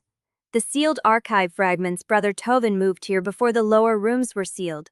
I found the list 2 days ago. Or rather, she added, glancing toward the heart crack, what was left of the list. Tovin straightened at last. They were to be sent upward if the vault failed. And if the vault did not fail? Lyra asked. Mira lifted one shoulder. Then they sat in a wall until someone remembered them. Caius's eyes narrowed slightly. He already knew enough to be dangerous, which meant he knew what the papers were. Lyra stepped toward the niece before she could reconsider. Why are you showing me this now? Mira unwound the first bundle. Because someone had been cleaning the root records. Because I found an index page that should not exist in the same hand as the rest. Because if we keep pretending the town's fingerprints are a rumor, then Vale wins by making us too tired to prove otherwise. Lyra took the bundle. The linen was cold as frost. Inside lay 3 sheets and a torn ledger strip, edges charred, ink bladder where moisture had warped the fibers. The first page listed ward supply transfers to Asterreach in neat columns, written in a clerk's narrow hand. Seed oil, candle beeswax, iron filings, salt. The second page was a route note, half-eaten by mildew, stamped with an office routing seal. Lyra and Lyra before she fully read it. Veils. Steel seemed to move behind her eyes. She looked up sharply. Caius had seen it too. His expression did not change, but something in his stillness sharpened, like a blade being drawn without sound. Mira nodded once. That seal has been on more than one altered route. I matched it against the supply ledgers you gave me. Lyra turned the page over. The back bore a second mark, smaller, nearly hidden where the paper had been folded. Gold ink. A hand-shaped sigil pressed into the fibers so deeply it had nearly burned through. Her throat tightened, the gold hand mark. She remembered the vellum in her palm, the way it twitched as if alive. Caius had gone pale when she described it. Now his eyes stayed fixed on the symbol as though the page might lunge. This is not standard crown routing, Lyra said. No, Caius said, too quickly. Mira's gaze flicked to him, then away. Then are also dead names.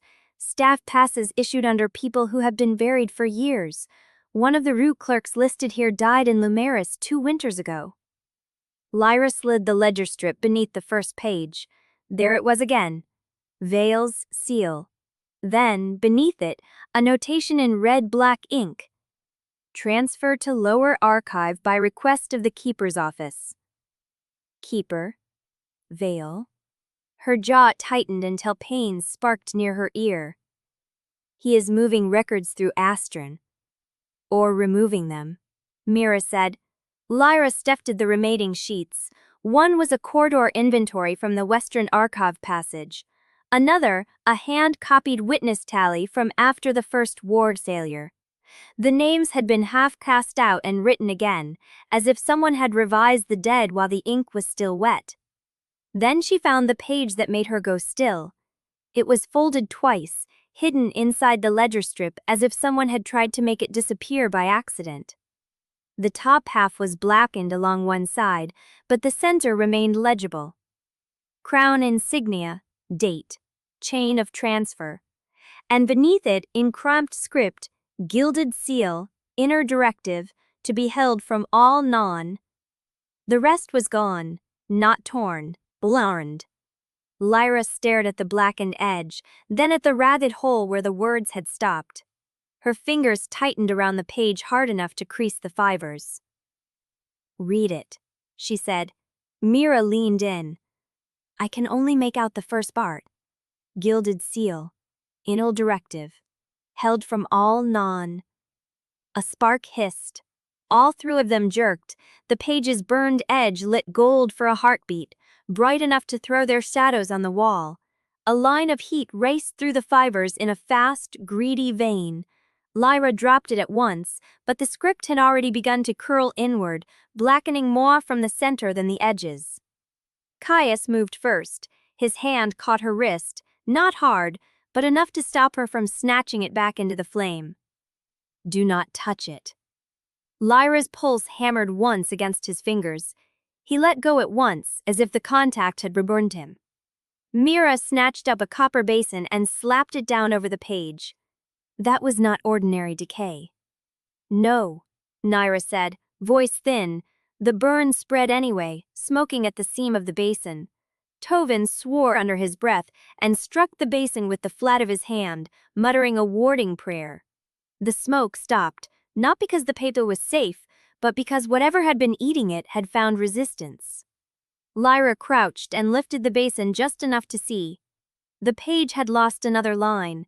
The script that remained was now only fragments: gilded seal, inner directive, vessel, Serenith heir, Vaelthorn heir. Her stomach went cold.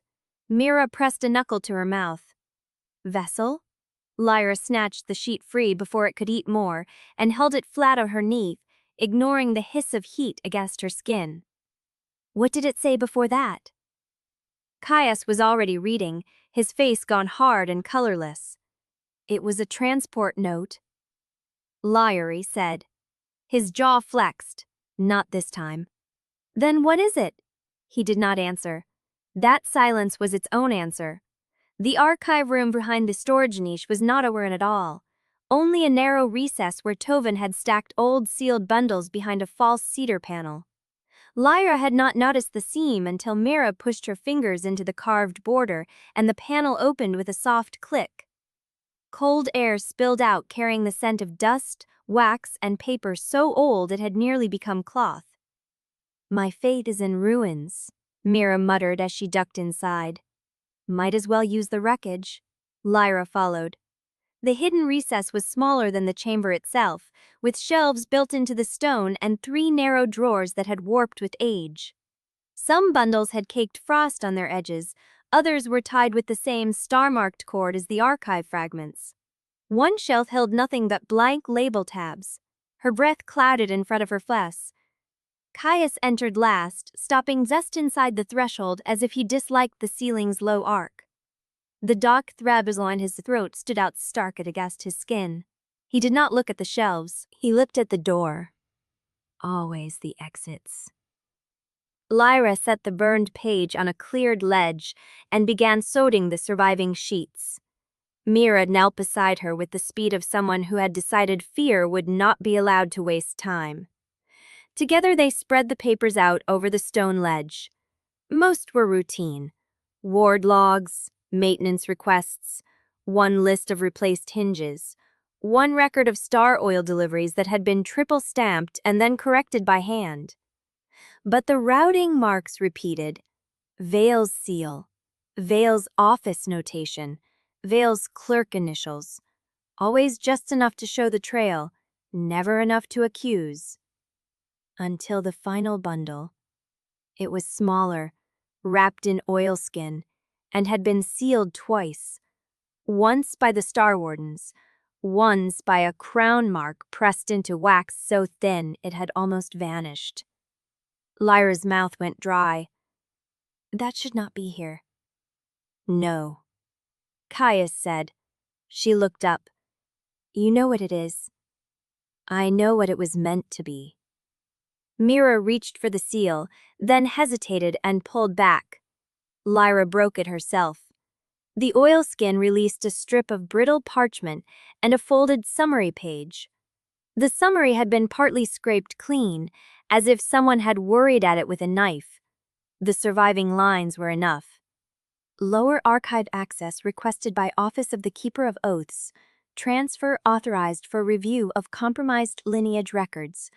Reference filed under Gilded Seal Protocol. If the living witnesses remain unaligned, proceed with excision of root history." Lyra read it twice before the meaning landed. "Excision?" she said. Mira went very still beside her. Caius's voice was low. "Eraser." Lyra looked again at the words, then at the charred edges of the earlier page. Someone was not only hiding the truth, they were burning it while she stood in the room. The realization moved through her like ice water, not past, not completed, happening, now. She snatched up the nearest charred strip. Fresh heat licked her fingertips. The ink bled at the edges, and for one impossible second the letters shifted before her eyes, changing from one line to another, as if the page could not decide what it wanted to confess. Mira saw it too. "Lyra." Quiet. The strip gave a soft crackle. Under the ledger summary, a second line surfaced where the scrape marks had failed to reach. Faint, half-hidden, but legible enough to turn Lyra's blood to stone.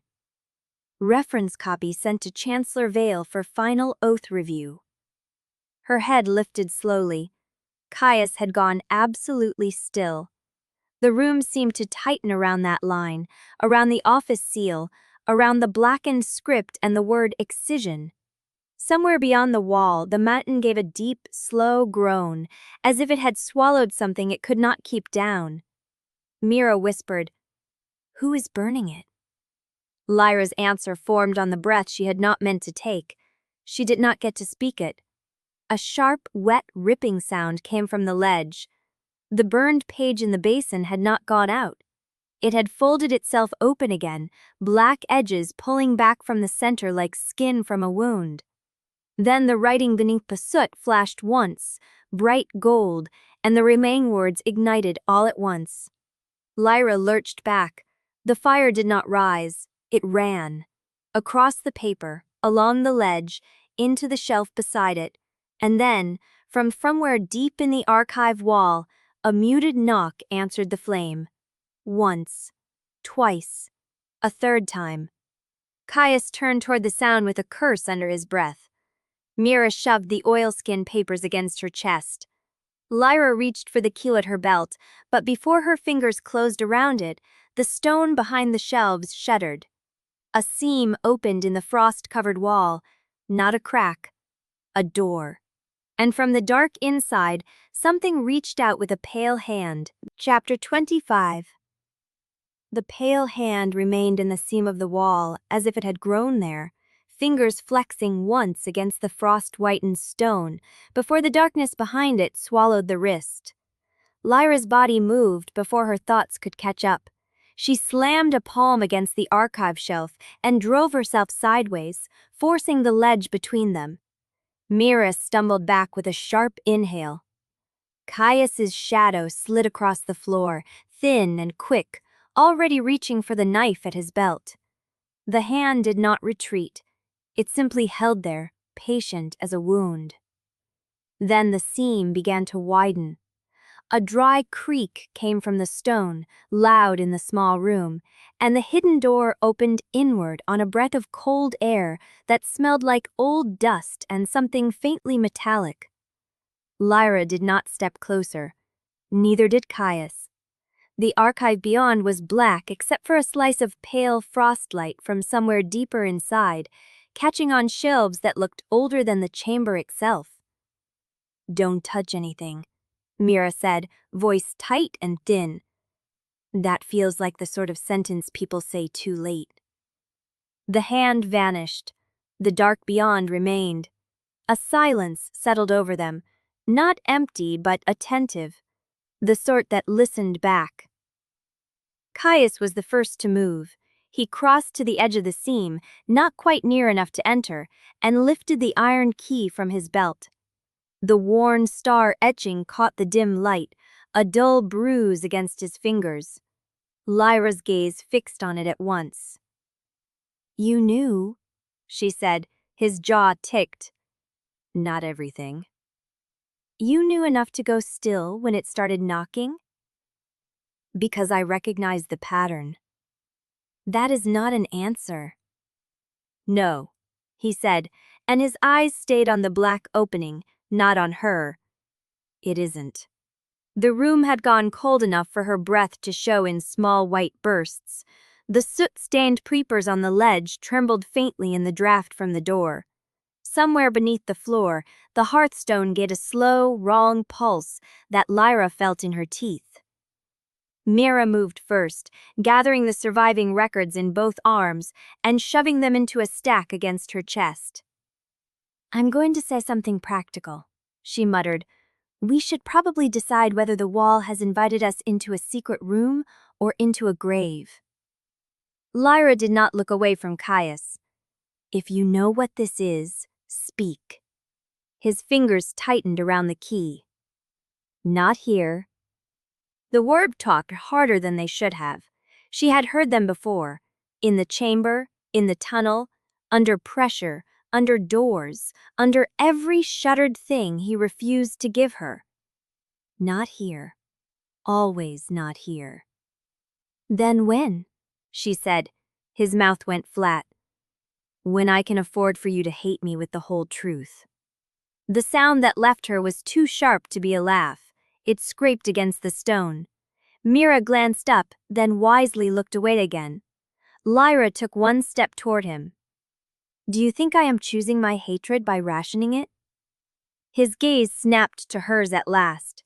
The dark threads at his throat had spread farther since the afternoon, branching in a way that made her fingers ache with the memory of salve and skin and the unnatural obedience of the corruption under her touch. He looked exhausted in a controlled, infuriating way, as if his bones had agreed to keep him upright out of spite alone. "I think," he said quietly, That if I told you everything in that archive, you would go straight to Vale before sunrise, and you would not survive the room you entered. I have survived worse rooms. His eyes flicked fast to the key in his hand. Something old and bitter moved across his face. Yes, he said, so have I. The words should have ended there. They did not. Because there, in that narrow archive with frost hanging on the edges of the shelves and a hidden door yawning open like a mouth, the truth of them crowded in with nowhere to go. 5 years of absence.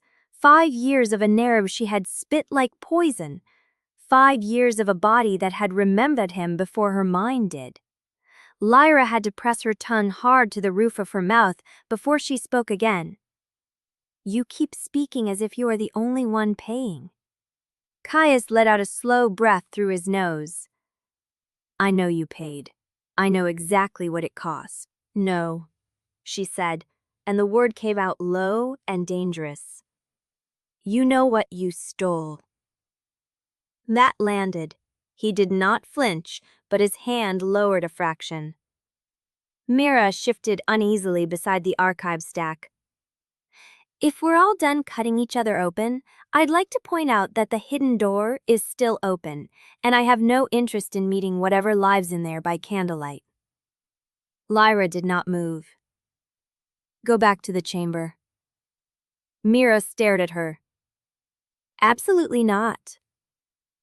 Lyra, Caius said, and there was warning in it now, not the cold command he used in battle, but something more private and far more difficult to ignore. We should seal this room first. After I know what you were hiding? His shoulders drew back, a careful adjustment as if he had placed his body between her and the open wall, without quite admitting it. You already know enough to be in danger. That is a coward's answer. One corner of his mouth shifted, almost a smile, and it made her want to strike him and lean forward at once. And you are still cruel when you are frightened. Her truth light stirred hot behind her eyes. Silver flashed faintly in the gray-blue, enough that Mira glanced away and pretended not to have seen it. Lyra hated that Caius noticed everything, especially the things she failed to hide. He stepped closer. Not much. Just enough that the space between them changed shape. The room seemed to contract around the motion. The open seam in the wall, the ledges, the papers, Mira's careful breathing, all of it receded around the fact of him. Lyra's pulse became a hard, ugly beat beneath her ribs. His shadow touched the hem of her sleeve. She did not step back. He stopped when they were close enough to share warmth, but not enough to break the pact. Close enough that if either leaned forward, the world would have to decide what kind of wound to become. His voice lowered. You want the truth? I have been demanding it from you for a month. No. His gaze held hers, steady and dark. You want the version that lets you punish me cleanly. The insult should have made her lash out. Instead, it caught on something exposed. Lyra's hand curled at her side. And you want what? Forgiveness because you finally stopped lying in layers? His mouth went still. I want you alive. There it was again, stripped bare of ornament, of justification, of every careful room he had built around it. Her throat tightened before she could stop it. She hated that he could still do that. Hate, maybe, was easier than this.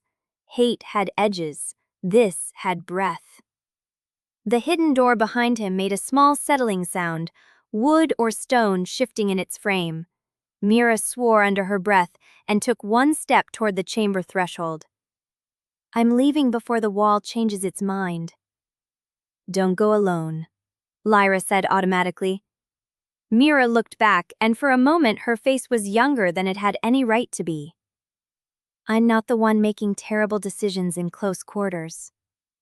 Then she was gone, slipping out with the records clutched to her chest, leaving the archive room smaller and far more dangerous.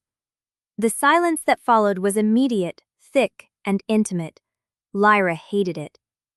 Caius set the iron key on the leads between them with deliberate care, as if placing down something that could bite.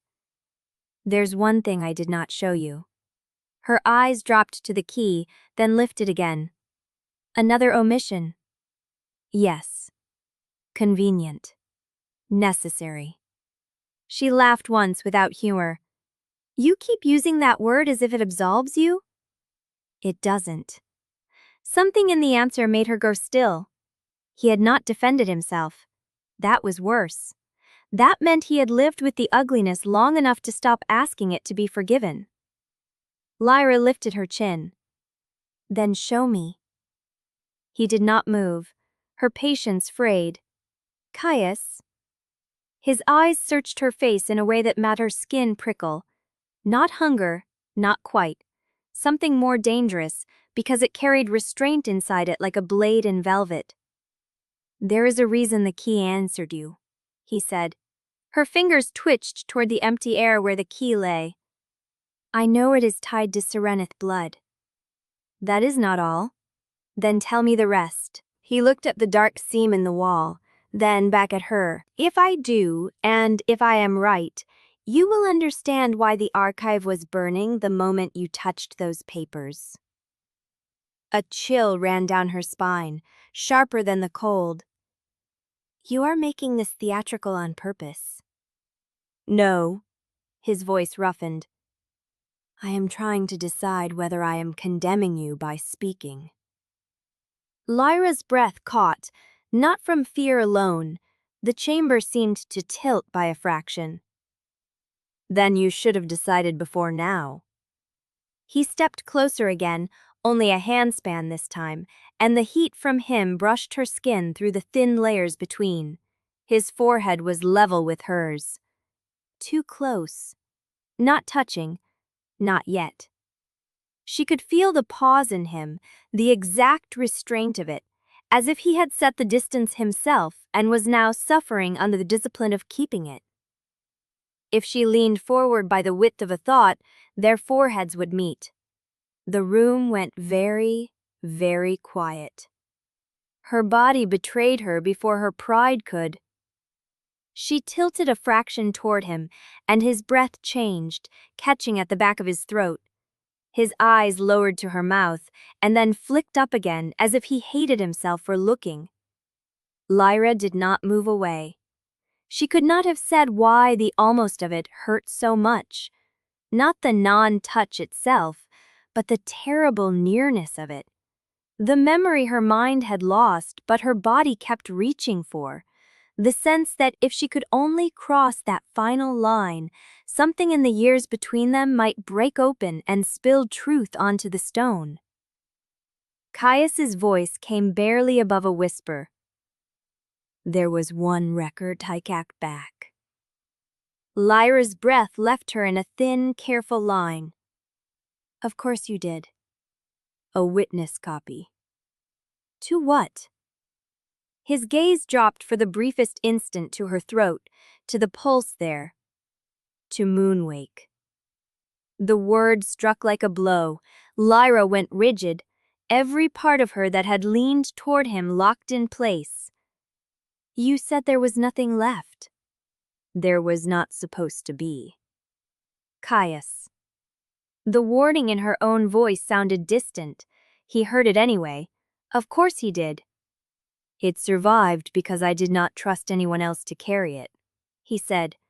"And because if Vael found it first, he would know exactly which part of the night I was present for." Lyra stared at him. "You hid a witness copy from me." "Yes." "After everything." "Yes." Her hand came up before she meant to move it, stopping just short of his chest. Not touching, never touching. The restraint of it made her fingers shake. "What is in it?" Caius did not answer at once. The hidden door behind him gave a faint knock from somewhere deep within the dark. Once. Then again. Then a third time, slow and measured, like something patient counting. Caius's eyes changed. Not fear, recognition sharpened by decision. He reached into the inner fold of his coat and drew out a thin packet wrapped in black oilskin. It was no larger than her palm. One corner had already been torn and resealed with wax stamped so many times the marks had blurred into each other. Lyra stared at it. "Why is that still on you?" she asked. His mouth tightened. "Because if we were searched, I wanted one lie to survive." Her breath went shallow. He held the packet out between them. She did not take it. "What does it prove?" she asked, his gaze locked on hers. "Either that veil ordered Moonwake's end from the start," he said, "or that someone used my name to make sure you would never believe the truth." The words went through her like a blade turned slowly in the dark. Outside the archive room, somewhere beyond the wall and the chamber and the sleeping mountain, something heavy moved once beneath the floor. Then the voice from inside the hidden door, low and close and pleased, spoke her name from the dark. Chapter 26. The hidden door did not open like a door at all. It yielded with a dry, resistant sigh, as if the wall had been holding its breath for years and had only now decided to let them pass. Frost crumbled from the seam in pale dust. Behind it waited a dark throat of stone, narrow enough that Lyra had to angle her shoulders to enter. The air within colder than the chamber behind them, and carrying the stale scent of paper gone metallic with age. Caius went first. Of course he did. He did not look back to see whether she followed, only lifted one hand in a sharp economical motion, a signal to stay low. The packet he had shown her was tucked inside his coat again, and the black oilskin pressed flat against his ribs, as if he meant to keep the truth there by force. Lyra slipped after him, with her jaw set so hard it ached.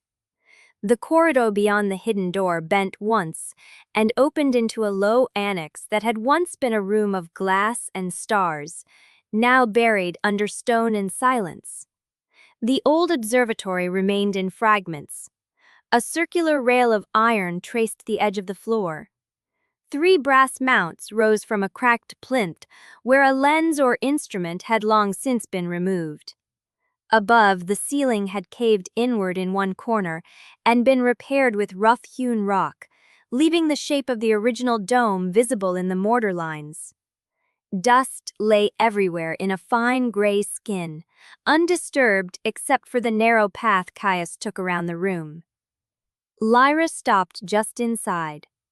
There were shelves cut into the walls, shallow and hidden behind a false panel that had been swung aside.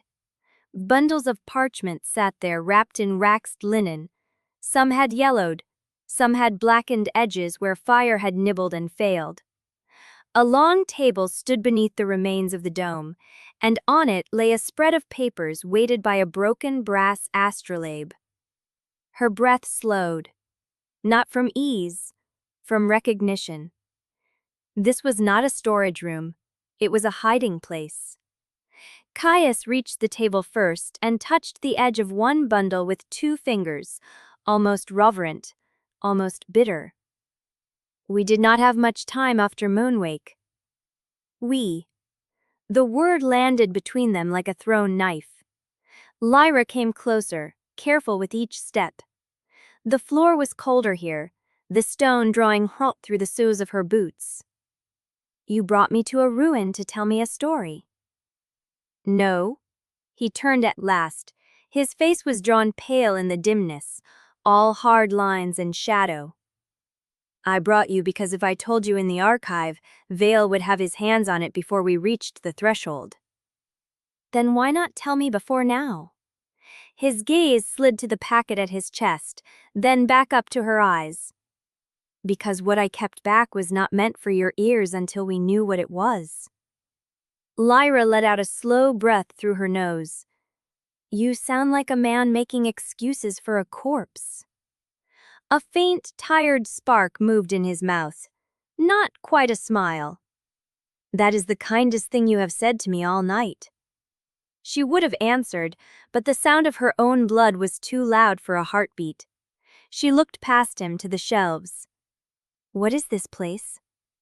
An annex beneath the observatory, older than Astron's current seals. He moved to the table and began sorting the papers with deliberate care. It was used to store correspondence that could not be copied. Correspondence from whom? He paused with one sheet half lifted. From people who no longer had the luxury of leaving their names on record. That answered too much and too little. Lyra crossed to the table. The top sheet was written in Caius's hand, the ink gone brown with time, but still legible in the slanted, controlled strokes she now knew too well. Not his formal hand either. This one was rushed, tighter at the corners, as if he had written while standing or while listening for footsteps. Her finger hovered over the first line. Stand down order transmitted to all reachable REITs. Halt the strike on Moonwake. Do not engage. Her throat went tight around the words. Below it, copied in a different hand, and then annotated, were route marks, times, ward stations, relay houses. Several names had been crossed out so hard the parchment had nearly torn. Others had been circled in red, the trail threaded from Sunspire to the North Roads, then into the mountain passes that fed Astra's supply lines. Lyra turned the page too quickly. Another order, another copy, another relay. And then a line written in a sharper hand, the letters precise enough to cut. Interception confirmed. Crown hands at the Western relay. Delivery diverted under Vale authority. Her fingers went cold. She looked up. This is not your hand. No.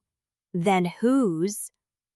Caius reached across her shoulder and flipped the page, not touching her, but near enough that she felt the heat of him through the thin band of air between. Keep going. The next bundle had been sealed in wax and opened carefully, the parchment inside folded around a strip of black silk. She tugged it free and found not a report, but a list of names. Moonwake Outerstaff, Lower Gardens, Chapel Wardkeepers, East Wing Servants. Several had been marked with a symbol she had seen before on dead name ledger pages, a small hooked slash beside the margin. Silenced, reassigned, erased. Lyra's mouth hardened. Below those names, a second column held route points and times. One entry had been emphasized by 3 strokes of darker ink. Primary reroute through Vale House Courier Channel. Countersignature, R. Vale. She stared at it until the letters seemed to tilt. Rennick. Not Adrustus, not some faceless office. His son. Polished hands, smooth voice, the magistrate who had stood in Sunspire's bright halls and looked at her as if she were a useful blade laid on velvet. Her hand closed around the page so sharply it creased. Caius saw the movement and stepped around the table to the far side, as if giving her room might keep her from turning the paper into ash. I did not know that until later. Lyra's laugh came out thin and ugly. You expect me to believe you did not recognize Vale's son in his own handwriting? I knew the seal, not the man. That makes it better? She snapped. No. The answer was immediate, flat, no defense in it at all. That stopped her more than if he had argued. She looked down again. Under the root lines was a strip of oath fragment parchment, the kind used to record a binding witness before it was burned or locked away. The ink had bled in places, but the phrasing still held. The strike was to proceed under crown necessity. If stand down is received, confirm receipt and do not alter root history. If witnesses remain unaligned, excision is authorized. Her stomach turned. This was meant to be buried, she said, quieter now. Yes. Then why keep it? Caius held her gaze. Because burying the truth did not stop it from happening. The words had no softness in them, only exhaustion. The kind that came from carrying a thing too long and not setting it down because doing so would kill whatever held it together. Lyra moved to the table and laid the pages out one by one, her hands suddenly more precise than calm. There were dates, there were route seals, there were copies of the same instructions sent by different channels, as if the sender had not trusted a single line to survive. Some fragments were stained where water had seeped through stone, others bore scorch marks. On the last sheet, at the bottom of a cropped column, a note in a hand she did not know read, R. Vale requests final oath review. Rennick again. Her lips parted but no sound came. 5 years. 5 years of blood and rage and bodies, and nights spent sharpening hatred into something she could hold. 5 years with the wrong face pinned to the center of her grief. She pressed 2 fingers to the bridge of her nose, hard enough to make stars flicker behind her eyes. This is not enough. No, Caius said. The simplicity of it almost broke the air. It is proof of interception, Lyra said, hearing the steel return to her own voice by force. It is proof that your stand-down existed. It is not proof of who ordered Moonwake. His expression did not change, but something in the room seemed to draw tighter. No. She looked up. He held her gaze for one terrible beat. That is because this was only one thread. The hidden door behind them clicked. Lyra turned so fast her shoulder nearly struck the table. Her hand had already gone to the knife at her belt before she registered the sound.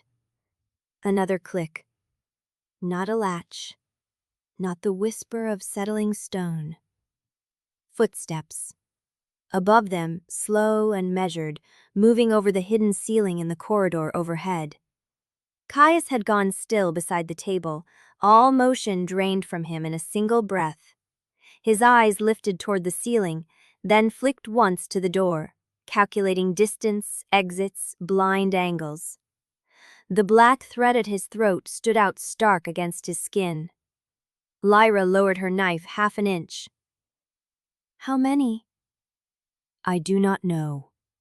That was not an answer. No. His voice had thinned. It was the truth. The footsteps stopped. For one suspended instant, the only sound in the annex was the faint rustle of parchment in Lyra's hands. Dust trembled from the ceiling seam in tiny silver grains. Then a second set of steps answered the first. Closer. Lyra's pulse kicked hard under her ribs. Not Starwarden. The rhythm was wrong.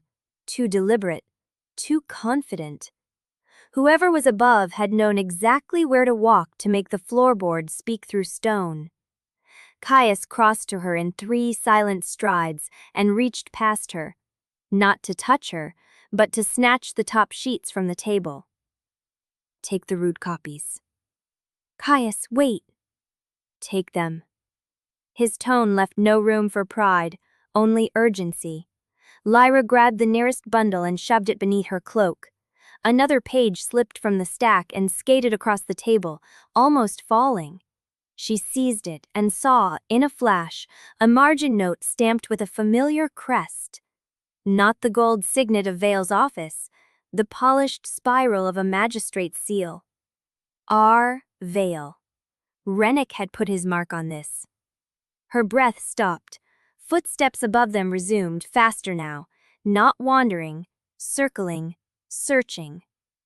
Caius's hand went to the inner fold of his coat.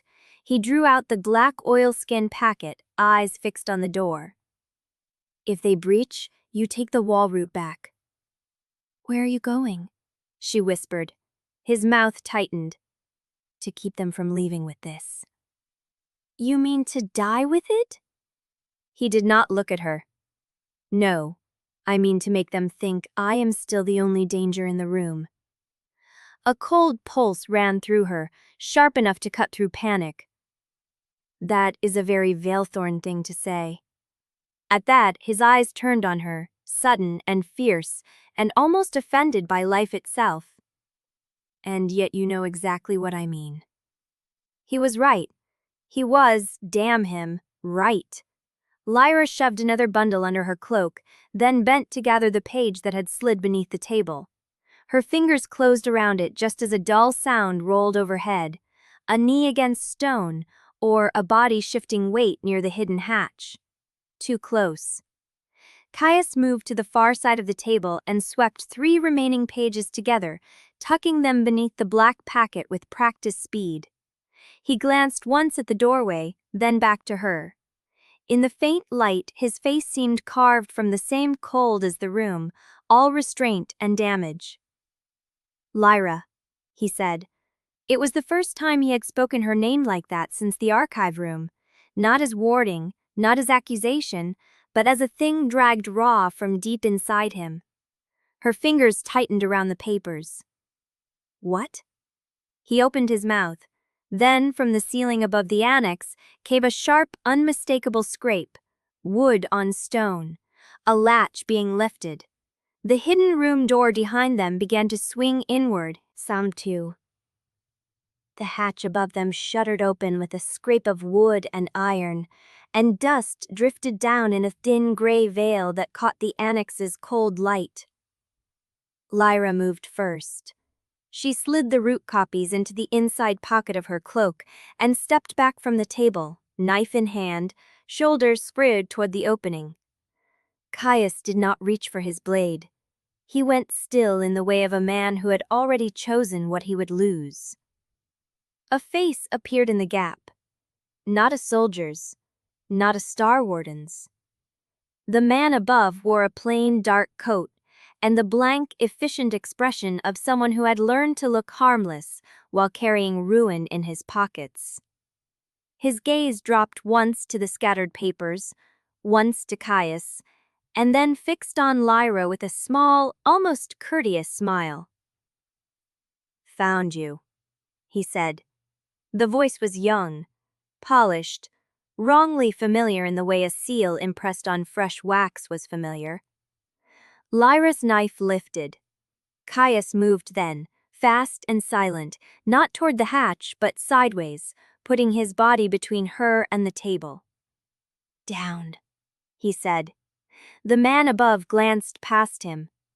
"Still taking orders from a Vaelthorn, Serenith?" Lyra felt the words before she understood them. Not insult, not simple provocation. A trap laid across an old nerve. Rennick Vale's seal gleamed on the page in her hand. The face in the hatch was not Rennick Vale's face. "Who are you?" she asked. The smile did not change. "Someone with enough patience to be useful." Another shape shifted behind him in the corridor. Then another. Boots, measured and soft. Not storming, not urgent. They had not blundered onto the annex. They had come for it. Caius's hand tightened once around the black oilskin packet. "How many?" he asked, not to the face above, but to the corridor beyond. The man's eyes flicked to the packet, interest sharpened, brief as a blade. "Enough." Lyra caught the movement. So did Caius. The recognition between them was immediate and grim. He knows what that is. He knows what Caius has. Mira burst through the hidden door at Lyra's back before anyone could speak again. She had one of the Arthaud bundles hugged to her chest and frost clinging to the hem of her skirt. Her face went white at the sight of the open hatch. "Oh," she said, and then more sharply, "Oh no." The man above glanced toward her with the same mild curiosity one might give a servant carrying tea. Mira's gaze dropped to the page in Lyra's hand, then to Caius. Then, with visible effort, she dragged it back to Lyra's face. "Do not do anything heroic," she said. Lyra barked a short, humorless breath. "That was never my plan." Mira's mouth twitched once. It was almost a smile. Almost. Then the corridor above gave a soft click. Another set of footsteps approached, and this time there was no mistaking the weight of authority in them. Not a guard's pace, not a scout's. A man who expected rooms to open for him. Caius's jaw hardened. Vael is here. The name settled the room like winter ash. Lyra looked from the hatch to the paper in her hand. Intercepted routes, hidden countersignatures, excision orders. If she carried these out into the corridor, if she reached the Queen with them, if she named Rennick and Vael and the Gilded Seal in one clean breath, it would strike like a bell. And then what? Vael would deny. Thorne would be compelled to choose. The castle would tighten. The surviving channels Caius had built, the ones hidden in the walls and old records and dead names, would be exposed before they could be used. Whoever had been passing warnings and moving evidence from inside Sunspire would vanish. Lyra and Caius would be sealed in a public accusation with no wall left behind them. The thought landed hard enough to make her grip the knife slick with sweat. Caius watched her read it. He had always watched too much. It is a line, he said quietly, not a victory. Lyra looked at him. You are very determined to be useful today. Only today? Mira made a sharp, exasperated sound under her breath that might have been disbelief or fear or both. She set the iCard bundle on the table with care that did not quite hide the tremor in her fingers. We are out of time, she said. If they have the hatch, they have the corridor. If they have the corridor, they can search the annex, the gallery, and half the sanctuary before Tovin gets back. Lyra's head turned. Where is Tovin? Keeping people from asking why so many files are missing. Mira's eyes flashed from one to make a table entirely. At least, that was the last I saw of him. Above, the man in the hatch lifted a hand and tapped 2 fingers against the frame. A signal. Not to them, to whoever stood behind him. Lyra was closer now. Lyra heard the faint edge of his voice through the floorboards, too muffled to catch words, calm enough to turn her stomach. Mira followed her glance and went very still. You hear that? She murmured. Lyra did. The voice itself was not the danger. It was the shape of it. A man who expected obedience. A man who treated every room as already won. The hatchman smiled wider, as if he knew exactly what had passed over Lyra's face. You should leave the papers, he said. Walk out. Save yourself some trouble. Trouble? Lyra repeated. His smile did not fade. You have no idea how much. Caius shifted once, a small movement that brought his shoulder close enough to hers that she felt the heat of him through 2 layers of cloth. It did not comfort her. It sharpened everything. If he sees you with those, Caius said, low enough that only she and Mira would hear, he will know the root cache is compromised. He will scrub the corridor and burn the remaining channels. Lyra did not look away from the hatch. And if I say the truth now? Then he knows which pieces to cut first. Mira's gaze darted between them. The names on these records, she said, tapping the bundle with 2 fingers before she could lunge. The touch was brief, precise, and hot enough to make her skin go taut beneath her pulse. He let go at once, as if even that fraction of contact had been an act of war. Do not, he said. She stared at him. You knew. I suspected. You always suspect everything. Usually correctly? Mira looked sick. How long has that passage been used? Caius's face did not give her anything. Long enough. Lyra heard the bitterness in the answer, the same one he used when he would not say more, because saying Munir might save someone else and damn him. The man, I have finished rehearsing your loyalties, he said. They would like the black packet. Caius's expression did not shift. Of course he would. The hatchman's eyes flicked to him. You have always been rude when cornered, A subtle change passed through Caius then. Not recognition exactly, something older, more dangerous. Lyra caught it. "Mira," she said softly, "get behind me." "I am already offended that you think I would do otherwise." Despite the fear in her voice, she stepped closer, not away, and put a hand to the edge of the table as if she could anchor the room with her bare fingers. Above, the hatchman reached down, not to strike, to receive. A second hand appeared beside his, gloved in dark leather, longer fingers, a signet ring flashing once in the light. Lyra's breath stopped. Rennick. Not the man at the hatch, the hand beside him. She knew that polished, deliberate gesture anywhere. He did not need to show his face to be recognized. He had brought himself near enough to be seen through a crack in the world. Caius's voice dropped to a near whisper. There. Lyra's pulse hammered once, hard. So he came. Of course he did. Why? Caius's eyes held the hatch. To see what I have kept.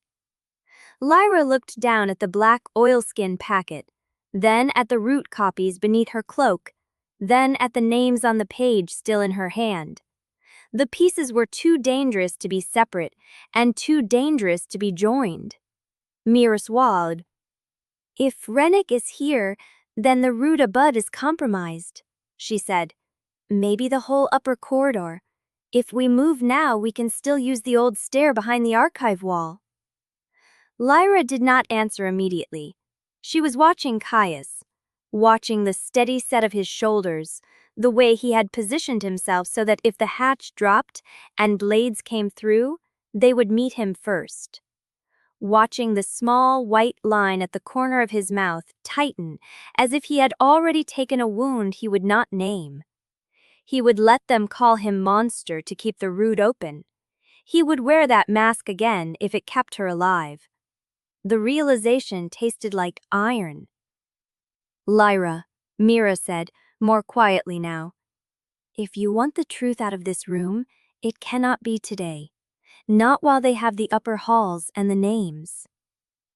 Lyra's jaw clenched. The chamber behind her, the chamber that had become their prison and refuge and battleground, seemed to shrink around the sound of breathing. Dust, paper, cold stone. Caius, Mira, the hatch above, the corridor beyond, everything narrowed to one decision. She thought of stepping into the open with the pages and speaking them aloud. She thought of Vale's face when the first accusation landed.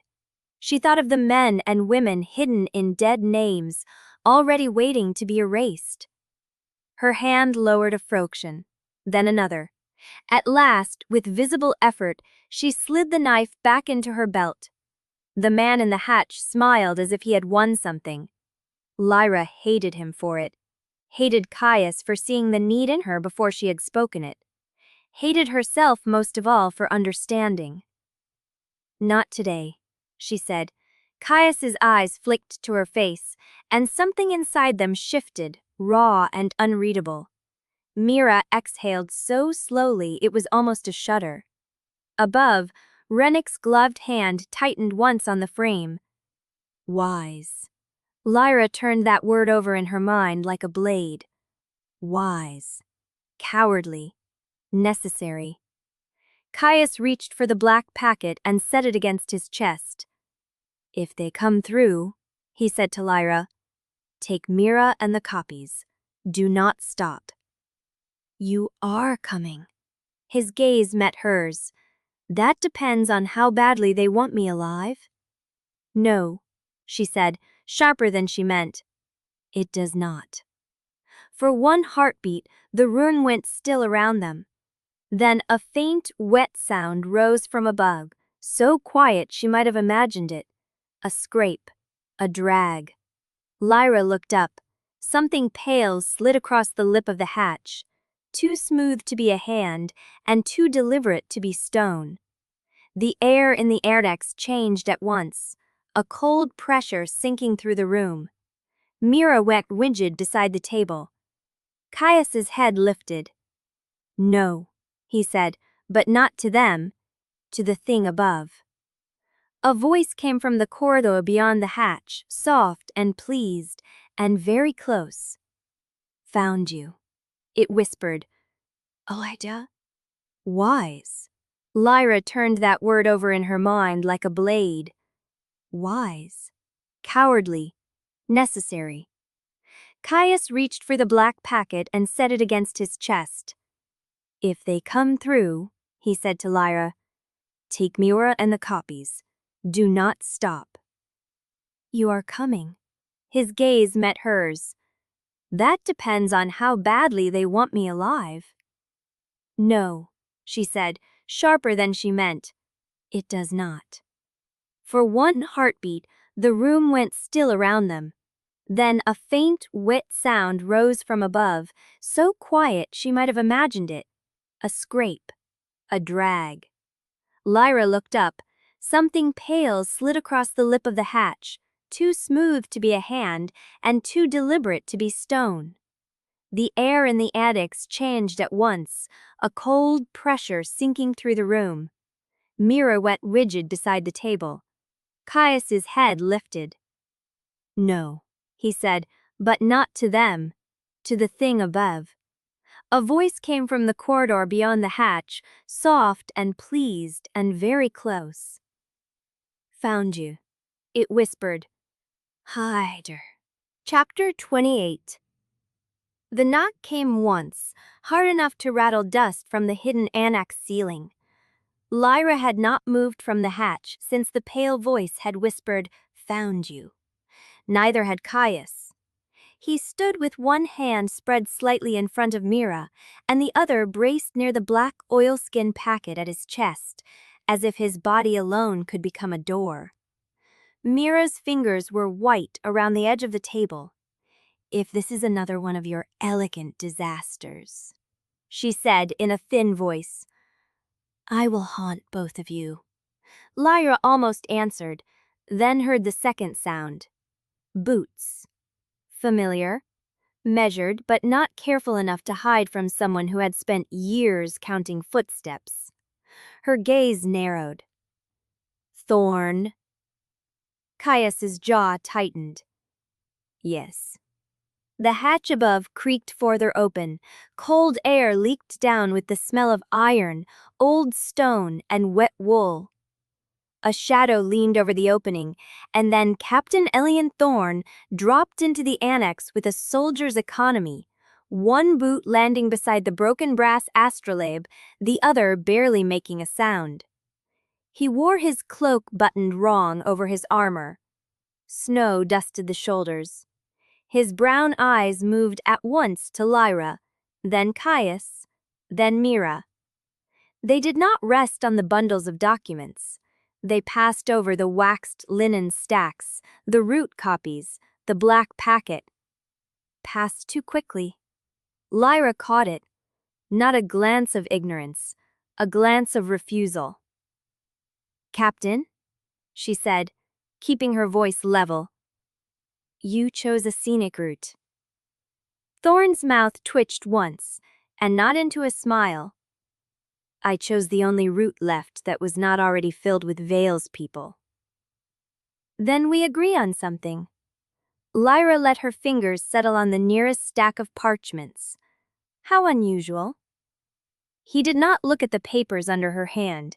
He looked at her face, as if the truth might flare there in silver and burn him if he lingered too long.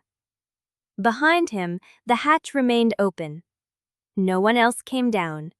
That, too, was a choice. Mira edged sideways, putting herself between the archive wall and the documents, subtle as a blade sliding into a sleeve. "How many up insiders?" she asked. Thorne's gaze flicked to her. "Enough." "Specific, Captain," Lyra said. His eyes returned to her. 3 in the corridor, more in the upper observatory stair. Vale is moving men through the sanctuary under the pretext of reinforcement." The words landed cleanly. Not drama, not warning for the sake of it. Facts, clipped and ugly. Lyra felt Caius shift beside her, the smallest movement in his shoulders. He had gone still in the way of a knife laid flat on a table. Reinforcement from whom? Mira asked. Thorne's face gave nothing away. From himself. Lyra tilted her head. You came all this way to say that? I came, he said, and there it was. That faint drag in his voice she had heard before, the restraint of a man refusing to step where his conscience wanted. Because the route above is compromised, the archive route has been marked, and Vale is tired of waiting. The room seemed to narrow around the last word. Caius's mouth turned faintly. Tired. Thorne did not look at him. Of your theatrics, yes. My, Caius said softly. Or his? Lyra watched the exchange with the cold attention of a hunter hearing reeds move before the strike. There was history in the space between them. Not friendliness, not quite enmity either. Something worn thin by repeated failures. She leaned a hand on the table and let a small thread of truth light stir beneath her skin. Not enough to blaze, just enough to taste the air. Thorne's breath caught, so quick most would have missed it. Lyra let the light gather behind her eyes until the gray blue of the cooled towards silver. You are avoiding the records. Thorne's gaze cut to her, then away, as if the answer had edges. Containment? Escort? Clean up? A pause. And silence. The last word landed harder than the others. Mira's face drained a shade. Silent sigil work? Thorne did not respond to her. He was watching Lyra again, braced now as if expecting her to strike. She did not. Not yet. She let the truth light gather further until it touched the air between them like frost. You knew about Moonwake before it fell? She said. No. The law broke on the edge of her gift, not fully false, not fully true. Enough to mean he had known something. Enough to mean he had stood inside a machine and chosen not to scream. Lyra's fingers tightened on the document. Then what did you know? His eyes shifted once to Caius, gone quickly, but not quickly enough. Caius caught it. Lyra saw that too. Thorne said, Need not understand that if I name the wrong thing too soon, people died. People did die, Lyra said. His shoulders barely moved. Yes. The simple acknowledgement was worse than any defense. Mira drew a breath through her teeth. Captain, if you are here to drag us back to Sunspire, that seems ambitious. Half the sanctuary is already rotten with Vale's people. I am not here to drag you anywhere, he said. Then why? Lyra asked. At last he looked at the crate shielding the hidden panel, at the root copies under Mira's sleeve, at the black oilskin packet Caius still held against his coat. He had avoided all of it until now, but now his focus touched each object like a man stepping around a grave. Because Vale is not waiting for the right to finish, he said. The room went thin. Caius's voice came quiet, deadly. He is moving sooner. Thorne's eyes met his at last. Yes. Lyra felt the answer settle in her bones before her mind caught up. Define sooner? He has preparing a formal claim of direct crown necessity. Thorne said, if he has his way, he will place the vault under crown command before dawn and install his own wardkeepers in the chamber. The right will become his leverage, not yours. Mira went very still. That is not lawful. Thorne gave her a look that was almost pity. Neither is half of what happens in Sunspire. Lyra's truth light flared once, hard enough to silver the edges of her eyes. And you are telling us now because? Because you are running out of room. He glanced once toward the hatch, and because Vale is no longer pretending he wants only oversight. A chill moved through the annex, though the room had no window and no wind. Then what does he want? Lyra asked. Thorne's answer came after a fraction of hesitation. Control of the chamber, control of the bind, control of what is revealed when it breaks. Caius let out a short, humorless breath. So he means to step into the rite itself. Yes. Lyra's fingers eased from the paper. That would violate every sanctuary law the Starwardens still pretend matters. It would, Thorne said, and he will do it anyway if you give him the excuse. Lyra stared at him. Excuse. He is watching for a rupture, for panic, for a reason to say the vault cannot be trusted to house either of you unsupervised. Mira's lips parted, then closed. Her gaze flicked to Lyra, then Caius, then the floor, as if the mountain itself had become a witness box. Lyra heard suddenly the faint scratch of boot leather somewhere far above them. 1, 2, measured. The upper halls moving on toward their position. Thorne heard it too, his head lifted a fraction. Caius saw it first. They are already in the observatory stair. Thorne gave a single, tight nod. Yes. Lyra looked between the three men, the two at the hatch and the one in front of her, and understood with sick clarity that Thorne had not come to save them. Not entirely.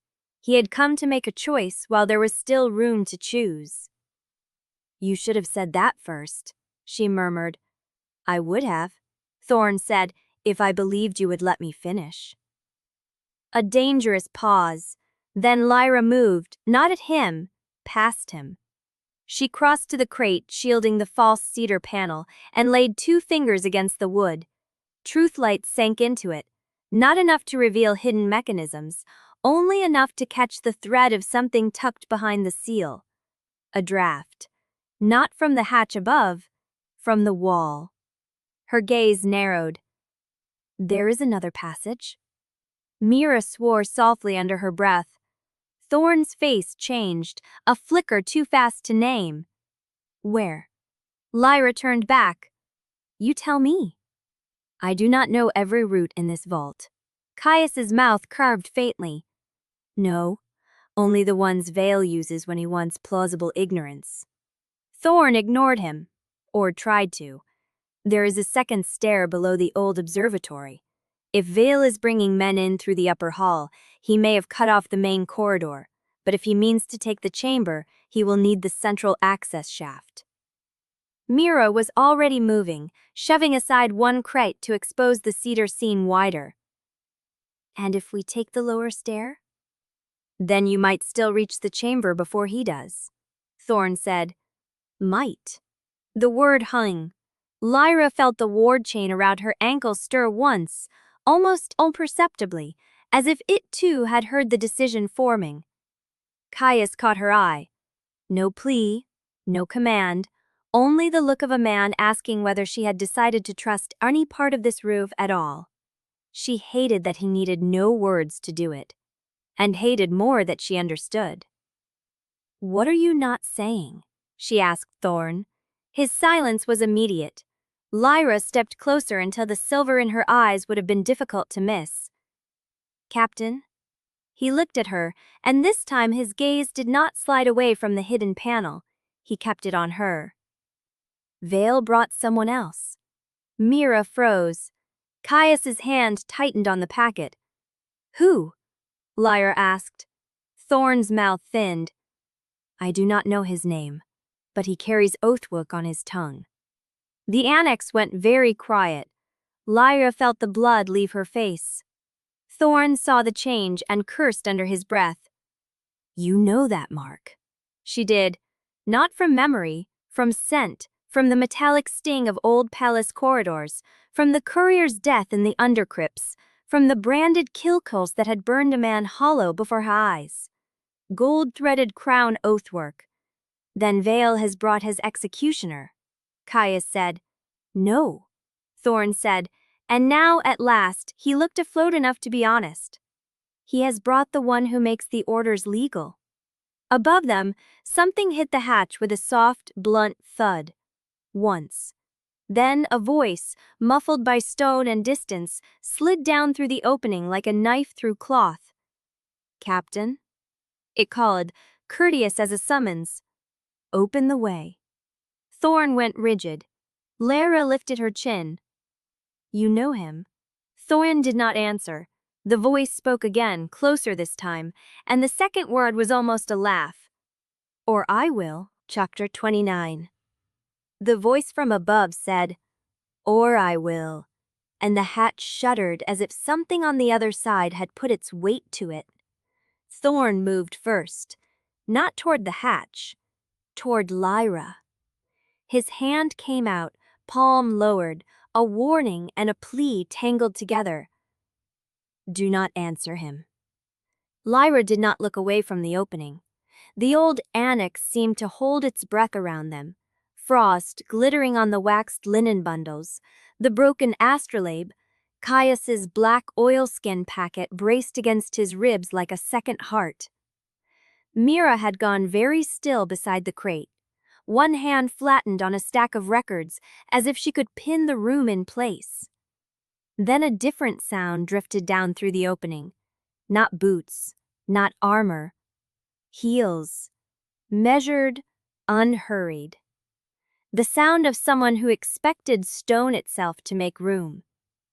A woman's voice followed, low and clean as a blade drawn from silk. Captain Thorne, if you have finished theatrics, let us through before your incompetence becomes public. Thorne's face went flat. Caius turned his head a fraction. Something hard and old moved across his features, too brief to be comfort. Recognition, yes, but not surprise. Lyra caught that too and filed it away. The hatchman above let out a courteous little breath. She is in a temper, he called down, almost amused. As usual. A pause, then the woman said, Open the way, or I will have the ironwork taken off the ceiling, piece by piece. Mira's gaze snapped to Lyra. That's not a Starwarden. No, Lyra said.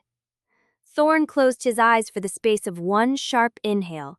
When he opened them again, the choice had already been made somewhere behind them. If she is here, then the situation has changed. Everything changes when your people arrive to set fire to the truth, Caius said. Thorne did not answer. He stepped back from the hatch, one hand rising as if to brace the frame, and called up, Lady Selene, if you intend to enter, do it now. There are hostiles in the upper corridor. A dry, cutting laugh answered him. You finally sound useful. The hatch gave a metallic scrape.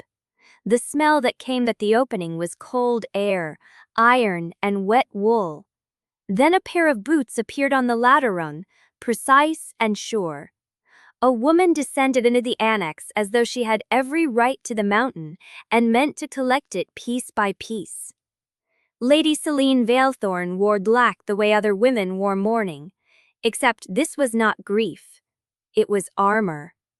Her coat full to her calves in heavy tailored lines, its fabric catching the low light with a faint slick sheen like black glass. One gloved hand held the side rung of the ladder. The other rested near the dagger at her hip, not gripping it, merely promising. Her hair, dark and severe, had been drawn back from a face that did not soften for age or courtesy. She had Caius's bone structure in the mouth and the angle of the cheek, but none of his restraint. Her gaze swept the room once and stopped on Lyra with immediate, unsparing appraisal. Not hatred. Worse. Calculation. So this was the sister, the one who had let Caius remain the family's public wound. Lyra set her shoulders and did not move. You are early. Selene's eyes flicked, not to Lyra's face, but to the ward chain at her ankle, then to Caius's throat, where corruption darkened under the collar of his shirt. Something tight crossed the woman's mouth. Not emotion. Assessment sharpened by fear. Late, actually, Selene said.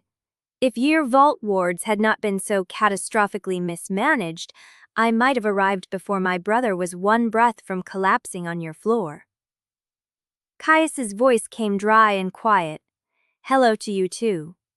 Selene looked at him then, really looked. The line of her jaw hardened.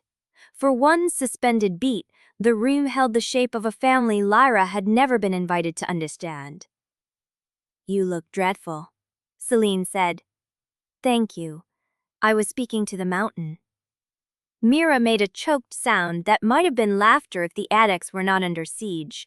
She covered it with a cough. Selene stepped off the ladder. The hatch above remained open for a moment, and Lyra could hear shifting movement beyond it. More than one person, but no one else descended. Selene's boots struck the floor. She moved with a soldier's economy, taking in the bundled records, the hidden panel, the frost-edged dark of the annex route, and the spilled ash from the burned page as if each detail had its own ledger. Then her gaze returned to Lyra. House Vaelthorn had always been painted as shadow and predation in the Crown's stories. This woman made that sound almost quaint. You are Serenith, Selene said. Lyra did to blink. You have a sharp eye? I have a brother who is too stubborn to die, which tends to improve one's eyesight. Caius made a faint, warning sound. Selene ignored it and took 2 steps toward him before stopping just short of arm's reach. Short enough to show control, close enough to prove concern. You sent no word, she said to him under her breath. I was occupied. With what exactly? Her eyes cut to the black oilskin packet. Collecting evidence or getting trapped in a crypt with a murderess and a scholar? Lyra's hand went to the knife at her belt on instinct. Caius's fingers moved too, not to weaponry, but to the edge of the packet as if he could shield it by touch alone. If you want to accuse anyone of murder, start with the Crown. Selene's expression did not change. I intend to. The words landed in the room like a dropped blade. Bairn straightened. Lady Selene, this is not the place. It is the only place I have, Selene said, and when she looked at him, the chill in her voice turned nearly surgical. You will stand there and be quiet unless you want me to discuss your silence at Moonwake in front of everyone above us. Thorne's mouth tightened. He did not answer. Lyra watched that exchange and felt something shift. Not trust, not yet, but the shape of danger had changed. Selene was not here by Crown permission. She had not come to smooth the room or perform the political grief of a noble house. She had come to because someone had finally zagged the wound open far enough that she could see the bone. You know about Moonwake, Lyra said. Selene's gaze slid back to her. I know enough to be insulted by the official version. That is not the same thing. No. Selene stepped around the broken astrolabe, Blake hem whispering over stone. It is what we have had to live with. Lyra's fingers tightened on the records. For the first time since she had descended, her voice sharpened into something almost raw. Do you think I have not seen what this is doing to you? Caius's chin lifted a fraction. I did not ask you to come. No. You only chose to nearly kill yourself in silence and leave me to explain the mess. Lyra watched him absorb that, watched the flicker in his eyes that did not belong to anger. He had expected coldness, not concern. It seemed to strike harder. Selene turned before the moment could turn tender. Good. She had no patience for tenderness. Neither did Lyra, not from strangers. "Brother Tovin is stalling them above," Selene said, as if shifting the room back into the shape of practical use. "He bought you time, but not much. Vale has a formal claim drafted, along with an execution warrant tied to your right." Thorne's head snapped up. "That is impossible." Selene gave him a look of almost bored contempt. "You keep using that word as though it is protection." Mira swallowed. "You have seen the warrant?" "I have seen a reference copy." Selene's gloved hand dipped into the inner fold of her coat and produced a narrow folded strip of parchment sealed with black wax stamped in Vaelthorn silver. She did not hand it over yet. "Enough to know it exists, and enough to know the crown expects you to flinch before dawn." Lyra did not move. "Why bring this here?" Selene held her gaze. "Because the only reason my brother remains alive is that the crown still thinks him useful. If Vale takes this vault before the rite completes, Caius becomes an inconvenience to be erased." The quiet that followed was not silence. It was the room recognizing a fact too dangerous to dress warmly. Lyra glanced at Caius. He had gone very still, but his hand had not left the packet. Not fear, resolve. Selene saw it too. Her expression tightened in something like fury. "You were going to offer yourself, weren't you?" Caius did not deny it. That, more than the answer would have, seemed to infuriate her. "You idiot," she said softly. Caius's mouth twitched. "Says the woman who walked into a crown trap with only one escort." "4 escorts," Selene said, "2 of whom are now making a very poor argument with your Starwardens in the upper hall." Mira blinked. "Your escorts?" "My problem," Selene said. Then, with deliberate care, she slid the black wax seal between her fingers and broke it. The parchment inside was not long, but as it unfurled, Lyra saw the crimson edge of a housemark, the elegant silver script of a sealed Vaelthorn intern and directive, and 3 hard lines that made the air go colder. "Vale has been moving before schedule. Seizure of Asterreach authorized on Dawn Bell. If the rite breaks publicly, House Vaelthorn is to be blamed first." Lyra's pulse kicked once, hard. Selene watched her read. "You think only the crown knows how to write a lie into law? House Vaelthorn has been holding this one by the throat for months. We knew something was being set in motion around the Binding Rite. We knew the root records had been touched. We knew someone in the palace was steering reports away from the hearth." Mira's head lifted sharply. "Then why not say so sooner?" "Because knowing and proving are not the same beast." Selene folded the paper back with one swift motion. "And because if we made an accusation too early, Vale would have sealed the matter as house hysteria, stripped our access, and left us with nothing but suspicion and a dead prince."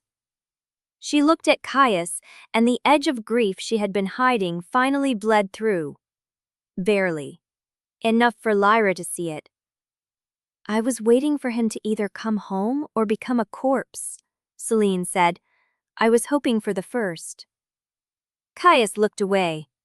Lyra had no softness to offer them, only the hard understanding that this woman had loved her brother in the only way this world seemed to allow, by preparing for loss before it could sharpen its teeth. Thorne cleared his throat. "Lady Selene, if Vale moves at dawn, then we must reach the chamber before he does. If he gains legal authority over the rite, he can force witnesses, alter records, even bind the chamber open." Selene's head turned to him.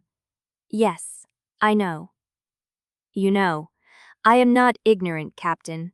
I am late." Thorne flinched. He deserved that, likely. Lyra did not spare him the satisfaction of seeing it. Selene's gaze cut from Thorne back to Lyra. "There is something else." Of course there was. Lyra waited. Selene reached into her coat again. This time she withdrew no parchment, but a narrow key wrapped in black cloth. Metal gleamed at its edge, dark and old. Not iron, not silver, something in between, deadened by age and ritual handling. On its bow, a star mark had been worn almost smooth. Caius went utterly motionless. Lyra saw it, saw the sudden rigid absence in him, and looked from the key to his face. "What is that?" she asked. Selene did not take her eyes off her brother. "Something he should have had back years ago." Caius's voice came out very low. "Where did you get that?" Selene did not answer him. She held the key out to Lyra instead. Lyra did not reach for it. The ward chain at her ankle gave one sharp, vicious jerk. All at once the annex changed. Not the light, not the air, the stone. A deep tremor ran through the floor beneath them, hard enough to knock loose frost from the rafters and rattle the records in Mira's arms. Somewhere below, under the hearth and the hidden passages, and all the old bones of the mountain, something answered with a white pulse so bright that bled through the seams in the stone. And from the hatch above, a voice cried out, thin with alarm. "Lady Selene, don't hand her that." Selene's fingers tightened around the key. Caius turns toward the hatch as if struck. Lyra looked up. The voice came again, closer now, but wrong in a way that made the skin at the back of her neck prickle. It was a woman's voice, and it knew the key. Chapter 30. The key had not touched her hand, and still Lyra felt the ward chain seize bone deep. White light bled through the floor seams in thin, feverish lines. The annex held its breath around them, every shelf and bundle of waxed linen caught in a brittle glaze of frost. Mira had gone still with one hand half raised over the records, and Thorne stood near the hatch with the look of a man measuring which lie would cost least. Caius had gone very, very quiet. Selene did not lower the key. She held it out toward Lyra with the steady patience of someone offering a blade by the hilt. "It reacts to you," she said. Lyra stared at the worn star mark on the bow. The metal looked dead, but something in it throbbed against the room and sang the pulse under the stone. A thread of cold ran from her wrist to the base of her throat, black as ink dragged through water. "I know where it was kept." "That is not the same thing." "No." His eyes flicked once to the hatch, then back to the key. "It's worse." Selene's mouth thinned. "You know what it opens." His jaw tightened. The dark thread beneath his skin stood out near the hollow of his throat, black as ink dragged through water. "I know where it was kept." "That is not the same thing." "No." His eyes flicked once to the hatch, then back to the key. "It's worse." Selene's mouth thinned. "If you two are done circling each other, we need to move. If Vael is coming with authority, he will not arrive alone." Thorne gave a low breath through his nose. "He will also not arrive quietly." As if the vault itself disliked being spoken over, the tremor below deepened. Dust sifted from the rafters. The white pulse under the floor seams dimmed, then beat again, harder. Mira swore under her breath and clutched the records tighter to her chest. Lyra still did not move. The key hung in Selene's fingers like an accusation. Something in Lyra's chest pulled toward it. Not want, not exactly. A pull. A recognition so bodily it made her stomach drop. Caius saw it happen. His shoulders locked. "Lyra," he said, and there was warding in it, stripped of all mockery. She hated that he knew the shape of her hesitation before she named it. "Tell me," she said, not looking at him. "Now." His silence was answer enough. Selene lowered the key by a fraction. Caius exhaled slowly. It will show her what was sealed. No one spoke for a beat. Then Mira very quietly said, "That sounds like a terrible idea." "It is," Lyra said. The keys still seemed to call for her. It made her teeth ache. Selene's gaze sharpened on her. "You don't have to take it if you don't want to." Lyra almost laughed at that, not because it was funny, because choice had become a decorative word in this place, hung on every locked door like ribbon over a shackle. She had been ordered, contained, measured, watched. Even now, with all this evidence spread around them like a wound open for inspection, the shape of her life narrowed to what others believed she could survive. Her hand lifted. Mira caught a small sound in her throat and stopped herself from speaking. Lyra took the key. Cold struck her so hard she nearly dropped it. The metal was not merely cold, it was a dead, merciless cold that rushed into her palm and climbed the bones of her wrist with intimate speed, as if it knew the road already. She gasped, and the ward chain at her ankles snapped taut with a white-hot sting. The annex vanished in a crack of brilliance. Not all at once. First came the smell, sharp and wrong, burned cedar and blood made metallic by fear. Then the sound, undered in first, of stone collapsing with the brutal finality of the mountain giving way. A woman shouted. Someone was crying. Somewhere nearby, a bell rang, one hand against the table to keep upright. "Lyra," Caius said again, and now his voice was not in the memory. It was here, present, low and steady. "Look at me." She could not. She was back under rubble, half buried, the world narrow as a coffin. A stone edge pressed into her side. Her fingers were slick with blood. She remembered trying to call out, only to choke on the dust. She remembered hearing movement above her, running footsteps. Not Caius, heavy boots. Too many. Clean hands, quiet boots. The phrase came with a brutal flash of certainty. Crown agents. Not Vaelthorn, not rescue. She heard the memory of herself realize it too late. And then, because memory was a crueler thing than grief, another fragment struck through the first. Caius's face smeared with ash, half hidden in the smoke. Not leaving, searching.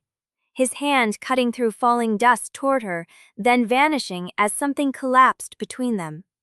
The relief and betrayal inside her collided so violently that her vision white-edged. She made a raw sound and bent forward, one hand over her mouth. The key slipped from her fingers and clanged against the stone floor. It was over. No, not over. Receding. The memory pulling back like a tide, leaving her raw to the bone. She tasted blood. Real blood. A warm hand hovered near her shoulder and did not land. "Do not touch me," she said, but it came out broken. "I wasn't going to." Caius had stepped back. She could hear it in the shift of his boots on stone. His restraint was so complete it sounded like pain. "Breathe," he said again. "Slowly. In through the nose." Mira moved somewhere to Lyra's left, but her voice was muted, cautious, as if she knew she was walking around a live wire. "Should I fetch water?" "Not yet," Caius said. The quickness of it was almost a flinch. Lyra dragged air into her lungs and hated the shakiness in it. Her right hand trembled against her mouth. Her left burned where the key had bitten into her skin. The ward chain had gone from hot to icy to numb, the whole ankle heavy with aftermath. She forced her eyes open. The annex had returned. Shelves, parchment, frost. Selene watching her as if she understood exactly how little mercy this world allowed. Caius stood 3 steps away, pale around the mouth, one hand still braced on the table. He had not moved closer. Good. She did not trust herself with that much. The key lay between them on the floor, innocuous now, a little blackened thing no different from any other old metal. Lyra stared at it until her stomach stopped heaving. "What did it show you?" Mira asked softly. Lyra laughed once, but it sounded like it had scraped her throat on the way out. "You heard enough." Mira's face tightened, and she wisely said nothing more. Selene had gone very still. That was a memory pull. Caius did not answer. "So that is why you went white," Selene said to Lyra, then, with a glance at her brother that was almost angry, "And why you looked as though someone had put a knife in your ribs." Lyra pushed herself upright with one hand against the table. Her legs shook. She refused to let them show it. "Moonwake." The word came out flat, but it did not feel flat inside her. It felt peeled open. Caius's throat moved once. Lyra looked at him then. Really looked. Not at the shadow in his skin or the hard line of his jaw, but at the way he held himself very still, as if any motion might break something already fractured. In the memory she had believed him gone. In the present, he had stayed out of reach. That distance was suddenly unbearable for an entirely different reason. "What else did it show you?" Selene asked. Lyra's fingers curled around the edge of the table until the wood bit into her skin. She could still feel the rubble. The waiting. The moment before fear became a story she told herself for 5 years. "Enough." It sounded thin. It was not. Caius's voice came quiet. "Lyra." She shot of a look sharp enough to cut. He stopped at once. The stop itself made something inside her pull tight and painful. He was learning, or had always known, when not to press. What a terrible time to discover it mattered. She swallowed, then again. "What veil stole?" she said, and had to stop because the words scraped against the place in her chest where the memory had torn loose. "Was not only my family." No one spoke. She could feel every eye on her. Mira's careful silence, Selene's sharpened attention, Thorne's uneasy stillness by the hatch. Caius across from her, as if he were standing on the edge of a blade and refusing to move. Lyra drew in one breath, then another. "He stole the right to choose what I carried," she said. "What I kept. What he made me become after it." The roux held. The white pulse beneath the floor answered once, soft and eager. Lyra felt it before she understood it. A second pressure under the stone. Not a tremor, a step. Then the hatch above them slammed open with such force that frost burst from its frame. A voice rang down into the annex, cool as drawn steel. "Lady Selene, step away from the key." And beneath that command, almost swallowed by the echo, came another sound. A woman's laugh. Wrongly familiar. Lyra went cold all the way through. Book it to a good night. Chapter 31. The voice from the hatch was Adrastus Vales, and it came wrapped in authority so polished it might have been forged from ice. "Lady Selene, step away from the key." The hatch yawned wider above them, frost crumbling from its iron rim.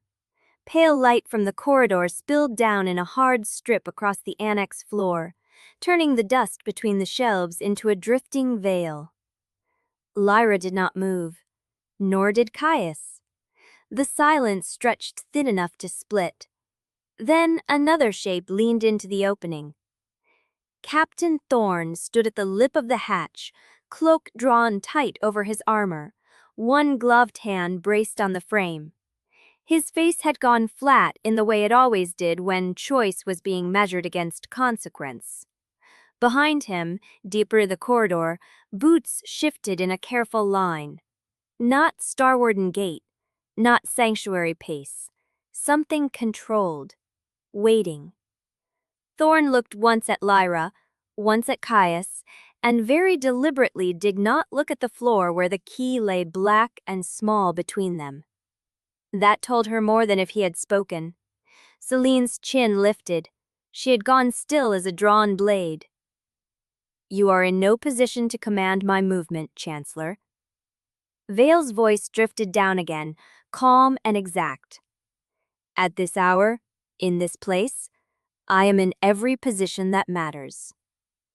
Lyra felt Caius shift beside her, not close enough to touch, only enough that the change in air reached her skin. He had placed himself between her and the hatch, without making a performance of it. He had not asked whether she wanted the shield. He had simply become one. The memories still burned behind her eyes. Moonwake, dust in her mouth, his hand reaching through collapse, the way the moment had broken apart before she had understood what was being taken. Now Vale stood above them, unbothered by stone or secrecy. Brother Tovin appeared at the edge of the hatch next, his shaved head catching the corridor light. He looked smaller than before, as if the last hours had worn him down to the bone. Yet the hand he rested on the hatch frame was steady. "Chancellor," he said, and there was no welcome in it. "This chamber is under Starwarden's seal. You do not have leave to descend." Vale did not answer at once. When he finally did, it was with that same grave patience Lyra had heard in the lunar chamber, the voice of a man who believed the world obeyed best when he named his cruelty necessity. "It is precisely because the chamber is under Starwarden's seal that I have come," he said. "The Binding Rite has now become a matter of crown necessity. The rite, the vault, and all persons within it are subject to review and intervention by authority of the realm." Mira made a small sound under her breath and cut it off. Her fingers tightened around a bundle of archive papers so hard the edges bent. Tovin's mouth thinned. "The Old Covenant places the right beyond court seizure." "Old Covenants," Vale said, "were drafted for a kingdom that still had the luxury of pride." He held out a folded document through the hatch. Not to Tovin, to the air beneath him, as if the parchment itself were an offering to the room. Lyra watched it, every instinct sharpening. The vellum looked ordinary from where she stood. Wax sealed, corners squared, crown black ribbon threaded through the fold. But something about the way the light struck its edges made her skin prickle. Selene noticed too. Her gaze narrowed. Tovin did not take it immediately. "If you have brought a clam, you may present it to the ward table and depart." A pause. Then Vale smiled faintly. Not kind. "Brother Ash, if I had come merely with a claim, I would have sent a clerk. I have come with order." He lowered his hand. Thorne took the folded paper from him and, after a beat that looked almost like reluctance, passed it down to Tovin. The Starwarden accepted it with 2 fingers. The moment his skin touched the wax, Lyra saw the ward chain at her anchor twitch. Not tighten, not yet. Twetch. A little white pulse ran under the links and vanished. Her gaze snapped to the chain, then to the document in Tovin's hands. Caius saw the change in her face, and his own expression turned colder by a degree. "You feel that," he said quietly. She did not answer. She was staring at the seal. Not the outer one, the inner pressure under the wax. Something nested there, layered, crafted to be patient. Tovin broke the crown ribbon and opened the parchment. He read one line, then another. The color drained from his mouth. "What is it?" Mira asked before she could stop herself. Tovin did not look up. "A formal assertion of state necessity." "Read the rest," Selene said. His thumb moved down the page. By the time he reached the middle, his hand had gone rigid. Vale's voice carried from above. "The sanctuary has become too politically dangerous to remain under Starwarden exclusivity. The current formation will be placed under joint crown oversight until the rite is complete and the resulting magical instability can be contained. Contained. The word landed in the room like a knife set carefully on a table. Lyra's fingers curled. He means controlled, she said. Caius gave a single dry breath that might have been a laugh in another life. He means owned. Tovin's eyes lifted at last, dark and furious beneath the corridor light. You do not have jurisdiction here. I have the Queen's necessity, Vael replied. I have the kingdom's failing wards. I have an heir of House Serenith and an heir of House Vaelthorn under one roof with a Hearthstone on the verge of collapse. If that is not a condition for intervention, Brother Ash, then the old laws have become a superstition. Those old laws are the only reason this mountain still stands, Tovin said. Vael's reply came soft. Then let us not be sentimental about what holds. Lyra watched his hand in the hatch. He had not needed to descend. He had sent the order down like bait, and the room had already begun to close around it. Tovin turned the page. Lyra saw his eyes pause, then fix, then harden. What did he hide in it? Selene asked. Tovin's gaze stayed on the text. A supplementary seal. The ward chain gave another small, answering shudder. Caius's head turned toward the parchment. Lyra. She was already moving. One step, then another. The color drained from his mouth. We created a trich. When we have hermanments, I am talking up on the achievening. Coven's demand on a patient on the lot of words we are phonally word. I am thriving about my practificence in the wisness. The more was we have, also being with my such. The moment still again, this worm was treeving. A family of the joy, but we happy stare, we no sisters are ever convocated. It is under thirth if we recognize it, snepping more learn, but honestly, we are just going to Everly the decisioning where my rum comes life. So somebody spires lips, and Celia asked, I am always just as my reporting, to the minutian, to the misery. Look at this one, loon. The Ornhead struggled about the angel's friends, gissering with distata things that he cannot come up you teach. Oh, the call of a brap, we struggle for the chield. The way he could close to the person with us. We called this a scupped, Boyd. Oh, but for the weak is joyed. I am the datable that my friends get me read about the piece. What is it? So let's stuck into the menace one together. It had been written to open doors. Tovin turned another page, and the hidden sigils within the paper suddenly shimmered. Not with light, with recognition. Lyra's ward chain snapped white-hot around her ankle. She gasped and caught the edge of the table.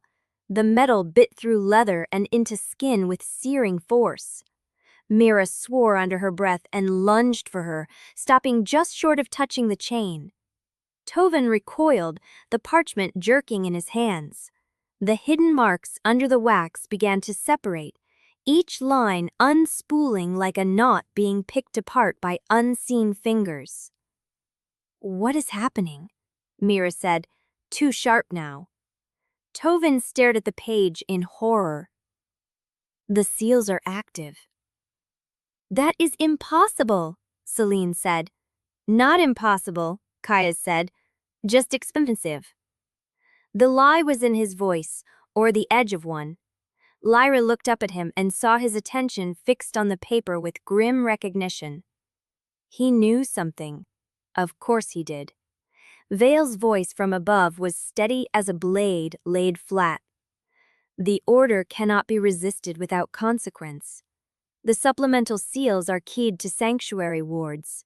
If the document is denied, the Crown regards the denial as evidence of obstruction and assumes immediate control under necessity, statute. Tovin's face hardened. That statute was dead law. Dead law can still kill, Selene said. She was already moving. One gloved hand reached for the parchment, but Tovin snapped his arm back before she could touch it. No, he said. The hidden seals shivered. Then the ward line carved into the hatch frame flared gold, and Lyra felt it from the soles of her boots up through her ribs. The light was not worn, it was invasive, careful. It moved through the hatch like a hand through wet silk. Thorne flinched. Vale spoke once, very softly, and the annex doors along the corridor above answered with a distant metallic click. Lyra's breath stopped. Not because of the sound, because of the way the sanctuary itself had heard him. A second click followed, then a third. Tovin went pale. No. The seam under the hearth widened a hair. White light breathed from it. Caius took one step toward Lyra before stopping himself, the movement so controlled it hurt to watch. "The seals are latching to the vault," he said. "Not the paper. The paper is the trigger." Vale did not bother hiding the truth anymore. "You were told to keep the chamber sealed and the rite contained. The order is now reversible only by crown authority. Open the inner wards, Brother Ash, and I will consider the matter settled without escalation." "And if I refuse?" "Then the sanctuary will learn what state necessity means." Tovin stared up at him for one long, terrible beat. "You would desecrate an ancient rite to secure a political claim." "I would prevent a bloodline catastrophe before dawn," Vale said. Lyra heard Mira inhale beside her, heard Selene's fingers shift against her dagger hilt, heard Caius's breathing go shallow and measured, as if he were forcing his body to remain where it was. Then Tovin did something that made the whole room draw tight. He placed the document on the ward table and spoke a prayer. Not loud, not theatrical, just the old words, rough as stone, his shaved head bowed over the page as if he were addressing a grave. The hidden seals thrashed. Lyra saw them then, clearly, and her stomach dropped. The lines inside the parchment were not merely ink. They were linked to something beneath the sanctuary wards, something threaded through the crown order like wire through flesh. The moment Tovin invoked the Starward blessing, the seals reacted. One line snapped, another peeled back. Not from the paper, from the stone, from the sanctuary itself. Mira stumbled a half-step. "Brother Tovin?" He did not answer. His prayer broke on the second repetition. One of the outer ward sigils over the hatch guttered and went dim. The room fell colder. Lyra's ward chain went abruptly slack, then rigid again, as if it no longer knew which law it served. Caius looked up sharply. "Tovin, stop." But Tovin had already seen it. The breach. The design hidden inside the order. His hands shook once, then steadied with dreadful purpose. "It is built to invade," he said, voice low with disbelief. Vale was quiet for the first time since he had spoken. Even from the hatch, his attention felt fixed and hard. Tovin raised his head. The outer corridor ward over the hatch flared gold, then cracked with a sound like ice breaking in a river. And from beneath the hearth, the white seam answered with a pulse so bright it washed the annex in cold light, while the page in Tovin's hands began to unfold itself all the way open, line by line, as if something inside the order had finally found the door it had been waiting for. Chapter 32. The parchment finished unfolding with a soft, obscene sigh, and every face in the annex tightened around it. Lyra did not move. Neither did Caius. The page lay open on the ward table between Tovin's shaking hands, like some living thing that had decided to stop pretending to be paper. Vale's voice drifted down through the hatch, polished and patient. "Brother Ash, open the inner wards. We can still keep this clean." Clean. Lyra almost laughed. The word tasted like ash and old blood. She kept her eyes on the document instead. Ink lines crawled across it in precise columns, each one nested beneath enough in a way that made her skin prickle. It was not just an order, It was architecture, the kind of writing meant to become stone. Tovin swallowed once. He set 2 fingers to the edge of the page, then jerked them back as if the parchment had burned him. "It wants the vault," he said. Caius's mouth flattened. "Not once, is built to." Selene stepped to the table, black gloves flashing in the cold light. She read fast, lips barely moving. At the line of supplementary seals, her chin lifted. "This is not seizure language. It is containment language." Vale answered from above without needing to hear the rest. "Containment is what I am offering." Mira had gone very still beside the cedar panel, one hand clutching the bundle of records to her chest. Her gaze flicked from the page to the ward lines in the wall, then back again, as if she were tracing a route only she could see. Lyra noticed the moment her breathing changed. Not fear, calculation. "What?" Lyra asked. Mira looked up. "The seal structure," she said softly. "It isn't only keyed to the sanctuary wards. It is keyed to the old passage grid too." Tovin went pale all over again. "How could you know that?" She touched the edge of the nearest record with one blunt finger, careful not to let it catch on the already thinning paper. "Because whoever made this drew from a map set, not the public one." The room went still. Caius turned toward her first. "You're certain?" Mira's mouth tightened.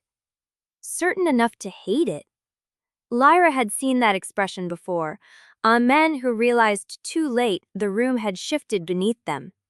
She crossed to the table in 3 quiet steps, the ward chain biting at her ankle as if offended by haste. "Show me." Mira laid out 3 folios from the bundle, one over the other. Her dark hair had coalesced near her temple, and she shoved it back with the heel of her hand without looking away from the lines. "These are the copies I pulled from the archive. This one is the rat record from the West Stair. This one is the old Undercrypt hand sketch. This one is the current ward maintenance slate." Selene's eyes narrowed. "And?" Mira pointed with a nail. "These marks. They're not standard Starwarden annotations. They're relay notations. Someone on the inside marked exact blind gaps, chamber thickness, and movement pocket. It got that droop." "What's route?" Tovin asked. Mira hesitated. "The western service spine. But the real passage there is compromised. There was fresh movement in the relay marks." Lyra looked up. "By whom?" Mira shook her head. "I don't know. I only know the markings were added after my last copy." She tapped the page once. "Someone else already used the rat map to build a clean entry path." Selene went motionless. Caius's jaw shifted. "How recent?" "Within 2 days." That made the room colder. Lyra felt it at once, the shift in pressure, like a door somewhere above them had opened to the weather. "Vale has the real map." "No," Mira said too quickly. Then she stopped, listening to herself. "Or someone gave it to him." Tovin drew her hand over his mouth. "Inside the sanctuary?" Mira did not look at him. "The notations are from Starwarden cipher." The words struck the room with more force than any shouted accusation, not because it proved guilt, because it proved access. Lyra's ward chain gave a small, vicious tug as if sensing her body go still. She ignored it. "You're saying one of the Starwardens sent the crown the real layout?" "I'm saying the copy was made by someone who had the authority to walk the old records and knew how to hide the trace," Mira said. "And the relay timing matches the hatch movement above the annex." Tovin's face went gray with rage. "No."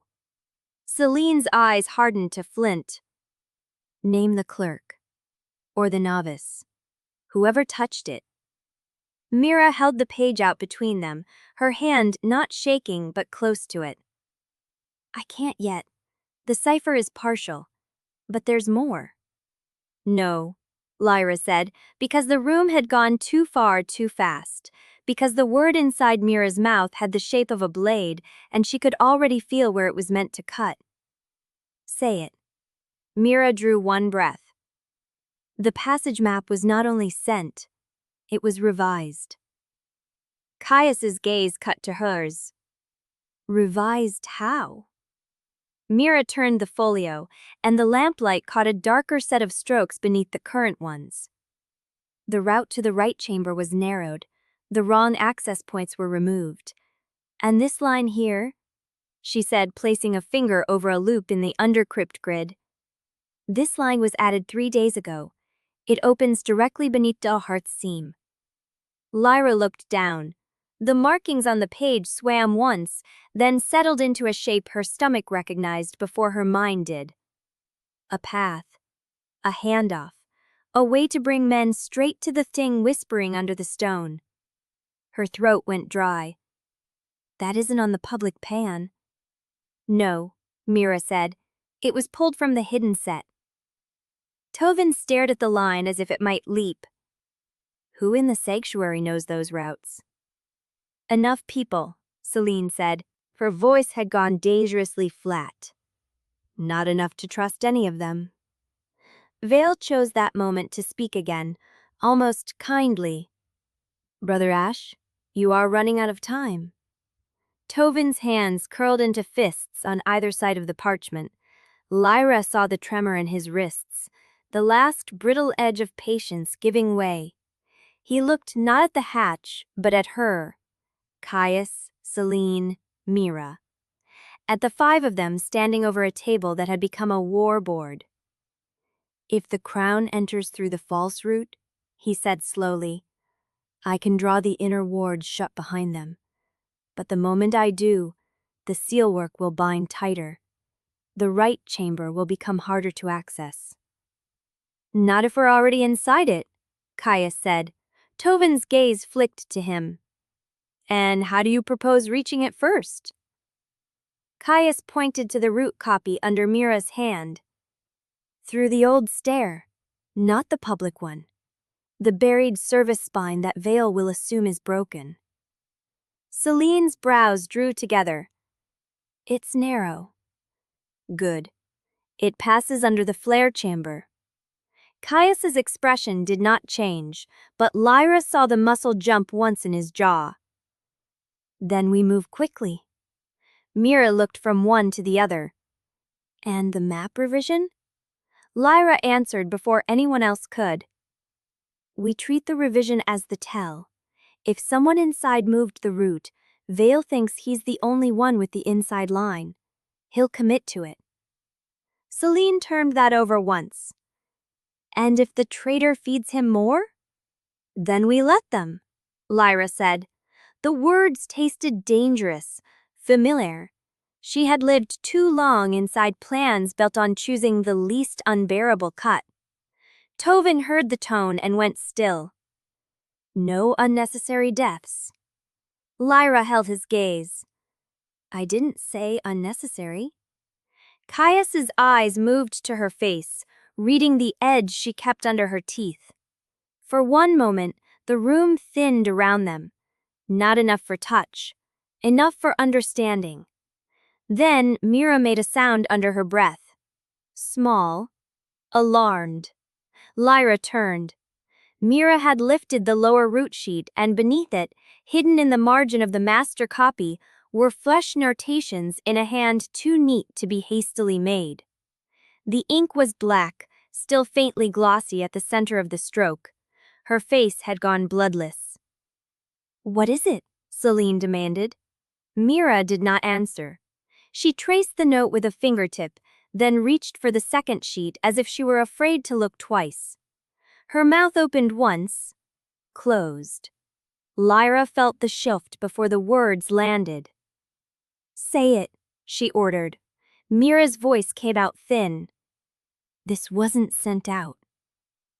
Caius stiffened. What? Mira looked up, and for the first time since Lyra had known her, she looked genuinely frightened.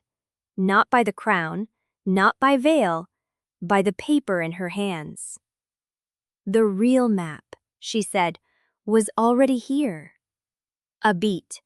Then, quieter, almost swallowing itself whole, it was in the archive bundle I brought up. Selene's head snapped toward the pile of records at Mira's elbow. Caius's hand left the table in one sharp motion. Lyra's fingers closed around the edge of the ward table hard enough to blanch. Mira swallowed. Someone copied it into my bundle before I reached the annex. Nobody spoke. Above them, Vael went very quiet. Then the hatch door gave a soft, measured knock from the corridor side. Not the warded metal clatter of a soldier, not the heavy strike of an order. 3 gentle taps, as intimate as a familiar hand on a bedroom door. And from the hatch seam, through the cold and the stone, a voice murmured, amused and unmistakably close. Thank you for bringing it to me. Just peering at the hidden note when the hatch above the annex gave a final, soft click and settled shut. No one moved for a breath. Then the room broke apart into motion. Selene was already cursing under her breath, black gloves flashing as she gathered the root sheets. Caius reached for the ward table, not the paper, but the edge of it, as if anchoring the room itself might keep it from slipping beneath them. Tovin's head turned toward the hatch, then to the false cedar panel, then back again, his jaw tightening so hard the skin at his temple went white. Lyra did not look up. She looked at the black ink. It had been laid with such care.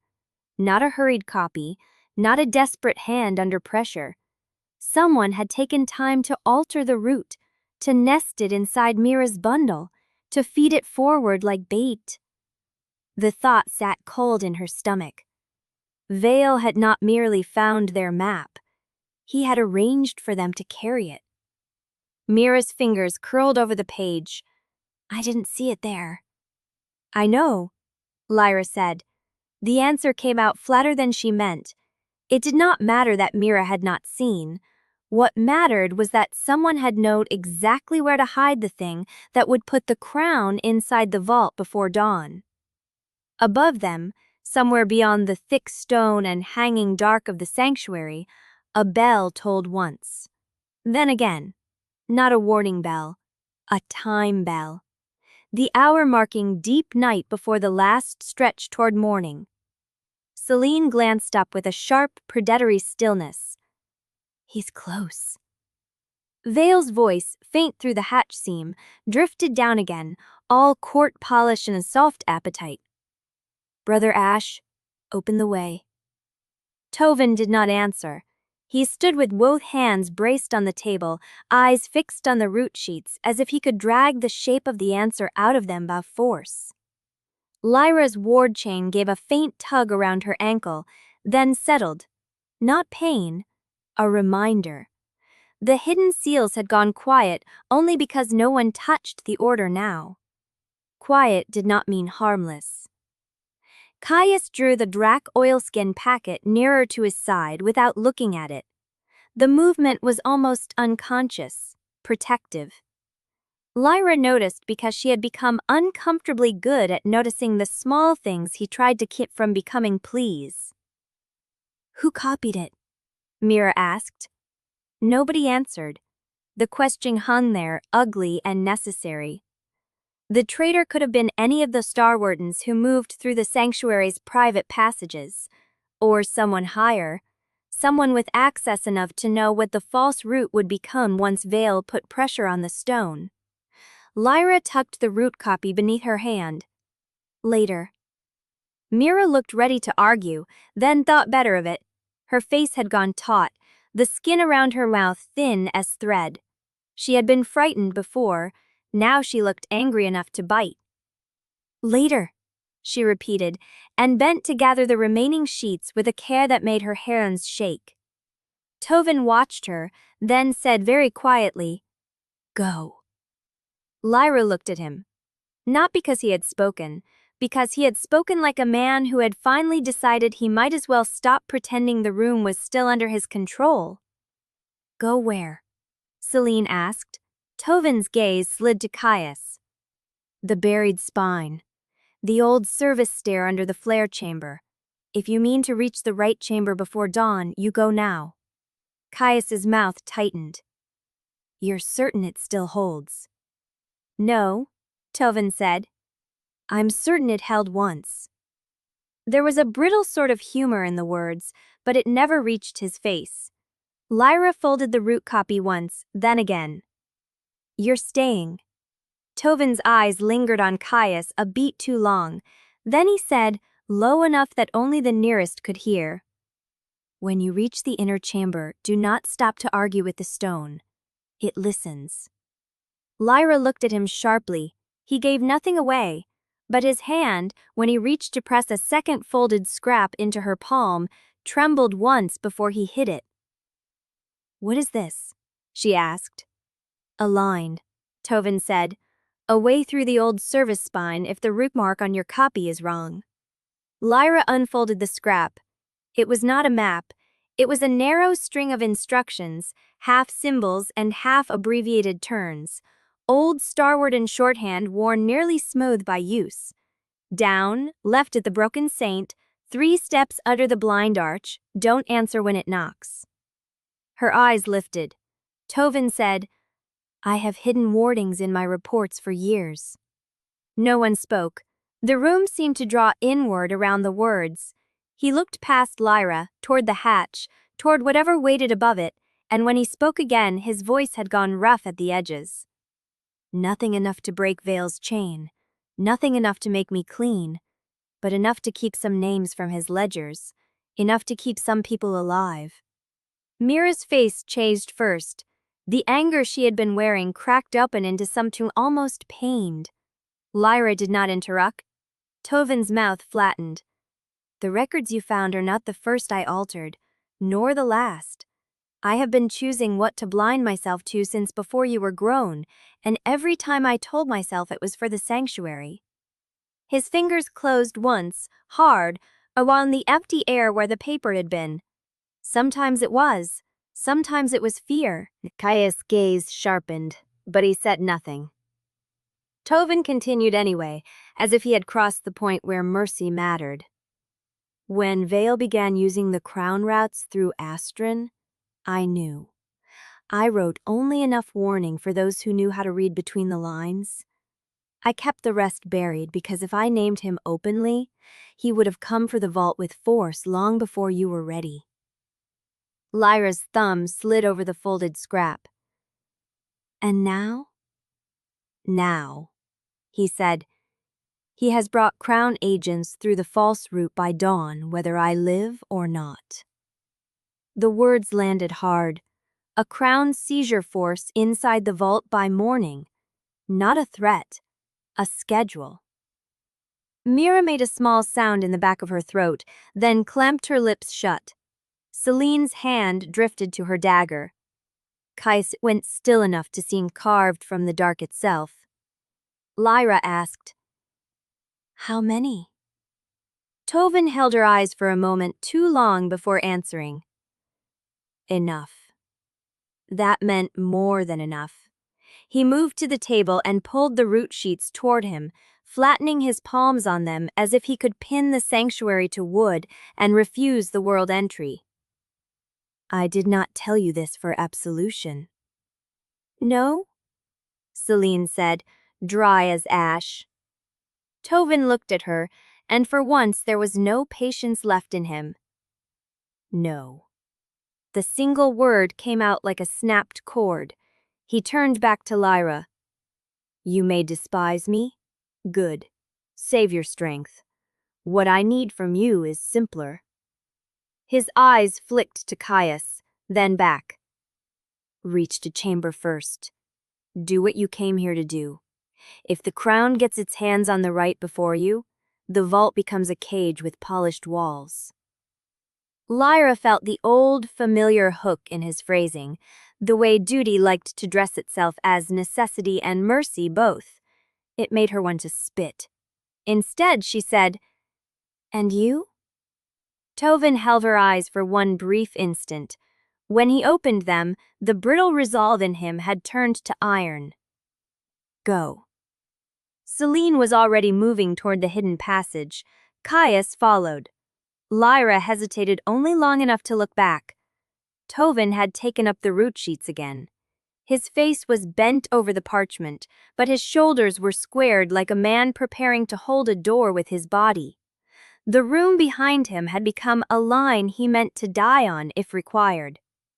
Mira met Lyra's eyes from the far side of the table. Her face was pale, the bundle hugged close against her ribs. She said nothing. What there was to say had already begun to fail them. Lyra stepped into the passage. Cold struck first, then the smell of old stone and trapped damp. The opening behind the false cedar panel narrowed quickly, forcing them into single file, shoulders grazing rough stone. Selene led with one gloved hand against the wall, dagger low. Caius brought up the center, head bent. Lyra took the rear, the folded instructions in one hand, the root copy in the other. The passage dropped almost at once. One step, then another. The air changed. It grew mineral and stale, threaded with something faintly metallic, as if the mountain had been sealed too long around blood that had never fully washed away. Below, somewhere deep in the vault's body, something gave a soft, answering knock. Lyra stopped. Caius stopped with her, instantly, his shoulder brushing hers in the narrow dark. "What is it?" She did not answer, because the sound had not come from ahead, it had come from beneath them. Once, then again. And through the stone under Lyra's boots, a white pulse of light throbbed, slow and pleased, as if whatever lay below had heard Tovin's confession and was smiling in the dark. Chapter 34. Lyra did not move when the knock came from below, because moving felt too much like answering. The white pulse under the stone had faded, but its aftertaste remained in the soles of her feet, a faint thinners through boot leather and bone. Beside her, Caius stood with one shoulder nearly touching hers, close enough that she could feel the heat leaking from him through the narrow dark. Ahead, Selene had already gone farther down the buried spine, knife in hand, a black slash slipping between the stone ribs of the passage. Mira had followed her with the root copy clutched to her chest. Their footfalls were gone now, swallowed by the mountain. Only Lyra and Caius remained in the stretch of dimness nearest the hidden stair. The knock came again. Once. Then silence. A third pulse of white answered from beneath them, soft as a blink. Caius did not reach for her. He only turned his head slightly, enough for the profile of his mouth and the hard line of his jaw to catch the thin spill of reflected light from the passage behind them. "Keep walking," he said quietly. Lyra let her gaze slide to him. "You sound as if you expect that thing to follow." "I expect many things to follow." His eyes held the dark in front of them, not her face. "That one has been patient." The passage narrowed and turned. The old stone sweated cold onto her glove as she braced a hand against it.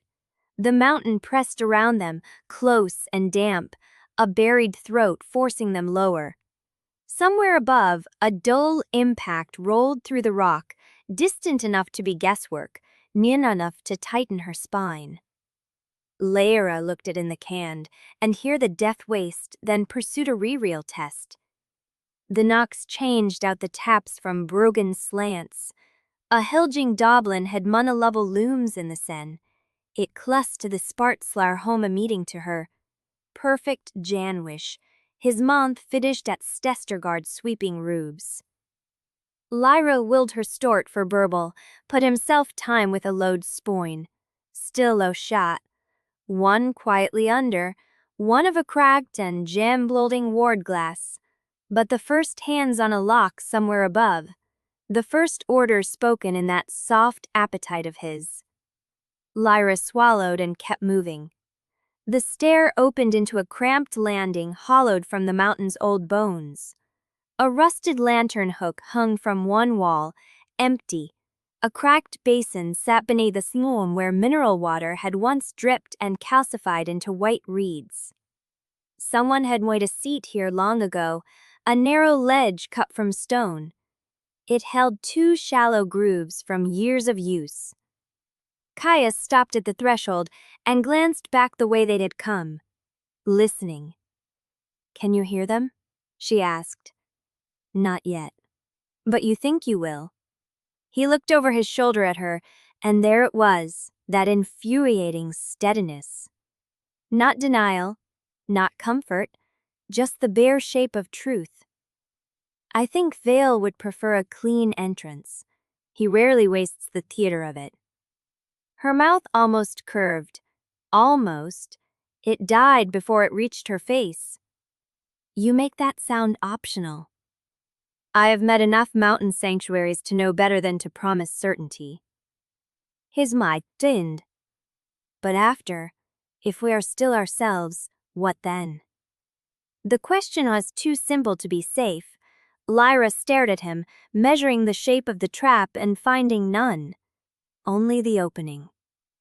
"What then is not a luxury we need to discuss before dawn." "For once," he said, and now he looked at her. "I am not asking as a strategist." The words sat there, stripped clean of insult and misdirection. It was almost worse than desire. Desire she knew how to resist by force, by insult, by looking away. This was worse because it asked for something she had not given herself permission to want. She pressed her tongue to the back of her teeth. Then asked like someone with better timing. A flicker crossed his face. Not amusement, not exactly, something tired and faint enough to ache. "Lyra." The sound of her name in his mouth always did something treacherous to the room. It did now. She hated that she noticed the roughness of it, the little catch at the end, as if he had spoken too long without water. He went on. "I am asking whether you still think there is a life after this that is not only survival." The landing went very quiet. Somewhere below, stone groaned. Somewhere above, another dull strike rang through the mountain. But between those sounds there was only the question. Lyra looked at the cracked basin so she would not have to let the answer show on her face too quickly. Her reflection in the dark water was broken into a dozen pieces by mineral veins and old sediment. Pale hair, hard mouth, gray-blue eyes that had given too much to old grief and too little to sleep. "A life," she said at last, and her voice sounded unfamiliar to her own ears. "Is a dangerous thing to mention before battle." "I know." She laughed once under her breath, and this time the sound was almost bitter. "You would." He waited. That too was infuriating. He did not rescue her from the answer, did not sell the silence with a cleaner one. He simply stood there and let it become her choice. Lyra looked at him then, really looked. The hard angle of his throat, too crackedly away. Minuters when asked. "They get unlosted forever then." A frown sown that to sad I was holding my ward hand onto his chest. "I feel like you have stronger to break eras the longmo. It will listen to your scords oftenly usely. I am armly to divide that." They do not care for her. I slim my tact Mandersing are provinently once,ly, which just explain, it is exciting at house. They will have eras faced with a massable. I would in the immerable in zacadations to go last to next. The dad cannot walk, but with now this stizen, bared light again. That was not an answer. No. His gaze slid away toward the cracked basin. It was not. Another impact shuddered through the stone. closer this time, or maybe she only wanted it to be. Lyra loosened her hand from her arm and flexed her fingers once. If Vale breaches the false route before dawn, he will meet Tovin at the outer ward line. Caius nodded once. And if he reaches the chamber by a different path, he will be there before we are ready. We are not ready. No, he said it without flinching. We are not. That too was infuriating. He did not rescue her from the answer, did not fill the silence with a cleaner one. He simply stood there and let it become her choice. Lyra looked at him then, really looked. The hard angle of his throat, the exhaustion shadowed at the base of his eyes. The black corruption that had climbed farther than she wanted to admit, hidden now beneath collar and cloth, though she saw it in the way he held his shoulders a fraction too still. He looked carved out of a winter he had survived by refusing softness. And he was asking her for a future? The realization struck hard enough to make her grip the stone behind her. Not a truce, not another week, not the temporary mercy of shared walls and narrow beds and carefully controlled distance. A future. It was a reckless thing to want in a mountain with an army moving toward its heart. It was worse than reckless. It was devastating. Because once named, it refused to go back into the dark. Lyra drew one breath, then another. If the rite works, she said, the realm may not tear itself apart immediately. His gaze did not move from her. That was not an answer. No. Her fingers curled against the stone until the joints ached. It was the practical one. Caius said nothing, so she said the rest before she could stop herself. I do not know what comes after. I do not know what is mine anymore, and what Vale took, and what I chose, and what was made in me by force. I know how to hunt. I know how to survive. I know how to watch people die. Her voice thinned, but she kept it level. I do not know how to live in peace like it is not waiting to be stolen. He was very still. The landing seemed to contract around the words, as though the stone had leaned in to listen. Lyra hated how much the confession cost, hated that it felt less like weakness than exposure, as if she had stepped out of armor and found skin underneath. That is what you asked, isn't it? Yes, he said, one syllable, barely a sound. Then, after a pause that felt carved out of years, I have wondered whether you were ever allowed to want anything else. The question turned in her like a blade finding a seam. Before she could stop it, she heard the answer in her own blood. Moonwake, the observatory, the old impossible nights, a younger version of herself who had once wanted sunlight on stone and Caius's hand at her spine, and a world that did not demand they become ruins before they were done loving each other. She did not let herself name that version aloud, but Caius saw the shape of it pass through her face. His eyes sharpened, then gentled by a fraction she would have missed in anyone else. You did, he said quietly, not a question. Lyra's breath snagged. Do not. Lyra. No. The word came out harsher than she intended. She pushed off the wall and took a step toward the stair, then stopped herself. The dark below felt suddenly too narrow, the air too full of what they might lose before dawn. Not now. A sound from above cut through the landing. Not a bootfall, not a shout. 3 measured taps. Then a long pause. Every muscle in Lyra's body locked.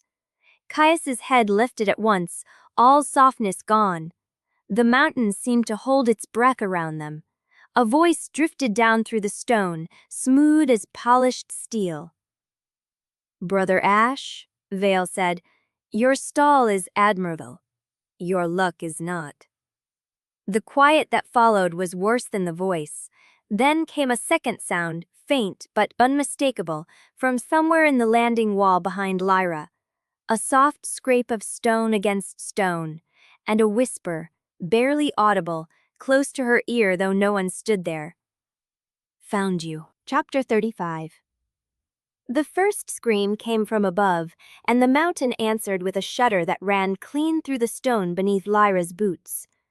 Not a distant cry. Close. Cut short. She turned with Caius in the same instant, both of them already moving before the sound died. The narrow landing blurred around her, the cracked basin catching a sliver of white from the pulse in the wall, the old stone seat half swallowed by shadow. Somewhere below, Mira's footsteps faded fast. Selene's voice snapped Mai's ones.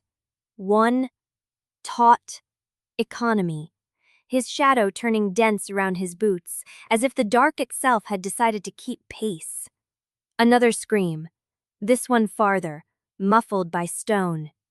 Then the scrape of metal, a shout cut off in the middle, and a wet crack that made Lyra's jaw tighten. They reached the top of the stair into a passage lid in pieces. Blue ward light flickered from cracked sigils along the wall, each pulse weaker than the last. The corridor beyond had been torn open at one end, and through the breach came a stream of men and women in winter-white robes, with gold stitched too neatly along their hems. Starwardens. No, not all of them. One lifted a hood, and the face beneath was young, blank, and hard with concentration. Another turned, and Lyra saw the wrongness at once. The too clean line of the mouth, the polished patience in the eyes. Vale's people wore the robes like stolen skin. The first Foss Starwards saw her, and raised a hand. 3 of them moved at once. Lyra's truth light burst up her arms before she asked it to. Silver flashed through her eyes. The nearest intruder lunged with a hooked blade, and she slipped inside the strike, drove her elbow into his throat, and felt cartilage give. He folded without a sound. Behind him, Caius's shadow snapped low over the floor. It caught the ankles of another robed figure mid-step. The woman went down hard, her head striking the stone with a sound like a dropped cup. She rolled, trying to drag a knife free, but the darkness around Caius thickened and pinned her wrists to the floor. "You're late," Lyra heard Caius murmur to no one in particular. Not a joke. A memory. His voice had gone flat with recognition. A second wave surged through the broken corridor, and this one wore the crown.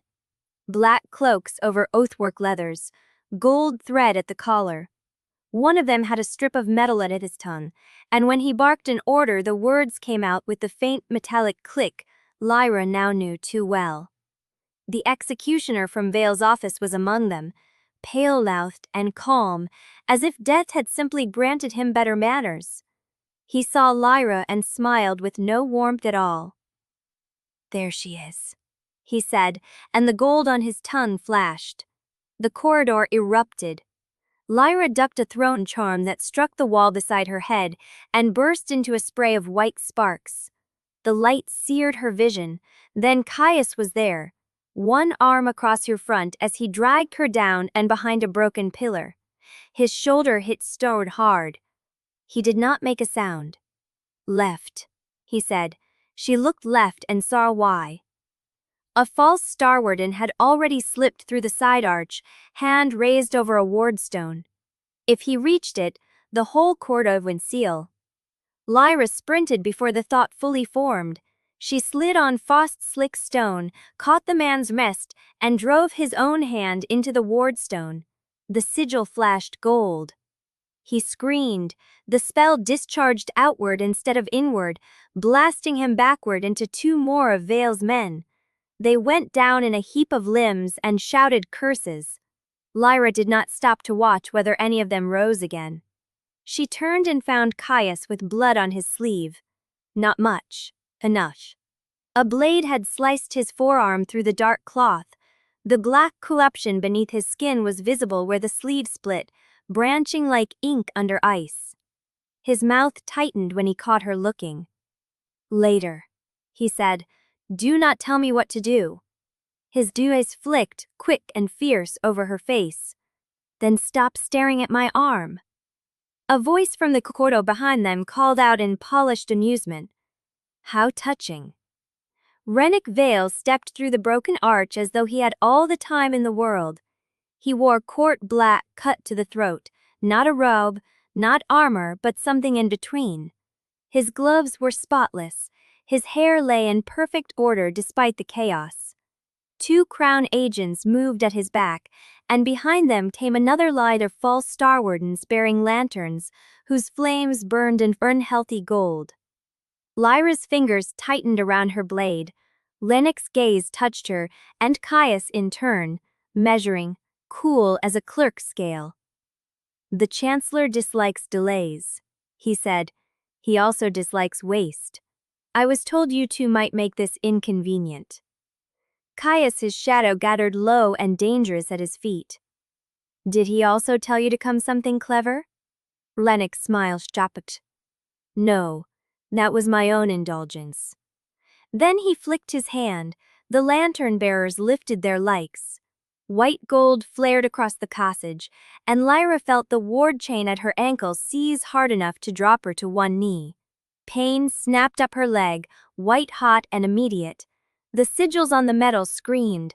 The light was wrong, too close to the hue beneath the hearth, and the stone around them answered with a tremor deep in the walls. Vale was using the sanctum itself against them. "Move," Caius said, already reaching for her. She shoved herself upright before he could help, because if she let him touch her now, she might use the contact for something other than balance, and there was no time for that ruin. He saw the refusal and did not waste a second on offense. Good. That too was new. He had learned her no. The first lantern bearer came to the light with a spear of oath-charmed metal. Lyra met him head-on, blade catching shaft, then twisted and drove the pommel into his jaw. His head snapped back. Caius passed behind her, a blur of dark cloth and controlled violence, and the man's shadow folded over his face like a hand over a mouth. He crumpled. Another agent came at Caius from the side. Lyra did not think. She lunged, caught the attacker by the shoulder, and wrenched him back into her own path. His strike cut across her ribs, shallow but hot, and she drove her elbow into the wound with a hiss between her teeth. He staggered. Caius's shadow took him by the throat. They moved in tandem before either of them named it. Not graceful, not clean, efficient. One of the false Starwardens tried to retreat toward the side passage. Mira's face flashed in Lyra's eye, pale and furious with the records still in her hands. "No, not here. Not toward the archive rotes." Lyra threw truth-light straight into the man's eyes. He reeled, hands flying up, and for one merciless second she saw past the robe, past the hood, to the panic in a face that had expected obedience and found judgment instead. He stumbled backward into the wall. Caius' lead came across his throat in a quick dark line. The body slid down the stone without a cry. Rennick watched it happen without blinking. "Your restraint remains impressive," he said to Caius. "Pity about your judgment." Caius did not look at him. He stepped in front of Lyra instead, just enough to cover the angle where Rennick's men were shifting. "You're speaking too much." "Am I?" Lyra felt it then. A shift in the corridor floor, not sound. Pressure. A vibration under the stone like a distant door being forced open. The second breach. From deep within the sanctuary, a bell began to toll. Not the clean call to prayer. An alarm bell. One strike, then another. Each note jagged with fear. Somewhere farther inside, a ward went dead with a crack that Lyra felt in her teeth. Rennick's gaze lifted, almost pleased. "There," he said softly. "That's the sound of the vault learning it has been outmaneuvered." Caius went still. The black corruption beneath his skin was visible where the sleeve split, blanching like ink under ice. His mouth tightened when he caught her looking. "Later." He said, "Hey, hey, hey." Caius Vaelthorn's exes. I end my just perfectly, live on the breath the home. Lan. Inside peatily plaring. Just like Gates White take your dove. Before he could answer, the corridor trembled again, harder this time, and a section of the wall ahead split from floor to lintel with a deep, wrenching groan. Cold air rushed through the crack. With it came screams, the smell of spilled oil, and the clang of something heavy collapsing in the halls beyond. Tovin! Lyra knew it as surely as if she had seen him fall. Her hand tightened on Caius's wrist, but he was already looking toward the sound with grim, distant comprehension. The line of his mouth sharpened. He stayed. He said. Lyra did not need him to say more. Brother Tovin had turned back. The realization hit with a strange, blunt force. All his careful exhaustion, all his hard-eyed silence, all the years of compromise folded into that one impossible choice. He had gone back to buy them moments with his body and his faith. The corridor shook again, dust spilled from the ceiling in a thin gray rain. Rennick's agents pressed in, as if the sanctuary itself were merely a door being opened wider for them. One of them shouted down the line that the inner wards were failing. Another raised a hooked prayer iron and began carving at the nearest sigil, gold sparks spraying from the stone. Lyra made the decision before fear could argue with it. Inner sanctum, she said. Caius looked at her once, fast and unreadable, then nodded. He understood. There was no time to save a hallway. They moved. Lyra cut through the first false Starward with a slash to the forearm that sent his charm rod clattering away. Caius shoved another into the wall hard enough to crack plaster from old stone. A crown agent grabbed for Lyra's shoulder. She ducked, spun, and drove her knife up under his ribs where the coat parted. He gasped. She felt the warmth of blood through her glove. Not enough to stop. Never enough. They reached the side arch where the passage widened into one of Astron's older inner corridors. The walls here were carved with star maps and old prayer grooves darkened by centuries of candle smoke. Normally the place would have been hushed, sacred, almost unbearably still. Now it shook under assault. Two Starwards in proper white robes stood braced by the inner ward line, faces pale beneath their hoods. One had blood on her temple. The other was dragging a dropped keychain into a ward socket with shaking hands. When they saw Lyra and Caius, they did not raise weapons. Only relief flickered through them, quick and raw. Fall Street is compromised. The wounded one gasped. They're coming through the south stair too. How many? Lyra asked.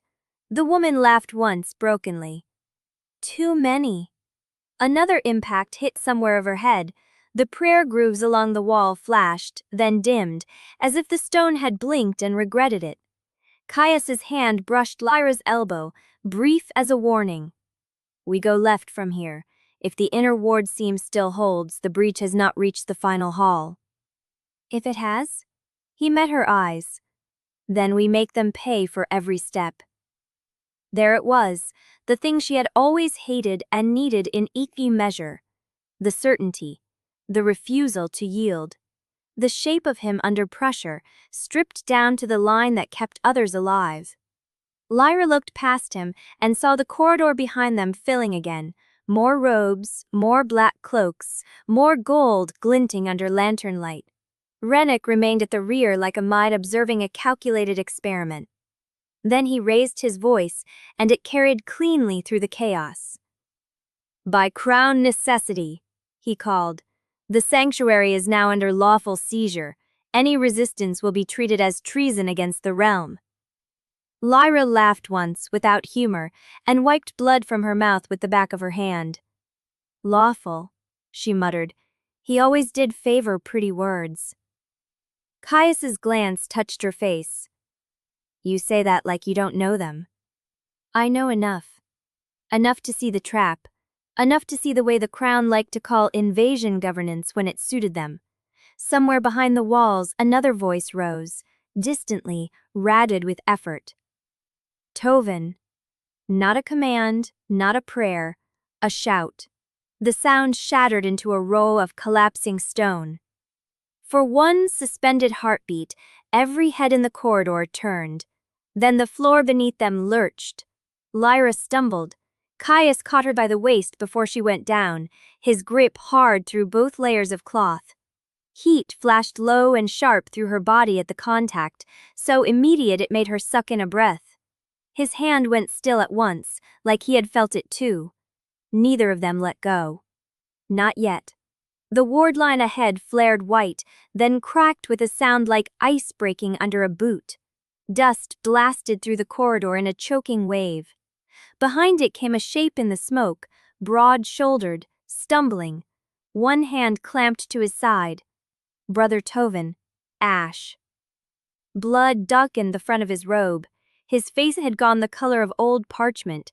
Yet he was standing. Barely. He saw Lyra first, then Caius, then the line of enemies pressing in behind them. His mouth tightened, not in fear but in decision. Go, he rasped. Lyra started toward him. Tovin, no! He shoved a hand out, palm flat. Go! Another collapse thundered somewhere behind him. Tovin turned, slow and deliberate, toward the narrowing corridor he had come through.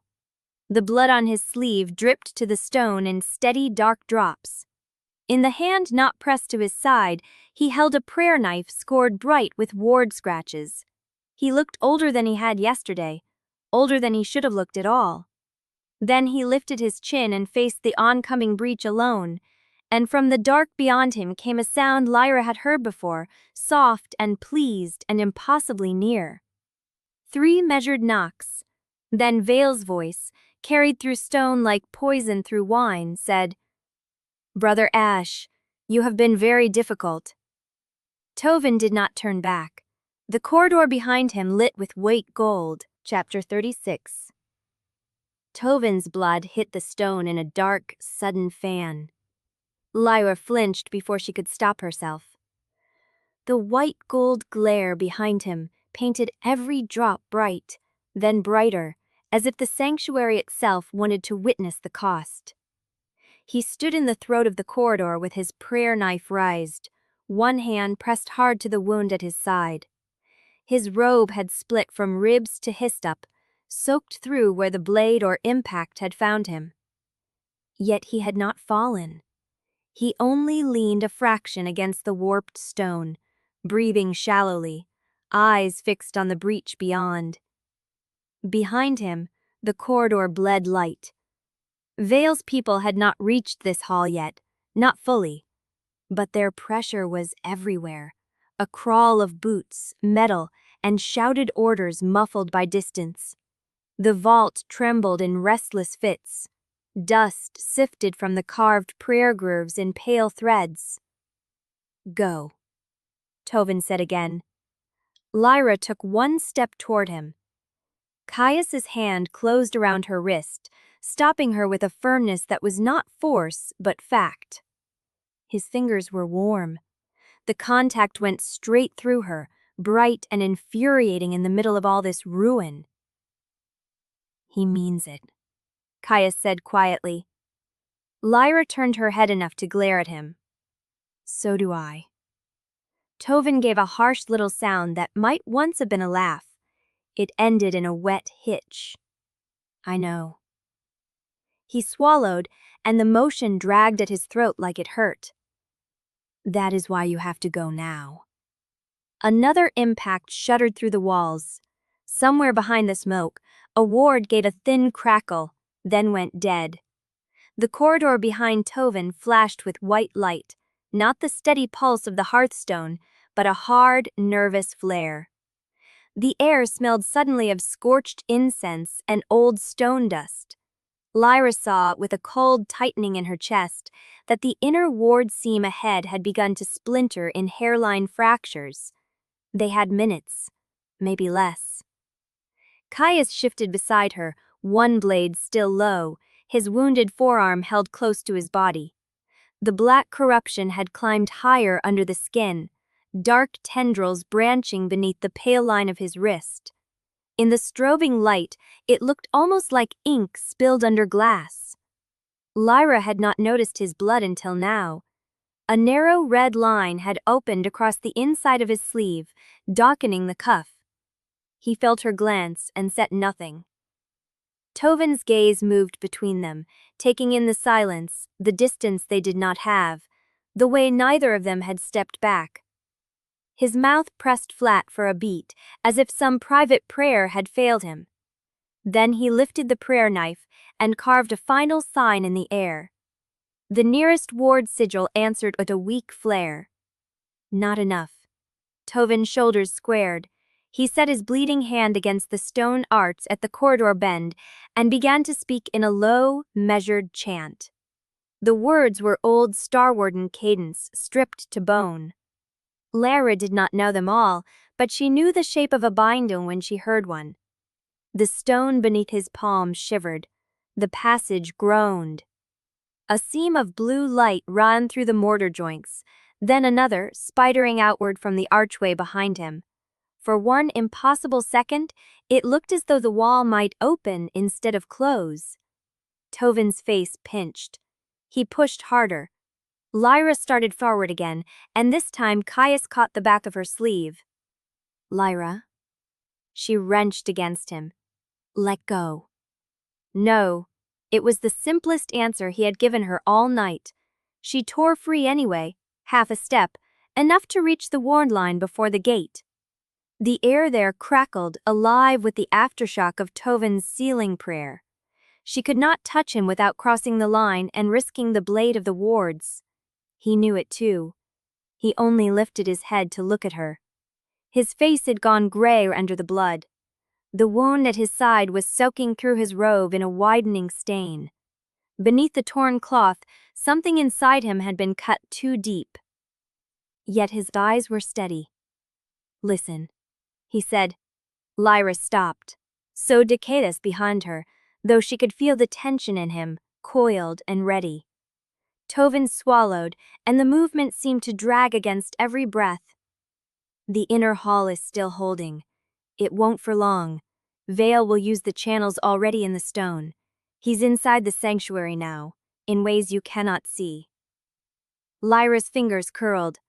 What does that mean? It means he does not need the door. Tovin's mouth thinned. It means the old lines have been fouled. It means every prayer you hear after this may not be meant for the gods. A cold pulse passed through the floor. Then another from the wall. Not the entity's pleased knocking. Something different, deliberate, controlled. The stone under Lyra's left foot vibrated once with a low, almost musical hum. She felt Caius stiffen behind her. Tovin heard it too. His eyes sharpened. Do not answer, he said at once, voice turning raw. If he speaks through the oaths, do not answer him. Lyra stared. Through the oaths? Tovin's hand fumbled at his robe and came away slick with blood. He pressed the heel of it to his side as if he could hold himself together by force. Vael's order was only the first hook. He has threaded himself into the sanctuary's oath channels, the old vows, the wards, the spoken offices. A beat. Then, with a grim, almost apologetic curve of his mouth, he added, he has found another way to be heard. The corridor beyond the gate shivered. A voice came through the stone. Not loud, not near, and yet it filled the hall with enough certainty to raise the fine hairs at the back of Lyra's neck. Brother Ash, Vael said, smooth as poured oil. How disappointing. Caius's head turned a fraction, eyes narrowing toward the walls rather than the sealed gate. Lyra saw the same realization moving through him, hard and fast. The voice had not come from behind the barrier. It had come from everywhere. The prayer grooves along the corridor wall glimmered, then dimmed, as if someone had just blown out a light of candles that did not exist. Tovin shut his eyes for one heartbeat. When he opened them, there was no peace in them, only fatigue sharpened by the knowledge of too many failures. "He is already in the oath channels," he said. "You understand me now." Lyra did not trust her mouth to answer. Vale's voice drifted again through the stone, a touch warmer, a touch kinder. "You cannot save them by bleeding on the floor. Step aside, brother. This does not need to become uglier than it already is." Tovin laughed once through his teeth, and the sound was a ruin. Too late. Another grind sounded beneath the gate. The silver inlay flared, then went pale. The seals held, but only just. The hallway behind them erupted with a new burst of shouting. The breach had reached the lower bend.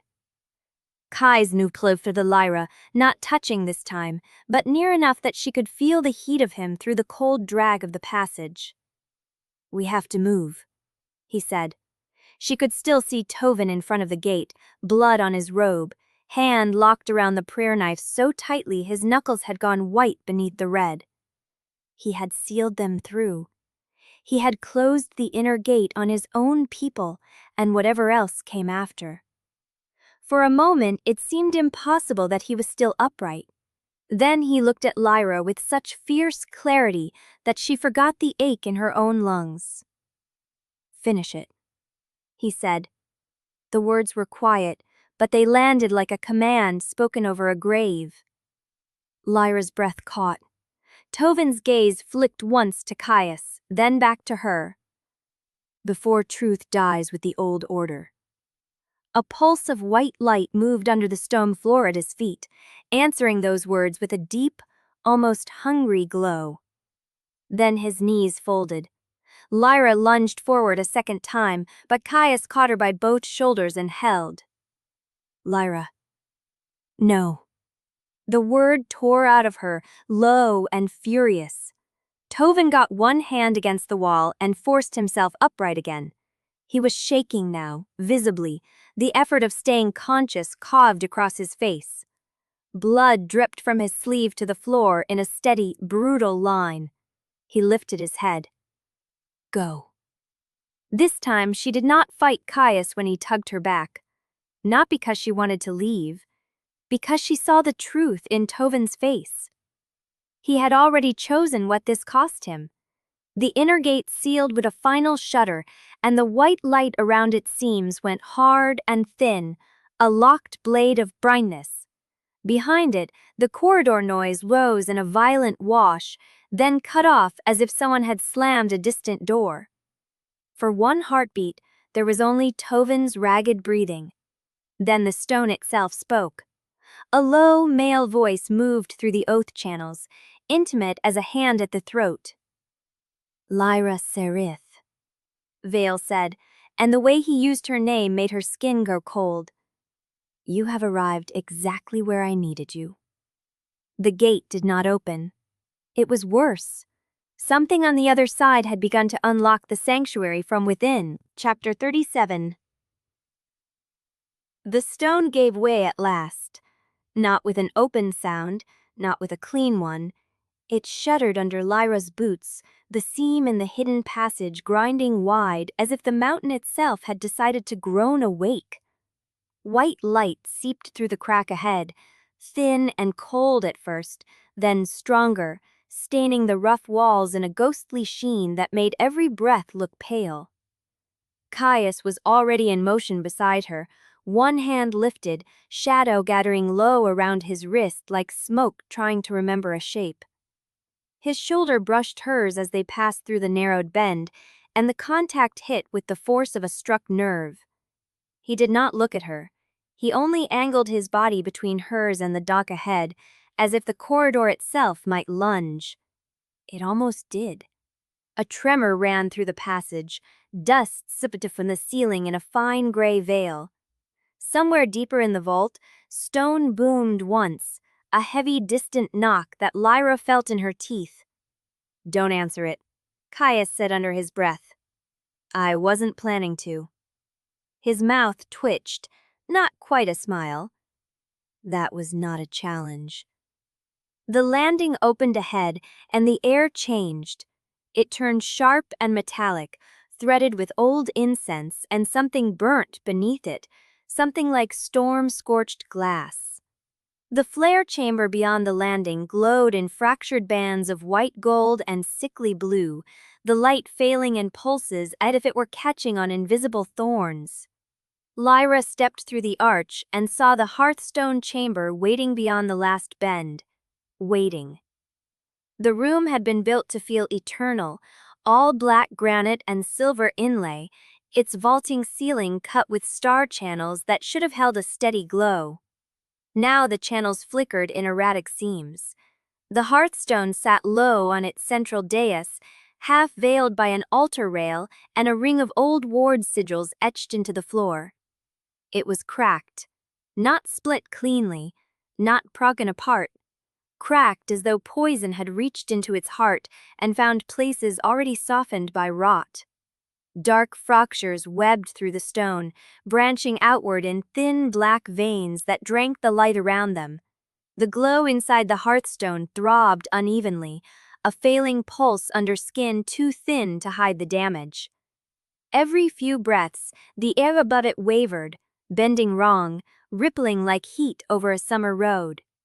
Lyra stopped so abruptly Caius nearly collided with her. For one stunned beat, neither of them moved. Then she saw the floor near the dais, a smear of dried gold. A darker shadow of it beneath the ward sigil, as if something had leaked and been walked away too late. Her ward chain gave a low, warning hum against her ankle. The metal had gone uncomfortably warm. Caius's gaze fixed on the Hearthstone. His jaw worked once. "Too late," he said. No. It came out sharper than she intended. He glanced at her then, and something in his face shifted, a grim recognition of the lie she had not managed to make convincing. The room's failing light slid over the black corruption under his collar, over the blade on his sleeve, over the tension in his hands as he kept them loose and ready. Lyra took one step forward. The far arch opposite them gave a soft sound. Not a footfall, a measured shift of cloth. She turned. A drast's veil stood in the opening, as if he had been placed there by the chamber itself. Black coat immaculate, hair combed back with merciless precision, steel-gray eyes reflecting the Hearthstone's unstable light in hard little glints.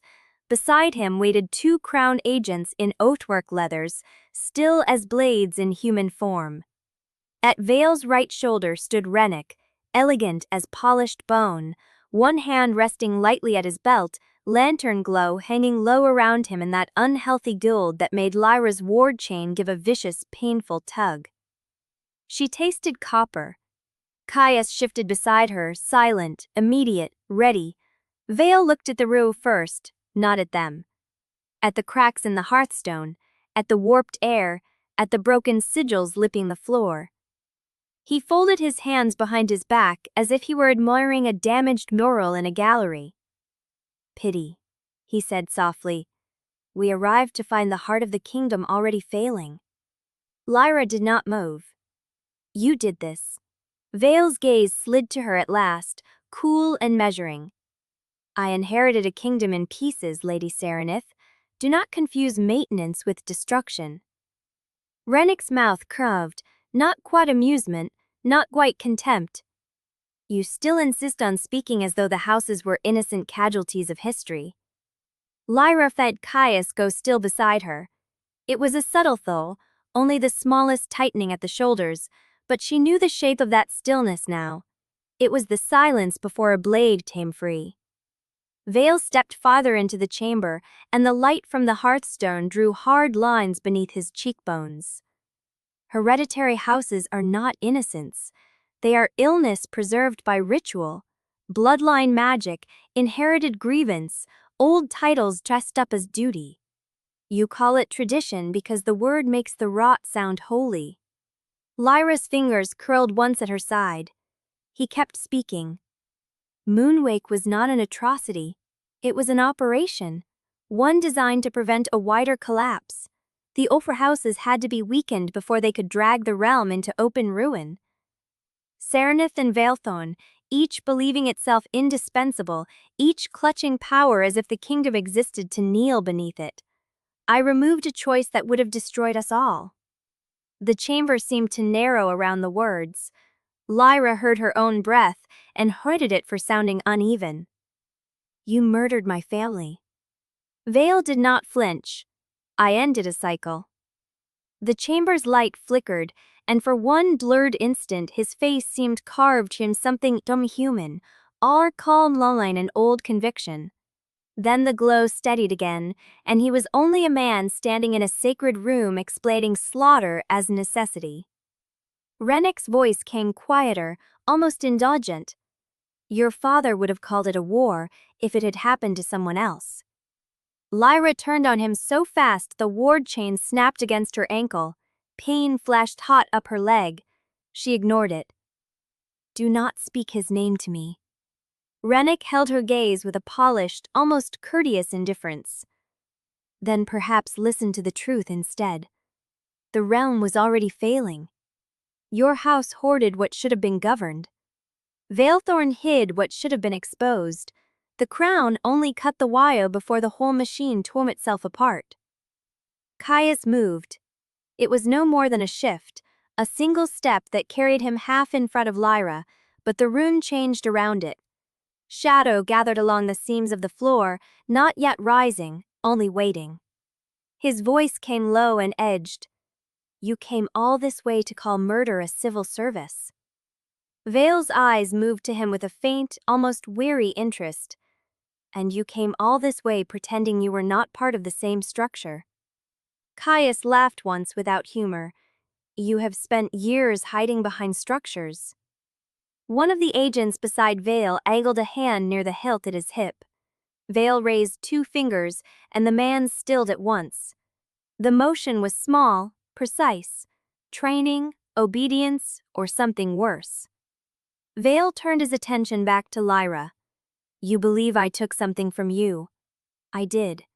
I took the lie that would have killed you slower. You are alive because your grief was easier to steer than your memory. The words hit harder than a strike. Lyra felt them in the scar under her ribs, in the tightness behind her eyes, in the pressure building low and hard beneath her tongue. Heat flared white along her truth light, answering the insult before she could bury it. The silver of her eyes must have flashed because one of the agents drew a breath. Vale noticed. Of course he noticed. Something like satisfaction passed behind his eyes. There it is, he said. That beautiful weapon of yours. Even now it wants to expose the world, and yet you have spent 5 years turning it inward until it barely answers. Caius's hand moved, brief and warning, brushing near her wrist without touching. Not a restraint, a question. Lyra did not look at him. She kept her eyes on Vale. You're wrong, she said. Vale tilted his head. Am I? My house was not a disease. No? His voice sharpened for the first time, a thin blade under velvet. Then tell me what it was. A sanctuary? A sacred entitlement? How many provinces bled because Serenith and Vaelthorn spent centuries deciding whose grief counted more than the kingdom's survival? Lyra saw it then, with sick clarity. He believed every word. Not as excuse, as creed. The chamber's failing light flashed across the Hearthstone, and for one violent heartbeat, the fractures looked like veins in a body already dying. Behind her, Caius spoke very quietly. You think you can save Asterreach by making it obedient? Vale did not even glance at him. I think I can save it by removing the families who keep weaponizing inheritance and calling the aftermath destiny. Rennick's gold-lit lanterns gave a low, oily shimmer against the ward floor. The light made Lyra's chains seize again, a harsh bite of pain that dragged a hiss from between her teeth. Caius's gaze dropped instantly to her ankle, then lifted. His expression hardened. Rennick, he said, almost conversationally. Is that light meant to hurt her, Or are you simply grateful for a toy that does what you do not have the courage to? Rennick smiled, still rude when cornered. Lyra saw the flash of old familiarity in Caius's face, fast as a blade in moonlight. Not surprise, recognition, deep and poisoned. So that was one more thread of the tangle, another past she did not yet know. Vale's attention drifted to the Hearthstone again. This chamber will fail unless one of you decides to stop clinging to blood pride long enough to serve the realm. Lyra barked a laugh before she could stop it. It sounded sharp and ugly in the vaulted room. Serve the realm. Is that what you called Moonwake? Vale looked at her then with infinite patience, the patience of a man speaking to a child who had touched a live wire and not understood the danger. Moonwake was a necessary collapse. Regrettable, yes, but necessary. The stand-down was intercepted because there were too many vested interests in preserving old loyalties. A greater order required a harder hand. Her fingers went numb. For a single terrible instant, she could not breathe. Not because he had confessed, because he had not sounded proud. He had sounded justified. Caius's voice cut in, low and lethal. You ordered the strike. Vale met his gaze at last, and there it was, clean and cold and deeply insulting in its calm. I authorized the outcome. Lyra's vision narrowed to a bright white tunnel around the man in the arch. The chamber seemed to pulse with the same beat as the shattered Hearthstone. One slow thud. Another. The air bent. The cracks in the stone lit from within, black against white, like a wound refusing to close. Then something moved behind Vale. Not an agent, not Rennick. A small shape in the shadow of the far arch, half hidden by the line of his coat. A child's hand, pale and still, lifting just enough to catch the light. Lyra's blood turned to ice. The laugh that came next was soft, metallic, and horribly familiar. Vale did not look back, but every person in the chamber froze. And the child whispered, in a voice that sounded burned clean through, Lyra. Chapter 38. Lyra moved first because if she waited one more breath, the child's voice would crawl under her skin and make a home there. The chamber answered with violence. A line of light snapped across the floor from the far arch. Not Hearthstone gold, but a cold, judicial sheen. And one of the crown agents jerked as if struck by an invisible hook. He slammed into the wall. The second agent drew steel. Vale's ring flashed on his branded palm as he lifted 2 fingers, and the room seemed to tighten around the gesture. Do not touch her, he said, not to his men, but to the chamber itself. The child entity laughed softly. Lyra's ward chain flared white-hot around her ankle.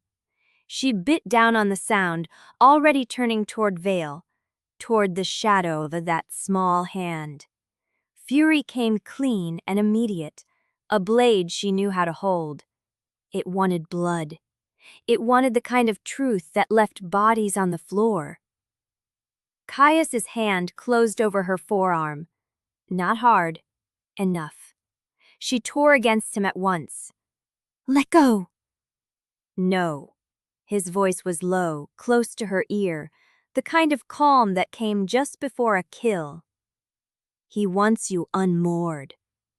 Vale's expression barely changed. I want you honest. Something in the far wall cracked, not stone, paper. A panel she had not seen before split open in a seam of pale light, and a stack of records slid forward on their own, pages trembling as if wet. The top folio turned once, twice, then opened wide with deliberate, obscene patience. Lyra stared. Starwarden script, rat marks, names crossed out and written again under dead signatures. Her own name, nowhere and everywhere in the margin. Vael watched her notice. House Serenith taught you to make truth a weapon. I have only taught the realm what weapons cost. Rennick stepped into view beside him, black coat immaculate, lantern in one hand. The gold light inside it pulsed with that unhealthy sheen that made Lyra's chain draw tight as wire. He saw the reaction and smiled without warmth. You should have stayed in the corridor, he said. Lyra's fingers curled. You should have died with better manners. A sharp breath escaped Caius that might have been a laugh if the room had not been boiling with threat. He shifted just enough to put his body between her and Rennick. Shadows surged over his hand, thick and hungry, and the gold light guttered.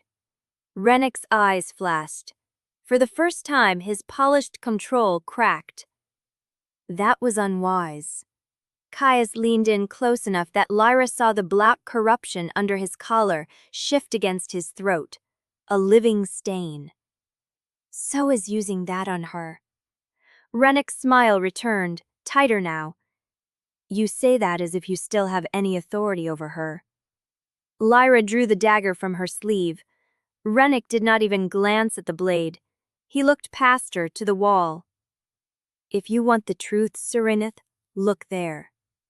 Another record slid free, this one older, burned at the edge, a Moonwake seal half visible under soot. Lyra's throat locked. Caius said her name once. Warning and plea tangled together. She heard neither clearly. Her body had already stepped toward the page. Vael did not stop her. Go on. Her hand shook as she reached for the folio. Caius caught her wrist this time. Do not. She turned on him, breath hard. He is showing me my house. He is showing you what he wants you to hate. Rennick gave a small, amused hum. Still trying to protect her from the truth, Caius?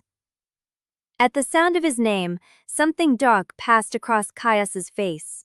Old history, old injury. Too quick for Lyra to catch, but enough to sharpen the air between them. Enough, Caius said. Vael's attention shifted, faintly pleased. Ah, there you are. I wondered how long it would take before you stopped pretending you were only her enemy. The child entity laughed again, low in the shadow behind him. Lyra's stomach turned. She looked at the page, not all of it, just enough. A line of handwriting in careful court script. Containment through the vessel. Serenith heir, Vaelthorn heir. The right chamber is to remain intact until output is measured.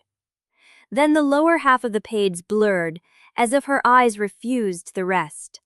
Her grip tightened until the parchment wrinkled. Vissel. Vael's face remained calm. You were never meant to understand the shape of the work, only to enter it. Caius went very still beside her. The room seemed to inhale. Lyra felt it then, not with her eyes, but with every nerve in her body. The sickening alignment of all the things she had been forced to live inside. The chamber, the wards, the month, the touch they had demanded at the center of it all. Not a rescue, a containment, a mouth for something else. Her truth light surged so hard it lit the cracks in the Hearthstone chamber from within. The wall records fluttered violently, as if resisting her seeing them. One of the crown agents staggered back with a hand over his face. Vael's eyes narrowed, but only with satisfaction. There, that is the shape of it when it recognizes itself. Lyra turned toward him, everything in her drawn to a single, murderous line. You made us into a lock. I made a kingdom possible. Caius's hand closed over hers, hard now, anchoring. Lyra. She did not look at him. She could not. If you did, she might break into something larger than rage, and rage at least was useful. Rennick moved first. He strode to the side arch and pressed 2 fingers into the stone. The wall answered with a thin scene of light. A hidden mechanism, A rout. Lyra saw it and understood before he said a word. Escape. He was not here to win, he was here to hold them long enough. Father, Rennick said mildly, the north passage is open. Vale's gaze flicked once toward the arch. Then take those still standing and move. So you can run? Lyra snarled. Rennick looked back at her, expression smooth as varnish. So I can live. A crown agent lunged for Lyra before she could answer. Caius, intercepted, drove a shadow-wrapped elbow into the man's jaw and sent him sprawling. The impact rattled the chamber. Stone dust sifted from the ceiling in a faint, dirty veil. Then the far arch bled light. Not gold. White. The inner wards. They were opening. Lyra stared horrified. No. Vael had already begun to move.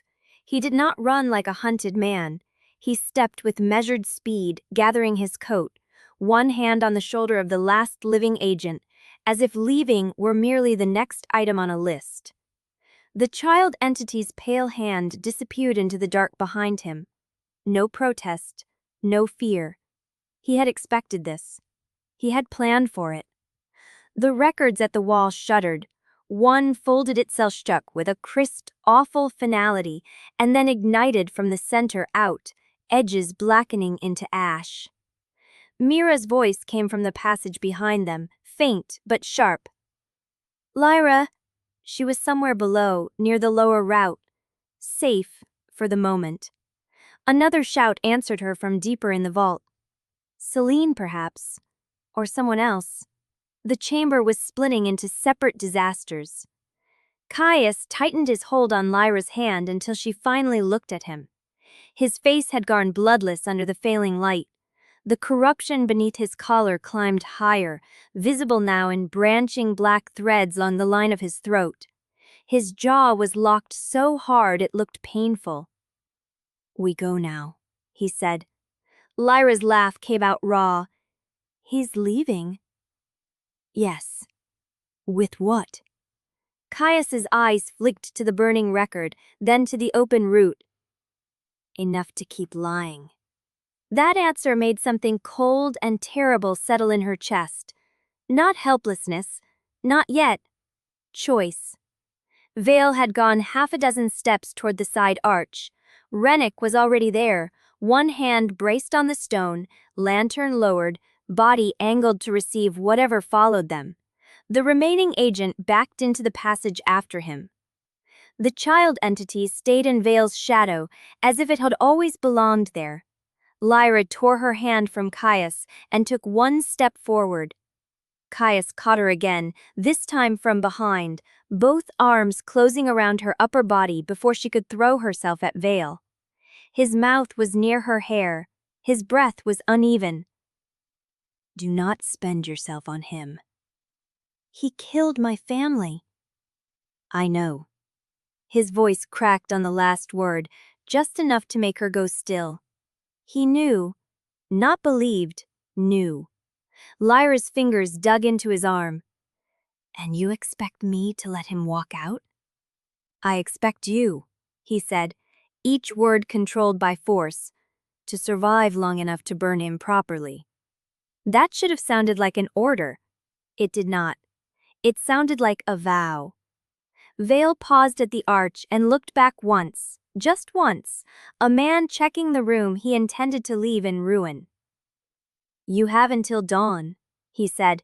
If you want the realm, then come and take it.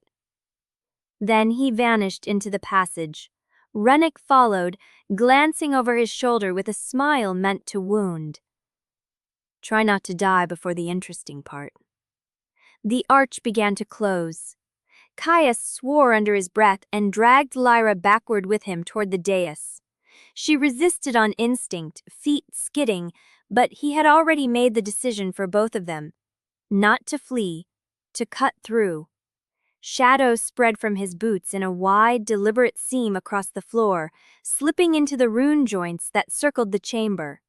Lyra felt the ward's answer, old and strained.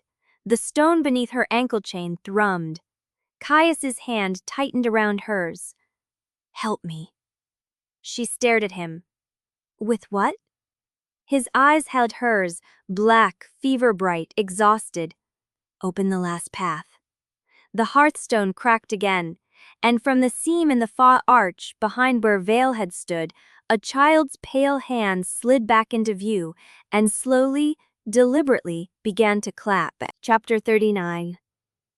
The child's pale hand kept clapping in the archway, slow and deliberate, as if it had all the time in the world to watch them break. Lyra did not look away from it. Her fingers were still caught in Caius's grip, his hand hard around her wrist where the ward chain burned cold against her ankle. The hearthstone gave another cracked, uneven pulse across the chamber, black veins shivering through its heart like something rotten trying to breathe. "Do it," Caius said. The words were quiet. They landed like a blade. Lyra turned her head. His face had gone tight and hollow in the failing light, the line of his throat marked by the dark corruption climbing under the skin. A smear of dust clung to one cheek. Blood from the cut at his forearm had dried along his sleeve. He looked too steady for the way his hand trembled once, just once, before he closed it around hers again. "What are you asking?" she said. His mouth barely moved. "The thing you already know." The child entity's clapping stopped. In the silence that followed, the chamber seemed to tilt toward the hearthstone, toward the fractured stone dais and the smear of gold near its base. Somewhere beyond the arch, Vael's retreating footsteps had vanished into the passage. The records were burning. The wall behind them cracked softly, shedding ash from some hidden seal she could not yet see. Lyra drew a breath through her teeth. It tasted of cold stone and iron. "You expect me to trust you?" she said. "No." His gaze held hers, black and unwavering. "I expect you to choose." That hit harder than any command. Choose. The word went through her like a splinter. Duty had always been chosen for her, laid down like a knife in her palm and closed over with someone else's fingers. Hunt. Obey. Endure. Survive. Burn what remained, if burning it kept the dead from being forgotten. She looked at the hearthstone. Cracked. Poisoned. Failing. The kingdom's pulse stumbling in its veins. Then she looked back at Caius. He had not moved away when she hated him. He had not moved away when she learned he had searched for her in Moonwake's ruins. He had not moved away when Vael turned their lives into a trap. And now, with the chamber tearing itself open around them, he was still standing between her and the worst of it, as if shielding her had become as natural as breathing. Lyra's throat tightened. She swallowed it down and hated the weakness of the motion. "After this," she said, voice rough, "if we live, I will drag every truth out of you." Something in his face changed. Not relief. Not exactly. More dangerous than that. A flicker of something exposed and nearly hopeful before it was shuttered again. "If we live," he said, "you can try." The child entity gave a soft, wet laugh from the arch. Lyra jerked her focus back just in time to see the pale hand withdraw into shadow, as if it had decided it had seen enough and would now wait for the end. The chamber answered with a low groan. One of the seams in the stone floor lit white, then dimmed. Caius followed her glance and cursed under his breath. "It's moving." "What is?" "The thing Vael woke under the vault, or what he tied himself to. I don't know which matters less." Wonderful. It almost sounded like her old voice. Dry, sharp, useful. She stepped free of his hold, and the loss of his hand on her wrist felt like a cold snap against skin. She did not let herself glance at it. She walked to the hearthstone instead, every step measured, each stone underfoot humming with a warning she could feel in her ribs. The ward chain at her ankle grew warm, then hot, then suddenly still, as if even it had gone breathless. Behind her, Caius said, "Lyra?" She stopped. He did not reach for her. That restraint was its own ache. "The rite needs consent," he said. "Not ritual compliance, not a technicality. It has to be willing." Her laugh came out brittle. "You sound like Tovin." "I'm trying not to sound like a man about to die." Lyra turned. "You already are." The words hung between them, cruel and honest. Caius's eyes flicked once to her mouth, then away. "So are you. If you keep staring at me like this is still about whether I deserve it." The chamber shuddered. Dust sifted from the arch. Somewhere above them, a ward rang out like a struck bell, distant and warping. Lyra crossed the last steps to him before she meant to. Rage, fear, grief, all of it drove her forward until she stood close enough to feel the heat of his body through the cold air. He did not flinch. His hands stayed at his sides, open, empty, waiting. That was the worst part. She stared at his throat where the corruption climbed dark under the skin. "If I do this, and it kills you?" "It might." "And if it takes the rest of me with it?" "It might." Her fingers curled. "You make this sound simple." "No." His voice dropped. "I make it sound chosen." She looked at him for a long moment, and the chamber seemed to shrink around that small space between them. The old hatred was there, raw and immediate, but beneath it something deeper pulled hard against the bones. Memory. Want. The ghost of a hand in her hair, a mouth at her temple, a voice in the dark telling her to breathe. She hated that the memories still knew how to warn her. The Hearthstone flashed white at their backs. Lyra made the decision before she could soften it. "If you lie to me again, I'll make sure you regret surviving." His mouth twitched, almost a smile, gone before it lived. "That sounds like you." "Don't romanticize me." That did draw the ghost of something sharper across his face. "Never." She held his gaze for one more beat. Then, because hesitation had become a luxury and the chamber had none left to give, she lifted her hand and flattened it against his chest. Caius sucked in a breath so sharp it almost sounded like pain. Her own pulse slammed hard once in answer. Nothing happened.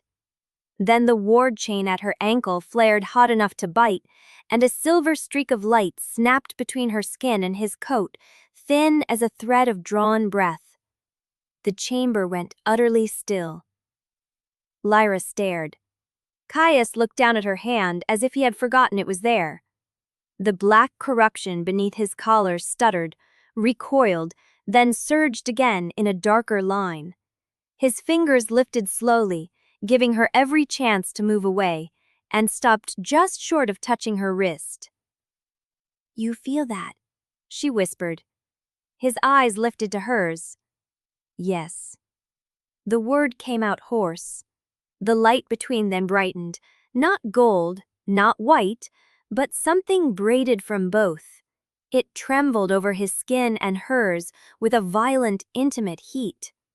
Lyra's breath caught. The ward chain no longer felt like a chain. It felt like a pulse waiting to be heard. The chamber around them began to answer. The Hearthstone's cracks lit one by one, thread-like glows spreading through the poison-veined stone. White and silver, then shadowed dupe at the edges, all of it pulling inward toward the center as if the artifact had recognized its missing halves. Caius's voice went rough.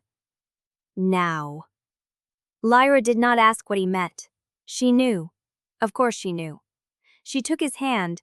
The contact struck through her like a strike of lightning through ice, clean and brutal. The pact of enmity should have taken the magic from both of them in an instant. Instead, The ward chain burned bright around her ankle, and the air between their joined hands thickened with power so old it felt nearly alive. Caius's fingers tightened around hers, not to hold her in place, but because the force of it was dragging through him too hard to ignore. Their eyes locked. Lyra saw her own terror reflected there, and something else, something that had survived hatred and loss and 5 years of being made into a weapon. Then the Hearthstone opened. No sound came at first, just a blinding surge that ripped through the chamber and slammed into them both, lifting hair, snapping cloth, blowing dust and ash away in a sudden white storm. Lyra cried out as the force flooded her bones. Caius swore once, low and raw, and did not let go. Light flooded through her palm, through his hand, down into the stone. Shadow followed. Not as darkness, but as shape, contour, memory, the clean edge that gave light lining. It braided with the truth light pouring from Lyra until the two streams became one impossible current and drove straight into the poisoned heart of the artifact. The Hearthstone cracked wider. Lyra's knees buckled.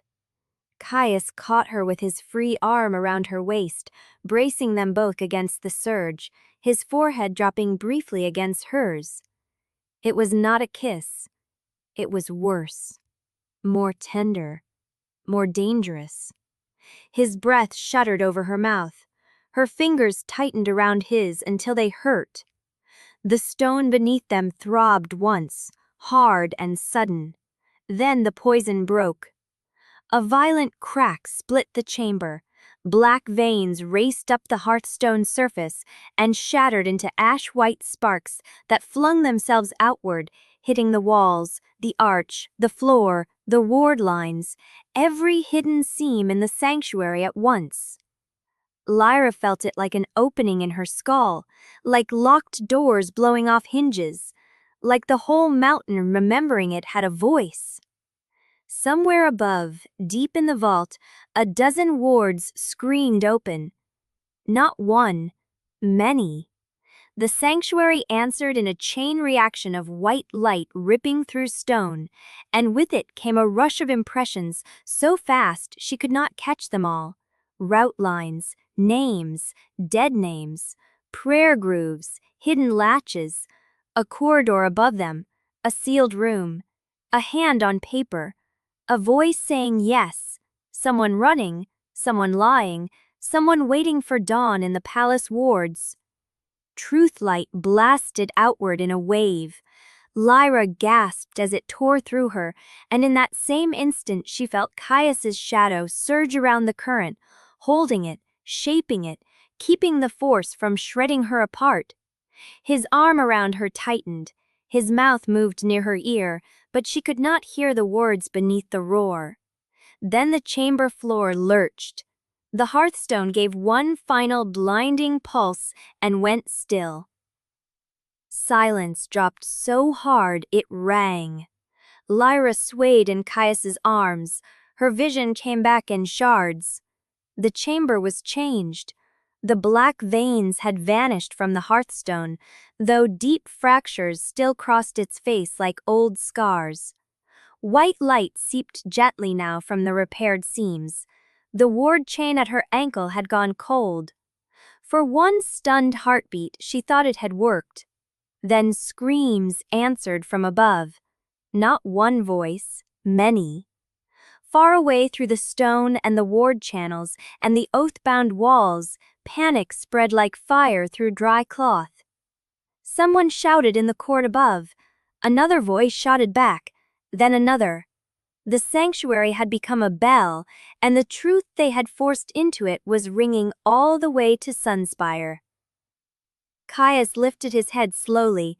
His expression had gone blank with shock. Lyra felt it then, the aftershock in the magic itself.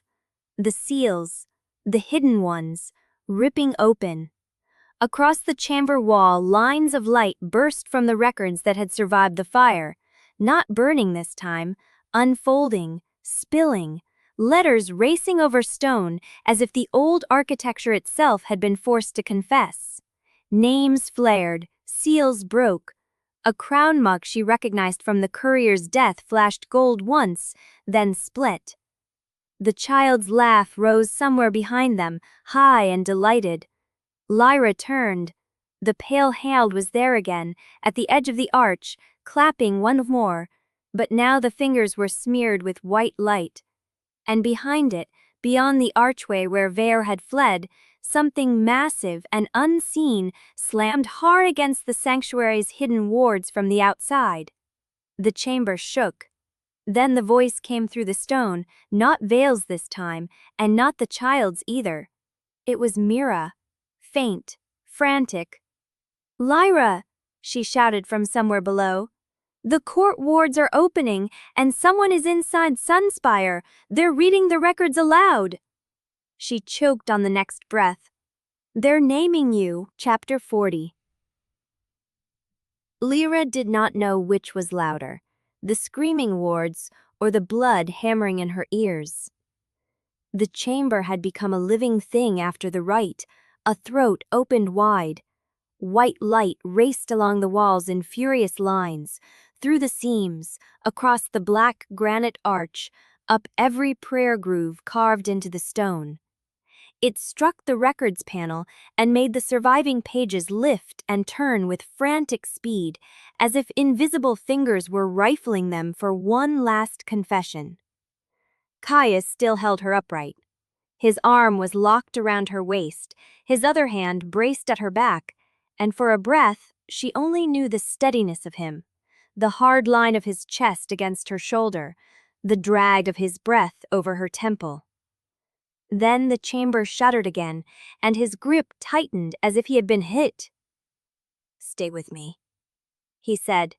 His voice was stripped raw. Not command, not plea, something between. Lyra dragged in a breath that tasted like winter iron and old lightning. The ward chain at her ankle had gone cold, but her skin was hot where the current had passed through her. It crawled over her bones in little bright shocks, making her fingers tremble around his sleeve. His shadow still moved around them, low and protective, shaping the aftershock into something the body could survive. Above them, the first of the records burst into flame. Not fire, light. The pages went white at the edges and then transparent, every line of black script flaring through them in violent clarity. Names raced across the stone wall in a cascade of exposure, root histories, dead names, reassignments, witness accessions, relay times, sigils. Lyra's breath stopped. There, in the middle of the wall, a set of entries burned gold and then red, each one stamped with a seal she knew without wanting to know. The Gilded Seal. House Vael Office Channels. Sanctuary Routes. Crown Necessity Orders. Dead signatures folded over living ones. A chain of command that ran from Sunspire straight into Astron's ribs. And beneath it, one long line, long enough to make her stomach turn. Moonwake clearance authorized for outcome preservation. Her hand opened against Caius's back, not because she let go, because her fingers had gone numb. Caius saw it anyway. He looked up from her, across the chamber, and his face changed. Not in surprise, in recognition so cold it seemed to shear the air. "Vael," he said. The word was small, deadly. On the far side of the chamber, Adrastus Vael had gone very still. He stood beneath the arch with his coat immaculate, despite the ash in the air, steel-gray eyes reflecting the burst of white, as if he had expected it. Rennick was half a step behind him, one hand already lifting as though to shield his father from sparks. The crown agents had not moved at all, but one of them had gone pale around the mouth. Lyra watched his gaze sweep the wall, take in the revealed lines, and then sharpened the burning record panel as if he were measuring how much had escaped and how much could still be killed. Contain it, Vael said. The command was not loud. It did not need to be. One of the Crown agents lunged for the wall, but the Ruckerns had already begun to unravel on their own. Seals split. Ink lifted. A prayer groove along the floor erupted with white fire, and the agent hit it with a strangled cry. His oathwork leathers smoked where the light touched them. Then the child laughed. The sound came from above Vael's shoulder, thin and delighted, and every head in the chamber turned despite itself. The pale hand was there again, just inside the archway's shadow, fingers spread in a childish mimicry of applause. White light clung to the skin this time, smeared over the knuckles like frost. The second Crown agent drew his weapon. Caius moved before the blade fully cleared the sheath. Shadows snapped from his hand in a clean black arc and struck the man across the wrist. Bone cracked. The weapon flew. The agent staggered back into the arch, and the wall behind him burst with a line of exposed text so bright it seared his eyes closed. He screamed. Lyra pushed herself upright against Caius's side, because there was no room left for weakness. Not now. Not with the chamber tearing itself open around them. The truth light inside her still pulsed, hot and unstable, as if the right had left a second heartbeat in her chest. A sharp, metallic smell cut through the air. Blood. One of the agents had gone down near the dais, face turned toward the hearthstone, his throat opened by a shard of broken stone flung loose from the blast. He made a wet sound and clutched once at nothing before going still. Lyra stared at him only long enough to see the oathwork brand on his tongue when his mouth fell open. The same gold thread burned into the courier. Her gaze snapped to Vael. He saw the look, and for the first time, his composure thinned. Not fear, never that. Annoyance. As if the chamber had broken protocol. Rennick, he said. Rennick moved at once. He swept his arm toward the far wall, where a narrow seam had opened in the stone behind the records panel. Lyra had not seen it before, but now it widened under the pressure of the riotous light, revealing a dark passage lined with fitted black stone. Not hidden by chance. Prepared. Go, Rennick said, and his voice had lost the polished amusement from before. Now. Vael did not look back at the chamber, at the dead agent, at the exposed records burning his faction into the stone. His eyes had gone straight to Lyra, flat and assessing, as if he were trying to decide whether she would still die before she could speak. You have what you needed, he said. Lyra almost laughed. Had she? Names were everywhere, proof was everywhere, and already the light was eating it. The records panel caught fire from the inside, lines of text boiling off the surface in shining curls, whole pages folded in on themselves and blackened. A root mark that might have named the traitor among the Starwardens flared once, then split in two and vanished. Mira, Lyra said, but the name tore out of her on a breath. Somewhere below, through stone, through warping wards, came a faint answering cry. Here, Mira shouted back, voice warped by distance and panic. Lyra, the lower passage, it's opening below the archive stairs. The wards are spilling into the court channels. Someone is reading it aloud. I heard my own name and yours, and they're not stopping. Another blast of light ripped across the chamber wall. New names appeared, not from the records panel, but from farther out, from the sanctuary oath channels themselves. The truth had crossed into the bones of Astron and was racing through every spoken office, every ward seam, every listening stone that connected mountain to palace. Lyra felt it like a hand reaching from the vault toward Sunspire, not metaphor, magic, a broadcast. At her side, Caius shifted, one hand still at her waist, the other flexing once as shadow pooled in his palm. The black corruption under his skin had climbed higher during the rite and the fight, branching darkly at his throat now, but he held himself with terrifying calm. It's reaching the court, he said. He was looking past Veil, past the open seam, as if he could already see the palace in his mind. If the channels are open, they'll hear everything. Everything? Lyra said. Caius's mouth tightened. Enough. The child's laugh came again, closer now, or perhaps only clearer. Lyra looked up and found the pale hand still in the archway shadow, fingers tapping softly against the stone as though keeping time. It was watching them with terrible patience. Not hostile, not exactly, delighted. A blast cracked through the chamber from the right wall. One of the surviving record shelves split open and collapsed in a spray of ash and splinters. When the dust cleared, half the evidence was gone. Gone. Lyra took one step forward before Caius's arm caught her. No. The word was rough against her ear. She looked at him sharply, ready to fight him for it, then saw where he was staring. The records on the wall were disintegrating too fast to save. The proof was already dying under the light. A new voice rose from somewhere beyond the arch, muffled by the passage, and Veil's head turned fractionally toward it.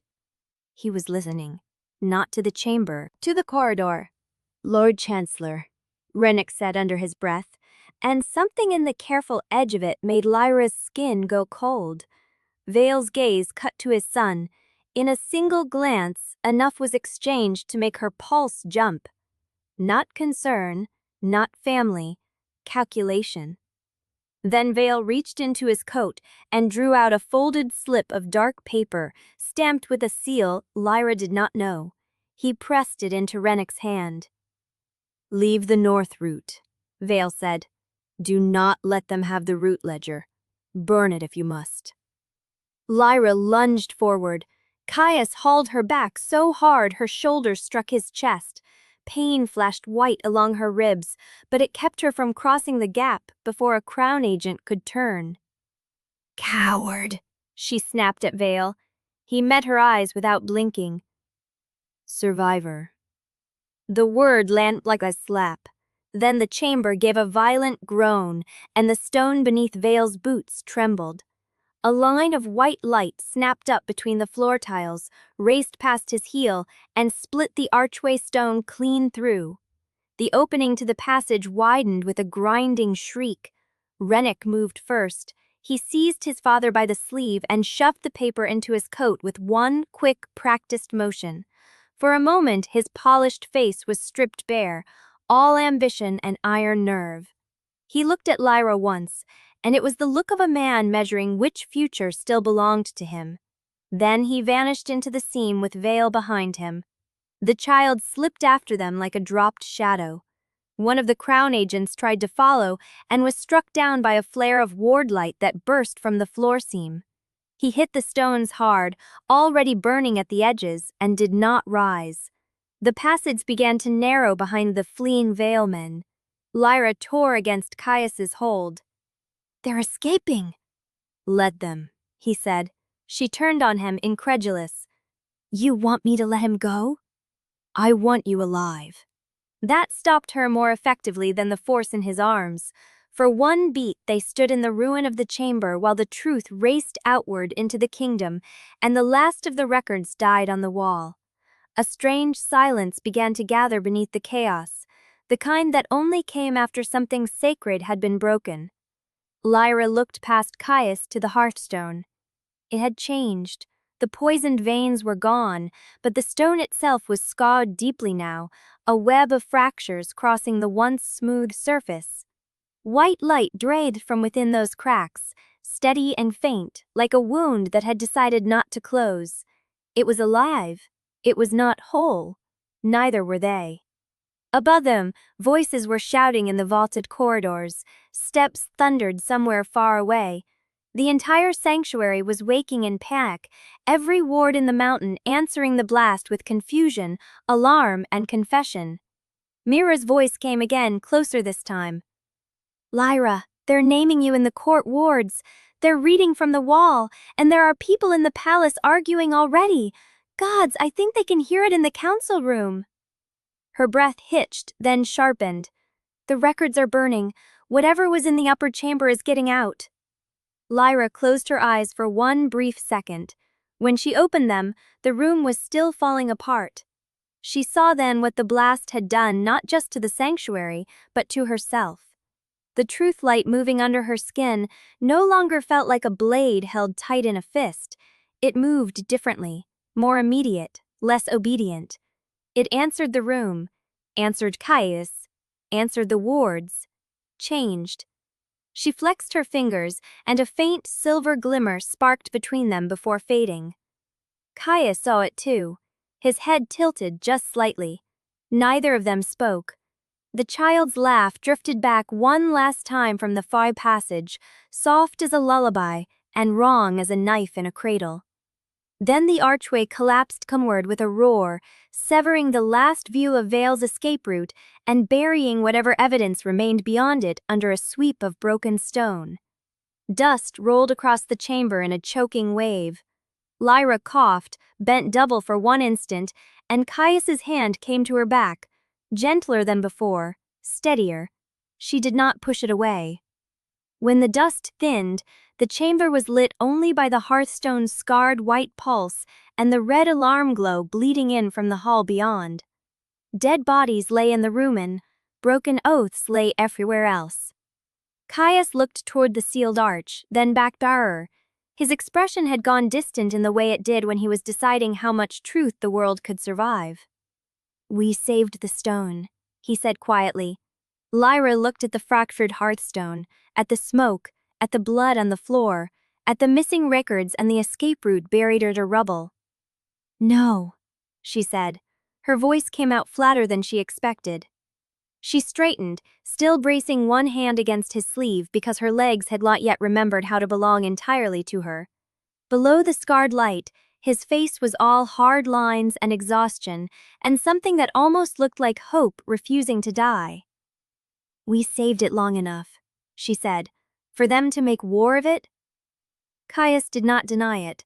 Far away, through the sanctuary and the oath channels and the open mouth of the kingdom, Sunspire was already answering. Then the floor trembled again, not from the mountain, from below. A deep, deliberate arcs rolled through the stone beneath the hearthstone, followed by one slow, measured knock from inside the sealed foundation, close enough to make the ward light shiver. And a voice, boned clean and familiar, whispered through the fracture under Lyra's feet. "Lyra."